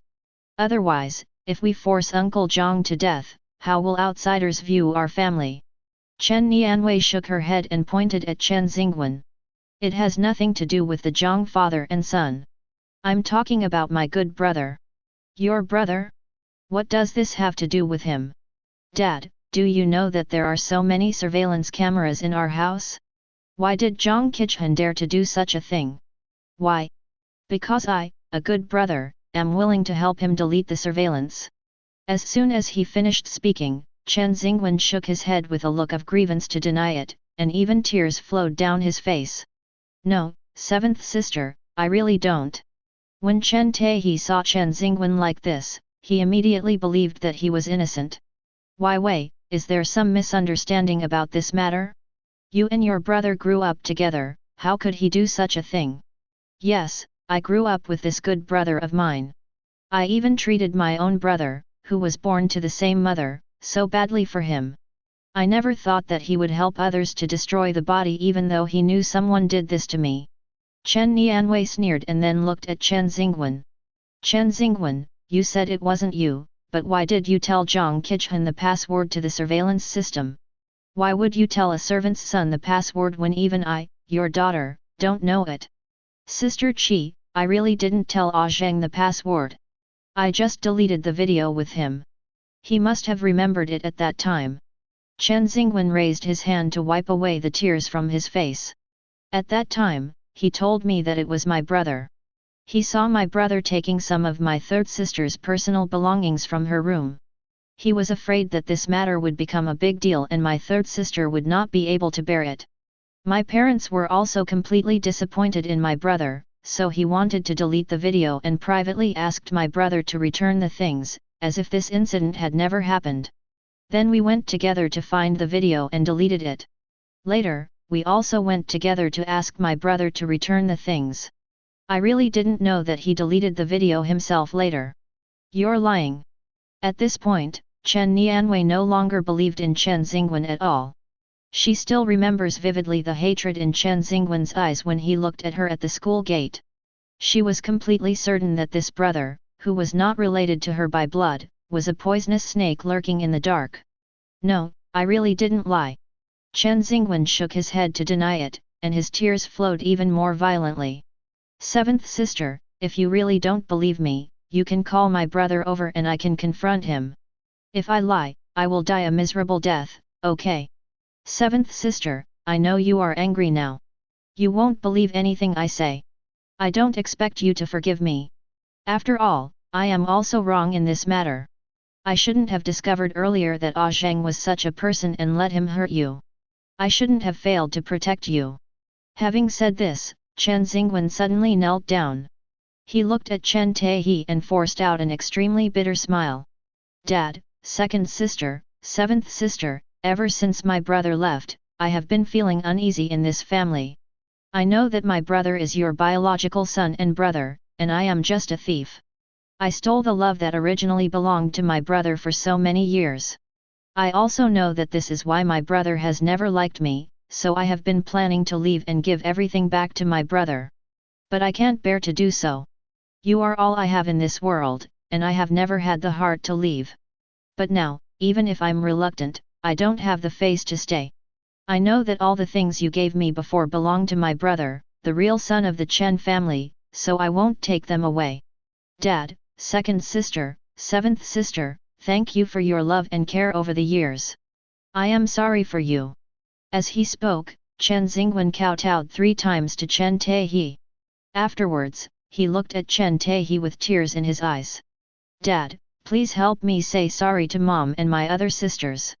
I owe you all the kindness in raising me in this life, and I can only repay you in the next life. I hope that in the next life, I can be your real son. After saying that, Chen Xingwen stood up, wiped the tears from his face, then turned around and ran out. Son! Chen Taihe shouted, but Chen Xingwen did not look back and quickly rushed into the night. Chen Nianwei hasn't reacted yet. She didn't expect things to turn out like this. At the same time, Villa number 16, Chong Yuan. Jiang Ye looked at Chen Nianwei's face on the real-time surveillance video of the Chen family's living room on the computer screen, and a hint of sarcasm flashed in his eyes. Idiot! He murmured. Chen Nianwei completely miscalculated this time. If she had called Chen Taihe to complain when the incident just happened, she might have been able to catch Chen Xingwen off guard because he was not prepared. But now that so much time has passed, Chen Xingwen has already thought of an excuse. And how could Chen Nianwei, a brainless young lady who had long been played around by him, be his opponent? Kneeling down and kowtowing, then running away from home. After Chen Xingwen used this series of moves, Jiang Ye was certain that this time, Chen Nianwei had completely lost. However, to Jiang Ye's surprise, Chen Nianwei did not blindly believe Chen Xingwen this time. At this moment, Chen Nianwei's face was full of surprise. Second sister, do you think Chen Xingwen really wants to run away from home? She didn't expect Chen Xingwen to be so eloquent and to be able to come up with such a perfect argument so quickly, and even drag Jiang Ye into the matter. Chen Huaimeng sighed lightly, and then said, he will come back. What a coincidence, I think so too. Chen Nianwei shook her head and laughed.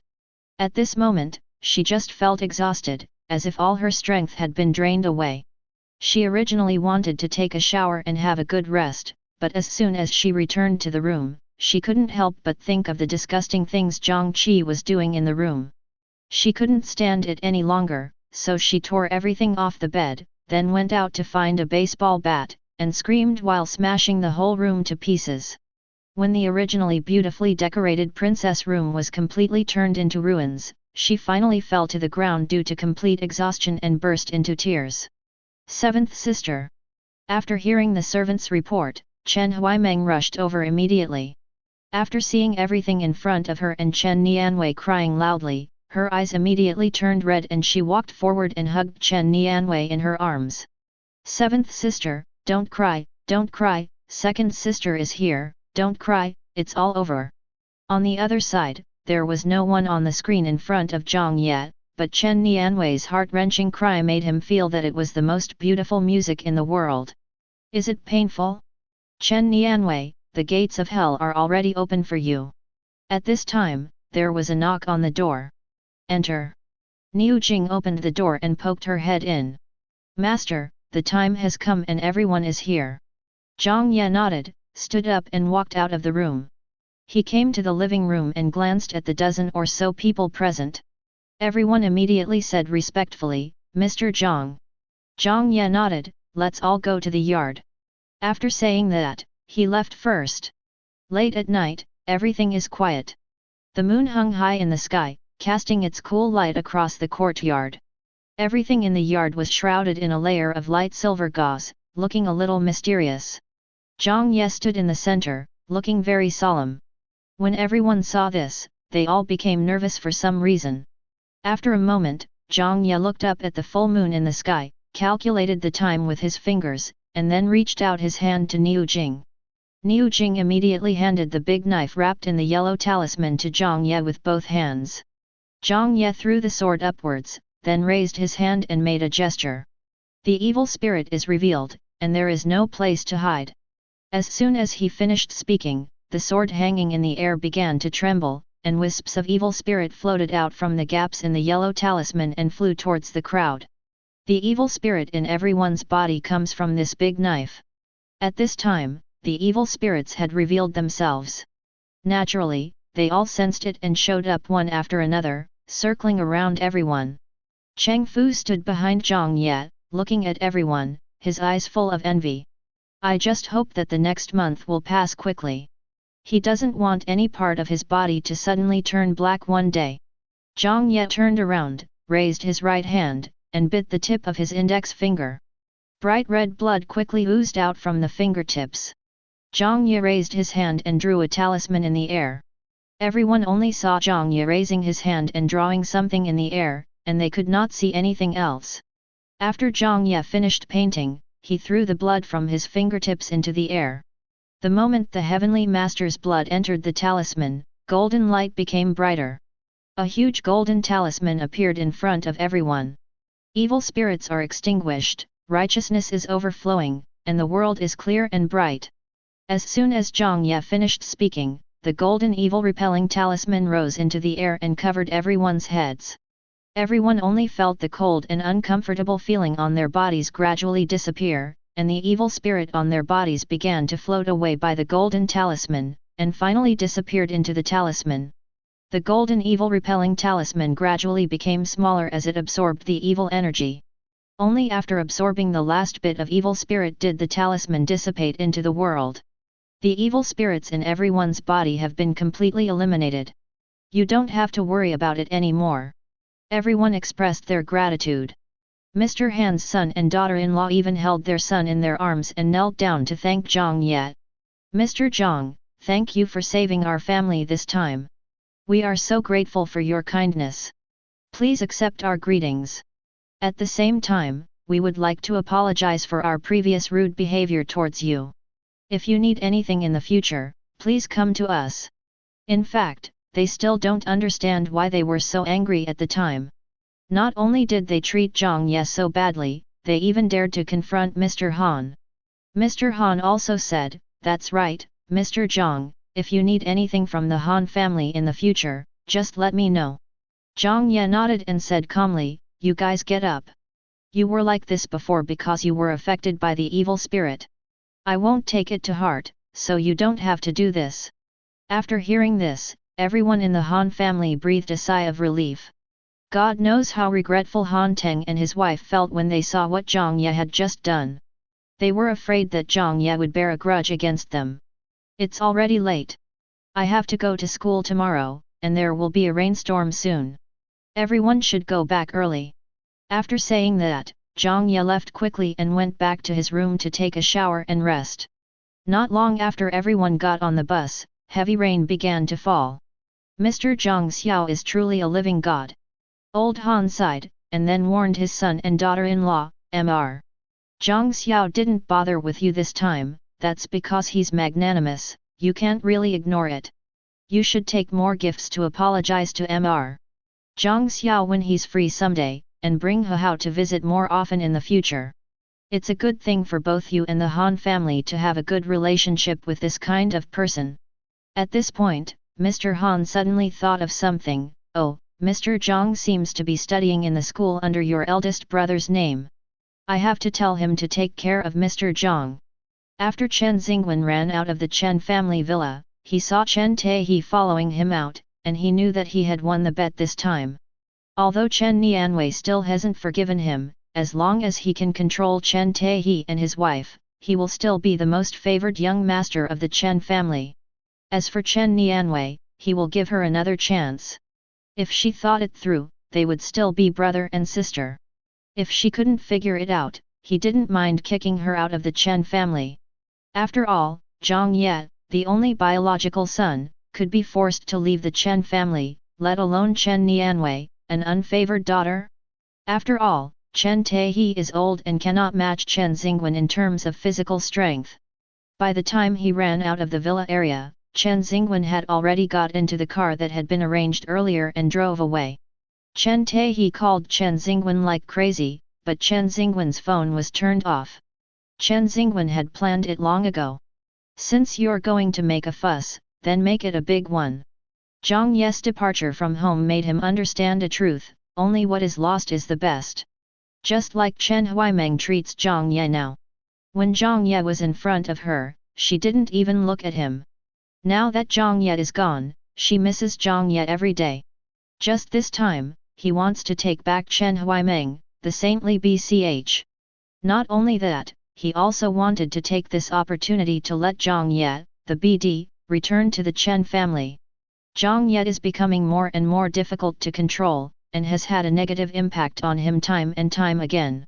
Before, he had been thinking about how to get Jiang Ye to return to the Chen family and continue her previous life of living like a dog in front of him. But Jiang Ye didn't know what was wrong with him. It was as if he was possessed by a ghost. He didn't even want to say a few words to him, and when he was in a bad mood, he would hit people. He was left at a loss.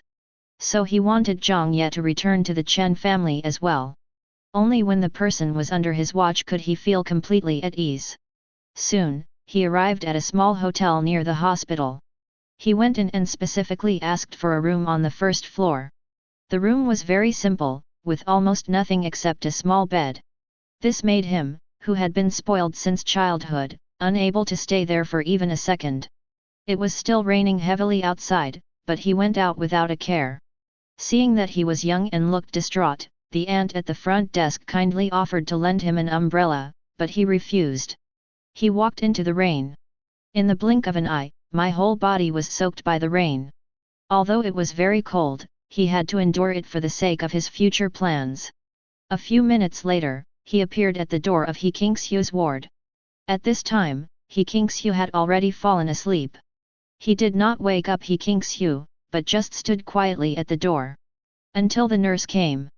The nurse knew Chen Xingwen, and seeing that he was soaking wet, she kindly asked him, "Brother Wenwen, why are you soaking wet?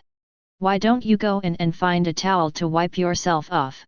Chen Xingwen's eyes were red and he forced a bitter smile. "It's okay, sister, I won't go in, I just want to come and see my mother and my eldest sister." "It's raining so hard, you came to see your mother alone? Your mother is in good condition, you can come tomorrow." Chen Xingwen shook his head, "In the future. I'm afraid there will be no chance." As he said this, he walked out of the ward and looked at the nurse with pleading eyes. "Sister, I'm leaving now. Please don't tell my mom and elder sister that I was here." After saying this, Chen Xingwen didn't give the nurse a chance to speak and strode away. The nurse stood there in a daze for a long time before she realized that there was something wrong with Chen Xingwen's words. Then her expression suddenly changed, and she pushed open the door of the ward and walked in. All of this was seen by Chen Xingwen, who was hiding in the corner. He raised the corners of his lips in satisfaction and left with peace of mind. The drama in the ward developed exactly as Chen Xingwen had imagined. The nurse woke He Kingxiu up with concern.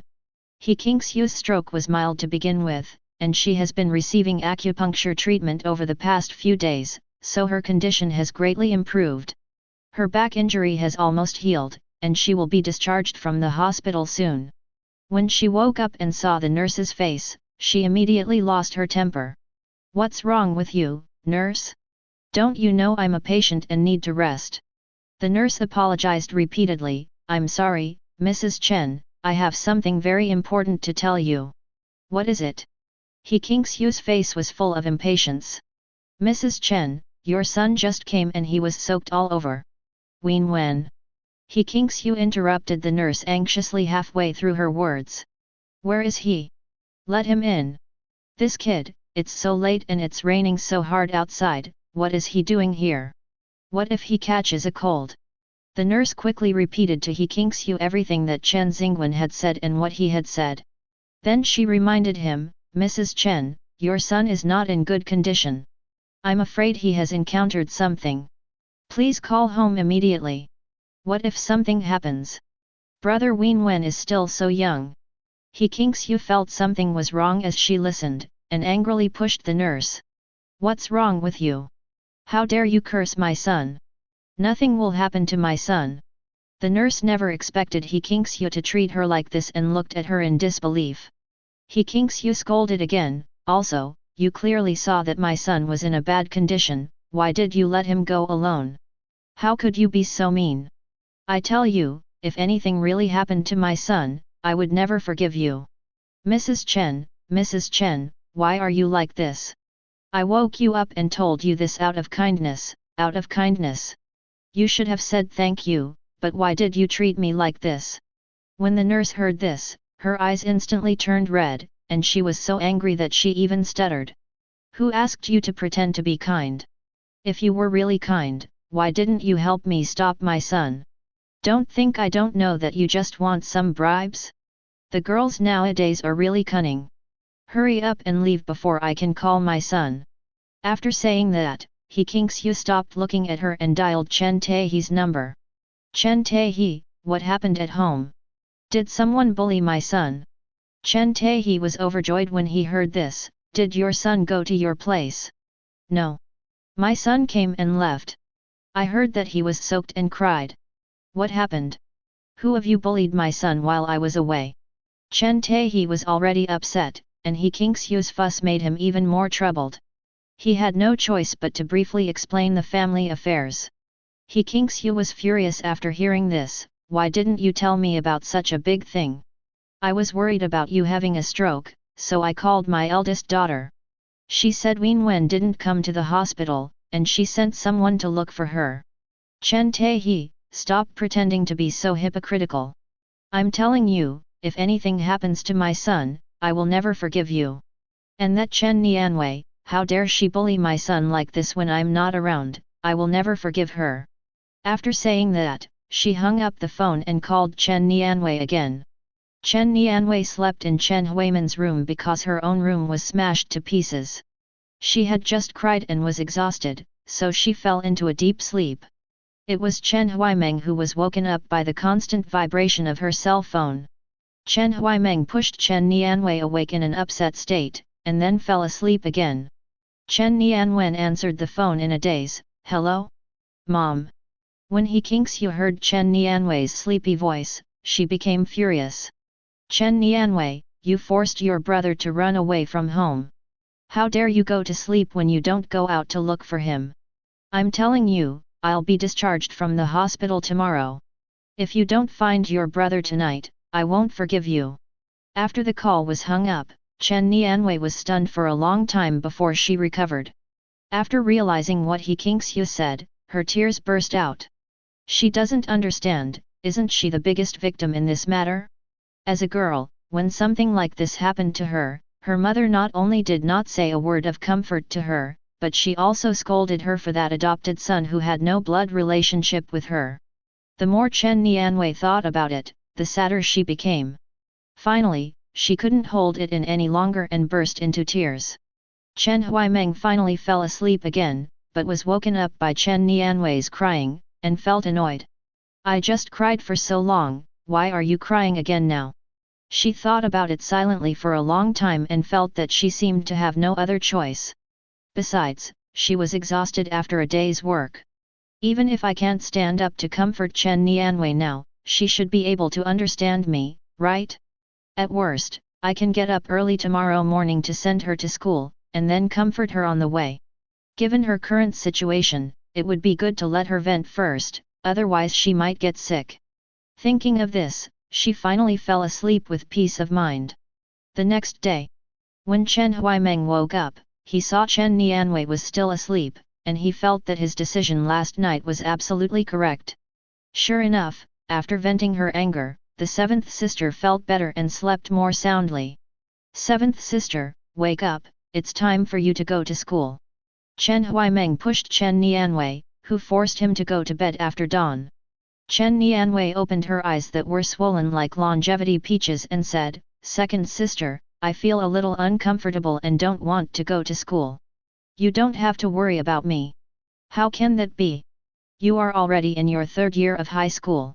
You haven't been to school for such a long time before, and now you don't go, how are you going to take the college entrance examination?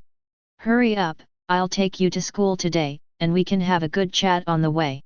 As he spoke, Chen Huaimeng rubbed Chen Nianwei's head, stood up and walked towards the bathroom. Half an hour later, she came out of the bathroom with delicate makeup on. Seeing Chen Huaimeng still asleep, she felt a little unhappy.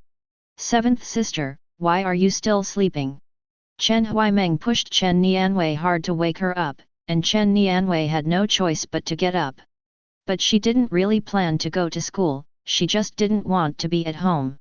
He Kingsyu said she would be discharged from the hospital today and she didn't want to see her now. On the way, Chen Huaimeng drove the car to the door of a breakfast shop, got out of the car, bought 2 breakfasts, and handed them to Chen Nianwei with a smile on his face. "Here, seventh sister, no matter how you feel, you have to eat breakfast, understand?" Chen Nianwei took the breakfast and thanked her. "So good." Chen Huaimeng patted her head gently and then started the car.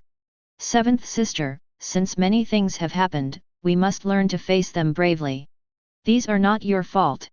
While driving, Chen Huaimeng gave Chen Nianwei a long speech. She didn't stop until the vehicle stopped at a red light. Seeing that Chen Nianwei hadn't spoken, Chen Huaimeng turned his head and looked at her. "Seventh sister, did you hear what second sister said to you?"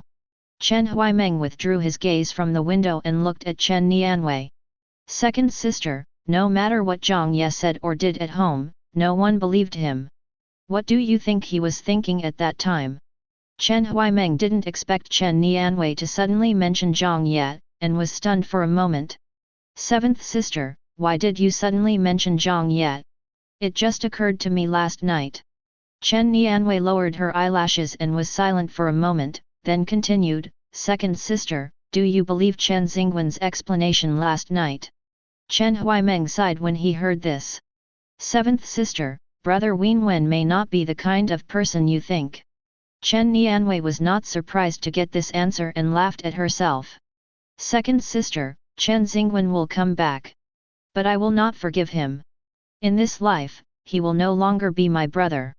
After saying this, Chen Nianwei never spoke again. The silence in the carriage continued until we reached the school gate. After Chen Huaimeng stopped the car, he wanted to say something, but Chen Nianwei opened the door and got out.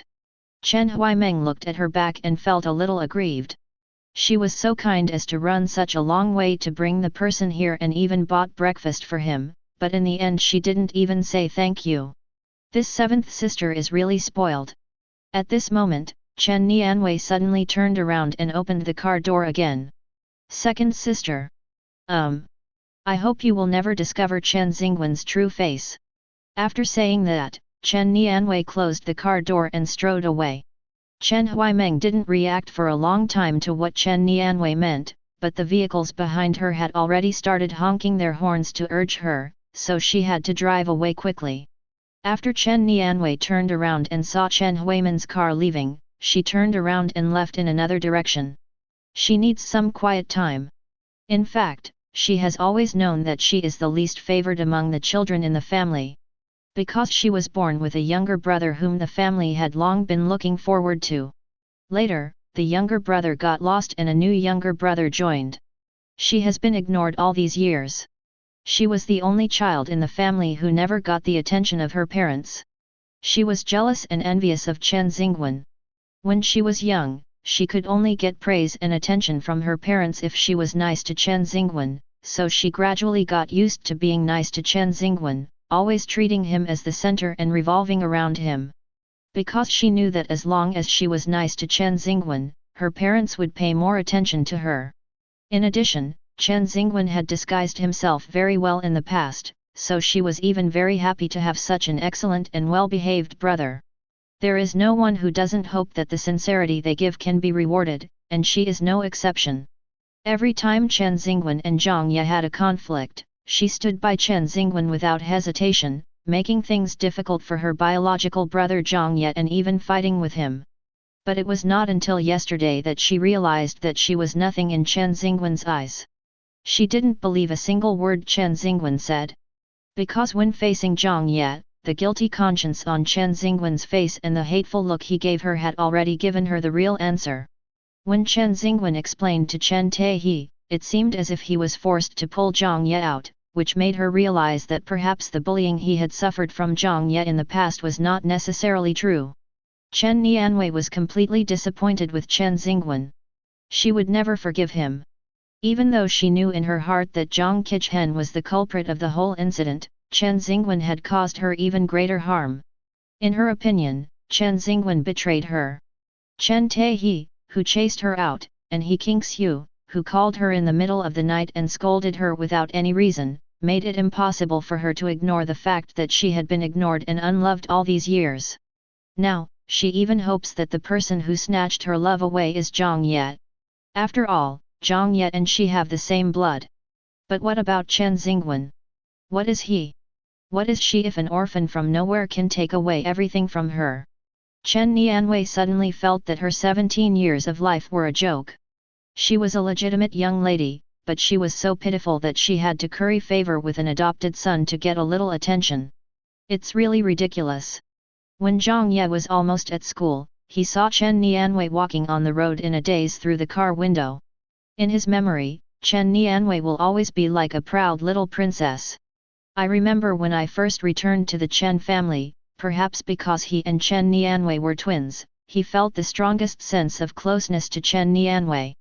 But in that family, the person who treated him the worst was Chen Nianwei.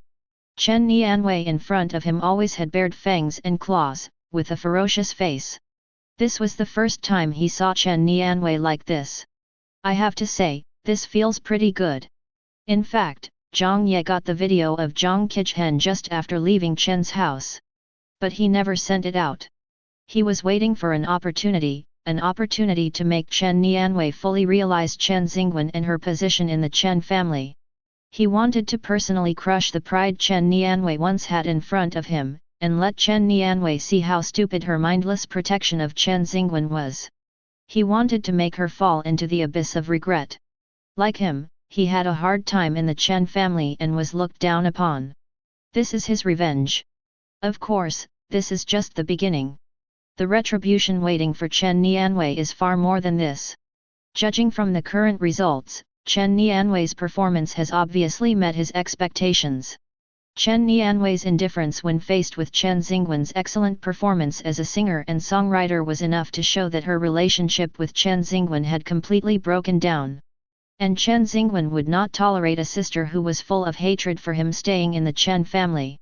For a long time to come, even if he didn't take action, Chen Nianwei would not be able to live a happy life. Soon, the Rolls-Royce that Jiang Ye was riding in arrived at the school gate. After Jiang Shen parked the car, he got out, walked around to the back seat and opened the door.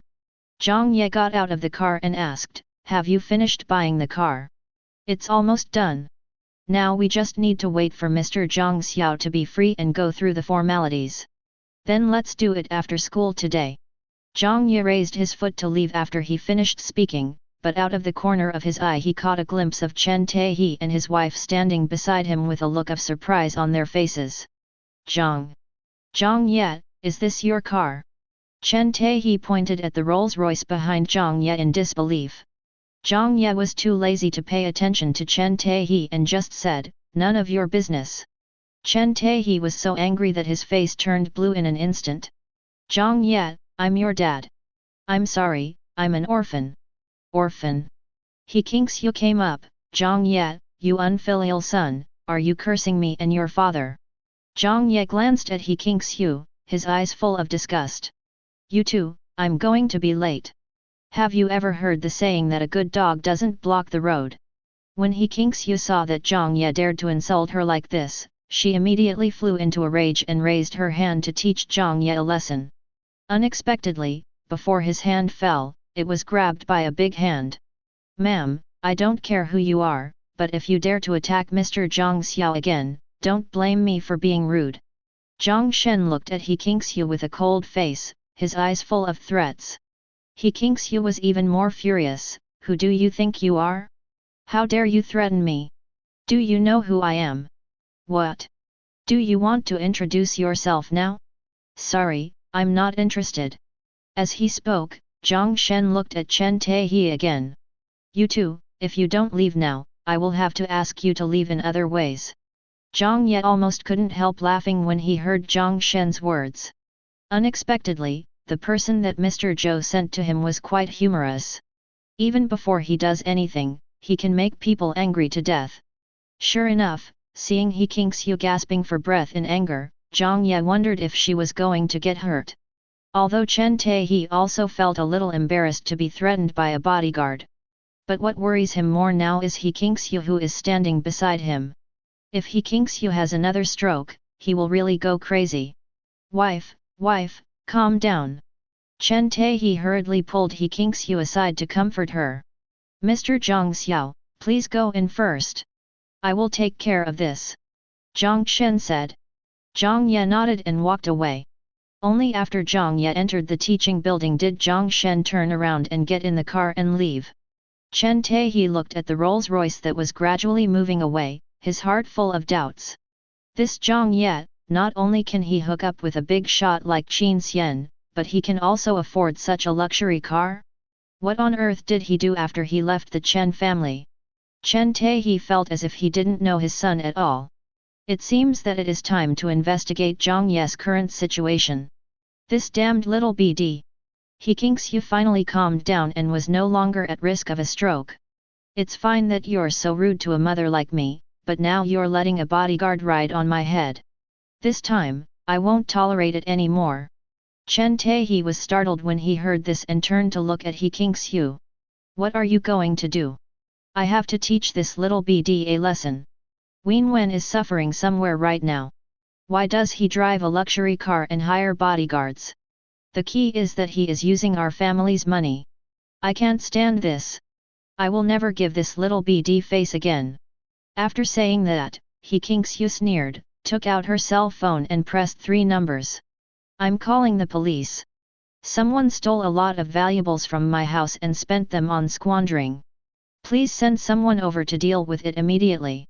When Chen Taehe heard this, he realized He Kingxiu's plan and quickly reached out to grab He Kingxiu's phone, but He Kingxiu slapped his hand away, quickly reported the address to the police, and hung up the phone.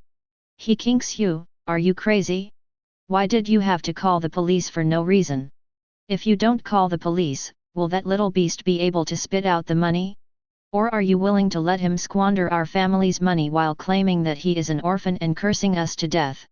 Chen Taehe, call the housekeeper and the financial officer right now and ask them to check together to see how much Jiang Ye has stolen from our family in the past few years. This time, I'm going to teach that little BD how to write a wrong word. Since I can't control him, I'll send him to the police station and let the state discipline him. Not long after the first class started, the head teacher came with the police. The person who came this time was not Li Yang, but a middle-aged man with a pointed chin and monkey face named Tao Liangke. Who is Jiang Ye? Tao Liangke stood at the door of the classroom and asked loudly with a cold face. Everyone in the class looked at Jiang Ye. But Jiang Ye did not respond. He glanced at He Kingxiu, who was standing behind Tao Liangke and looked as if she wanted to eat him alive, and found it extremely ironic. Although in his heart, he already hated He Kingxiu to the core. But in fact, in all his lives, he had never figured out why He Kingxiu hated him so much. He could understand a mother not liking her own child. But I can't understand why a mother can hate her own biological child so much, but at the same time want to hold an adopted son who is not related to her by blood in the palm of her hand. Fortunately, now his heart will no longer be disturbed by such people or such things. Who is Jiang Ye? Stand up. When Tao Liangke saw that no one responded, his face darkened and he asked again in a louder voice. Officer Tao, that's him. He Kingsyu thought Jiang Ye was guilty and didn't dare to speak, so she pushed Tao Liangke aside and strode to Jiang Ye. Tao Liangke also walked over to Jiang Ye, staring at him with his triangular eyes. Are you Jiang Ye? Jiang Ye looked him in the eye without fear. Yes. Then why didn't you answer when I called you just now? I'm just an ordinary high school student. I don't know who you are. You're so fierce. How can I know if you'll rush in and beat me up as soon as I stand up? Jiang Ye's words seemed very worried, but there was always a faint smile on his face, without any worry in his words. Tao Liangke was so angry at his words that his eyebrows twitched and he took out his ID. I'm a police officer, Jiang Ye. I'm warning you, don't try to play any tricks on me. You are suspected of a theft case and need to come back to the police station with me for investigation. Let's go. When Jiang Ye heard this, he realized the trick he Kingsyu was playing and sneered. Uncle Police, I want to know if you have any basis for my allegation of theft. He Kingsyu snorted coldly. Isn't it obvious? Jiang Ye, stop being so stubborn. Look at the clothes you are wearing. If it weren't for the money from our Chen family, could you afford them? And the Rolls-Royce you ride to school, Officer Tao has already asked the guard. That car has been picking you up these days. Don't say that you bought it with your own money. So you think, I bought these things with your Chen family's money and that's why I called the police. Jiang Ye simply couldn't believe he Kingsyu's train of thought, and couldn't understand how she came to such a conclusion. Isn't it? How many things did you steal from our Chen family? Do you want me to count them one by one in front of your whole class? Or do you want to say that you, a child who grew up in the mountains, suddenly saved the richest man in the country after leaving our Chen family, and the richest man gave you a lot of money? When everyone heard this, they all took a deep breath. Jiang Ye stole a lot of things from Chen's house? No wonder he has been dressing so luxuriously these days and riding in a Rolls-Royce to school every day. It turns out that it was because I stole a lot of things from the Chen family. Jiang Ye could clearly feel that the gazes cast upon him by the crowd had become contemptuous. But he didn't care. He was even somewhat grateful to He Kingsyu for spewing so much shit here. Go ahead and make a bigger fuss, then he can trample her old face under his feet. Jiang Ye pulled his cell phone out of his pocket and shook it. Ms. He Kingsyu, I have recorded all the slander you just made against me. He Kingsyu's face changed drastically when she heard this. You little BD, you dare to record. Why? Are you just going to let me be insulted in every way and ruin my reputation without allowing me to leave any evidence? He Kingsyu changed her mind and thought that what she said was true and there was nothing to be afraid of. Record it. Am I slandering you? Have you ever stolen anything from my Chen family? You know it in your heart. Since you, a thief, are not afraid, then I, the victim, have nothing to fear. Jiang Ye laughed. He Kingsyu, you'd better remember what you said today, because I will definitely make you pay the price. Chen Taehi looked at Jiang Ye's indifferent expression and felt a little uneasy.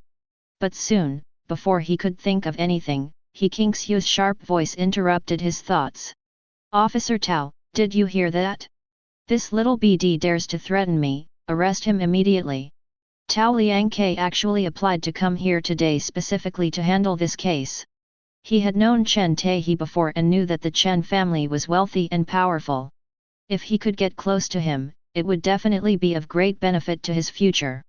So he would definitely not offend Chen Taehi and his wife today. So, he turned cold and scolded, Okay, Jiang Ye, stop saying these meaningless words and follow me quickly, otherwise I will take extraordinary measures. Jiang Ye.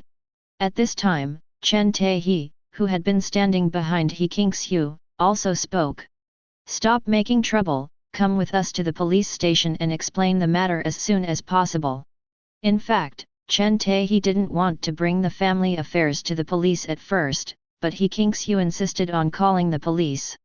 Later he changed his mind and realized that not many people outside knew about the relationship between Jiang Ye and the Chen family. Even if this matter really gets out of hand, as long as he doesn't admit that Jiang Ye is his biological son, the Chen family will at most be criticized for not being able to judge people well, and maybe even gain some sympathy, and it won't have any negative impact on the Chen family's reputation. Moreover, Jiang Ye is too presumptuous now. He doesn't take his father seriously at all. It's time to teach him a lesson. Although he didn't intend to really let Jiang Ye go to jail, he still needed to make him suffer. If this child continues to act lawless like this, I'm afraid he will be completely ruined. Furthermore, he also wanted to know where Jiang Ye got all this money. If it really all came from the Chen family, then he would naturally get it back. After all, this is not a small amount. Apart from anything else, the custom-made Rolls-Royce that Jiang Ye was riding in was enough to make him jealous. After all, even if he wanted to buy a Rolls-Royce like this, he would have to put in a lot of effort, and he might not be able to get it in the end. Jiang Ye might have bought it just because of Qin Xian's reputation. Okay, let's go to the police station. It is the citizens' duty to cooperate with the police investigation. I will cooperate. As he spoke, Jiang Ye began to pack his things slowly. After finishing everything, he looked at Tao Liangke as if he suddenly thought of something. However, why do I feel like Officer Tao seems to have some hostility towards me? There is clearly no evidence against me, but after listening to a few words from He Qingxiu, it seems that he has already determined that I stole things, which makes me, a high school student, a little panicked. Forget it, I'd better call my lawyer over. Just in time to help me deal with He Qingxiu's defamation of me after I'm done. After that, Jiang Ye called Qin Xian, completely ignoring He Qingxiu and the other two whose faces were as dark as the bottom of a pot. After Jiang Ye got into the police car, he felt as relaxed as if he was going on vacation. He did not feel nervous or guilty at all about being treated as a criminal suspect. This is totally not the reaction of an ordinary high school student when being taken to the police station. This made Tao Liangke, who was sitting in the passenger seat, feel inexplicably worried. Could it be that He Qingxiu was really slandering this kid? However, what he was worried about at this moment was not what would happen after he misunderstood Jiang Ye. Instead, he was worried that He Qingxiu hated Jiang Ye so much that she would obviously not let him go. If he really didn't steal and couldn't be convicted, would he upset Chen Taehi and his wife? Thinking of this, he decided to be even more rude to Jiang Ye, at least to let Chen Taehi and his wife see his attitude. The police car quickly drove into the yard of the police station. Jiang Ye opened the door and got out of the car by himself. Chen Taehi and his wife stopped the car behind them and followed Jiang Ye into the police station office building. In order to show off, Tao Liangke took 2 quick steps, came behind Jiang Ye, and reached out to push him. Hurry up! Are you here for sightseeing? What Tao Liangke didn't expect was that Jiang Ye suddenly turned around at the moment he was about to be pushed down by him, and he felt his feet suddenly go soft and he fell heavily on the stairs. Tao Liangke's forehead and knees both hit the steps. He felt a sharp pain in his knees, but the injury on his forehead was more serious. And this is exactly the wound that should have appeared on Jiang Ye. It's just that now the backlash curse cast by Jiang Ye is backlashing on him. Ah! Tao Liangke screamed and raised his head to cover the wound on his forehead, but the blood continued to flow down, causing his left eye to be completely covered with blood. Did you do this on purpose? Why did you turn around so suddenly? Tao Liangke said angrily. Jiang Ye, you are so presumptuous that you even dare to hurt the police. He Qingxiu felt that she had caught Jiang Ye's mistake again and started yelling immediately. Jiang Ye turned his head and looked at her with cold eyes. He Qingxiu, which eye of yours saw that I hurt him? If you can't use your eyes anymore, why not dig them out and feed them to the dogs? You! He Qingxiu was angry with Jiang Ye again. Okay, stop talking. Officer Tao clearly fell down by himself, but you're blaming Jiang Ye for this. This time, even Chen Taehi had enough of He Qingxiu's stupidity. Officer Tao, you shouldn't be too evil-minded. Look, you are getting your comeuppance, aren't you? Jiang Ye squatted down, looking down at Tao Liangke with a sarcastic smile on his lips. Tao Liangke became even angrier, but soon he saw it from the smile on Jiang Ye's mouth. He knows. He knew that I was going to push him, so he turned around on purpose, causing him to fall like this. Who is this kid? How come the response was so quick? Mr. Zhang Xiao. At this time, Qin Xian walked out of the office building. Jiang Ye nodded, not bad, I'm not late this time. Qin Xian smiled and said, Mr. Zhang Xiao's affairs are naturally the most important to me. Tao Liangkei's face changed drastically when he saw Qin Xian. Could it be that the lawyer Jiang Ye was talking about was Qin Xian? Didn't he Qingxiu say that Jiang Ye was an orphan with dirty hands and feet and a vicious mind? How could he afford a lawyer like Qin Xian? Thinking of this, Tao Liangkei suddenly felt panicked. He felt like he might be in trouble. Sure enough, the next second, Qin Xian's words were like a basin of ice water poured on his head. Officer Tao, right? I am Mr. Jiang Ye's lawyer. I just saw with my own eyes that you suddenly and deliberately pushed my client hard. I don't know how my client offended you. Tao Liangkei was so nervous that he stuttered, I didn't mean it. Qin Xian's face darkened. It doesn't matter if Officer Tao doesn't admit it. This is a police station with cameras everywhere. I will get enough evidence. You committed intentional harm to my client, and we will definitely investigate to the end. After saying that, Qin Xian turned around and no longer looked at Tao Liangkei. Mr. Zhang, let's go in first. The case where Mr. and Mrs. Chen accused you of stealing is easy to handle. You don't have to worry. What do I have to worry about? Jiang Ye chuckled, by the way, I'll send you a recording that is evidence of He Qingxiu slandering me in public. Please help me call the police and sue her for malicious defamation. The two of them talked as they walked, and no one noticed that Chen Taihe's face had already turned pale. Although he had long guessed that Jiang Ye would most likely involve Qin Xian in this matter. But he thought that Qin Xian always hated evil, and if he knew that Jiang Ye stole things at home to squander, he would definitely hate Jiang Ye and might even withdraw from the lawsuit between Jiang Ye and the Chen family. Although this might temporarily cut off the possibility of the Chen family becoming friends with Qin Xian, the safest approach for the Chen family would be to avoid becoming enemies with the Chen family. However, when Chen Taihe saw Qin's attitude towards Jiang Ye, he knew that he had probably miscalculated. If it were the last time, Qin's attitude in front of Jiang Ye was just respectful. This time, it can even be said to be humble. If he didn't know Qin Xian's family background, he would have even thought that Qin Xian was a servant to Jiang Ye. And from what Jiang Ye said, he also wanted Qin Xian to sue He Qingxiu. Wouldn't this allow the Chen family to confront Qin Xian directly and be slapped in the face by Qin Xian in front of the whole world? Chen Taihe finally regretted it. If he had known this earlier, he should have slapped He Qingxiu hard and smashed her phone to stop her from calling the police. The other side. Jiang Ye and Qin Xian just turned a corner and ran into Li Yang, who had just finished a police call and was holding a bucket of instant noodles. Li Yang was very surprised when he saw Jiang Ye. Xiao Zhang, why are you here? Are you here to see me? Jiang Ye smiled and shook his head, sorry to disappoint Uncle Li, I came here this time because the Chen family called the police and accused me of theft. What? Li Yang's eyes widened in disbelief, are those people from the Chen family crazy? They picked you up and bullied you alone, right? As soon as he finished speaking, Li Yang saw Chen Taihe and his wife who had just turned in, with embarrassment on their faces. But soon, he remembered what the Chen family had done to Jiang Ye, and suddenly felt that he had not said anything wrong, and there was nothing to be embarrassed about. Xiao Zhang, who is in charge of your case? Let me find out. That person is still lying at the door. I'm afraid he won't be able to get up for a while. In the mediation room, He Qingxiu sat opposite Jiang Ye, and seeing his calm and composed look, she felt more and more annoyed.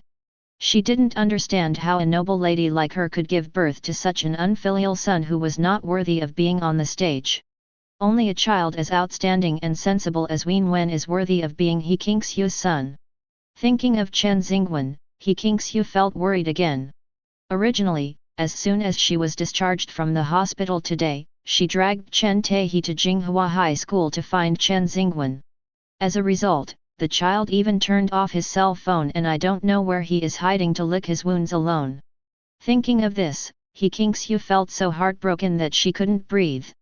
It's all Jiang Ye's fault. If he hadn't made me so angry, I wouldn't have given up looking for my son and called the police to go to the police station. But it's a good thing this way. I can take this opportunity to get rid of this little beast once and for all. It would save him from always appearing in front of me and making me unhappy. And she remembered that Chen Xingwen was very envious of Chen Wanning's Rolls-Royce. It was just right that after getting rid of this little beast, she would give his Rolls-Royce to Chen Xingwen for school. Anyway, it was bought with the Chen family's money. It's only natural that she should take it back. Thinking of this, she seemed a little impatient. He wished he could skip all the procedures, just tie up Jiang Ye and throw him into jail for some reform, and then go find Chen Xingwen who was suffering outside. He Kingsu had already discussed this with Chen Taiji on the way here. Jiang Ye has become so arrogant now, but it is only because he has Qin Xian as his backer. In that case, they could just remove him as their backer. Lawyer Qin, can I ask you a question? He Kingsu looked at Qin Xian and pretended to be puzzled. After hearing this, Jiang Ye looked up at He Kingsu and raised his eyebrows, guessing that she was probably up to something weird again.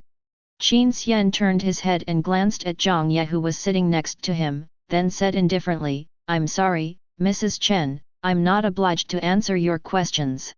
If you have anything to say, wait until the police come in. He Kingsu hit a snag as soon as she opened her mouth and was choked instantly. But she did not give up, and said to herself, Lawyer Qin, everyone in the circle has heard of your character. When you take a case, you never look at the remuneration, and you only stand by the side you think is right. So I don't quite understand why you chose to be Jiang Ye's defense lawyer.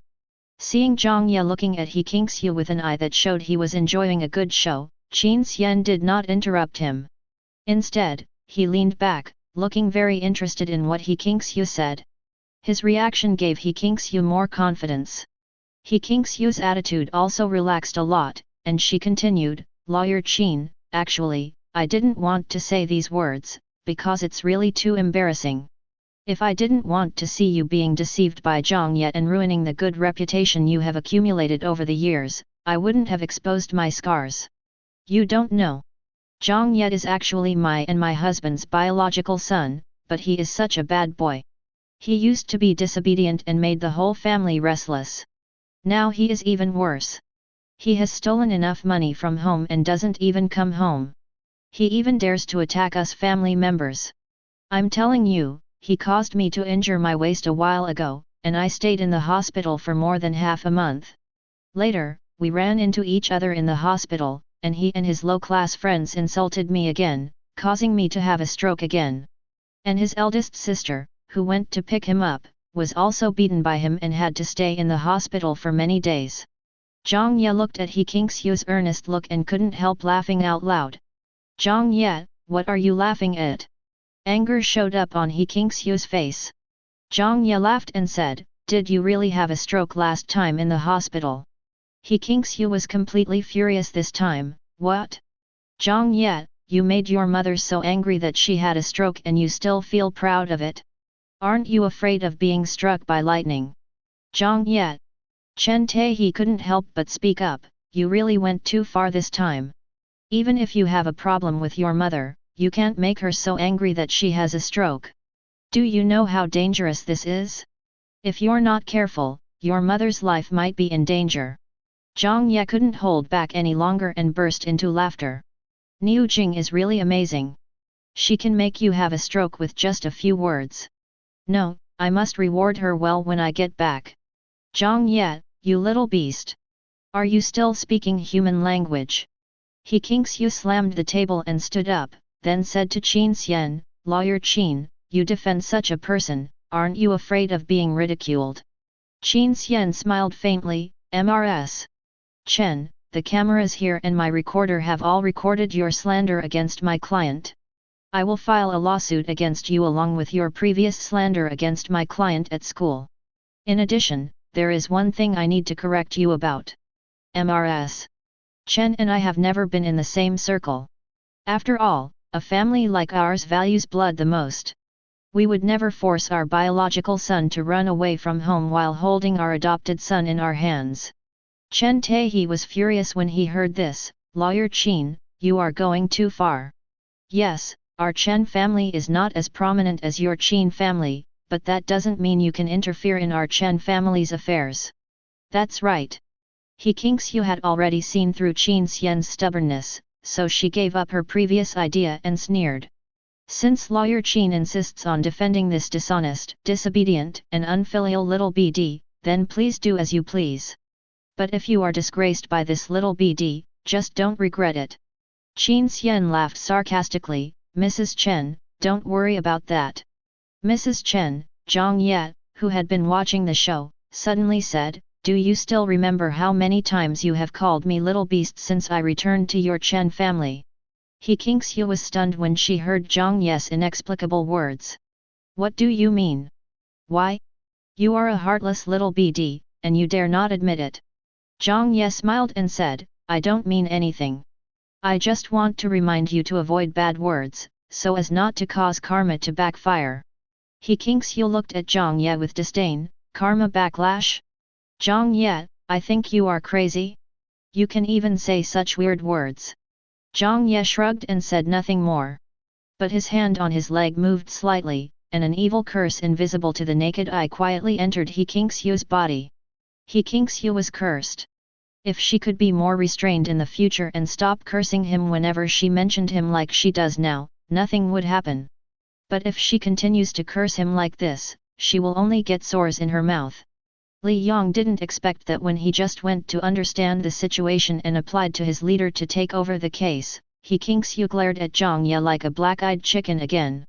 Since he learned from Chen Wanning last time that Jiang Ye was the biological son of the Chen family, he investigated Jiang Ye's experience. After learning everything, he felt that the Chen family was simply crazy. They were so cruel to their lost and found biological son. Previously, his sister turned the tables and called the police, accusing him of intentional injury. Now, his parents have called the police and demanded that he be arrested for theft. This family is absolutely crazy. As soon as Li Yang entered the room, his face turned cold and he pulled out a stool and sat down. Everyone, this case has now been handed over to me. Why is it you? Where is Officer Tao from before? As soon as Li Yang opened his mouth, He Kingxiu interrupted him with a frown. He Kingxiu saw clearly that Li Yang was partial to Jiang Ye when she was at Chen's house last time, and thought that Li Yang would stand on Jiang Ye's side like last time, so when she called the police, she specifically asked Li Yang not to go. Unexpectedly, after all the twists and turns, the matter still fell into his hands. Ms. Officer Tao was seriously injured and has been sent to the hospital for treatment. It was my superior's decision that I took over this case. All the surveillance cameras here are turned on. If you have any opinions about my handling of the case later, you can report them to my superiors. Okay, I'm going to start handling the case now. Please don't interrupt me at will, Ms. He Kingxiu was about to explode when Chen Taehi spoke first. Officer Li, you go ahead. Li Yang nodded. Mr. Chen, Ms. He, you called the police and reported that Jiang Ye stole your property. Do you have any substantial evidence? He Kingxiu snorted and said disdainfully, do you need any evidence for this? Look at what he is wearing and using now, and his Rolls-Royce. If it weren't for the money from our Chen family, he wouldn't be able to afford it even if he saved up for 8 lifetimes. Li Yang looked at her calmly. So, you have no evidence, but you just saw that Jiang Ye was doing well, so you made this guess, right? He Kingxiu was startled when she heard this, and then she said angrily, what do you mean? How much money did you receive from Jiang Ye to favor him like this? Do you believe that I will complain to you? Li Yang's face darkened. Ms. He, slandering public officials will lead to legal consequences, please be careful with your words. After that, he turned to look at Jiang Ye, his tone softened a little. Jiang Ye, what do you want to say about Ms. He's accusations against you? Jiang Ye shrugged, she's crazy. You little BD, who are you saying is crazy? Jiang Ye smiled and then stood up. Okay, Officer Li, I really don't want to see these two hateful old faces. Let's make a quick decision. Whoever calls the police must provide evidence. It's impossible for them to make me a suspect without any evidence and just talk a lot, right? Since they both keep saying that I stole things from their Chen family, I ask them to produce a detailed list of the stolen items and the surveillance video. You also went to Chen's house last time and saw the cameras all over the villa. If I stole something, I would definitely be caught on camera. Please go check it out. I won't cooperate with the investigation next time for this kind of accusation without evidence. Okay, Officer Lee, I've said everything I want to say. You can contact my lawyer to handle the rest. Can I go back to class now? Of course, I'll take you out. Li Yong couldn't help laughing when he saw Jiang Ye's extremely arrogant look. After the two walked out of the mediation room, Jiang Ye stopped. Uncle Li, do you have anything to say to me? Li Yong nodded. Xiao Zhang, when you called the police at Chen's house, your crazy mother asked our leaders to stop investigating whether it was a theft or a deliberate poisoning case, so there has been no movement since then. I only learned about this in the past few days. Now it seems that the Chen family, these ruthless people, will obviously not let you go, and the cake has been dealt with long ago. Do you want to think of other ways? So that they won't come to provoke you every day. Jiang Ye smiled and said, It's okay, Uncle Li, you don't have to worry about me, I know what's going on. After saying that, Jiang Ye left. Li Yong went back and prepared to take people to check the surveillance of the Chen family villa. In order to resolve the matter as soon as possible, he took a team of people directly there. Within a day, they quickly reviewed the surveillance video from the day Jiang Ye returned to Chen's house. Then everyone was silent. They saw with their own eyes how a child who was looking forward to family affection was tortured and insulted by his closest family members. After coming out of the monitoring room, everyone felt as if a huge rock was blocking their hearts. He Kingxiu kept calling Chen Xingwen over and over again. When the call didn't go through, she sent long messages on WeChat. When she saw the police coming out, she quickly put down her phone and walked over quickly. How is it? Did you find a lot of evidence of Jiang Ye stealing things? No. Li Yong said coldly. Ms. He, Jiang Ye. A young female police officer wanted to speak for Jiang Ye with red eyes because she felt sorry for his experience, but was stopped by Li Yong with a sharp look. He Kingxiu didn't believe Li Yong's words at all. How could there be no evidence? He stole so many things from our house, how could there be no evidence? Didn't you look carefully? At this point, He Kingxiu suddenly thought of something and became very angry. Officer Li, are you deliberately shielding that little BD? You're saying you didn't find him even though you found him. After saying this, He Kingxiu felt a little pain in the corner of her mouth, but at this moment, she didn't take it to heart. Li Yong's face darkened. Ms. He, when we were checking the video, the law enforcement camera was on. If you don't believe me, you can complain to us. He Kingxiu's face froze when she heard this, and then she thought of another possibility.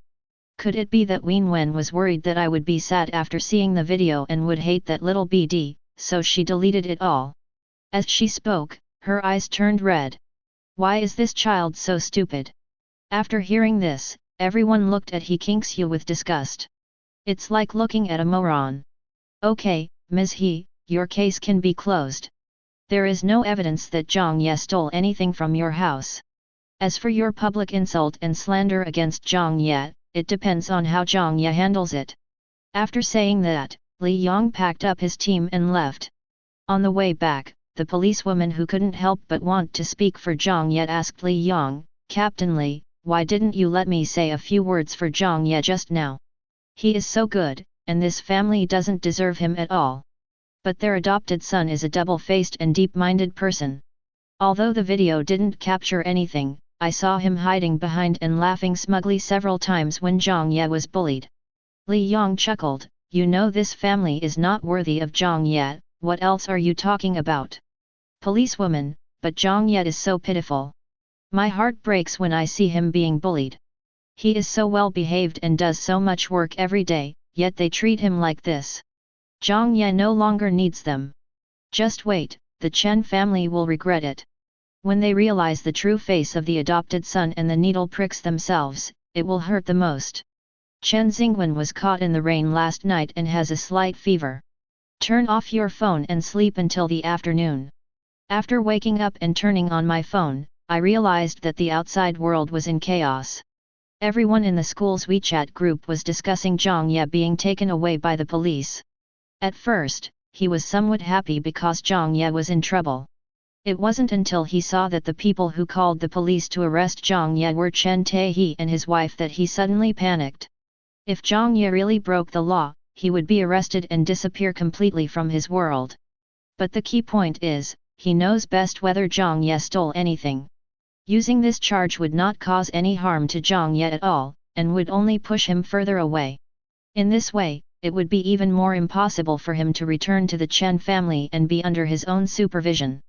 Chen Xingwen's plan was completely disrupted. He quickly got up, packed his things, and left the top-floor apartment that Chen Taehe had bought for him near the school 3 years ago. Last night, he came out of the hospital and returned to the small hotel first. After staying there for a while, he climbed out of the window and left the small hotel and came to the top-floor apartment. It was true that he wanted to use the self-torture tactic, but he never thought of really putting himself in a difficult position. Anyway, in the end, all he has to do is let the Chen family see what he wants them to see. After Chen Xingwen climbed through the window into the shabby little room, he stayed inside for a while, then went out with a depressed look on his face and deliberately greeted the front desk. When he entered the classroom, Jiang Ye had just as he expected, completely gotten over the matter and was attending class peacefully. Chen Xingwen cursed inwardly, then pretended nothing had happened and returned to his seat. He Kingxiu learned from Chen Xingwen's class teacher that her baby son had finally come to school, and immediately called Chen Taehe who was in a meeting at the company and asked him to come to school together. When the two arrived, it was just time for school to be over. He Kingxiu looked at the large crowds of students coming out of the school gate, anxiously searching for Chen Xingwen. "It's all your fault. I told you to hurry up, but you kept dawdling. If I can't find my son today, I'll never forgive you." He Kingxiu looked for a long time but didn't see Chen Xingwen, so she got anxious and got angry at Chen Taehe. Chen Taehe didn't want to argue with her in public, so he just kept his mouth shut. A moment later, Jiang Ye and Chen Xingwen appeared at the school gate almost at the same time. "Son." He Kingxiu quickly walked towards Chen Xingwen. Chen Xingwen took a step back as if he was too embarrassed to see He Kingxiu. "Where on earth have you been, kid? You didn't answer my phone calls or text messages. I'm scared to death by you." He Kingxiu hugged Chen Xingwen, her eyes red with excitement. Jiang Ye sneered as he passed by the loving mother and son. Isn't Chen Xingwen's self-torture tactic too short? But it seems that it has been very effective. "Master, I'm here to pick you up from school."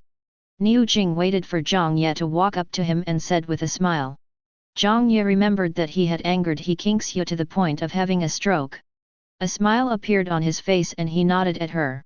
Chen Taehe saw Zhang Shen respectfully helping Jiang Ye open the car door. The driving seemed more professional than his driver, and he was full of doubts.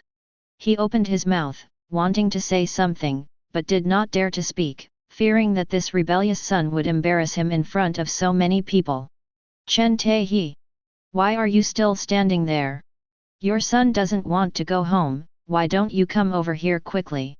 At this time, He Kingxiu's voice rang out. Without time to think, he walked towards Chen Xingwen. Niu Jing had already learned from Auntie Tian about the grievances Jiang Ye had suffered in the Chen family. She was worried that Jiang Ye would feel uncomfortable seeing that his biological parents ignored him, so she comforted him, "It's okay, master, we won't bother with such idiots." Jiang Ye laughed and said, "Do you know that last time you made He Kingxiu so angry that she had a stroke?" Niu Jing was shocked, "Am I so powerful?" Jiang Ye nodded, "You are really good, so I decided to give you a chance. In the next 3 months, you will be my assistant. If you do a good job, I can consider taking you as my apprentice." "Really? Master, you are so kind." Niu Jing jumped 3 feet high with joy, then took the skull bag from Jiang Ye's shoulder in a bootlickering manner, bent down, and made a gesture of invitation. Master, please get in the car. Jiang Ye suddenly felt something and turned around to see Chen Nianwei standing in the corner with red eyes, looking distraughtly at Chen Taihe and his wife who were surrounding Chen Xingwen, afraid that he would run away. How ridiculous! Her biological daughter turned off her cell phone for a day and skipped a day of classes, but her biological parents knew nothing about it. In their eyes, there is always only Chen Xingwen. Chen Nianwei felt so heartbroken that she could hardly breathe.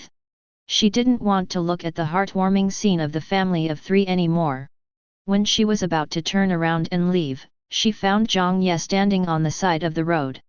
She suddenly remembered that when Jiang Ye first came back, he followed her around all day long, calling her seventh sister all the time.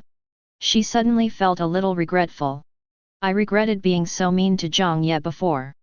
Compared to Chen Xingwen, Jiang Ye at least once truly treated her as a sister. From last night till now, she didn't know why she always thought of Jiang Ye. She remembered that when Jiang Ye first returned to Chen's house, his eyes were full of warmth and smiles when he looked at her. Even though she would scold him fiercely, "If you look at me with such disgusting eyes again, I will dig out your dog eyes," he would still smile and sometimes even praise her, "Seventh sister, you are so fierce, but also very cute, just like those spoiled daughters in TV dramas." At that time, she just thought Jiang Ye was so annoying and disgusting. Now that I think about it, he really liked his twin sister at that time, so he always liked to follow her. When did Jiang Ye no longer dare to look at her or smile at her? Chen Nianwei couldn't quite remember, it seemed like it was the first time she slapped Jiang Ye. That time, she went out to eat with a group of friends and got drunk. When the boys sent her back, Jiang Ye was still waiting for her in the yard. Seeing her so drunk, he was very angry and blamed the boys for forcing her to drink. The next day, after she woke up and learned about this from Chen Xingwen, she was so angry that she immediately rushed over and slapped Jiang Ye hard. That time, she threw all the vicious words at Jiang Ye, and strictly ordered Jiang Ye not to get close to her and meddle in her affairs in the future. From then on, Jiang Ye no longer smiled at her. I didn't even dare to talk to her anymore. But even so, Jiang Ye did not give up caring about her. Many times, when she was drunk and someone wanted to bully her, he would stand up and fight with that person. She actually knew all this all along. But she never took it to heart. I even felt that Jiang Ye was acting, and sometimes I even felt that he was a perverted stalker who had seriously violated my privacy. Unlike Chen Xingwen, every time he knew she went out to play, he would cover for her in front of her parents so that she could have fun. Now thinking about it, she was really stupid and bad at that time. She treats her adopted brother, who doesn't care about her at all, as a treasure. Because of his protection, she would use all her pocket money to buy him gifts and make him happy. However, she treated her biological brother who was wholeheartedly protecting her as her enemy, and always took the sharpest knife in the world and stabbed the brother who truly cared about her. Obviously, Jiang Ye's brother just wanted to protect her. Jiang Ye, who had been living away from home since childhood, just wanted to protect his sister who he had finally found. At this moment, Chen Nianwei looked at Jiang Ye not far away, and her heart seemed to be tightly grasped by an invisible big hand. Every breath was a sharp sting. Endless pain and regret raged wildly in her heart, almost tearing her soul apart. She regretted it. This time, she really regretted it. In this family, the only person who truly cares about her is Jiang Ye. But she pushed him away with her own hands. She really wanted to go up and apologize to Jiang Ye, even if he slapped her a dozen times, she wouldn't mind. If only Jiang Ye could forgive her. But, will Jiang Ye forgive her? Will Jiang Ye forgive the sister who has been humiliating him in every way for several years? Can she still be Jiang Ye's sister? In the end, Chen Nianwei didn't have the courage to face Jiang Ye and turned away. Jiang Ye also saw regret in her eyes, but there was no ripple in his heart. His heart had long been as solid as a rock after suffering repeated injuries from the Chen family. This time, he won't forgive anyone. Never forgive. The expected good show between Chen Nianwei and Chen Xingwen did not happen. Jiang Ye had no interest in watching the disgusting drama between the family of three, so he got in the car and left. At the same time, Chen Xingwen, who was held tightly by He Qingshu, kept his head down and remained silent, perfectly portraying the image of a wronged child. He Qingshu had never seen Chen Xingwen like this before, and she was so distressed that tears streamed down her face. Chen Tahe sighed and advised, "Son, if there is anything, let's go back and talk about it. Look at your mother, her illness has not yet recovered. She was forced to leave the hospital because of you. Aren't you worried that her condition will get worse?" After hearing this, Chen Xingwen immediately raised his head and looked at He Qingshu with a worried look. "Mom, are you okay?" He Qingshu nodded as if she saw hope. Something's wrong, something's wrong. Mom is feeling very uncomfortable right now. Honey, can you come home with Mom? Mom's illness will be cured if you go home. Chen Xingwen's expression was somewhat moved, but after a moment, he still shook his head firmly. "Mom, I don't have the face to go back. Seventh sister will never forgive me. My brother also left because of me. How can I, an adopted son, have the face to go back?" At this point, Chen Xingwen's voice became a little choked, and he looked at Chen Tahe and He Qingshu with red eyes. "Mom and Dad, you should go and bring my brother back first. He is your biological child. He is better than me, more sensible than me, and more suitable to be a child of the Chen family than me. I know you're worried that I'll suffer outside, but you've spoiled me for so many years, and this is a gift from God to me. I should learn to live on my own. Don't worry, I'm doing well now and I will take good care of myself." When He Qingshu heard this, she felt her heart break. "No, Mom won't allow you to say these nonsense. You will always be my son. Mom won't allow you to leave home. You must come back with me now, or I will follow you and leave the Chen family together." Chen Tahe was furious when he heard this. "What nonsense are you talking about? No one is allowed to leave the house. Go back quickly." Chen Xingwen stopped talking again. He lowered his head and picked at his fingers helplessly. "Baby, listen to your mother and go home with her, okay?" He Qingshu pleaded. "Don't be afraid. Mom will definitely make your seventh sister forgive you. There is no such thing as overnight hatred between siblings. Your seventh sister is just so angry now. Mom will definitely have a good talk with her when she returns and ask her to apologize to you." "No, Mom," Chen Xingwen said hurriedly. "Mom, Qija did nothing wrong. I was the one who was wrong. I accidentally hurt her and failed to protect her. It's all my fault. Please stop criticizing Qija. It will make her even sadder." Okay, Mom won't say anything about your seventh sister. As long as you come home with Mom, Mom won't tell anyone, okay?"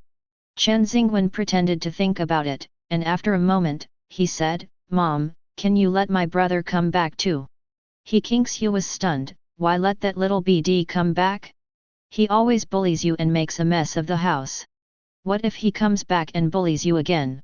"No, Mom, my brother is actually a very good person. As long as I behave a little better, he will definitely not bully me. Mom, I actually like my brother very much, and you also know that I have always envied other people's families for having brothers, so can you and Dad please stop being angry with my brother and take him back?" He Qingshu glanced at Chen Tahe and saw Chen Tahe nodded. "Okay, son, Daddy promises you that he will go with your mom to pick up your brother. Why don't you go home with Mom and Dad now?" After hearing this, Chen Xingwen finally burst into laughter and nodded. The family of three then got into the car happily. He Qingshu seemed to be afraid that her son, whom she had finally found, would leave again, so she held his hand tightly all the way. "Mom, before I go home, I want to go to one more place." Soon, the vehicle stopped in front of the hotel where Chen Xingwen was staying. He Qingshu looked at the shabby door and asked in disbelief, "Son, this isn't where you stayed last night, is it?" Chen Xingwen nodded somewhat embarrassedly. "I just want to be closer to you, Mom." When He Qingshu heard this, her heart softened and her eyes immediately turned red. "Child, if you want to be closer to your mother, you don't have to put yourself in such a difficult position. There are 5-star hotels nearby." Chen Xingwen scratched his head. "I just feel that since I am leaving home, I can no longer use your and Dad's money." He Qingshu said dissatisfiedly, what do you mean by mine and your father's money? Your father and I worked so hard to earn this money, and it will all be yours in the future. Chen Xingwen smiled, didn't respond, and opened the car door. Mom, I'm going over first. The lady at the front desk took good care of me yesterday. I'm going to say goodbye to her. Mom will go with you. Chen Xingwen hurriedly said, no need, Mom, I can go by myself and will be back soon. After saying that, Chen Xingwen trotted away quickly. When he reached the door, he looked back, as if he was afraid that He Kingxiu would follow him. What happened next was exactly as Chen Xingwen had expected. The more he acted like there was something he didn't want He Kingxiu to know, the more He Kingxiu wanted to know. She asked Chen Taehi to get out of the car and go into the small hotel. He Kingxiu thought that the conditions here must not be very good, but when she saw it with her own eyes, she still couldn't believe her eyes. Was this the place where her precious son stayed last night? Hello, I'm the mother of the child who just came in. I want to ask, which room does he live in? He Kingxiu walked to the front desk. 103, you can see it from the past. The receptionist looked at the elegantly dressed Chen Taehi and his wife, and thought of Chen Xingwen's distraught look last night, and immediately imagined a scene of a rich young master running away from home. When He Kingxiu walked over, Chen Xingwen was packing the instant noodles and snacks he bought last night. When He Kingxiu saw the small and cramped house, where half of the wall had fallen off and the house was full of moldy smell, she felt as if her heart was being cut by a knife. Chen Xingwen heard the footsteps and turned around. When he saw He Kingxiu, his face was full of surprise. Mom, why are you here? Didn't I ask you to wait for me outside? He Kingxiu's eyes gradually turned red. Chen Xingwen walked up to her in panic. Mom, don't be sad, this place is actually quite nice, I lived very comfortably here last night. He Kingxiu couldn't bear it any longer, so she hugged Chen Xingwen and stroked the back of his head with heartache. My dear, it's all my fault. I failed to protect you and made you suffer. A smug smile appeared on Chen Xingwen's lips. The new car Jiang Shen chose for Jiang Ye was a Maybach. This car was originally customized by a friend of Mr. Zhou. It has top-notch configurations. Even if an ordinary person orders one, they will have to wait a long time. But Mr. Zhou learned from Jiang Shen that Jiang Ye wanted to buy a car, so he asked his friend to give it to Jiang Ye. The price exceeds 10 million. Jiang Ye originally thought that when he arrived at the car dealership, he could just swipe his card, pick up the car and leave. Unexpectedly, a small problem occurred. And this mistake was caused by an old acquaintance. As soon as Jiang Ye entered the car dealership, he saw a young couple standing next to a car. Although the young woman had her back to Jiang Ye still recognized her just by her back. Chen Lang. Chen Lang is the fourth child in the Chen family. Because she loves playing games, she founded a game company. Speaking of which, in his previous life, Chen Lang also made him successful. But in the end, Chen Lang also played a significant role in ruining him. In his previous life, after he returned to the Chen family, Chen Lang also ignored him. Jiang Ye knew that she loved playing games, so he worked hard to practice her skills. He was very talented in playing games and soon became a master in this game. He also added Chen Lang's WeChat as a netizen. He often takes her to play games and gives her various skins.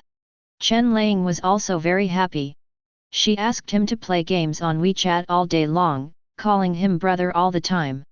He thought this would bring him closer to Chen Lang, so he often stayed up until the middle of the night and played games with Chen Lang. It was not until Chen Xingwen's mischief that Chen Lang found out that the younger brother in the game was his middle brother in real life. Biological brother. So, Chen Lang asked him to meet offline. That day, Chen Xingwen was very excited and arrived early at the meeting place they had agreed to meet. But who knew that the person who came in the end was not Chen Lang, but Chen Lang's boyfriend and several of his friends. That day, he was beaten so badly that he was sent directly to an ambulance. He thought it was all a misunderstanding. Chen Lang's boyfriend misunderstood their relationship, which is why he treated her like this. But who would have thought that when he returned home the next day with his wounded body, Chen Nianwei actually looked at him with disgust and said, Jiang Ye, you really disgust me. If I find out that you lied to me again, I won't just give you a beating." Jiang Ye then realized that all this was arranged by Chen Lang. Those countless days and nights spent playing games with this fourth sister just to please her were turned into what she called a disgusting deception. But at that time, Jiang Ye did not see the true face of this family. He has been brainwashed into a fool who always looks for the cause in himself when anything happens. So he did not blame Chen Lang. Instead, I began to reflect on myself and realized that my flattering behavior was too much and not sincere at all. So he tried harder than before to please Chen Lang. He knew that Chen Lang's dream was to start her own game company, so he began to quietly learn how to make games. Chen Lang has mediocre abilities and often encounters difficulties during the game development process. He wanted to talk to Chen Lang and help her solve the problem, but Chen Lang would always scold him for being a country bumpkin who knew nothing. Seeing Chen Lang suffer a lot of setbacks during the entrepreneurial process and gradually become thinner, he felt pain in his heart. At this time, Chen Xingwen stepped forward, cheated countless plans from him, and handed them over to Chen Lang. Thanks to his help, Chen Lang was able to successfully launch several popular games, and the company was able to gain a foothold. Since then, Chen Lang's attitude towards him has improved a little, at least she would talk to him occasionally. He thought that Chen Lang had finally seen his efforts and began to accept him as her younger brother. Until one day, he accidentally learned that all the plans that Chen Xingwen had handed over for him had become Chen Xingwen's credit in Chen Lang's mouth. So after she succeeded in her business, she bought a car and a house for Chen Xingwen. He was not convinced and wanted to get to the bottom of it, but was beaten half to death by her boyfriend again. Later, he held his breath, wanted to prove himself, and worked hard to establish his own game company. He thought that this time, he could finally get the recognition of these people. But he didn't expect that the Chen family would actually join forces to help Chen Xingwen take away his game and his company. Originally he still had a chance to turn the tables, but in the end, it was Chen Lang, who was already a little famous in the gaming world, who dealt him the final blow. He completely lost everything he had worked so hard for, and was nailed to the pillar of shame for stealing Chen Xingwen's fruits of labor. He was eventually sent to a mental hospital. And Chen Lang also became the second largest shareholder of the game company he founded with great effort. Thinking of this, Jiang Ye once again wanted to give his past life self a few hard slaps. It is obvious that she could live well on her own, but she chose to offer her heart to this group of heartless people, allowing them to stab her again and again. He hated himself for being stupid. I also hate the heartless Chen family. But he has already paid such a heavy price for his stupidity. So next, it's the Chen family's turn to pay the price. Niu Jing and Zhang Shen didn't know why, but they both suddenly felt as if the temperature around them had dropped instantly. The two turned their heads to look at Jiang Ye, and felt a cold aura emanating from his whole body. Zhang Shen, who came from a military background, simply viewed it as murderous intent. For some reason, Niu Jing felt a sense of oppression from a strong person, which made her feel very uncomfortable. The two followed Jiang Ye's line of sight and noticed Chen Lang. Among the 7 daughters of the Chen family, Chen Lang is the one who looks most like He Qingxiu, so they guessed that she was a member of the Chen family almost instantly. "Brother Zhang Shen, please go get the guy who's selling the car to come out so we can finish this and go back soon. I'm so hungry." Niu Jing secretly cursed her bad luck. These people from the Chen family are really haunting. Zhang Shen immediately called the salesperson nearby and said a few words to him. A moment later, Manager Li, the head of the car dealership, arrived. "Mr. Zhang, come here, I'll take you to see the car." Zhang Shen nodded and introduced Jiang Ye to Manager Li. Manager Li knew that Jiang Ye was someone the boss had specifically asked to be treated well, so he naturally did not dare to neglect him. "Mr. Zhang Xiao, please come this way." Seeing that the direction Manager Li was going to lead was next to the car where Chen Lang was standing, Jiang Ye pointed at that car and said, "Is that my car?" "Yes, Mr. Zhang Xiao." Although Zhang Shen wanted Jiang Ye to come over and try the car, Jiang Ye had no such plan at first. He came over just to prevent Jiang Shen from feeling too uneasy and worrying that the car he chose was not to his liking. But now, Jiang Ye has changed his mind. He walked towards Chen Lang and her boyfriend. If he remembered correctly, Chen Lang's game company had just launched its second game more than a month ago. Now is the time when the game is very popular and she is making a lot of money. However, Chen Lang has never had much interest in cars. On the contrary, her empty-headed boyfriend pays special attention to material possessions such as cars, watches and luxury goods. So, Chen Lang probably came here to buy a car for her boyfriend today. It's really generous that he bought a Maybach. Manager Li walked behind Chen Lang and said politely, "Excuse me, sir, miss, our customer needs to test drive the car.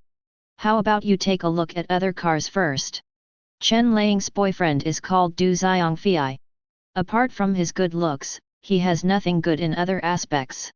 He just coaxed Chen Lang around in circles, the kind of person who wanted the stars but wasn't brave enough to give the moon. When Du Xiangfei heard what Manager Li said, he immediately frowned in displeasure. "We came here first, why should we let others test drive the car first? Are you looking down on us and thinking we can't afford it?" Manager Li was stunned when he heard this, thinking, isn't this person too self-deprecating? How come everything can be associated with others looking down on him? However, he could see that the woman next to this man was not an ordinary person, but a potential customer of theirs, so he said politely, "Sorry, sir, you misunderstood. This car was ordered by the gentleman behind me, and he came here to pick it up today." Du Xiangfei had said this on purpose, because every time he said this in the past and acted as if he had been greatly insulted in front of Chen Lang would buy everything he wanted without hesitation. It works every time. But this time, he really didn't expect to hear such an answer. He even hoped that people really looked down on him, after all, he really liked this car. He took a fancy to it as soon as he entered the door. But now that the other party's arguments were so reasonable and well-founded, he couldn't use the same trick as before. He looked back at the owner of the car curiously, and then his expression suddenly turned sinister. "Jiang Ye." Chen Lang frowned when she heard Jiang Ye's name. "Why are you mentioning that little BD for no reason?" Not only does Chen Lang look most like He Qingshu, but even her tone of voice and attitude towards Jiang Ye are exactly the same. "You country bumpkin, it seems you didn't get beaten enough last time, right? You dare to come here and upset your fourth sister." Du Xiangfei walked towards Jiang Ye, cursing. He had disliked Jiang Ye from the beginning, because he had just met Chen Lang not long ago. When Jiang Ye was delivering a takeaway again, he happened to run into him coming out of a woman's house to pick up a takeaway wearing only a pair of underwear. The takeaway bags are filled with adult products. Then the guy told Chen Lang about it, which caused Chen Lang to quarrel with him for a long time and they almost broke up. From then on, Du Xiangfei hated Jiang Ye. So when Chen Lang asked him to teach Jiang Ye a lesson, he showed no mercy and beat Jiang Ye until he fainted on the spot. Seeing Jiang Ye here at this moment, he immediately thought that Jiang Ye must be here to stop Chen Lang from buying him a car, so he wanted to strike first. But before his hand could touch Jiang Ye's collar, the tall man next to him reached out and grabbed his hand, then threw him to the ground with a neat shoulder throw. In an instant, he felt as if all his internal organs were shattered, and he lay on the ground for a long time, unable to move. "Baby!" Chen Lang screamed and ran towards Du Xiangfei with a pale face. Jiang Ye curled his lips slightly, without even looking at Chen Lang, and walked to the side of the car. Manager Li knew what to say and what not to say. He opened the car door for Jiang Ye as if he had not seen what had just happened. Jiang Ye was not very interested in cars. To him, a car was just a means of transportation.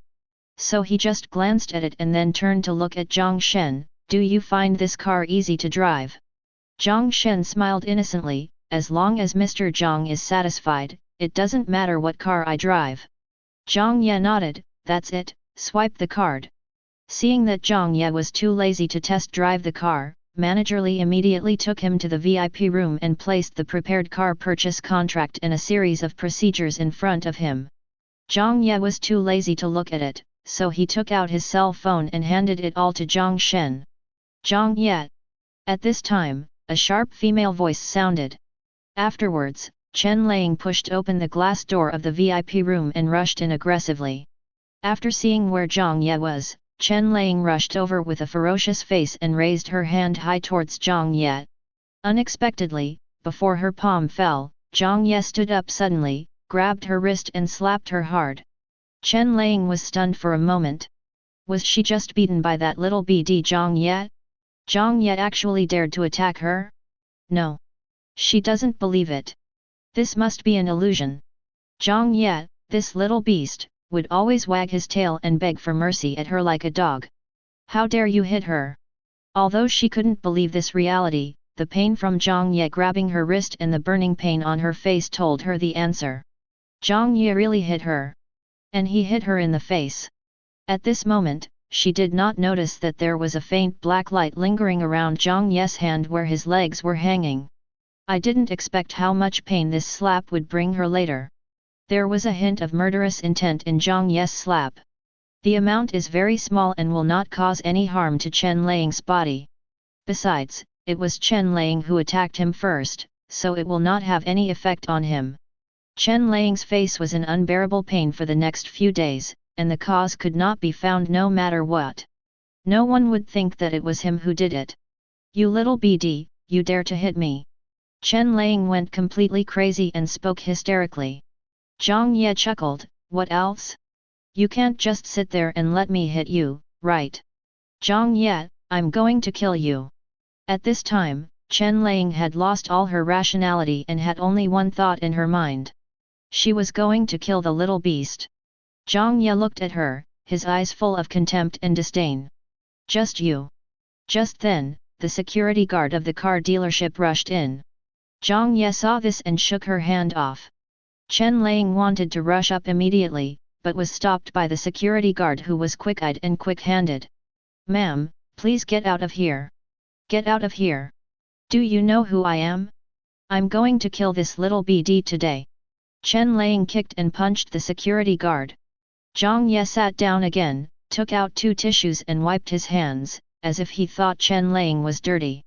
Manager Li was afraid of offending the person that Mr. Zhou had personally asked them to take care of, so he quickly winked at the security guard. Since the leader had spoken, the security guards were no longer afraid of offending anyone and simply picked up Chen Lang and dragged her out. A rich lady like Chen Lang had never suffered such humiliation before, and she immediately started cursing. Let me go, you lowly people, how dare you touch me with your dirty hands? Get out of here, everyone. Jiang Ye, you BD, you little beast, I won't let you go.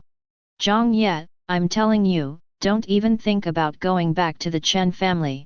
I, Chen Lang, don't have a brother like you. Just wait for me, you BD. I will make you live a life worse than death. Jiang Ye looked at Chen Lang who was dragged away in a panic, and listened to her insults.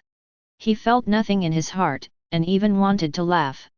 In the past, he always felt that Chen Lang had a noble temperament. Now it seems that it is just like that.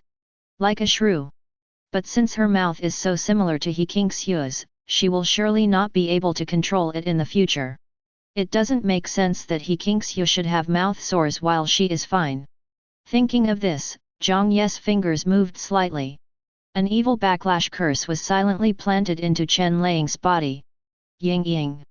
Du Xiangfei was originally lying on the sofa.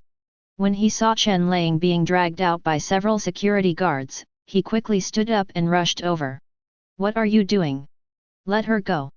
Chen Lang was still cursing Jiang Ye and the security guards loudly, and the security guards had already lost their patience.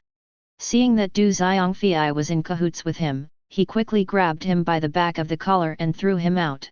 Chen Lang finally regained her freedom and wanted to rush in again.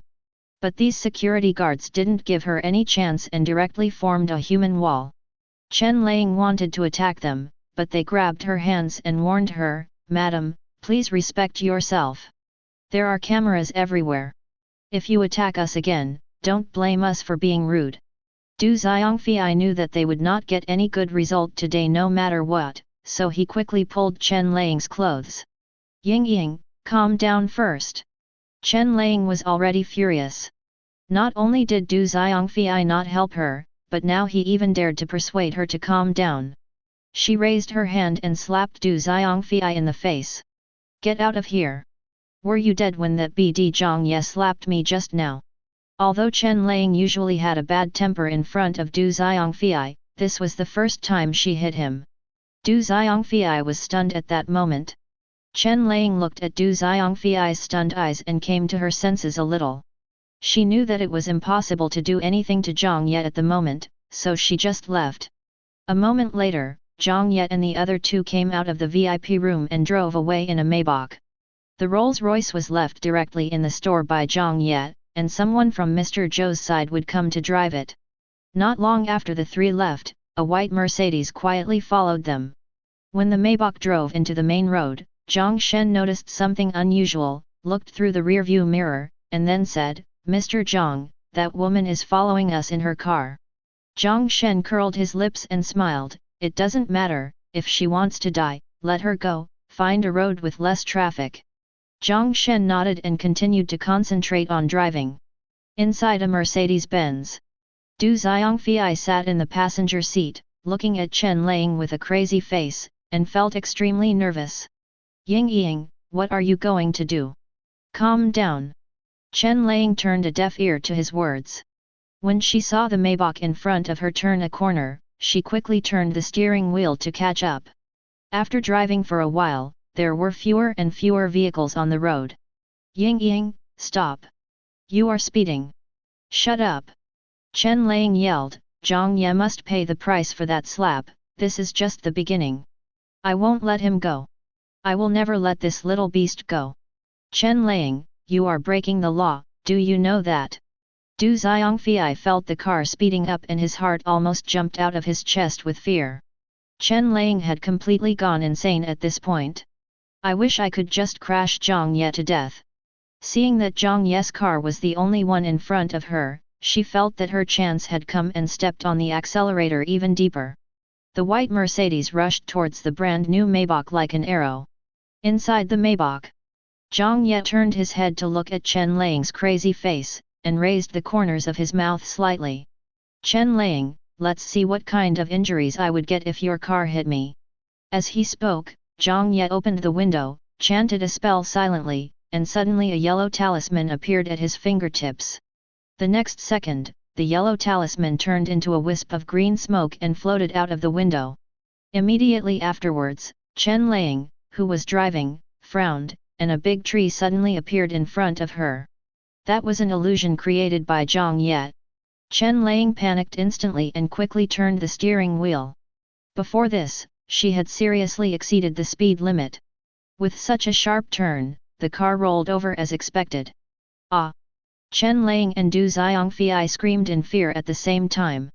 The white Mercedes rolled several times on the road before it came to a stop, with its four wheels facing up across the road. Zhang Shen heard the noise, turned his head and took a look. When he saw the current state of Chen Lang's car, he took a breath. He saw Chen Lang's sudden acceleration just now, and it was obvious that she was coming towards them.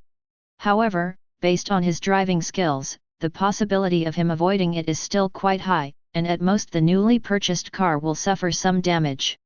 But he didn't expect that just as he was about to accelerate, Chen Lang overturned the car.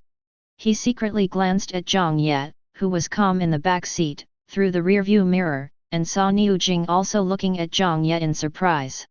He immediately had a guess about the car accident. This little boss of his is truly an amazing person. No wonder even a big shot like Mr. Zhou has to praise him. But he knew that with his status, he just needed to work quietly. "Don't say anything more, don't ask anything more. Do you need to stop?" Zhang Shen asked. "No, they can't die." After Jiang Ye returned home and finished dinner, he went to the study. He turned on the large screen embedded in the wall.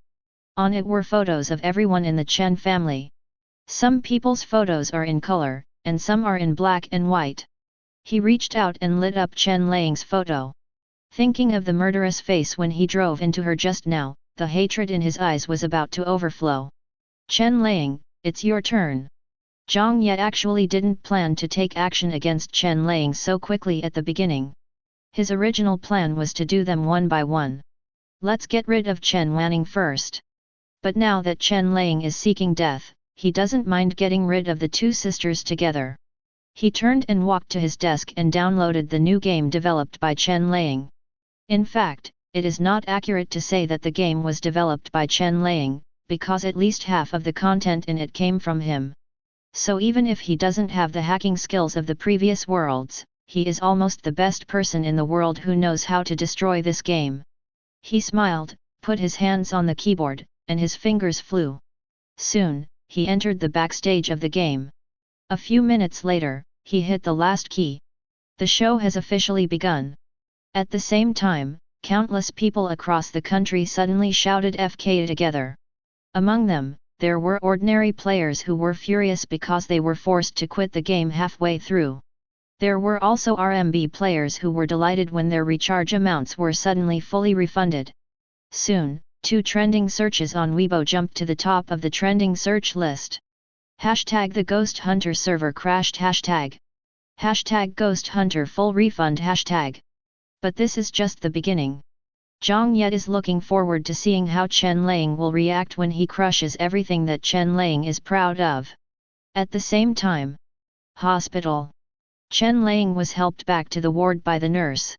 Although the car accident looked serious, neither she nor Du Xiangfei were seriously injured. After all, Jiang Ye's car had an experienced bodyguard and driver like Jiang Shen, so even if they were injured, they would not be seriously injured. So when the backlash hit Chen Lang and the other person, the situation was similar. Chen Lang's injuries were slightly more serious, with a broken left hand and 6 stitches on her head. Du Xiangfei only suffered skin injuries, various soft tissue contusions, and a sprained wrist. Rather than a car accident, it was more like he was beaten up, just like Jiang Ye was beaten up by him before. But for him, the car accident brought him more of a shock. He didn't expect that Chen Lang would be such a crazy woman who didn't care about her life.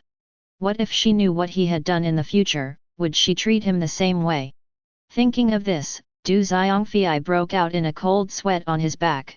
At this moment, Chen Lang was helped by the nurse to the living room of the ward suite. Du Xiangfei heard footsteps and pretended to be asleep. He didn't want to see this crazy woman now. Chen Lang walked to the door and looked at him.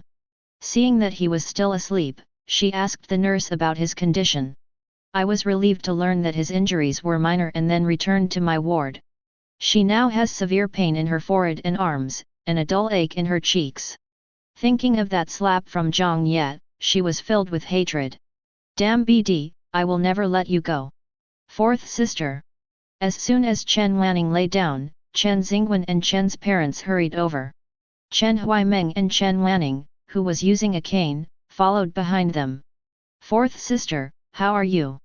How did you get into a car accident out of nowhere?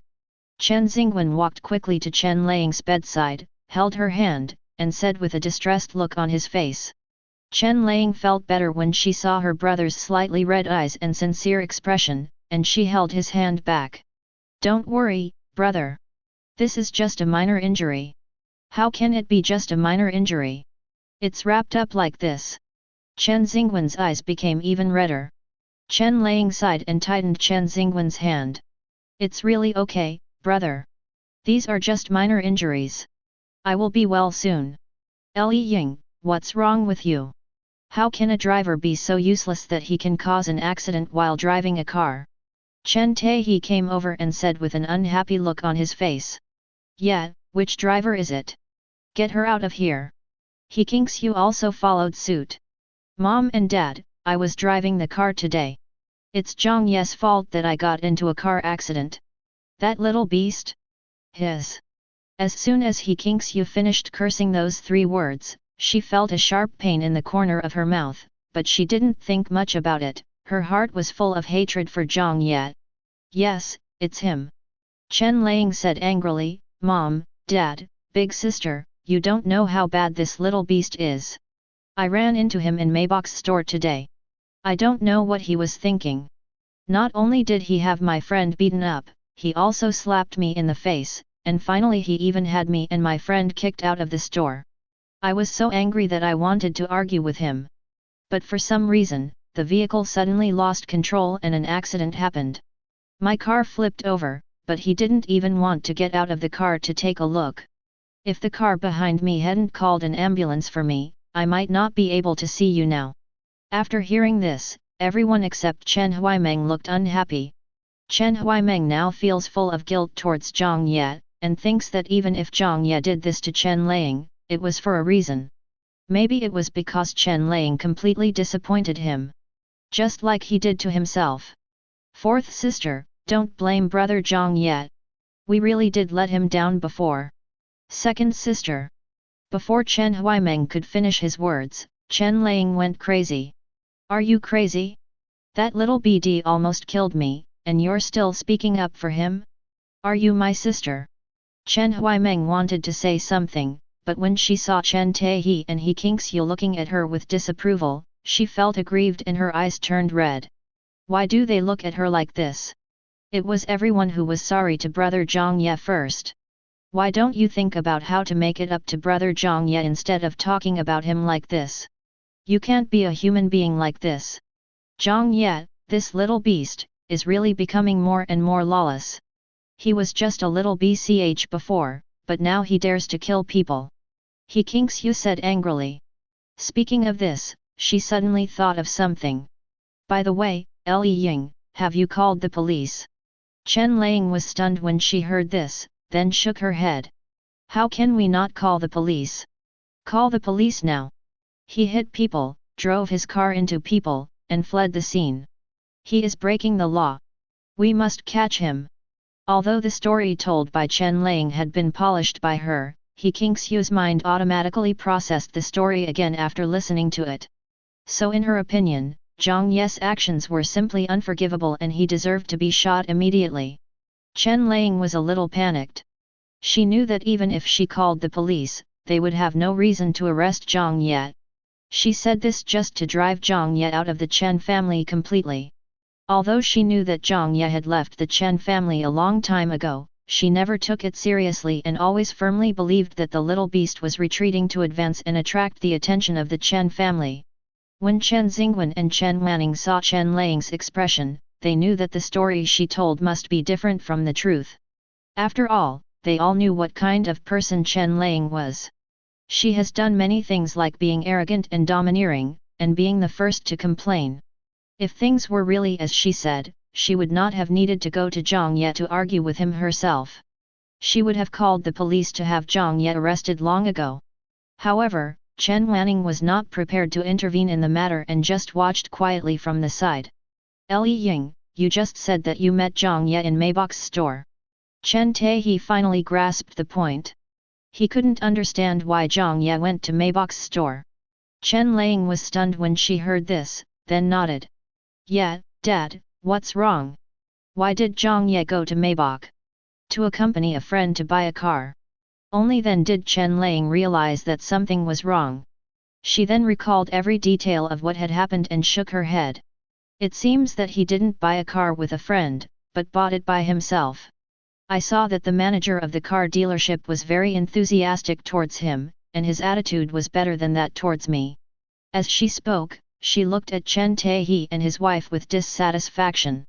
Mom and Dad, how much money have you given Jiang Ye in the past few years? How can he afford such an expensive car? That car is a custom-made one, it must have cost tens of millions at least. Hearing this, Chen Taehi took a breath. How much? Tens of millions for a private order. He Kingxiu was also puzzled. Where on earth did this little BD get the money? He drives such a nice Rolls-Royce, and now he drives a custom-made Maybach. Suddenly, she thought of a possibility and looked at Chen Taehi with suspicion. Chen Taehi, you really didn't give that little beast any money. Chen Taehi was immediately annoyed and said unhappily, of course not. It's always you and the finance department who handle pocket money for our children. I never intervened. How could I give him money? He Kingxiu thought about it and felt that this made sense, so she withdrew her gaze and asked in confusion, what's going on with this little beast? Why does he suddenly have so much money? He bought a luxury car worth tens of millions just by saying so. By the way, where has he been living during this time? Does anyone know? As she spoke, she looked at Chen Wanning and Chen Huaimeng behind her. Chen Huaimeng shook his head and said with grievance, I tried to contact brother Jiang Ye, but she blocked all my contact information. So, He Kingxiu turned her attention to Chen Wanning. Chen Wanning thought for a moment and said, in fact, I have been investigating Jiang Ye for some time. But what surprises me is that even the most experienced private detectives cannot find his whereabouts. After such a long time, I can't even find his current address. So I suspect that there must be some big shot around him who is protecting him. When everyone heard this, their faces froze for a moment. Who is the big shot protecting Jiang Ye? Why should we protect him? Ah! I see. At this moment, Chen Lang screamed.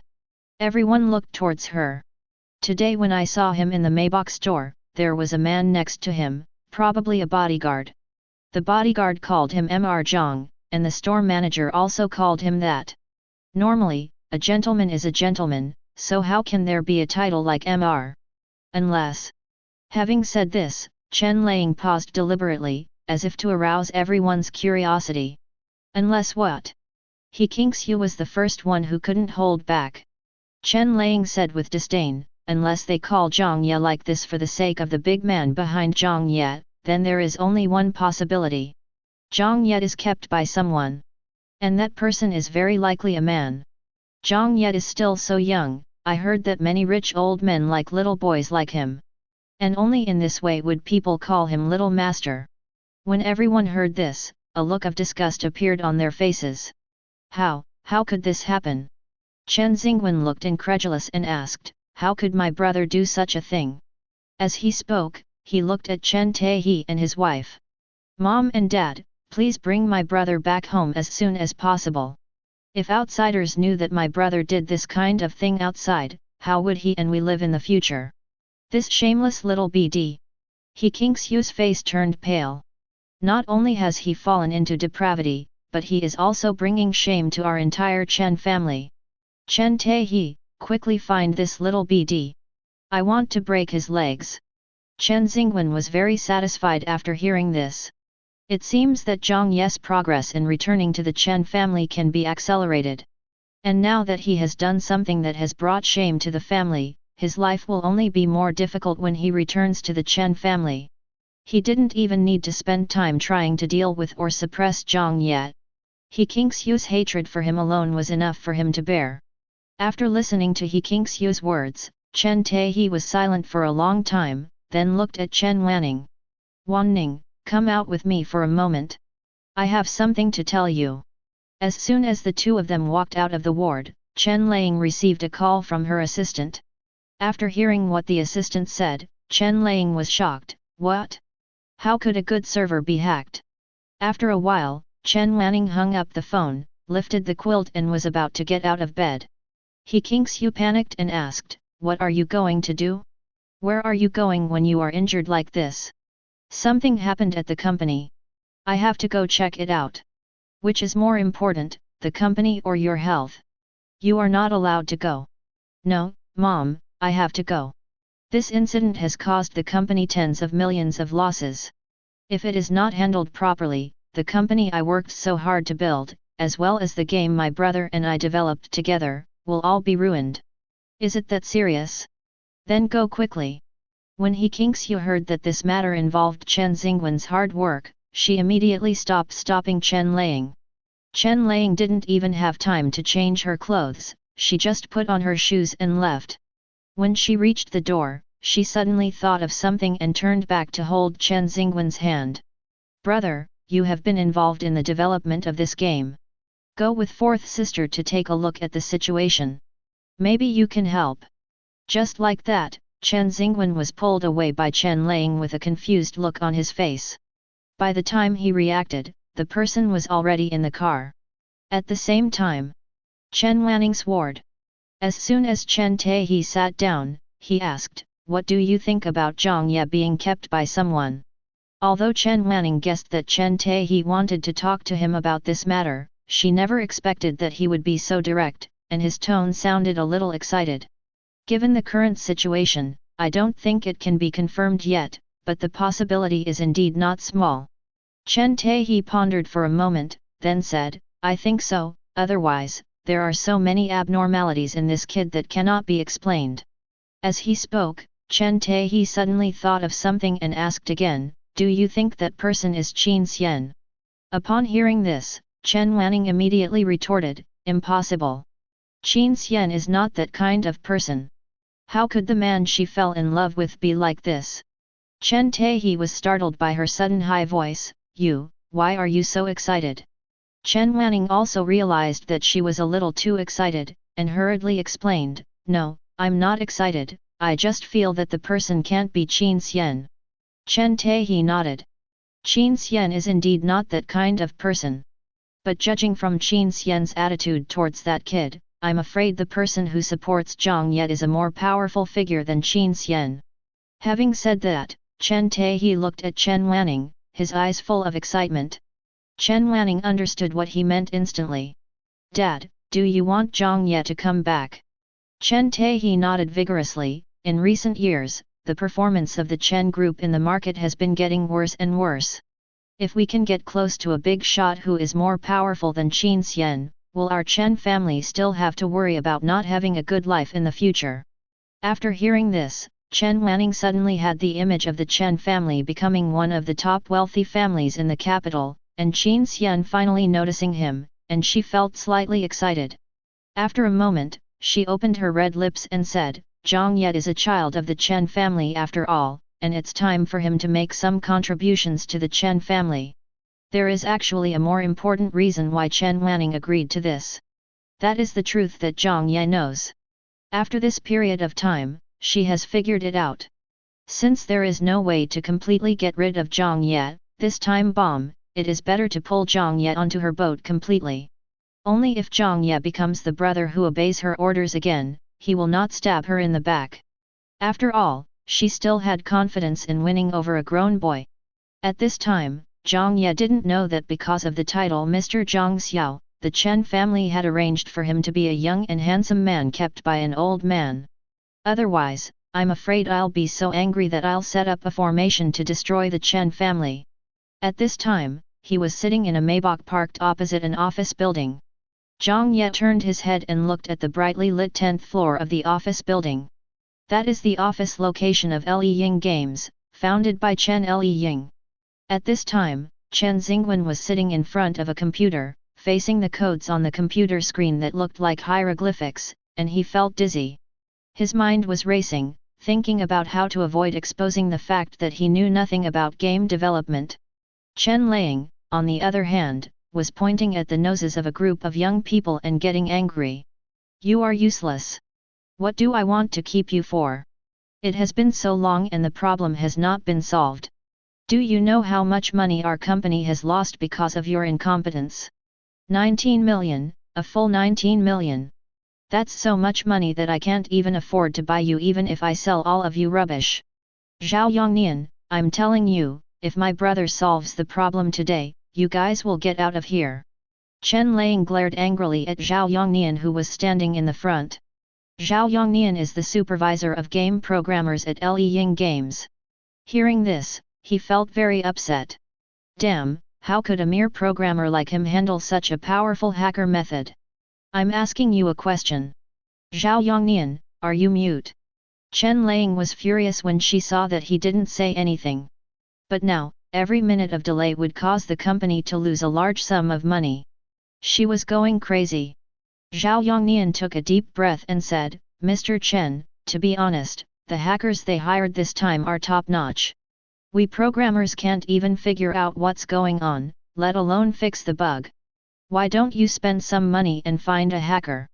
As he spoke, he looked at Chen Xingwen on the other side. Seeing that he was staring at the computer screen for a long time and didn't even dare to type on the keyboard, he knew that this guy was here to show off. Mr. Chen, your brother is just a player at best and doesn't understand game development. Bang! As soon as Zhao Yongnian finished speaking, he was slapped by Chen Liang. He was completely confused. I didn't expect that I would be slapped by my boss after working a busy shift. The onlookers were also stunned.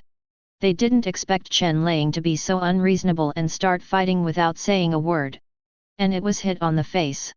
Chen Lang, are you FG crazy? Why did you hit me? After Zhao Yongnian realized what was happening, his round face turned red with anger. What's wrong with beating you? You have no ability, yet you want to belittle my brother. Do you know how much effort my brother put into developing this game? Most of your wages have to go to him. And today I'm not only going to beat you, I'm also going to make you get out. Zhao Yongnian, you're fired, get out now. Chen Lang, you are so arrogant. Do you think the law can't punish you? Chen Lang sneered, the law can punish me, but it won't punish me for a piece of trash like you. You just want to file a labor arbitration case against me, don't you? Go ahead. No matter how much money the court orders me to pay you, I will definitely give you the full amount. Now, if you don't want the security guards to throw you out, get out of my company. Zhao Yongnian looked at Chen Lang, whose chest was heaving with anger, and he wished he could go up and beat Chen Lang's sarcastic face to pieces. But he thought that if he started to hit someone, the slap would be in vain, and he would not get any money from the labor arbitration. In this case, his mother will run out of medicine for her illness next month. So he could only swallow his anger, walked to his desk, threw all his personal belongings into his backpack, and left feeling aggrieved. It was not until he walked out of the office building and into a secluded place that he couldn't help but tear up. In fact, he is only 22 years old this year and has just graduated from college. Before, he had always been the academic genius of their school and was highly respected wherever he went. When I was interviewed, I fell in love with the game Ghost Hunter after seeing some of its level designs, so I gave up offers from several major game companies and came to this company. I didn't expect that Chen Lang was such a person. He had heard before that those game levels were designed by Chen Lang's younger brother, so he was excited today because he could finally meet Chen Xingwen. As a result, not long after Chen Xingwen arrived, he realized that this was a complete idiot who didn't understand the game at all. I guess those levels were just a flash of inspiration for him as a game player. With the current economic environment so bad, he is not sure he can find another job right away. His mother is now diagnosed with cancer and needs a large amount of medical expenses every month, and he is unemployed again. The most important thing is that none of this is his fault. Why did you slap him in front of so many people? Thinking of this, he could no longer control himself and tears welled up in his eyes. Just then, a black car drove up to him. He felt ashamed and rushed forward while wiping his tears. Unexpectedly, the black car was following him slowly, as if it was stalking him. He turned his head and saw that the back window of the black car was rolled down and a young man was staring at him intently. Look at you. Haven't you ever seen an adult who is frustrated in life? Jiang Ye smiled when he heard this. Zhao Yongnian, get in the car. Zhao Yongnian was stunned. Who are you? How do you know me? I am the one who will change your destiny. Get in the car quickly. Zhao Yongnian looked at Jiang Ye with great vigilance. FKU, are you trying to pierce my kidneys? Jiang Ye looked at him speechlessly. Stop dreaming, you can't even afford a wheel like mine with your money, why would I get hurt? And get my hands covered in blood. Zhao Yongnian took a look at the brand new Maybach and thought, this seems to make sense. But thinking of this, he felt even sadder. Oh shit! Why are his kidneys so worthless? Not even as good as a wheel. Zhao Yongnian, hurry up, if you don't get in the car I'm leaving, and you'll miss your only chance to become rich in this life. Jiang Ye seemed to be losing his patience, but in fact he was provoking Zhao Yongnian. Because he knew that Zhao Yongnian would be most susceptible to this. After all, Zhao Yongnian was his only friend and partner in his previous life. It was Zhao Yongnian who accompanied him, working late into the night together for countless nights, often arguing over an idea, and eventually they founded their own game company. Also the year game. It was also because of his stupidity that Zhao Yongnian lost all his hard work, and finally jumped from a tall building in despair, ending his young life. In the end, Zhao Yongnian was provoked by Jiang Ye to get in the car. Okay, now you can tell me how you know me. Zhao Yongnian was sure that he had never seen the boy before, so he was very curious about how he knew his name. Jiang Ye did not answer the question, but pointed at the slap mark on his face and asked, "What happened to your face? Did Chen Lang hit you?" Zhao Yongnian was shocked. "You even know that BCH. Now, Jiang Ye has identified the owner of the slap mark. Not only do we know each other, we also have a grudge against each other, a blood feud. Brother, did he slap you, too?" When Zhao Yongnian thought of this, he suddenly felt that the distance between him and Jiang Ye had shortened a lot. "Do you want to seek revenge on her?" Jiang Ye smiled and did not answer the question directly.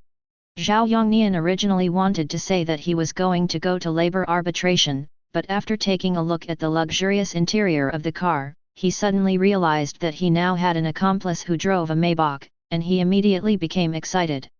"Brother, what do you think?" Jiang Ye thought for a moment, took out a laptop from his side, opened it, and quickly flew his 10 fingers on the keyboard. A few seconds later, the surveillance video of Chen Lang pointing at Zhao Yongnian's nose and cursing appeared on the computer screen. Zhao Yongnian looked at Jiang Ye in surprise. "Brother, are you a hacker?" Jiang Ye nodded. "Are you afraid of losing face?" Zhao Yongnian was stunned when he heard this, and didn't understand what Jiang Ye meant. Jiang Ye explained, "If this video is seen by netizens, what do you think will happen to Chen Lang?" Zhao Yongnian thought about what Jiang Ye said, and it seemed as if he had seen the scene of Chen Lang being hit by rotten eggs. He was so excited that his blood was boiling. "Don't be afraid. Don't be afraid of losing face." As Zhao Yongnian became more excited, his round face turned red. But soon, he suddenly remembered the reality, and his whole body visibly wilted. "But if this video gets online, will I be unable to go to labor arbitration? I actually really need that money." Jiang Ye sighed softly, then took out a contract from her bag and handed it to him. "Come work with me, earn $1 million a year." When Zhao Yongnian heard this, his eyes widened in shock. "How much? $1 million per year? Are you sure it's Huxia currency? Not Vietnamese dong?" Jiang Ye laughed. "You heard it right, it's the Huxia currency. Work with you? What for? Learn hacking from you? Or some other unethical profession? Let me make it clear first, although I am indeed a little short of money, I will not do anything that requires me to eat the government's food." Zhao Yongnian's first reaction was disbelief. Although he was confident in his talent, at this stage, he was not worth the price anyway. Besides, this young man didn't know what to do. What if it was something written into the criminal law? Jiang Ye was too lazy to talk nonsense and directly opened a game plan on the computer. "Take a look first. If you're interested, come and do it with me. If you're not interested, I'll take you home and you can just pretend you haven't seen me today." Zhao Yongnian looked at Jiang Ye suspiciously, then took the computer and began to look at the plan. Originally, he just thought that Jiang Ye was so young and could afford such a luxury car, so he was probably just a rich young man who wanted to have fun. I didn't expect that he would be stunned just after seeing the world view of a game. This guy is simply a gaming genius. Jiang Ye felt the surging emotions in his heart and curled up the corners of his mouth slightly. "How about it? Are you coming?" Zhao Yongnian had only read roughly 1/3 of the plan at this time and nodded hurriedly. "Come on. Definitely come. Bro, you're AFG genius." Jiang Ye patted his shoulder. "Brother Nian, you are actually a genius too." Zhao Yongnian looked at Jiang Ye's sincere and bright eyes, and for some reason, his heart suddenly ached. It was as if I saw something sad through those sincere eyes, and I couldn't help but feel a lump in my throat. Jiang Ye took out his cell phone, clicked it, and then heard Zhao Yongnian's cell phone ding-dong. "Look at the message you just received on your phone." Zhao Yongnian took out his mobile phone and after seeing the transfer message on it, he couldn't help but exclaimed "Oh my god," and then started counting zeros. 500,000. "Boss, what are you doing? Why did you suddenly transfer so much money to me? Take this half-year salary that I'm paying you in advance and solve your personal problems first. I'll give you 3 days. Is that enough?" "Enough, enough." At this moment, Zhao Yongnian was still immersed in the joy of the huge sum of money that had fallen from the sky, and nodded blankly. Jiang Ye stretched out his hand to him. "Brother Nian, it's been a pleasure working with you. From now on, Union Games will be handed over to you. I'm usually busy, so I definitely won't have much time to accompany you. You'll need to do a lot of things yourself, but don't worry, I won't treat you unfairly. You'll own 30% of Union Games. If you want to build a team or do anything else in the future, as long as you need money, just come to me directly. I only have one request, make the game well and crush Chen Lang." Zhao Yongnian was still in a daze even after getting off the car. "I felt as if I was dreaming. But the sudden extra 500,000 yuan in his empty account and the partnership agreement that Jiang Ye gave him before leaving told him that all this was true. God really threw a huge pie on his head." At this time, a video about an arrogant female boss beating and scolding her subordinates began to go viral on the internet. Although Zhao Yongnian clearly stated that he was not afraid of losing face, Jiang Ye still blurred his face, thinking that Zhao Yongnian would be the official boss of Union Games in the future. As for Chen Lang, Jiang Ye not only did not blur her face, he even used technical means to make her face clearer in the video. As a result, thousands of ordinary working people began to sympathize with Zhao Yongnian and criticized and insulted Chen Lang. Soon, someone dug out Chen Lang's company and her identity. A boycott campaign against Liying Games and Chen Group began in full swing. Jiang Ye looked at the disgusting insults against Chen Lang on the internet and knew in his heart that Lang's game was over. Chen Lang may not give up her entrepreneurial dream, but Liying Games, the first company she founded with great effort, is no longer able to recover. The next morning, the Chen family was in chaos. When He Qingxiu woke up in the morning, she found a circle of pus-filled sores at the corners of her mouth, making it difficult for her to eat or drink. If Jiang Ye saw it, he would be surprised at how dirty her words were last night to make her mouth like this so quickly. Last night, after Chen Taehe returned home, he told He Qingxiu the result of his discussion with Chen Wanning, and told her to be nicer to Jiang Ye when he came back. He Qingxiu agreed to bring Jiang Ye back just to let Chen Xingwen go home with peace of mind. Now that Jiang Ye was being kept by a man, she immediately decided to treat her son as dead from now on. She regarded Jiang Ye as the biggest stain in her life and firmly opposed bringing Jiang Ye home. No matter how Chen Taehe persuaded her, she refused to agree. Not only did he call her a little beast, but he kept insulting and cursing her with all kinds of vicious insults. In the end, Chen Taehe was helpless and angry, so he just found a guest room to sleep in. The next morning, when she got up, she felt terrible pain around her mouth. After looking in the mirror, she discovered that there was a circle of abscesses around her mouth. She immediately collapsed and asked Chen Taehe to call a private doctor. Unexpectedly, before the private doctor arrived, Chen Lang and Chen Wanning escaped from the hospital first. Chen Lang also had a few abscesses around her mouth, but they were not as serious as He Qingxiu's. But the torture she suffered was not small at all. At around 2 a.m. last night, her left face suddenly began to hurt. It was from that time that she started to curse Jiang Ye. At first, her face only hurt intermittently, and the pain was bearable.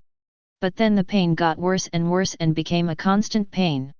By now, she was in so much pain that she wanted to peel the skin off her face. Chen Taehe didn't know why his two daughters ran out of the hospital in such a mess. After asking, he learned from Chen Wanning about the incident that Chen Lang had caused on the internet. A boycott of the Chen group has already started on the internet, and the group's stocks hit the limit down as soon as they opened. Orders exceeding 1 million lots pushed the stock price to the lower limit. At this rate, if this matter is not handled properly, I'm afraid there will be several limit downs. Chen Taehe was so angry that he scolded Chen Lang. If he hadn't seen Chen Lang covering her face in excruciating pain, he would have wanted to slap her a few more times. However, this farce goes far beyond that. Before the private doctor could diagnose the cause of He Qingxiu's mouth, a subpoena from the court made He Qingxiu so angry that she pouted. That was the court summons that Jiang Ye filed against He Qingxiu for defamation of him. At this time, the official Weibo account of Chen Group issued another statement, announcing that its supermarkets would remove all products of Chen Group and all its subsidiaries, and that all subsidiaries of Chen Group would no longer have any business dealings with the Chen family. Originally, everyone thought that the Chen Group chose to cut ties with the Chen Group because of the Chen Laying incident in order to gain some favor from netizens. It was not until Chen Xian's personal Weibo account posted a Weibo post about Jiang Ye's victory in suing Chen Wei, the son of Chen Group's chairman, for spreading rumors. Later, someone found out that Chen Wei posted an apology video on the forum of Jinghua High School. In the video, Chen Wei sincerely apologized to Jiang Ye, saying that he should not have been deceived by Chen Xingwen. He posted the story about Chen Xingwen deliberately slandering Jiang Ye for peeping at girls in the toilet on Taiba, causing serious damage to Jiang Ye's reputation. So, people in the know quickly found out the relationship between Chen Xingwen and the Chen family. At this point, the already notorious Chen family was even worse off. And this is far from over. Several other daughters of the Chen family also began to be affected. Chen Yunyuan, who is doing very well in the entertainment industry, and famous jewelry designer Chen Yulan have both begun to receive family greetings from netizens. At the moment, only Chen Huaimeng, an amateur, and Chen Qiwen, who is currently an exchange student abroad, are less affected. Chen Yunyun and Chen Yulan could no longer sit still when they saw the online criticism of the Chen family intensifying, and they called to inquire about the situation.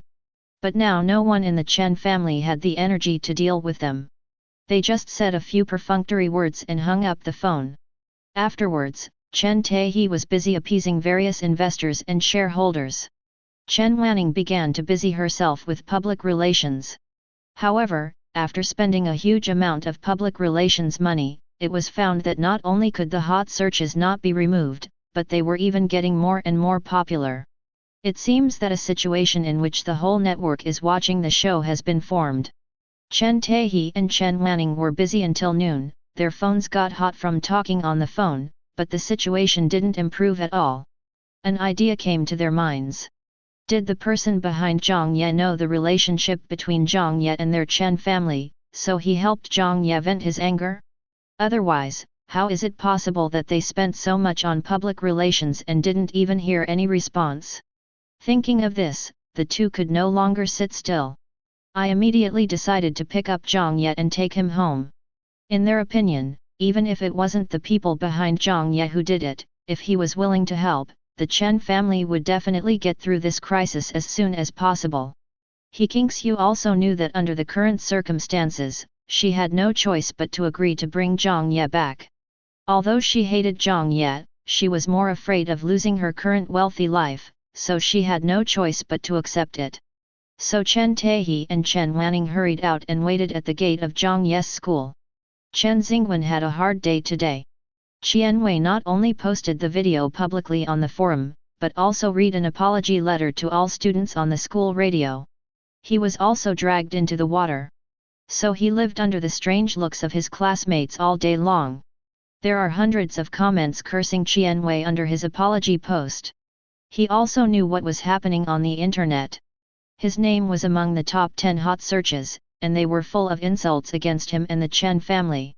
From childhood to adulthood, he has always been regarded as the child of other people's families and a role model for all his peers.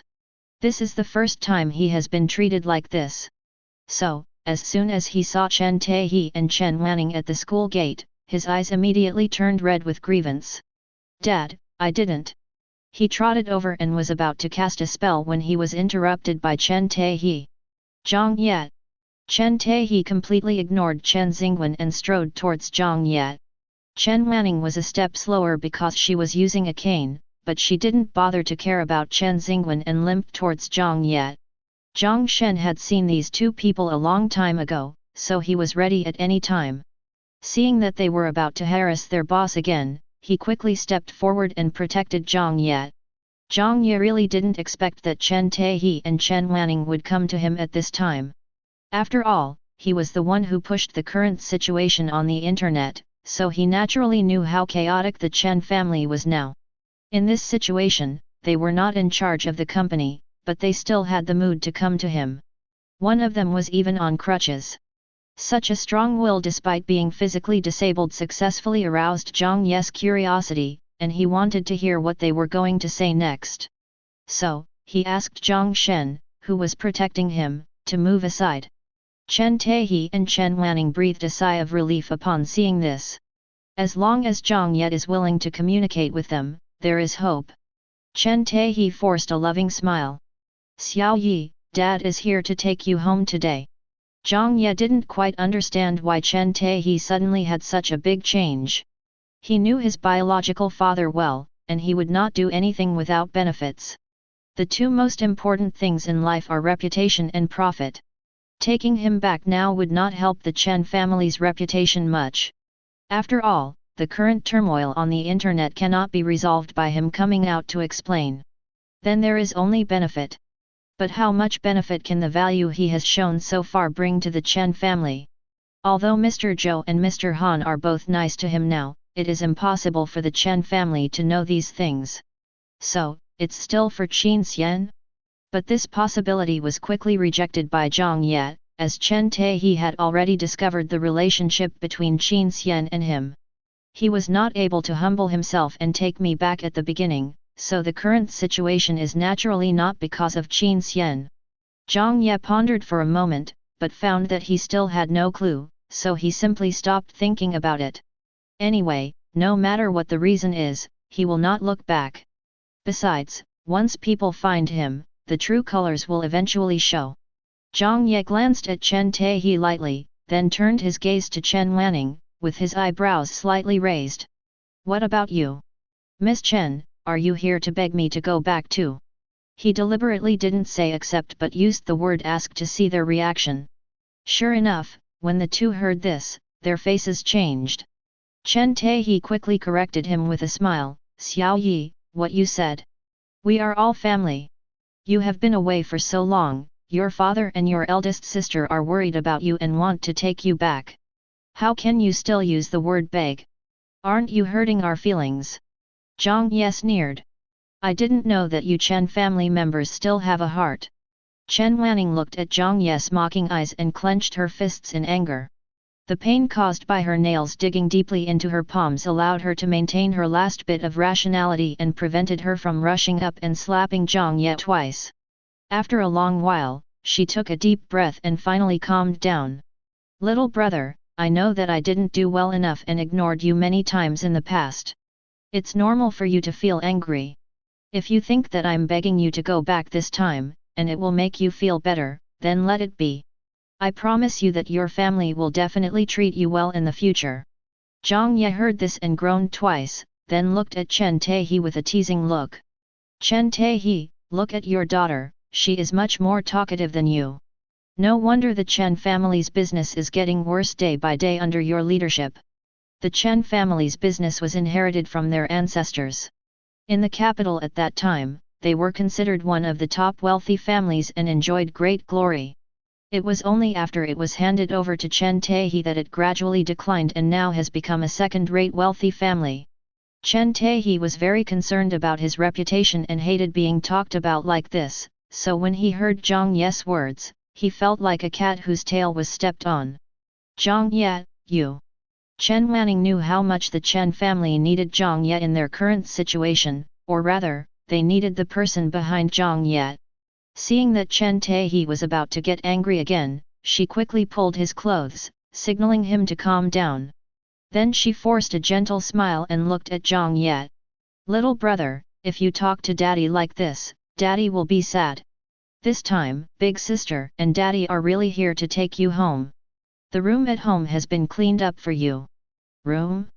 The basement that's worse than the servants' quarters. Chen Wanning's face froze. She had never paid attention to Jiang Ye before, and she rarely went home and always lived in an apartment near the company. The so-called tidying up of the room was, in her opinion, just a heartwarming remark. Because all the rooms in the house are cleaned by maids every day, I don't like to tidy up on purpose. But she didn't expect that Jiang Ye had always lived in the basement at home. How could that be? She forced an awkward smile. Little brother Yi, I told you that I have neglected you too much before, and I will definitely make it up to you in the future. I have already picked a good room for you. When you get home, you can take a look at it yourself. If you don't like it, you can change it. If you want, I can give you my room. Chen Xingwen knew how strong Chen Wanning's personality was. So the gentle face of Chen Wanning in front of him made him almost unable to believe his eyes. Over the years, Chen Wanning gave him almost all of her good temper and tenderness. And now, it was given to that BD Jiang Ye. What on earth does this BD have the right to do this? Jiang Ye saw the unwillingness and resentment in Chen Xingwen's eyes when he looked at him, and deliberately said, "Your room is always a woman's room. I am a grown man and I am definitely not used to living there. How about Chen Xingwen's room? I saw the decoration inside when I was mopping the floor in your house before, and I liked it very much." After hearing this, Chen Xingwen almost burst into curses. Fortunately, Chen Tahe spoke first. "Jiang Ye, why are you in trouble again? You haven't even returned yet, but you're already snatching things from your brother. Dad." Chen Wanning was almost mad at this father who was only holding her back, and she yelled angrily. Chen Tahe has always been a little afraid of his daughter. After all, if it weren't for his daughter's iron-blooded hand, the Chen group would probably have declined even faster than it is now. Chen Xingwen also came to his senses after hearing Chen Wanning's angry roar. Looking at the anger on Chen Wanning's face, he realized that Chen Wanning was determined to let Jiang Ye go home, and his heart was filled with fear. Fortunately, Chen Tahe spoke first, otherwise if he really scolded Jiang Ye at this critical moment, it would not only make Chen Wanning unhappy, but also completely destroy the image he has built up over the years. Thinking of this, he quickly spoke with a well-behaved look on his face. "Dad, it's okay. My brother likes my room, so I will give the room to him. It doesn't matter where I live." Bang! Before Chen Xingwen could finish his words, he was interrupted by Jiang Ye's heavy slap. "Jiang Ye, are you crazy? Why do you hit your brother for no reason?" Chen Tahe said angrily. Jiang Ye rubbed his wrist, his eyes full of coldness. "Chen Xingwen, it seems that you still haven't learned your lesson from the tooth you lost last time. You still dare to call me in such a sticky way." Chen Xingwen was furious, but when he saw Chen Tahe had come forward, he suppressed his anger, covered his face, and stood aside with a wronged look on his face. Chen Wanning was also shocked. She didn't expect Jiang Ye to be so rampant now. He dared to hit people in front of her and Chen Tahe over a disagreement. But now that things have come to this, there is no point in helping Chen Xingwen. "Brothers I know you are angry with brother Wen Wen. We, as your sisters, are also at fault for this matter. It is because we did not mediate the relationship between you that you are now like this. Don't worry, our family will definitely handle the relationship between you in the future." Hearing this, Jiang Ye laughed. This Chen Wanning, who is so patient and tolerant, seems to have it all for Qin Xian. After all, if the secret he knew were to be revealed, it would be more painful for Chen Wanning than taking her life. "Chen Wanning, you are willing to sacrifice everything for Qin Xian." Chen Wanning's expression froze for a moment, and then she smiled dryly. "Little brother, what do you mean?" After saying that, she didn't wait for Jiang Ye to answer and continued, "Let's go home first. Sister has been standing for so long, her legs are a little sore. By the way, it will be my eldest sister's birthday in a few days. I thought that would be a good opportunity to introduce you to relatives and friends. In order to protect you, your family has not disclosed your identity. Now my eldest sister sees that you are different now and are able to protect yourself, so there is no need to continue to hide your true identity." Chen Xingwen's face changed drastically when he heard this. What's the meaning? Want to reveal Jiang Ye's true identity? Wouldn't that tell everyone that Jiang Ye, this BD, is the biological son of the Chen family, and that he, Chen Xingwen, is just an adopted son? Jiang Ye looked at the changing expression on Chen Xingwen's face and felt that things were becoming more interesting. But what interested her more was that Chen Wanning's birthday was coming soon.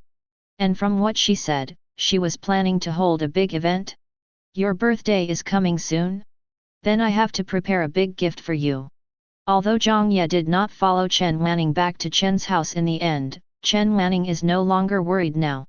After all, Jiang Ye already called her big sister and had to prepare a birthday present for her. This is enough to show Jiang Ye's attitude. She knew that as long as she put on their attitude and gave Jiang Ye what he wanted most, she would become a real member of the Chen family. Then a child like Jiang Ye who lacks love will definitely come back happily. What she needs to do now is to make Jiang Ye willingly regard herself as a member of the Chen family. Pay for the Chen family, pay for her. At this moment, a perfect plan formed in her mind. Son, does your face still hurt? Chen Taihe's voice interrupted Chen Wanning's thoughts. She glanced at Chen Xingwen, who had his head down, through the rearview mirror and sighed silently in her heart. It doesn't hurt anymore. Chen Xingwen shook his head, it's my fault. I always make my brother angry. I just didn't expect that he would hate me so much. Chen Taihe raised his hand and rubbed the back of his head. Son, I'm really sorry for wronging you this time, but the situation at home is very bad right now, so this is the only way. Chen Xingwen looked up at Chen Taihe and forced a strong smile. Dad, don't say that. I understand. Besides, my brother is your biological son. It's a good thing for him to recognize his ancestors now. Chen Taihe was deeply touched. You are still sensible. Don't worry, even if your brother comes back, you are still a good son to your parents. Dad will definitely protect you and will not let your brother bully you. Chen Xingwen felt relieved after hearing this. Jiang Ye, let you run rampant for a while. When you really return to the Chen family, I will make you live a more humble life than before. Dad, don't worry about me. When my brother comes back and knows that we are sincere to him, he will definitely stop bullying me. Brother, I am very pleased that you think this way.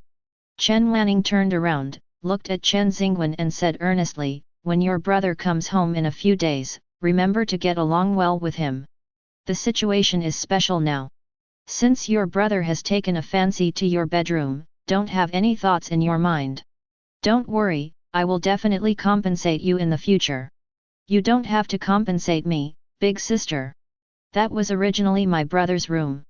I can live anywhere I want. My brother is so good. After Chen Wanning finished speaking, she didn't look at Chen Xingwen again. Chen Xingwen smiled and turned to look out the window. The well-behaved expression on his face disappeared instantly, and his brows were filled with sinisterness. Chen Wanning, this BCH, actually dared to treat him like this. He swore that he would never let her go. One day, he will make Chen Wanning pay a heavy price for what she did.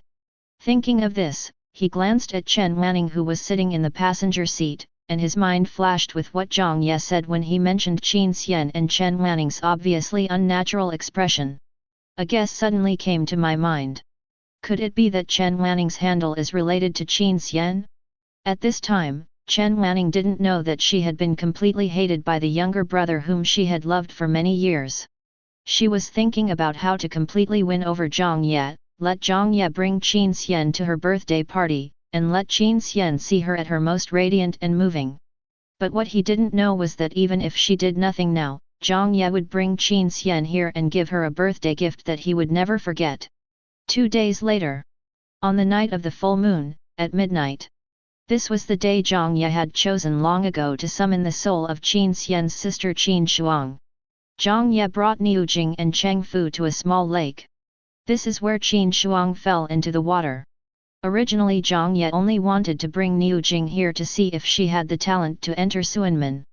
When Jiang Ye arrived, Qin Xian and Qin's parents had been waiting here for a long time. God knows how hard they have been going through these days. My daughter has been sleeping in bed for so many years, and the doctors said that all her organs are showing signs of failure. Now she finally has a chance to wake up. After counting the days with great difficulty, they finally waited for the right time as Jiang Ye had said. They were very excited the whole day. So even though Jiang Ye had agreed to meet them at midnight, they came and waited almost as soon as it got dark. As soon as Jiang Ye came over, Qin Xian's family of 3 hurried over to greet him. Before Qin Xian introduced Jiang Ye to Qin Xian's parents, Qin's father excitedly extended his hand to Jiang Ye. Hello, Mr. Zhang Xiao, I am Qin Xian's father, Qin Hua. Jiang Ye shook his hand. Hello, Mr. Qin. Mother Chen was so excited that she kept wiping away tears. Mr. Jiang, please, I leave everything to you. When Shuang'er wakes up, our Chen family will definitely reward you handsomely. Jiang Ye smiled faintly. Mrs. Chen, there is no need to reward me handsomely. Qin Xian has already paid my fee, so you can rest assured. As he spoke, he looked at Qin Xian. Some scenes may appear in a while that make you feel uncomfortable. Are you sure you want to watch it here? Yes, yes. Qin's father and his wife said in unison. Although Qin Xian also wanted to see his sister wake up with his own eyes, he was a little worried because his parents were old after all. Mr. Zhang Xiao, will the things that will appear soon harm my parents' health? Jiang Ye thought about it, reached into the inner pocket of his coat, took out a few amulets, and handed them to Qin Xian. If you want to see it, then go ahead. These are amulets and talismans for protecting the yin. Just hold them in your hands and you'll be fine. Qin Xian breathed a sigh of relief. Thank you, Mr. Zhang Xiao. Jiang Ye nodded. Is what I want ready? Ready. Qin Xian handed over a small bottle containing his blood. Okay, all of you stay away. No matter what happens later, don't come over. Jiang Ye took the bottle and walked to the lake. Seeing that her half-master had no intention of giving her the amulet, Niu Jing was extremely flustered.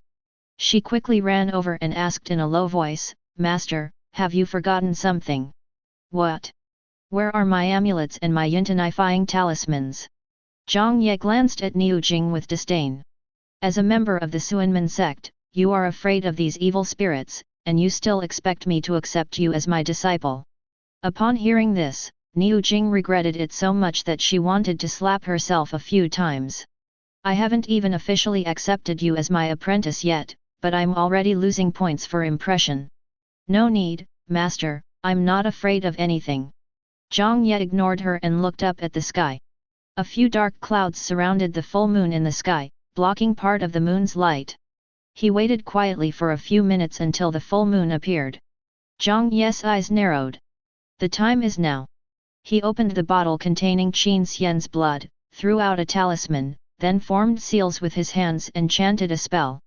In the dark and gloomy realm, where the souls hide, wandering souls, listen to my call. With my thoughts, I will lead your soul, across the yin and yang, and appear before me. At this time, the blood in the bottle slowly rose, floated out of the bottle, and then floated to the center of the lake. Nameless power, pull the thread, come back quickly, don't delay. Heaven and earth are your witnesses, spells are your guide, soul, come back, gather around me. 3 souls and 7 spirits, peaceful and not scattered, appear here, obey my call. The moment the words fell, the originally calm surface of the lake began to surge. After a moment, a whirlpool appeared in the center of the lake. Then, a shadow appeared in the center of the vortex. It was Qin Shuang. However, Qin Shuang looked very abnormal at this moment. Her eyes were dull and she seemed unconscious. Shuang'er. When Qin's mother saw her daughter, she was extremely excited and rushed forward regardless of anything. Fortunately, Qin Xian was quick to grab her. Mom, don't disturb Mr. Jiang's practice. Jiang Ye took a step back, and Qin Shuang followed him like a puppet. After a while, Qin Shuang's soul was about to come in front of Jiang Ye. Unexpectedly, at this moment, a gust of cold wind blew. A whirlpool appeared on the lake again, which was larger and had faster current than the one where Qin Shuang appeared. Soon, another shadow appeared above the vortex. The middle-aged woman looked at Jiang Ye with displeasure on her face. Who are you? Why did you steal my daughter? After she finished speaking, a ghostly aura suddenly emanated from her body and attacked Jiang Ye. How dare you, a little water ghost, act so presumptuously in front of this heavenly master? Jiang Ye's expression suddenly turned cold. He raised his hand and waved it. A stack of talismans emitting golden light flew towards the middle-aged woman. The evil spirit in the middle-aged woman's body was instantly dispelled. At this time, countless talismans had been connected into a rope, trapping her tightly and leaving her suspended on the lake, unable to move. What are you going to do? Why are you doing this to me? Give my daughter back to me. The middle-aged woman knew that she was no match for the young man in front of her and was completely panicked. "You're talking nonsense. Shuang'er is obviously my daughter. You've done such a terrible harm to my daughter." Mother Qin burst into tears. She had completely lost her mind. If Qin Xian hadn't held her tightly, she would have rushed over. "Kay is my daughter. Give her back to me, or I will keep all of you here and bury you with me," the middle-aged woman said hysterically. Jiang Ye's eyes flashed, and a trace of Heavenly Master's mysterious power passed along the talisman rope. The middle-aged woman felt as if her whole body was suddenly burning on fire, and she screamed in pain. "You have two choices. One is that I take her away, and the other is that I kill you and then take her away. Pick one for yourself." The middle-aged woman knew she was no match for Jiang Ye, so she knelt down immediately after hearing the voice. "Master, please let my daughter go and give her back to me.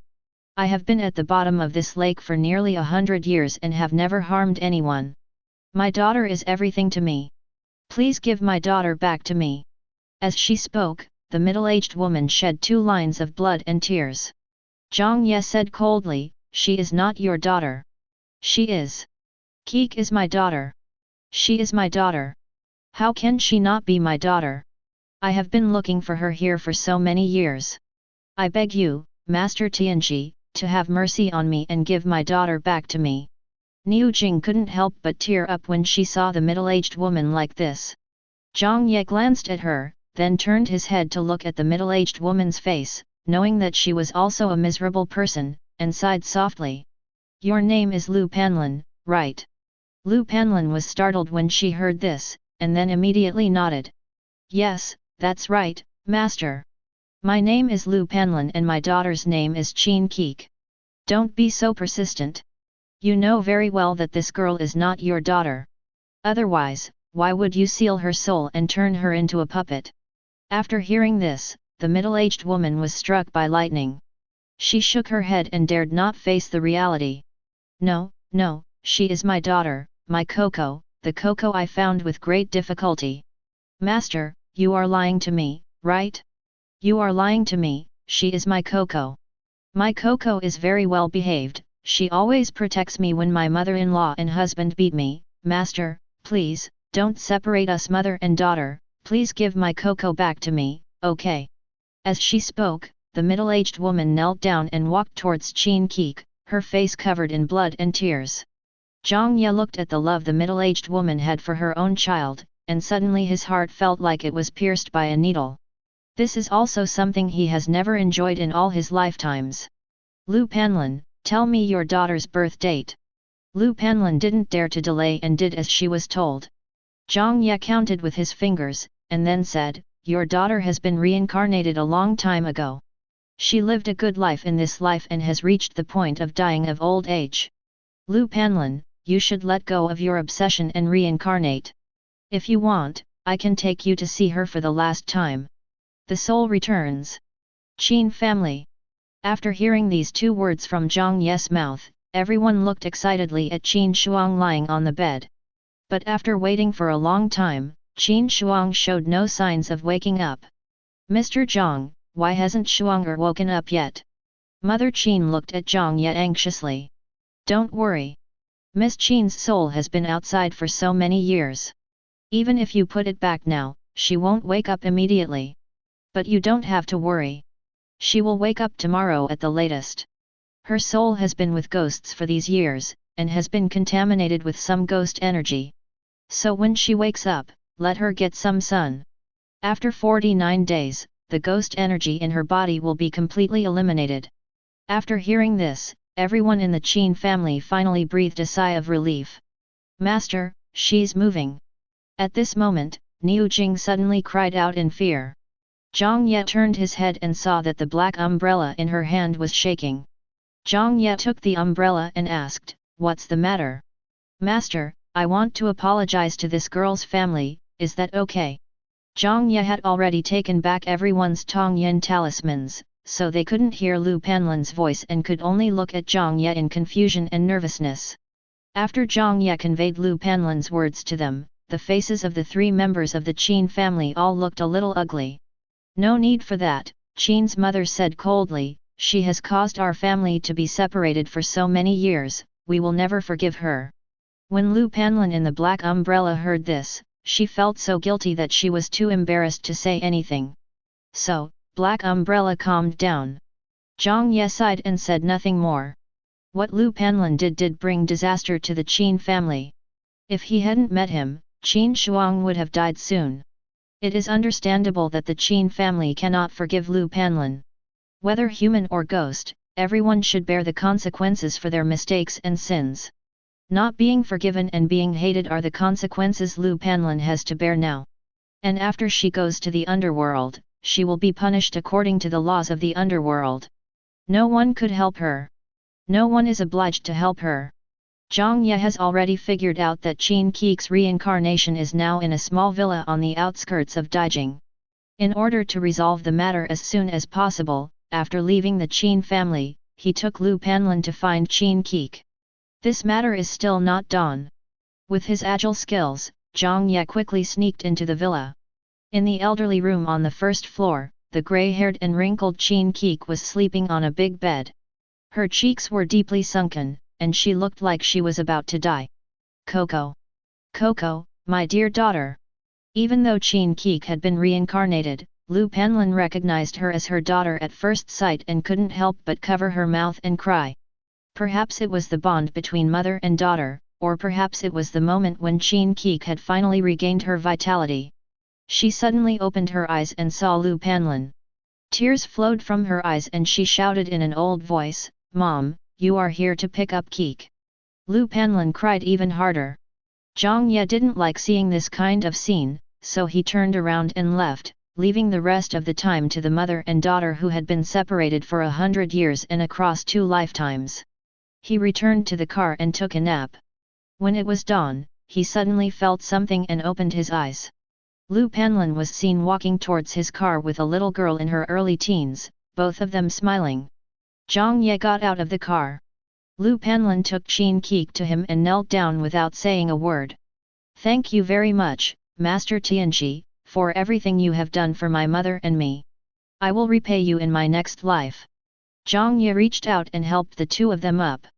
"Go with peace of mind, the time has come." Lu Panlin stood up with a smile, then took Chen Qi away. In the distance, a gate connecting the yin and yang worlds slowly appeared. 2 yin soldiers stood on both sides of the gate, waiting for Lu Panlin and Chen Qi. Lu Panlin and her daughter walked further and further away, and their figures became smaller and smaller.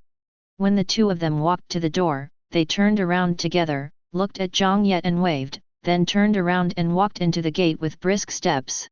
The moment they entered the gate, their figures disappeared instantly. At the same time, a ray of golden light flew towards Jiang Ye from the direction of the boundary gate. Jiang Ye reached out to catch the golden light and smiled gently. "Sure enough, the merits I can get from helping ghosts are much greater than those from helping people.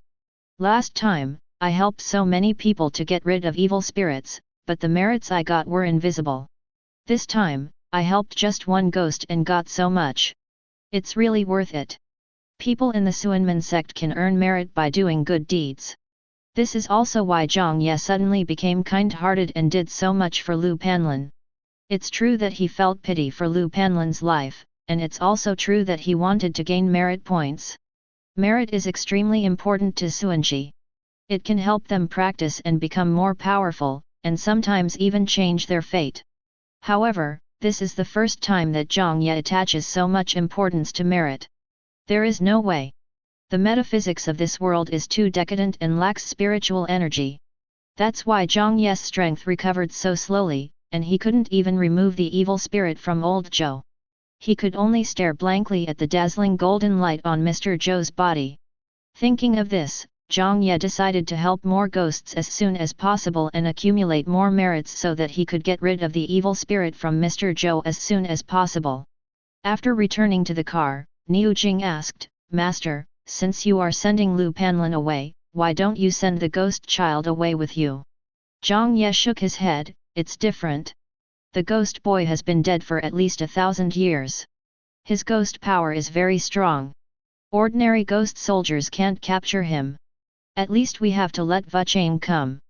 Niu Jing listened to Jiang Ye's words that she had only heard in legends before, and felt that following her own master was really exciting.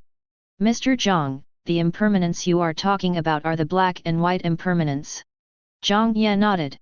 Master, when will Lord Vuchang come over? When the time comes, can you let me meet them too? Wait a minute. When I feel better, I'll call them over and tell you. I'm sleepy now. I'll take a nap first. Call me when they get over. After Jiang Ye finished speaking, he tilted his head, closed his eyes and began to rest.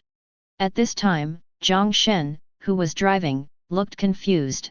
That night, he followed Jiang Ye running around, but because he didn't have the Tongyian talisman, he couldn't see anything. He could only watch them talking to the air suddenly. When Niu Jing expressed her admiration for Jiang Ye, she did not avoid him at all. This made him even more curious. What on earth happened? Did his boss go out to catch ghosts tonight? No, he must find out what happened tonight.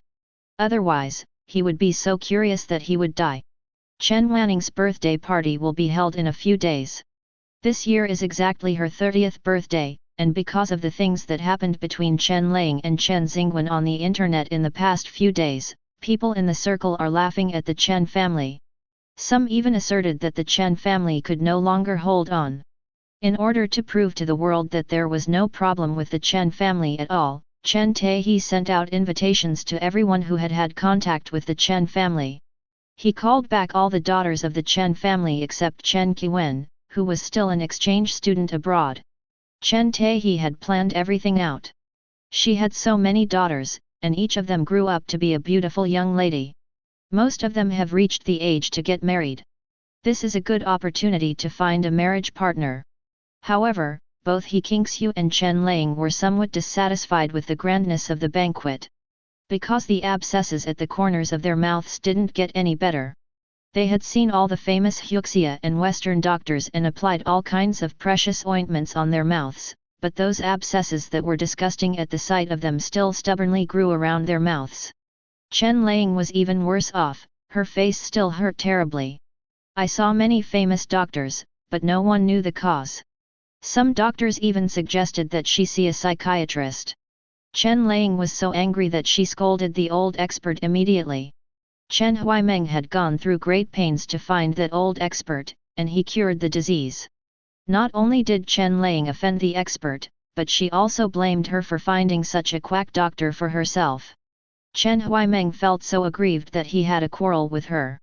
The two sisters still haven't spoken to each other and even refused to sit together when putting on makeup. Seeing her two sisters like this, Chen Wanning felt overwhelmed. Jiang Ye has already promised her. These days, she goes to Jiang Ye's school every day to bring him breakfast. Various valuable gifts that only Chen Xingwen could receive in the past were delivered to Jiang Ye in large quantities. Jiang Ye then agreed to invite Qin Xian to attend his birthday party. Therefore, she would never allow any accidents to happen at this banquet. Chen Huaimeng, Chen Lang, today's banquet is extremely important to our Chen family. I don't care what conflicts you have now, but you must not let the guests see it. Do you understand? In this family, Chen Huaimeng and Chen Lang were most afraid of the eldest sister Chen Wanning. When they saw her giving them orders in such a serious manner, they nodded repeatedly. Afterwards, Chen Wanning took out two beautifully designed silk masks and handed them to He Qingxiu and Chen Lang.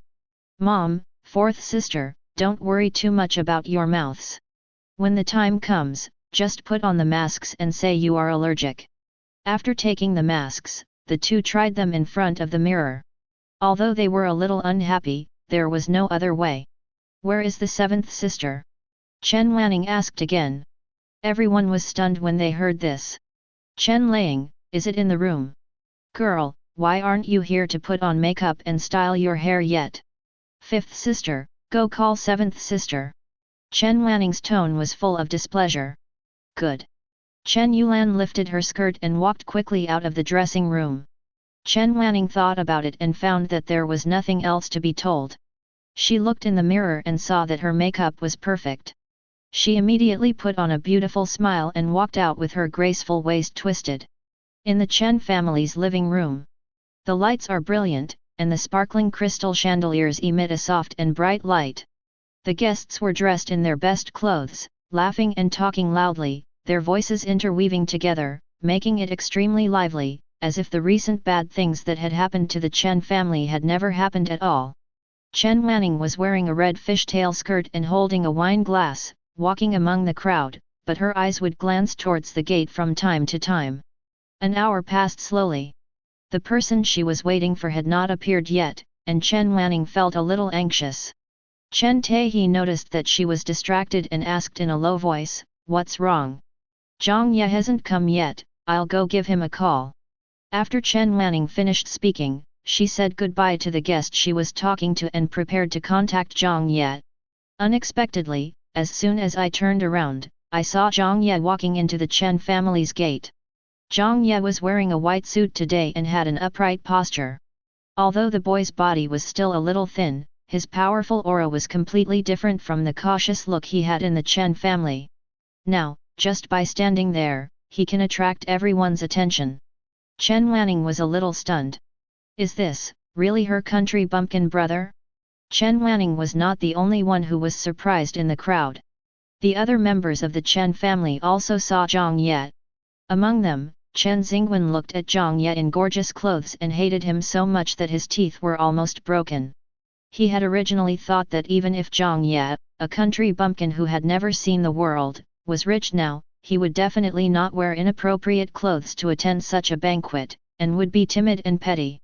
But now Jiang Ye who appeared in Chen's house was not only well dressed, but also had an extraordinary demeanor. Looking at Jiang Ye like this, he felt as if his face had been slapped hard. Then he thought that after tonight, everyone would know that Jiang Ye was the real young master of the Chen family, and he was just an adopted son. He could imagine what these people would say about him when the time comes. Everyone will definitely say that he is a fake who has taken over the magpie's nest. Thinking of this, a huge panic arose in his heart. No. He couldn't just watch Jiang Ye take away everything from him. Elder brother. Chen Xingwen walked quickly to Jiang Ye and deliberately called him in the way that Jiang Ye hated the most, with a hint of viciousness flashing in his eyes. Let's get started. Go ahead and hit him. He was confident that as long as Jiang Ye took action, he Kingxiu would not be able to endure it. Chen Xingwen knew how much importance Chen Taehi and Chen Wanning attached to this birthday party. He didn't believe that Jiang Ye had ruined the banquet, and Chen Taehi and he Kingxiu would be willing to reveal Jiang Ye's true identity. He hopes that Jiang Ye can return to the Chen family, but he must not come back as the real young master of the Chen family. Otherwise he will become a laughingstock of the whole world. Jiang Ye has lived so many times and has met all kinds of people. Chen Xingwen now stood in front of him, like an experienced old man looking at a young child. How could I not see the little tricks in his mind? So, Jiang Ye didn't even look at Chen Xingwen, but just took a step back, with disgust clearly visible in his eyes. Seeing this, a hint of disappointment flashed in Chen Xingwen's eyes. Little brother Xiao, you are finally here. I have been waiting for you for a long time. What happened? Was there a traffic jam? Chen Wanning knew that Jiang Ye didn't like Chen Xingwen, and was worried that the two would have a conflict, so she hurried over. Before Jiang Ye started talking, Chen Xingwen smiled and spoke first. Yes, brother, why are you so late? Big sister has been waiting for you for a long time. What birthday present did you give big sister? Let me see it quickly. I heard that you were going to give big sister a big gift. I'm so curious. Chen Wanning had felt strange before, everyone knew that Jiang Ye didn't like Chen Xingwen. Chen Xingwen himself always talks about this matter. Moreover, Chen Xingwen has always been very smart and has a very high emotional intelligence, otherwise he would not have been able to coax Chen Taehi and he Kingxiu into loving him even more than they, his biological daughters, do. But today, he knew clearly how important this banquet was to the Chen family and could not afford any mistakes. But he had to get in front of Jiang Ye and call him in the way that Jiang Ye hated the most. Even though he knew Jiang Ye came empty-handed, he still asked him what gift he had given him.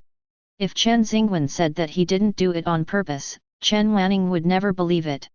Because to some extent, Chen Wanning and Chen Xingwen are the same kind of people. Therefore, she is also the person in the Chen family who knows Chen Xingwen best. People like them only do things that are beneficial to themselves.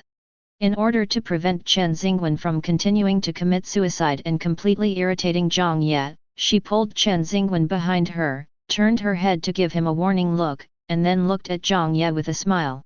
Little Yi's arrival is the best gift for me. Let's go and say hello to Daddy with me. As she spoke, she took Jiang Ye's arm and led him inside. Chen Xingwen looked at the two men's backs, his face turning blue with anger. But Jiang Ye turned his head to look at him deliberately, with a mocking arc on the corner of his mouth. It was as if he was demonstrating to him. Chen Xingwen was so angry that he turned around and went to find He Kingxiu. Little brother Xiao, when will lawyer Chen arrive? In a little while, Mom and Dad will announce your true identity to everyone. Chen Wanning said as she walked along, pretending nothing had happened. Jiang Ye paused and turned to look at Chen Wanning. Sister, I have prepared a gift for you. It will be here soon. And Qin Xian and I prepared this gift for you together. Just wait and see. After hearing this, Chen Wanning was so excited that her heart skipped a beat. Qin Xian wants to prepare a gift for her? Has her secret love for so many years finally come to an end? Jiang Ye didn't want to stay with Chen Wanning, so after announcing the surprise, he made up an excuse and went to a corner to be alone. He hadn't been back to the Chen family for a long time. When he came back this time, he just felt that the Chen family really made him feel uncomfortable everywhere. Whether it's a person or a house. Little brother Xiao. Chen Huaimeng walked up to Jiang Ye with a gentle smile. You're finally home. I'm so happy. Really? Then you might be happy too early.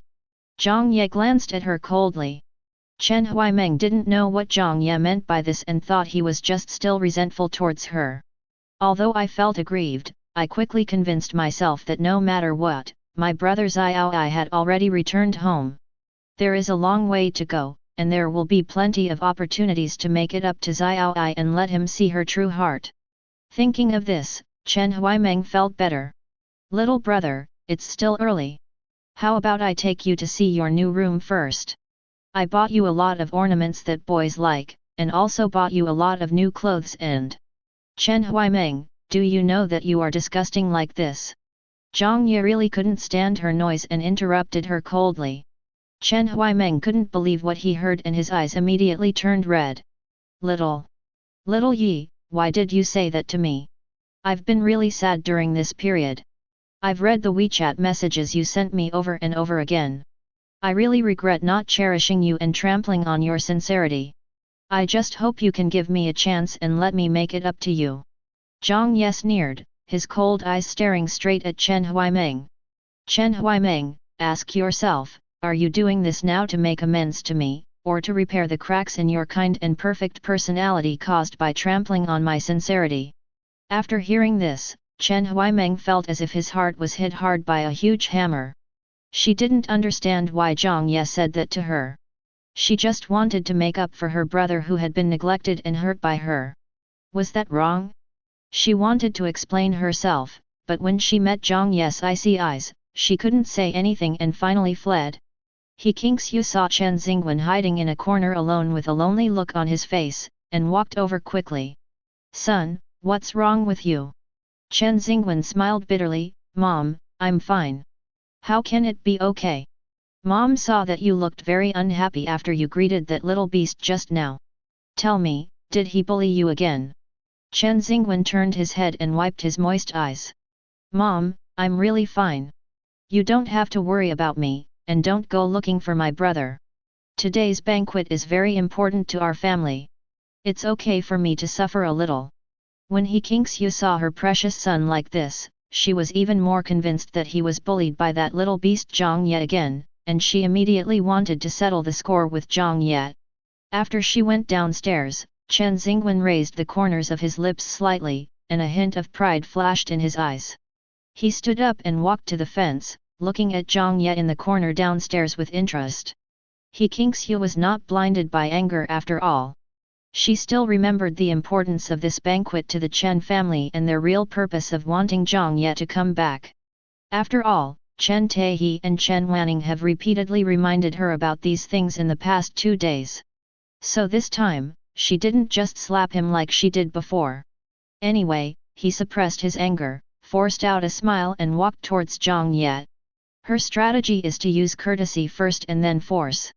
He Kingsyu didn't have much time to entertain guests because of the abscess on her mouth. Plus, her mouth hurt terribly whenever she spoke, so she didn't even say hello to her usual group of rich lady friends. At this time, Jiang Ye was standing in the corner. If she wanted to get over there, she had to go through the crowd. Inevitably, she ran into many familiar people, greeted them, and explained over and over again that she was wearing a mask today because she was allergic. After finally dealing with these people, she raised her foot and continued to walk towards Jiang Ye. Unexpectedly, she had just taken 2 steps when she heard the laughter of her so-called best friend behind her. It's so funny. What's the allergy? It's obviously because the Chen family is about to go bankrupt and he's just anxious and angry. That's right. I've been annoyed with her for a long time. She's so arrogant and domineering, and she doesn't have the manners of a rich lady at all. As expected, she raised children like this. It's really a case of the upper beam being crooked and the lower beam being crooked. That's right. At this critical moment, instead of thinking about compensating the victims and educating their children, they still have the mind to hold such a grand banquet. It's really a shame to save face. You don't understand this, right? The Chen family is not just trying to save face. They are smart. Didn't you see that almost all of the daughters of the Chen family are here today? And they are all dressed up to be extremely seductive. It's obvious that they want to take the opportunity to pick a man and rely on marriage to get through the crisis. Those of you who have sons, please take good care of your sons. Don't jump into the fire pit of the Chen family. Listening to the sarcastic ridicule from her former best friend, He Kingsyu became so angry that her face turned blue, she lost her balance and almost fell down. Her eyes were filled with anger and unwillingness. If it weren't for the special occasion today, she would have turned around and torn the mouths of these bees apart. She looked at Jiang Ye, who had an indifferent expression, and remembered that she still had important things to do. He tried hard to put on a kind smile and walked over hurriedly. Chen Taehi said that there is a super powerful boss behind Jiang Ye. As long as the Chen family can get in touch with this boss, they will surely soar to the sky.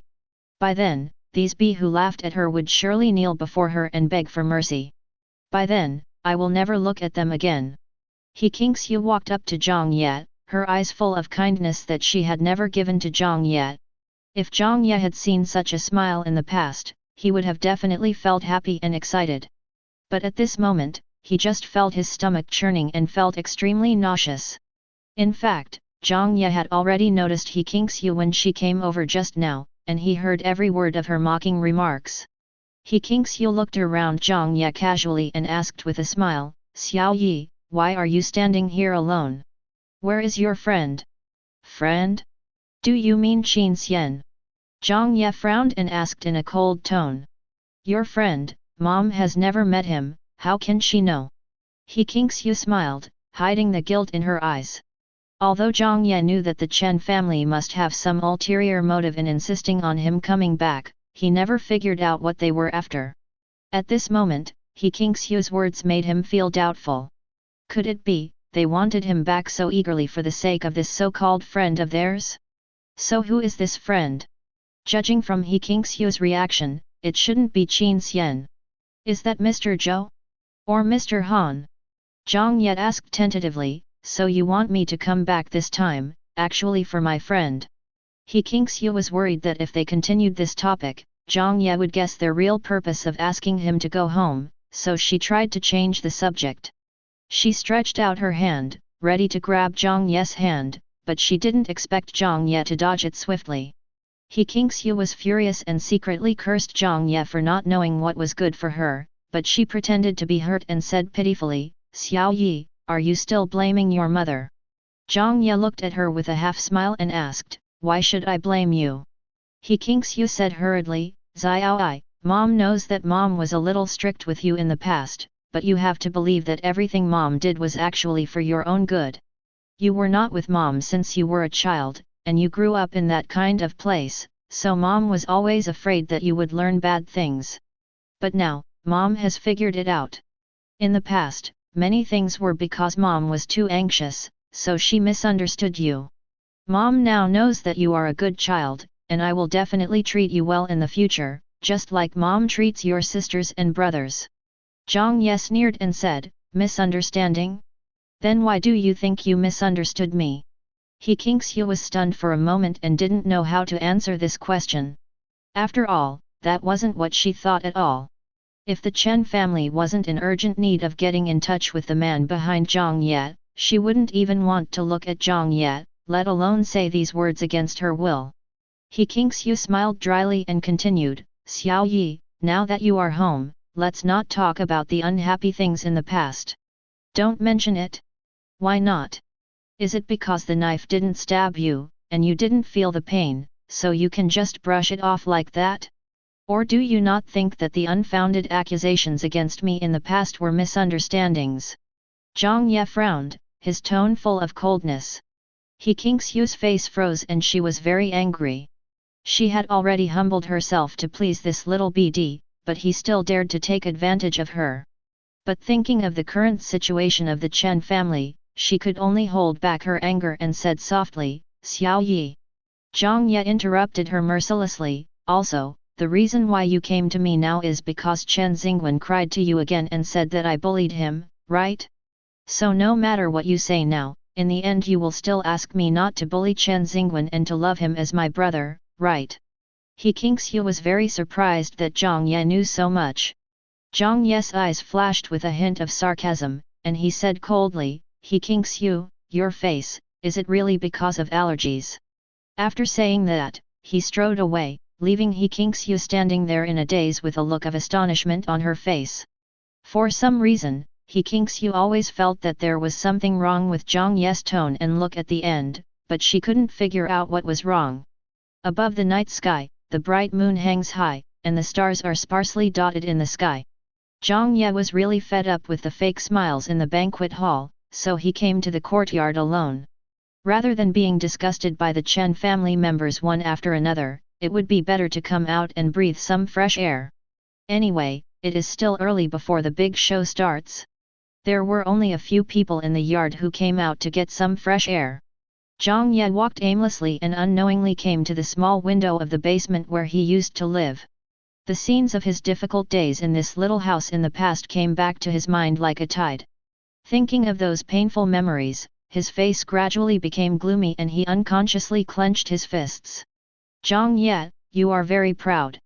At this time, Chen Xingwen came over.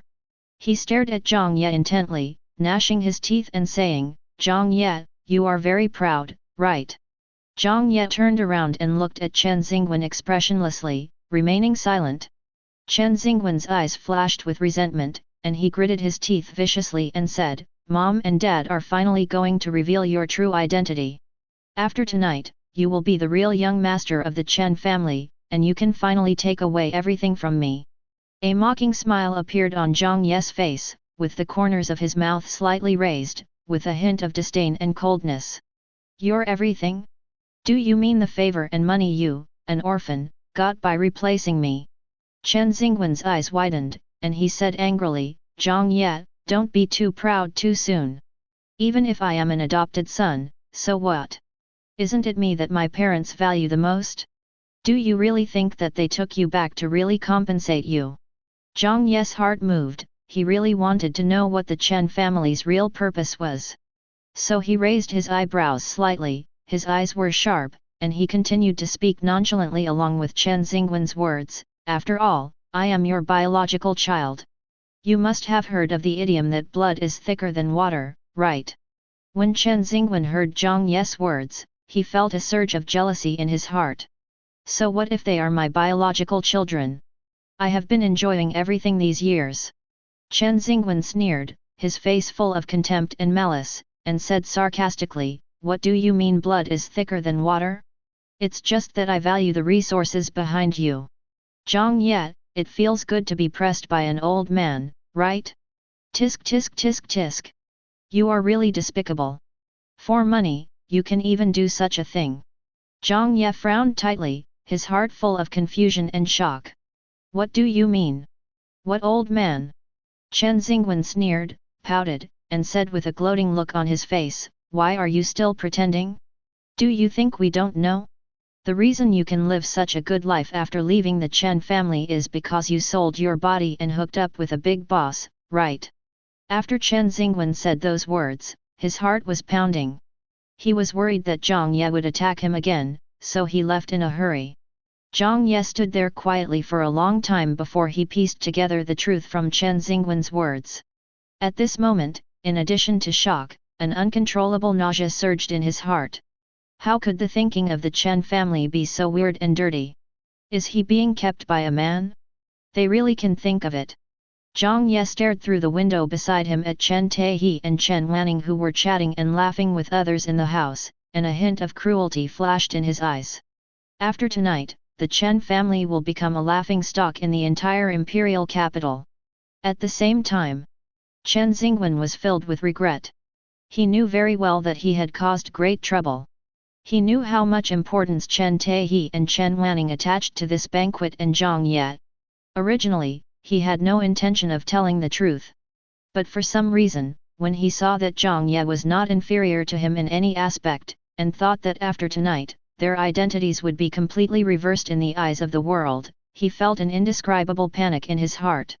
There is always a voice in my heart shouting, "Stomp Ling Jiang Ye to death, you must trample him to death." Chen Xingwen finally regretted it. I regretted adding fuel to the fire and asking the Chen family to bring Jiang Ye back. He wanted to return to the Chen family with the Jiang Ye who was under his feet, not the Jiang Ye who could take away his status and position. But now that things have come to this, if Jiang Ye is unwilling to return to the Chen family because of what he said, he dare not think about how Chen Taihe and Chen Wanning will treat him. Thinking of this, he could only hope that Jiang Ye would not involve him when he went crazy. The time came to 8 o'clock in the evening. Chen Wanning has not yet waited for the man of her dreams, and she is becoming increasingly uneasy. She looked around anxiously for Jiang Ye and finally found him next to a bench in the yard. Chen Wanning asked anxiously, "Little brother Yi, why hasn't Qin Xian arrived yet? Sister, why are you so anxious?" Jiang Ye smiled slightly. Chen Wanning said unhappily, "How can I not be anxious? The banquet is about to start and he hasn't even arrived yet. Brother Xiaoi, why don't you give Qin Xian a call and urge him?" Jiang Ye smiled and replied, "No, he just contacted me and will be here within 10 minutes. Sister, don't worry, Qin Xian will definitely attend your 30th birthday. Didn't I say that I would give you a birthday present that you will never forget?" Chen Wanning finally breathed a sigh of relief, "Thank you, brother Xiaoi." Then, Chen Wanning seemed to suddenly think of something and asked cautiously, "By the way, Xiaoi brother, where have you been living during this time?" "My own house." Chen Wanning was surprised, "Your own house? Did you buy it?" Jiang Ye knew that Chen Wanning was trying to test the dirty guess in their minds, and after thinking for a while, he said, "No, someone else gave it to me." At this point, he paused deliberately, and then said, "It doesn't seem quite right to say I gave it to you as a gift. Actually, I met a friend who had some troubles, and I helped him solve them, and I received some money and a house at the same time." Chen Wanning's heart was filled with contempt, thinking to herself, "What do you mean by helping people solve their problems? Just be a male concubine, and you still sound so noble." However, although she thought so in her heart, she did not show it on her face. "Brother Xiaoi, how about, you invite your friend over as well? It would be a good opportunity for our family to get to know him as a way of thanking him for taking care of you during this period of time." Chen Wanning continued to test. Jiang Ye said with a half smile, "Sister, why don't we wait until tonight to talk about it? If you still want to see my friends after tonight, I promise to set up a party for you so you can have a good chat." Chen Wanning was very excited when she heard this. As long as the Chen family can get in touch with the big boss behind Jiang Ye, not only will the current crisis be resolved instantly, but the future will also be bright. Becoming the top wealthy family in the capital is just around the corner. Chen Wanning suddenly felt that it was not bad to have a younger brother like Jiang Ye, Lawyer Chen, you are finally here. At this moment, Chen Taihe's powerful voice came over. Chen Wanning's expression changed instantly and her eyes lit up. Sister, the person you are waiting for is here. Jiang Ye's mouth curled up into a mocking smile. Chen Wanning looked at the tall man not far away and her face turned red. Little brother, don't make fun of me.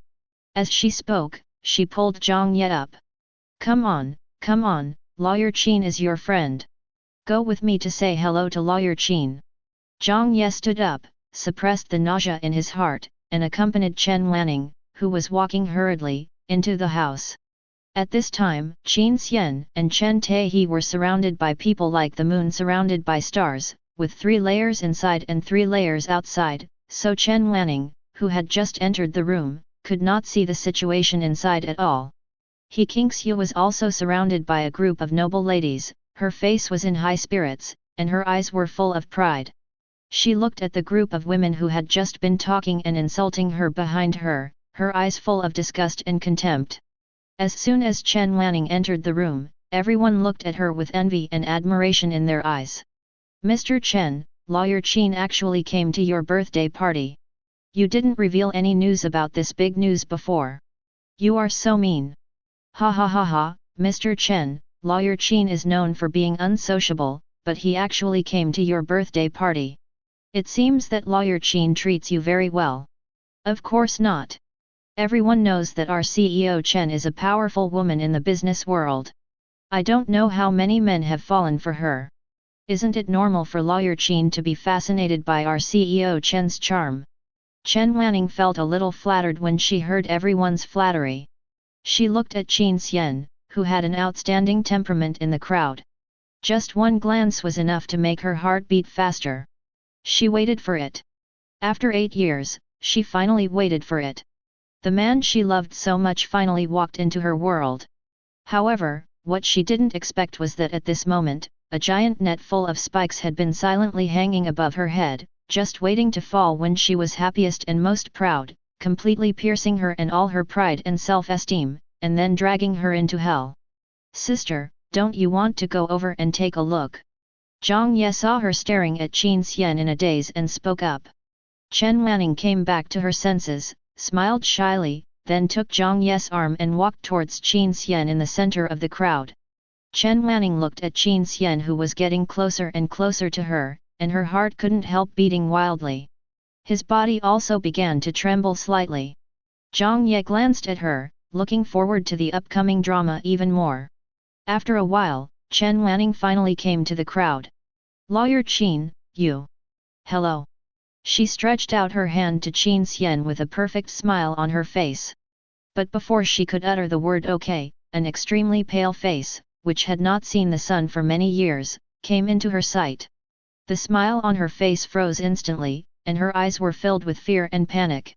Ning Ning, what's wrong with you? Did something happen? Chen Taihe noticed something was wrong with Chen Wanning, his eyes filled with concern, and he stepped forward to support Chen Wanning. At this moment, Chen Wanning's face was pale as paper. Her eyes moved back and forth between Qin Xian and Qin Shuang, who was sitting in a wheelchair and staring at her. Her body shook involuntarily, as if sifting chaff. Ning Ning, what's wrong with you? Are you feeling unwell? Do you want Daddy to call a doctor for you? Chen Taihe became increasingly anxious, and his voice trembled slightly. Chen Wanning opened her mouth and wanted to say something, but it felt like a ball of cotton was stuffed in her throat, preventing her from uttering a single word. How so? Didn't the doctor clearly say that there was no chance that Bch Qin Shuang would wake up? How come she is here, and at her own birthday party? What exactly did Qin Xian bring her here for? Is he here to seek revenge on me? Thinking of this, Chen Wanning's heart suddenly sank. No. She must never let others know what she did back then, otherwise her life would be completely ruined. Chen Wanning's mind was racing, thinking hard about how to escape this disaster. At this moment, a flash of inspiration suddenly came to her mind. Faint? She could pretend to faint. As long as I can get through tonight and not make a fool of myself in front of everyone, I can think of a way to deal with it later. Besides, Doesn't Qin Xian respect Jiang Ye very much? Maybe Jiang Ye can help her get through this crisis. Thinking of this, she no longer hesitated, raised her hands to cover her chest, pretending to be in pain, and soon fell straight towards Jiang Ye. I thought Jiang Ye would definitely reach out to support her, but unexpectedly, the boy actually took a step back, causing her to fall heavily to the ground. Ning ning! Mr. Chen! Big sister! The people around screamed in surprise. Jiang Ye naturally saw that Chen Wanning was pretending to be unconscious, and roughly guessed her intention. But he had worked so hard to prepare such a big drama for Chen Wanning, so how could he let her, the protagonist, not be present? So, he quietly raised his foot and stepped on Chen Wanning's fingers, crushing them a few times, and pretended to be worried and shouted, "Sister, what's wrong with you?" Chen Wanning felt that the bones in the fingers that were stepped on were about to break, and the pain made her sit up all of a sudden. Jiang Ye raised his foot at the right time and said, "Sister, are you awake? You almost scared me to death." Chen Wanning had no idea who had stepped on her just now. She was only cursing that person in her heart and didn't notice the sarcastic tone in Jiang Ye's words at all. "Miss Chen, since you are no longer pretending to be unconscious, then please stand up. My sister and I still have a score to settle with you." Everyone heard the displeasure in Qin Xian's tone, and looked at Chen Wanning with doubt, wondering secretly, could it be that Qin Xian came here today not to celebrate Chen Wanning's birthday, but to cause trouble for her? Chen Wanning's face turned pale again, but things had come to this point and she was completely out of options, so she could only slowly stand up. Qin Xian stared at her and asked, "Ms. Chen, do you still recognize my sister?" Chen Wanning smiled awkwardly and said, "Why would lawyer Qin ask this? Chen Wanning's years of hard work in the business world are not in vain. If one plan fails, try another."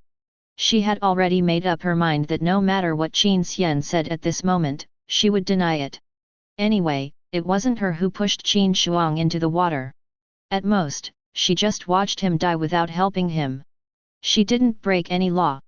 Even if Qin Xian called the police or sued her, they couldn't do anything to her. There is no rule that states that if you see someone fall into the water, you must jump in to save them. At this moment, she had completely forgotten her former love for Qin Xian. Qin Xian gritted his teeth and said word by word, "Why am I asking this? Doesn't Miss Chen know? After all, my sister has been in a coma for so many years, all thanks to you." Everyone couldn't help but gasp when they heard this. What's the meaning? Didn't they say that the eldest daughter of the Qin family became a vegetable after she fell into the water? Could it be that there is something else going on here? Was it Chen Wanning who caused the eldest daughter of the Qin family to fall into the water? Chen Wanning frowned in confusion, her eyes full of confusion, and raised her voice and said, "Lawyer Qin, why do you say that? You are a lawyer, don't you know that defaming others is illegal?" Qin Xian raised a cold smile and snorted, "It seems that Miss Chen will not cry until she sees the coffin." Qin Shuang was so angry that a hint of blood appeared on his originally pale face. His chest heaved violently as he glared at Chen Wanning. "Chen Wanning, are you planning to deny it?" Chen Wanning straightened her back, raised her head, and looked puzzled. "What do I admit? Miss Qin, today is my birthday party. If you and your brother are here to celebrate my birthday, I welcome you. But if you want to insult and slander me like this, I'm sorry. Even though your Qin family is big and powerful, you are standing in our Chen family now. I have the right to ask you to leave." Qin Shuang's eyes seemed to be spitting fire, and her voice trembled, "Chen Wanning. You are so shameless. If you hadn't asked me out back then, would I have gone to that lake? If you hadn't suddenly knelt down and begged me not to tell him about the disgusting things you did to my brother, would you have scared me into falling into the water? But what about you? What did you do? You saw me fall into the water, not only did you not save me, you even deliberately sent away the people who wanted to save me, and watched me sink to the bottom of the lake. Didn't you just want me to die in that cold lake water? Thank goodness, I am not only alive, I am alive now. Chen Wanning, you still like my brother, right? But now my parents and brother all know about the disgusting things you did to my brother. You will never be able to enter the Chen family in your life. My brother will never fall in love with a pervert. After hearing what Qin Shuang said, everyone looked confused and talked among themselves. What do you mean? What disgusting thing did Chen Wanning do to Qin Xian? Chen Wanning knelt down to Qin Shuang? Impossible? She is such a proud person. Did Chen Wanning really just watch someone die without helping? Isn't this too cruel? Doesn't she know how to swim? No, she can swim now. I saw her post on WeChat moments that she still swims regularly. Then why didn't you save them? If you were really worried about something happening, you could have called for help. How could you just send them away and watch them die? Chen Wanning listened to the discussions and became more and more flustered, but she still pretended to be calm and said through gritted teeth, "Ms. Qin, when did I ever like your brother? How come I, the person involved, don't know about this? Also, when did I ever kneel down to you? We are all women, why do you want to humiliate me like this?" Chen Wanning's face turned pale, and her eyes were full of anger and unwillingness. You fell into the water and were unconscious for many years. When you woke up, your mind was not clear. I sympathize with you and I can tolerate your nonsense. But I will never allow you to humiliate me again and again at my birthday party in our Chen family and ruin my reputation. After that, she shouted loudly, "Security! Come and ask Miss Qin and Mr. Qin to leave." Several security guards quickly ran over. "Mr. Qin, Ms. Qin, please leave." Qin Xian just sneered and said nothing, his eyes full of disdain. Chen Wanning gritted her teeth and said angrily, "Since Mr. Qin and Ms. Qin are determined to ruin my birthday party, don't blame me for being rude. Security guards, just throw them out." After the words fell, a powerful voice sounded. "I wonder who dares to touch anyone from my Qin family." Everyone looked in the direction of the voice and saw Qin Xian's grandfather, Qin's father, and Qin's mother walking into the Chen family's living room with a group of bodyguards in black. Everyone's faces froze and a chill rose in their hearts. The Qin family started out in the underworld. Qin Xian's grandfather was a man of both law and order, and was a powerful figure in the capital. However, over the years, as the Qin family's business became more prosperous and the younger generations of the Qin family gradually grew up, he retreated to the second line and lived out his life in peace. As time went by, people forgot about this great man who once made the entire imperial capital tremble with fear. After seeing him today, everyone realized that although this old man is old, he still has a chilling aura. When the Chen family members saw this, they felt a chill in their hearts. Chen Taihe's face turned as pale as paper, and he secretly groaned in his heart. Tonight, the Chen family is probably doomed. Damn it! Chen Taihe cursed in his heart, and beads of sweat broke out on his forehead. He really couldn't figure out what kind of excessive thing Chen Wanning had done to the apple of the Qin family's eye that could alarm the Qin family's patriarch who had not appeared in public for many years. Chen Taihe was feeling very nervous at this time, but as the head of the Chen family, he had no choice but to stand up in this situation. He walked up to Mr. Qin with a slightly stiff step, forced a flattering smile on his face, and said, "I didn't know that Mr. Qin had come to my humble home. I'm really sorry for not welcoming you." Mr. Qin snorted coldly, his eyes full of anger. "Your Chen family really raised a good daughter. Not only did she covet my grandson, but she also caused my granddaughter to fall into the water and did not save her." Chen Taihe felt a chill on his back when he heard this. Although Chen Wanning knew that this old man was someone the Chen family absolutely could not afford to offend, but things had come to this point and she could not give it any more thought. She straightened her back with a look of defiance on her face. "Mr. Qin, I respect your high moral character, but you can't slander a junior like me like this, right? I don't understand what I have done to make everyone in your family think that I like Qin Xian and caused Qin Shuang to become a plant." Pa! A crisp slap suddenly interrupted Chen Wanning's words. When he Qingxiu saw her daughter being beaten, she rushed forward like a tigress protecting her cubs, shouting, "Why did you hit my daughter?" Mother Qin looked at Chen Wanning with hatred and said with gritted teeth, "Why? She made my daughter lie in bed for so many years and almost died. Can't I beat her? Now it's just a slap, it's too easy for her. He Kingsyu was so angry that her face turned red. Aren't you just bullying others by taking advantage of your power? Mother Chen sneered, so what if you bully others by taking advantage of your power? If our Chen family had not long since retired, we would not have taken advantage of this power. He Kingsyu was so angry that she trembled all over. Chen Taehi was afraid that He Kingsyu would completely anger the Chen family, so he quickly pulled her away. Chen Taehi said anxiously, everyone, is there any misunderstanding here? My Ningning has had no contact with your son over the years, so how could she covet him? Mother Chen sneered, and her eyes were full of coldness when she looked at Chen Wanning. Chen Wanning, I'm going to ask you one last time, do you admit to the ugly things you did? Chen Wanning's legs went weak at the shock of Chen's mother's eyes. However, she is now in a difficult situation. If she admits it, she will be ruined. So, she gritted her teeth and pretended to be calm and said, how can I admit to something I didn't do?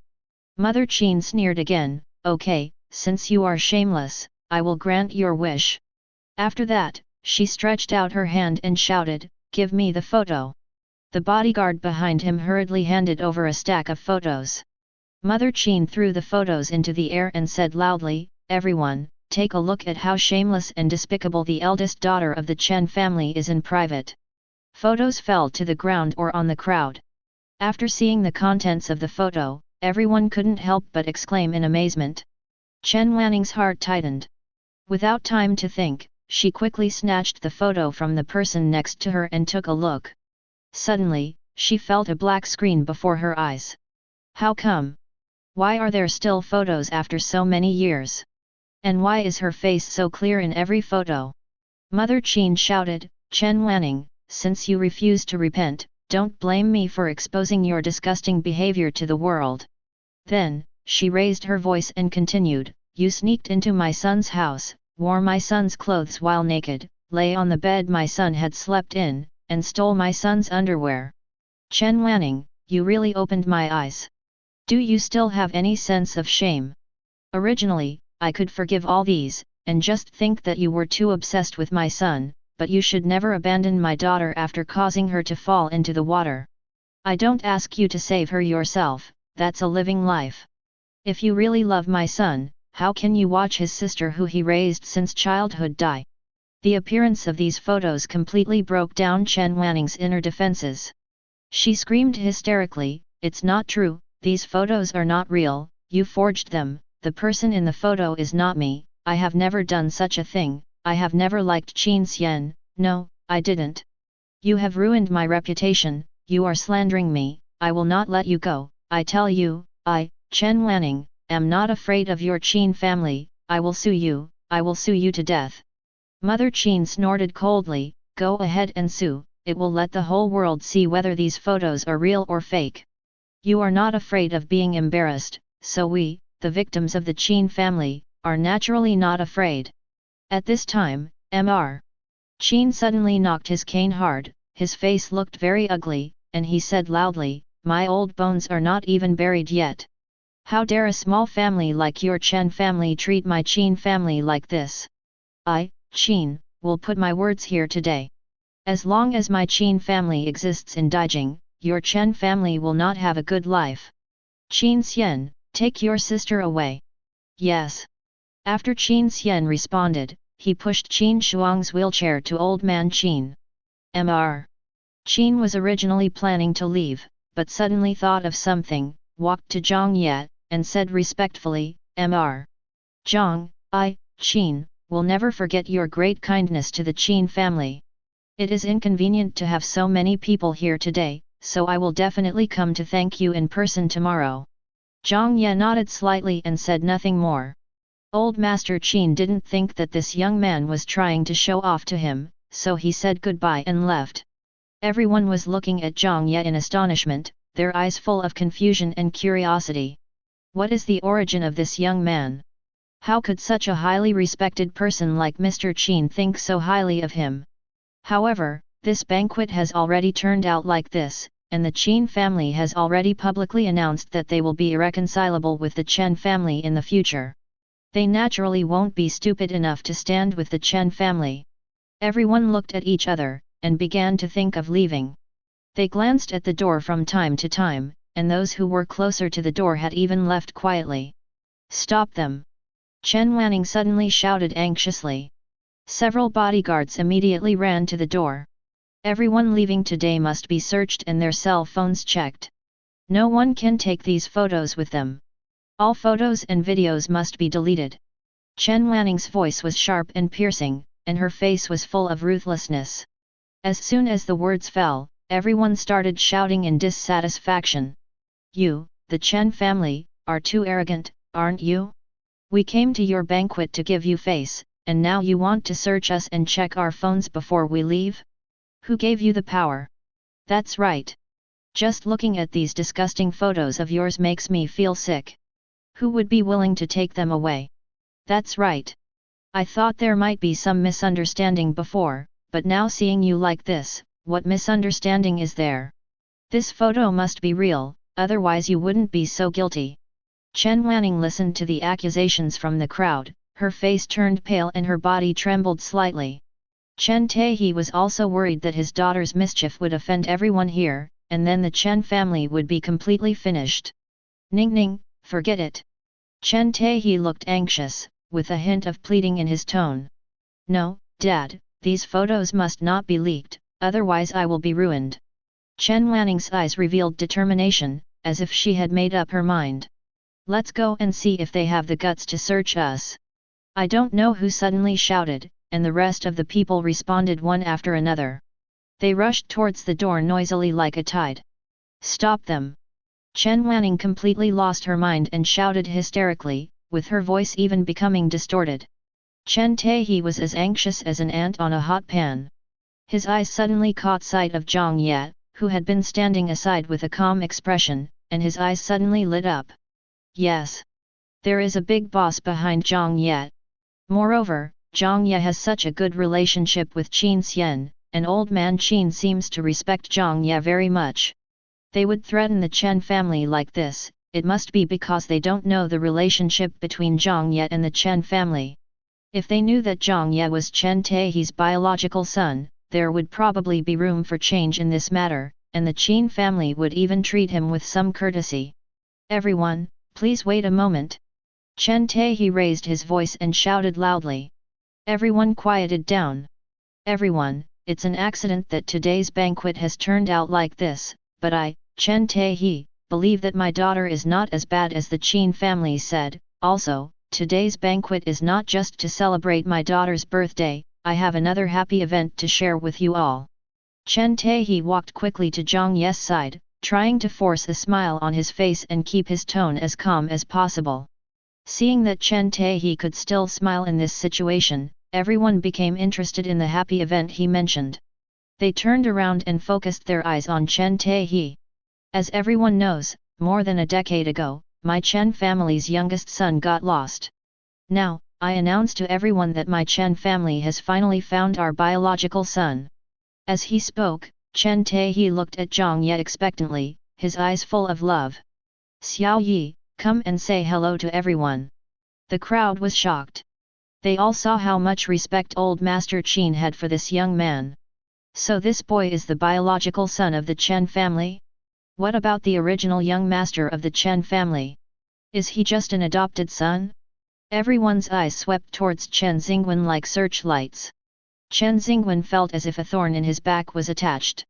His face became extremely gloomy and his teeth were chattering.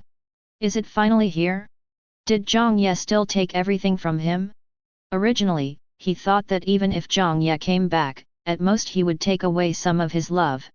But looking at the current situation, Chen Taehe obviously regards Jiang Ye as the Chen family's lifeline. Based on his understanding of Chen Taehe, even if Jiang Ye wanted to kick him out of the Chen family now, Chen Taehe would probably do it. Xiao Yi, say hello to everyone. Seeing that Jiang Ye didn't speak for a long time, Chen Taehe urged again, with a hint of anxiety in his eyes. Jiang Ye turned his head and glanced at Chen Taehe. Mr. Chen, you are not drunk, are you? Your son is there, his name is Chen Xingwen. My last name is Jiang, I am an orphan, I just lived in your Chen family for a period of time, how can I be your Chen family's child? Oh, by the way, I didn't live very well in your Chen family, I didn't have enough food to eat, I lived in the basement, and I was beaten every now and then. I broke off relations with your Chen family a long time ago because I couldn't stand the abuse. Have you forgotten? There was a hint of ridicule and indifference in Jiang Ye's words, and his eyes were full of disdain. Chen Taihe was struck by lightning, his face turned pale in an instant, and he stood there blankly, as if all his energy had been drained away. He never expected that Jiang Ye would slap him hard in the face in front of so many people. Then, Jiang Ye looked at Chen Wanning, his mouth corners raised, revealing a sarcastic smile, his eyes full of provocation. Miss Chen, how is it? I said I would give you a birthday present you will never forget. Did I do it? Do you like this gift I gave you? It took me a lot of effort to wake Qin Shuang up. After hearing this, Chen Wanning suddenly realized something and looked at Jiang Ye in disbelief. He Kingshu rushed forward, pointed at Jiang Ye's nose, and yelled, "It's you? Is this all caused by you, a little BD? Mrs. Chen, your mouth is so rotten, and you still have the energy to curse? Aren't you afraid that those abscesses will never heal?" Jiang Ye's tone was full of sarcasm. Then, he walked up to He Kingshu, took his hand out of his trouser pocket, and a sharp knife appeared in his hand. Jiang Ye's movements were swift and decisive, with a hint of ruthlessness flashing in his eyes. He Kingshu only felt a flash of silver light before her eyes. Before she could scream, she felt a chill on the lower half of her face, which was originally covered. He Kingshu's eyes widened in horror and her body involuntarily stepped back. She reached out her hand and touched the skin around her mouth where the abscess had grown on her fingertips. She immediately let out a shrill scream, covered her face with her hands, and her body trembled continuously. "Don't look at me, don't look at me." Jiang Ye smiled faintly, his eyes full of indifference. "I've said before that your Chen family will have retribution, and now, your Chen family's retribution has begun, enjoy it. Today it's Chen Wanning, who's next. By the way, there is one thing you may not know. When I was taken away by the traffickers, Chen Wanning clearly saw it but did nothing. You see, your Chen family is like this. The word cold-blooded is engraved in your bones." A banquet that was supposed to mark the Chen family's resurgence ended in such a dismal way.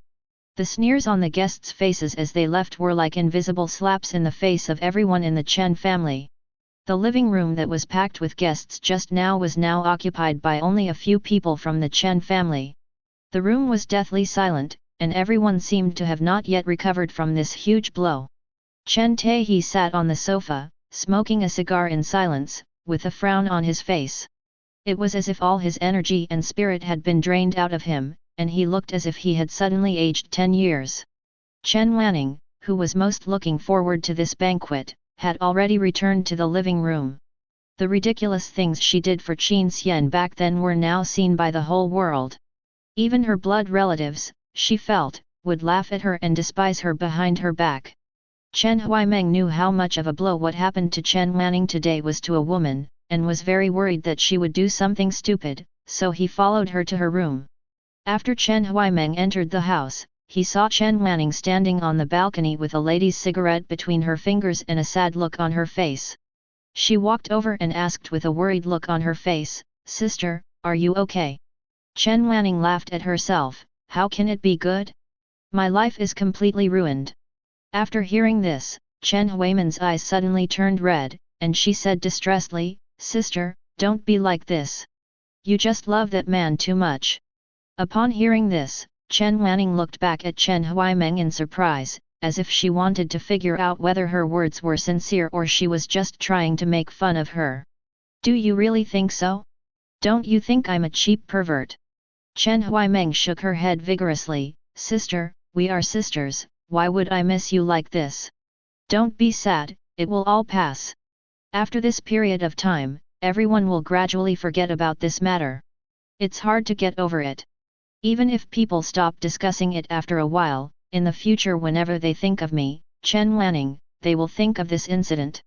Chen Wanning put out the cigarette in her hand, looked straight ahead, and her tone was full of fatigue. Chen Huaimeng didn't know what else to say to comfort Chen Wanning. After all, what Chen Wanning said was true.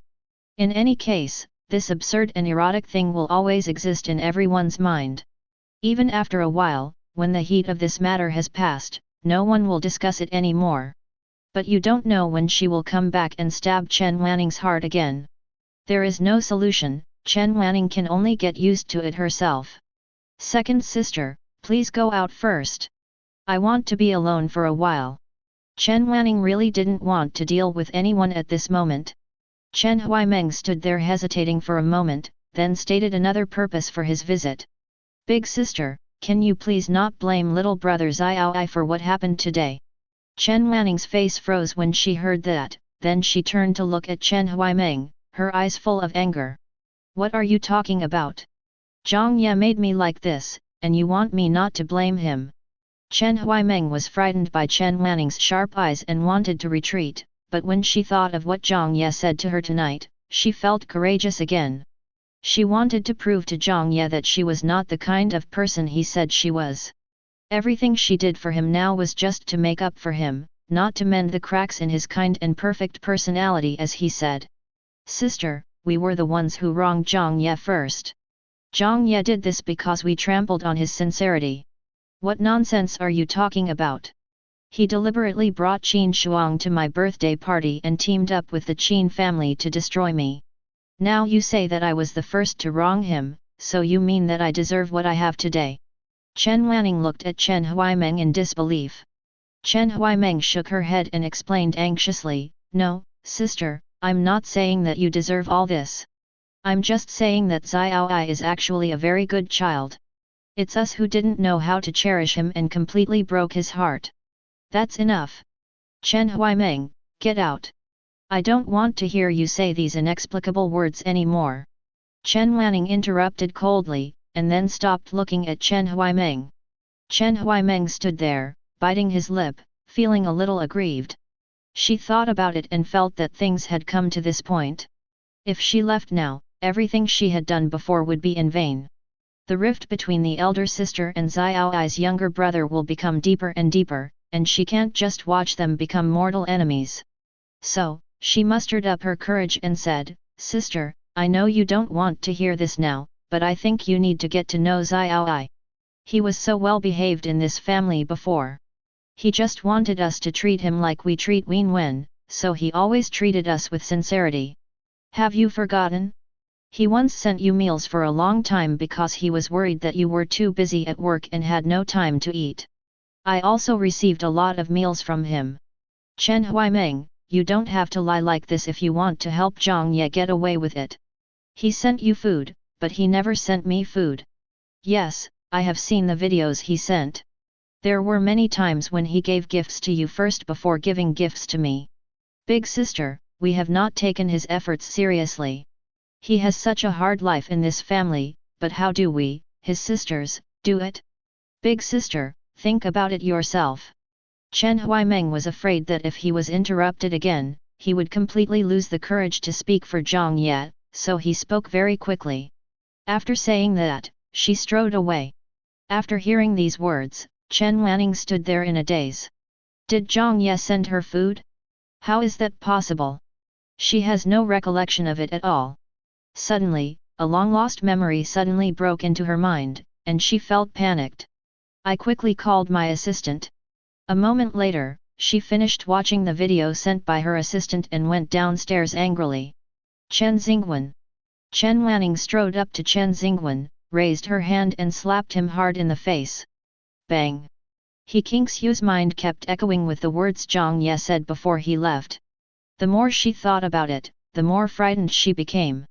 However, what shocked her was not that Chen Wanning had clearly seen Jiang Ye being taken away by human traffickers but remained indifferent, but what Jiang Ye mentioned about the abscess on her face.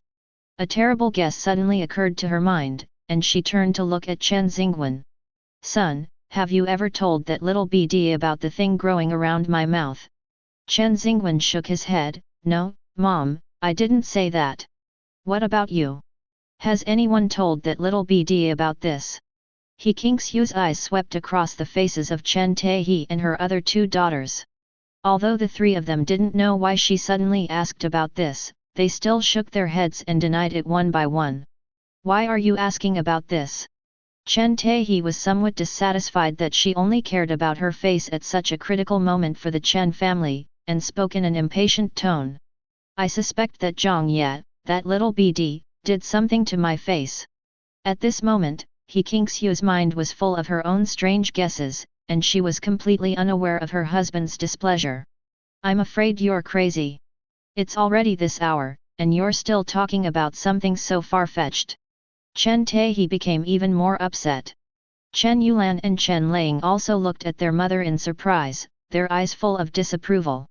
He Kingxiu walked to the sofa and sat down, retorting seriously, this is not a shadowy thing. Chen Taehi, have you forgotten what Jiang Ye said last time at the police station? Chen Taehi was stunned when he heard this, and after thinking for a long time, he still couldn't figure out which sentence He Kingxiu was referring to. He Kingxiu reminded, he said that we should avoid bad words, so as not to attract the backlash of that force. Chen Taehi thought for a moment, karma. Yes, that's it. He Kingxiu clapped her hands excitedly. I never thought about it this way before, I thought it was just that little BD cursing me, but you all saw it today, that little BD clearly knew what was wrong with my face, and he even said that if I cursed him again, my face would never be healed in my lifetime. So I am sure that Ying Ying and I became what we are now because of him. Otherwise, such a weird thing would not be possible. Although He Kingxiu's explanation made sense, Chen Taehi still felt that this matter was too bizarre. He thought that He Kingxiu could not accept the fact that her face had become like this and was seen by so many people, so she began to have wild thoughts. He Kingxiu was a little annoyed when she saw that Chen Taehi didn't believe her. Just as he was about to lose his temper, Chen Xingwen, who had been silent all this time, suddenly spoke. Mom and Dad, there is something I have never told you. Chen Xingwen's hesitant look immediately attracted everyone's attention. Seeing her beloved son like this, He Kingxiu immediately said angrily, Son, what else do you have to say? Did that little beast do something to you again? Chen Xingwen shook his head. No. It's something that Zheng and I discovered together, but we both think it's too weird. If we tell you, you'll definitely be worried, so we haven't dared to tell you. Weird. Chen Taehi's face was full of doubts. Chen Xingwen nodded. He Kingxiu was anxious, Son, what's going on? Tell me now. Chen Xingwen was silent for a moment, and then he spoke with difficulty as if he had mustered up the courage. Actually, the last time my brother ran away from home, he beat up Zheng on his first day of school. His method of beating was very strange. He Kingxiu asked hurriedly, what's so weird? Zheng didn't actually want to hit my brother at that time. My brother deliberately angered him and forced him to do it. You all know that Zheng has been learning martial arts since he was a child. Most people are no match for him. But my brother just raised his hand lightly and Zheng couldn't move. Later, he pressed Zheng's stomach lightly, and Zheng couldn't even stand up because of the pain.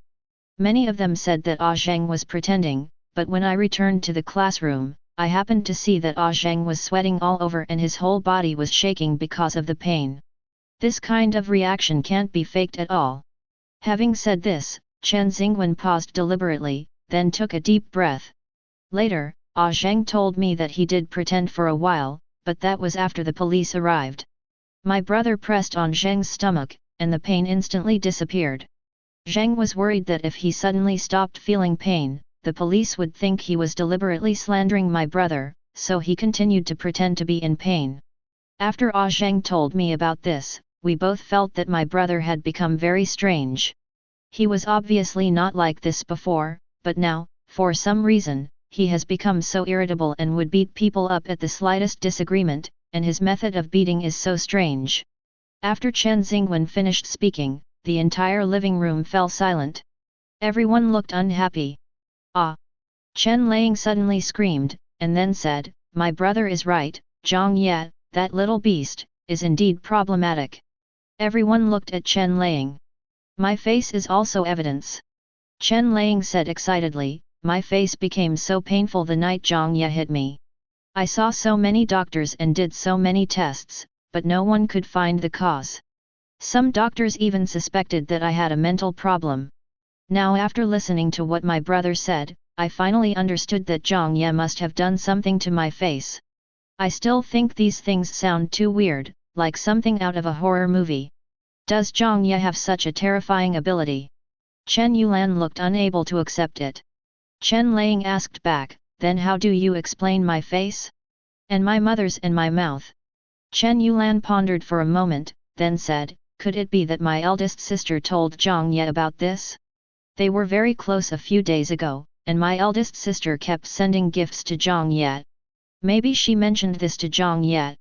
Just as he finished speaking, footsteps were heard on the stairs. Everyone looked in the direction of the voice and saw Chen Wanning walking towards them angrily. He Kingxiu stood up hurriedly and asked, Ningning, have you told Jiang Ye about the thing growing on my mouth? Chen Xingwen. Chen Wanning was already extremely furious at this time. Without even looking at He Kingxiu, she walked up to Chen Xingwen, raised her hand and slapped him hard. Everyone was stunned by Chen Wanning's sudden slap and for a moment they forgot how to react. Even Chen Xingwen, who was beaten, just covered his face and looked at Chen Wanning in disbelief. Big sister, why did you hit me? Chen Wanning, are you crazy? Why did you hit your brother for no reason? Did he provoke you? He Kingxiu was the first to react. She rushed over to protect Chen Xingwen behind her and scolded him angrily. Chen Wanning ignored He Kingxiu and stared at Chen Xingwen who was hiding behind her, questioning him in a cold voice. Chen Xingwen, the person who sent me food for a month, was it really you? Chen Xingwen never thought that this matter would be brought up under the current circumstances, and his heart was filled with panic. And the person who is questioning him now is not Chen Nianwei, the little daughter who is dispensable in the Chen family, but Chen Wanning, who has been trained as the successor by Chen Taihe for so many years. He knew clearly how big the gap was between him and Chen Wanning. If Chen Wanning was determined to kick him out of the Chen family now, Chen Taihe might agree. Even if He Kingxiu insisted on keeping him, his life in the Chen family would no longer be as good as before. Thinking of this, Chen Xingwen knew that he had no other choice but to coax Chen Wanning. So he lowered his head and didn't try to figure out anything. Chen Wanning became even more furious when she saw Chen Xingwen pretending to be pitiful. Chen Xingwen, I'm asking you a question. Stop looking so pitiful. Sister, I was wrong. After Chen Xingwen finished speaking, he knelt down directly. The person who sent you meals for more than half a month was not me, but my brother. Then why did you pretend to be Jiang Ye and mislead me that you were the one who delivered the food? Sister, it's my fault. I was too scared at the time. I was afraid that once brother came back, you would only like him and not me. I really didn't mean to lie to you. Chen Xingwen's face was full of regret and he cried. He Kingxiu felt extremely distressed when she saw her precious son like this. What's going on here? What do you mean by delivering food? Son, what did you do to make your elder sister so angry?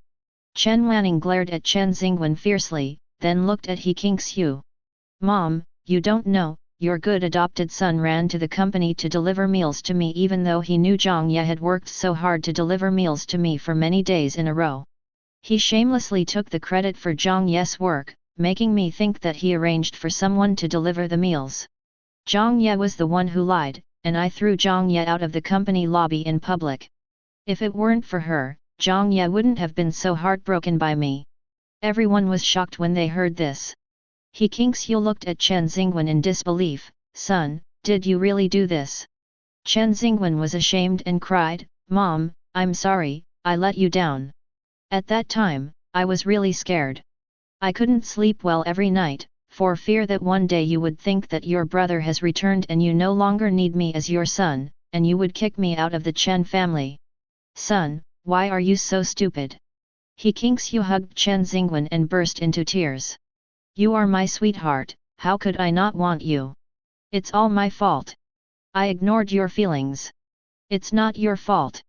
Don't cry anymore. My heart breaks when I see you crying. Chen Wanning looked at the loving mother and son coldly, and said in a cold voice, Chen Xingwen, are you really doing this just because you are worried that Jiang Ye will take away your favor in the Chen family? If I remember correctly, when Jiang Ye brought me food, he had been back to the Chen family for a long time.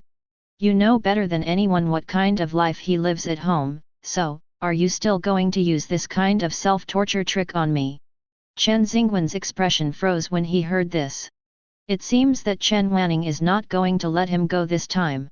The relationship between a brother and sister who have no blood relationship is indeed fake. Such a small matter has to be pursued to this extent. At this moment, Chen Xingwen's hatred for Chen Wanning reached its peak. What right does a BCH who secretly strips naked and climbs into a man's bed have to stand there and question him? He will not let Chen Wanning go, absolutely not. He Kingxiu saw that Chen Xingwen had already knelt down to admit his mistake to Chen Wanning and was crying so sadly, but Chen Wanning was still so aggressive, and she felt dissatisfied. Ning Ning, that's enough. Your brother is young, and you are already so old, why are you still arguing with him? Besides, your brother would do this because you, his sisters, haven't done a good enough job. If you had given him enough sense of security, he wouldn't have done such a ridiculous thing, right? You watched him grow up, don't you know what kind of person he is? From childhood to adulthood, has he ever lied? Chen Wanning widened her eyes in disbelief, unable to believe that her own mother would favor Chen Xingwen to such an extent. When Chen Xingwen did such a thing, her first reaction was to blame her own daughter. At this moment, Chen Wanning felt fear. Chen Xingwen can't stay. Otherwise, the Chen family business that she had worked so hard for so many years would not end up in her hands. This family is about to be torn apart by Chen Xingwen. Thinking of this, she immediately made up her mind. Chen Xingwen, from now on, you are no longer a member of the Chen family. For the sake of our relationship as siblings, you can keep the things I gave you over the years. With these things, you can live a good life even if you don't work in your next life. Chen Xingwen looked at Chen Wanning in shock. Big sister, are you going to chase me away? Before Chen Xingwen could say anything, he saw He Kingxiu suddenly stand up. Chen Wanning, are you crazy? Why do you want to drive my son away? Chen Wanning was not surprised at all that He Kingxiu would stand up to refute her, but she did not intend to kill her at first. Mom, no matter what you say, Chen Xingwen has bad intentions and can't stay at home, unless you want our Chen family to have no peace. Let Chen Xingwen leave now. You feel sorry for him, so you can visit him more often. Can't? Before Chen Wanning could finish her words, she was interrupted by He Kingxiu's sharp voice. Who do you think you are? Your father and I are not dead yet, and it is not your turn to make the decisions in this family. I tell you, Chen Wanning, I will never allow anyone to hurt my son. If you drive her away, don't blame me for driving you away. Chen Wanning couldn't believe what she heard, and her eyes instantly turned red. She pointed at herself and asked with a hurt look on her face, Mom, are you going to drive away your own daughter for this son who has no blood relationship with you? Chapter 78. In fact, He Kingxiu just said such words because she was too emotional at the moment. However, she was a person who was spoiled by her family since she was a child. She had a very strong personality and would never admit her mistakes under any circumstances. This time is no exception. She suppressed the guilt in her heart and explained coldly, I didn't mean that, but you have no right to drive my son away. After saying that, she glanced at the other people in the living room. Also, I want to emphasize again today that although Wen Wen is not my biological son, he is still my precious son. No one can change this. If I hear the words no blood relationship or adopted son from anyone again, I will never let him off easily.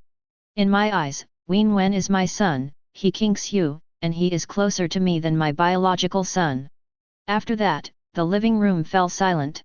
Chen Huaimeng and her two sisters didn't even dare to breathe. Chen Xingwen, who had been kneeling on the ground, breathed a sigh of relief. Fortunately, He Kingxiu still regarded him as her lifeblood. Chen Wanning originally thought that although He Kingxiu doted on Chen Xingwen, it was only because he was young and likable. If she encounters a major issue, she will definitely stand on the side of her blood-related daughters. But He Kingxiu's reaction today made her realize that perhaps she had always been too self-righteous. In He Kingxiu's eyes, perhaps all 7 of their daughters combined are not as important as their adopted son Chen Xingwen. Why? She really couldn't figure it out. Mom, let me ask you one last time.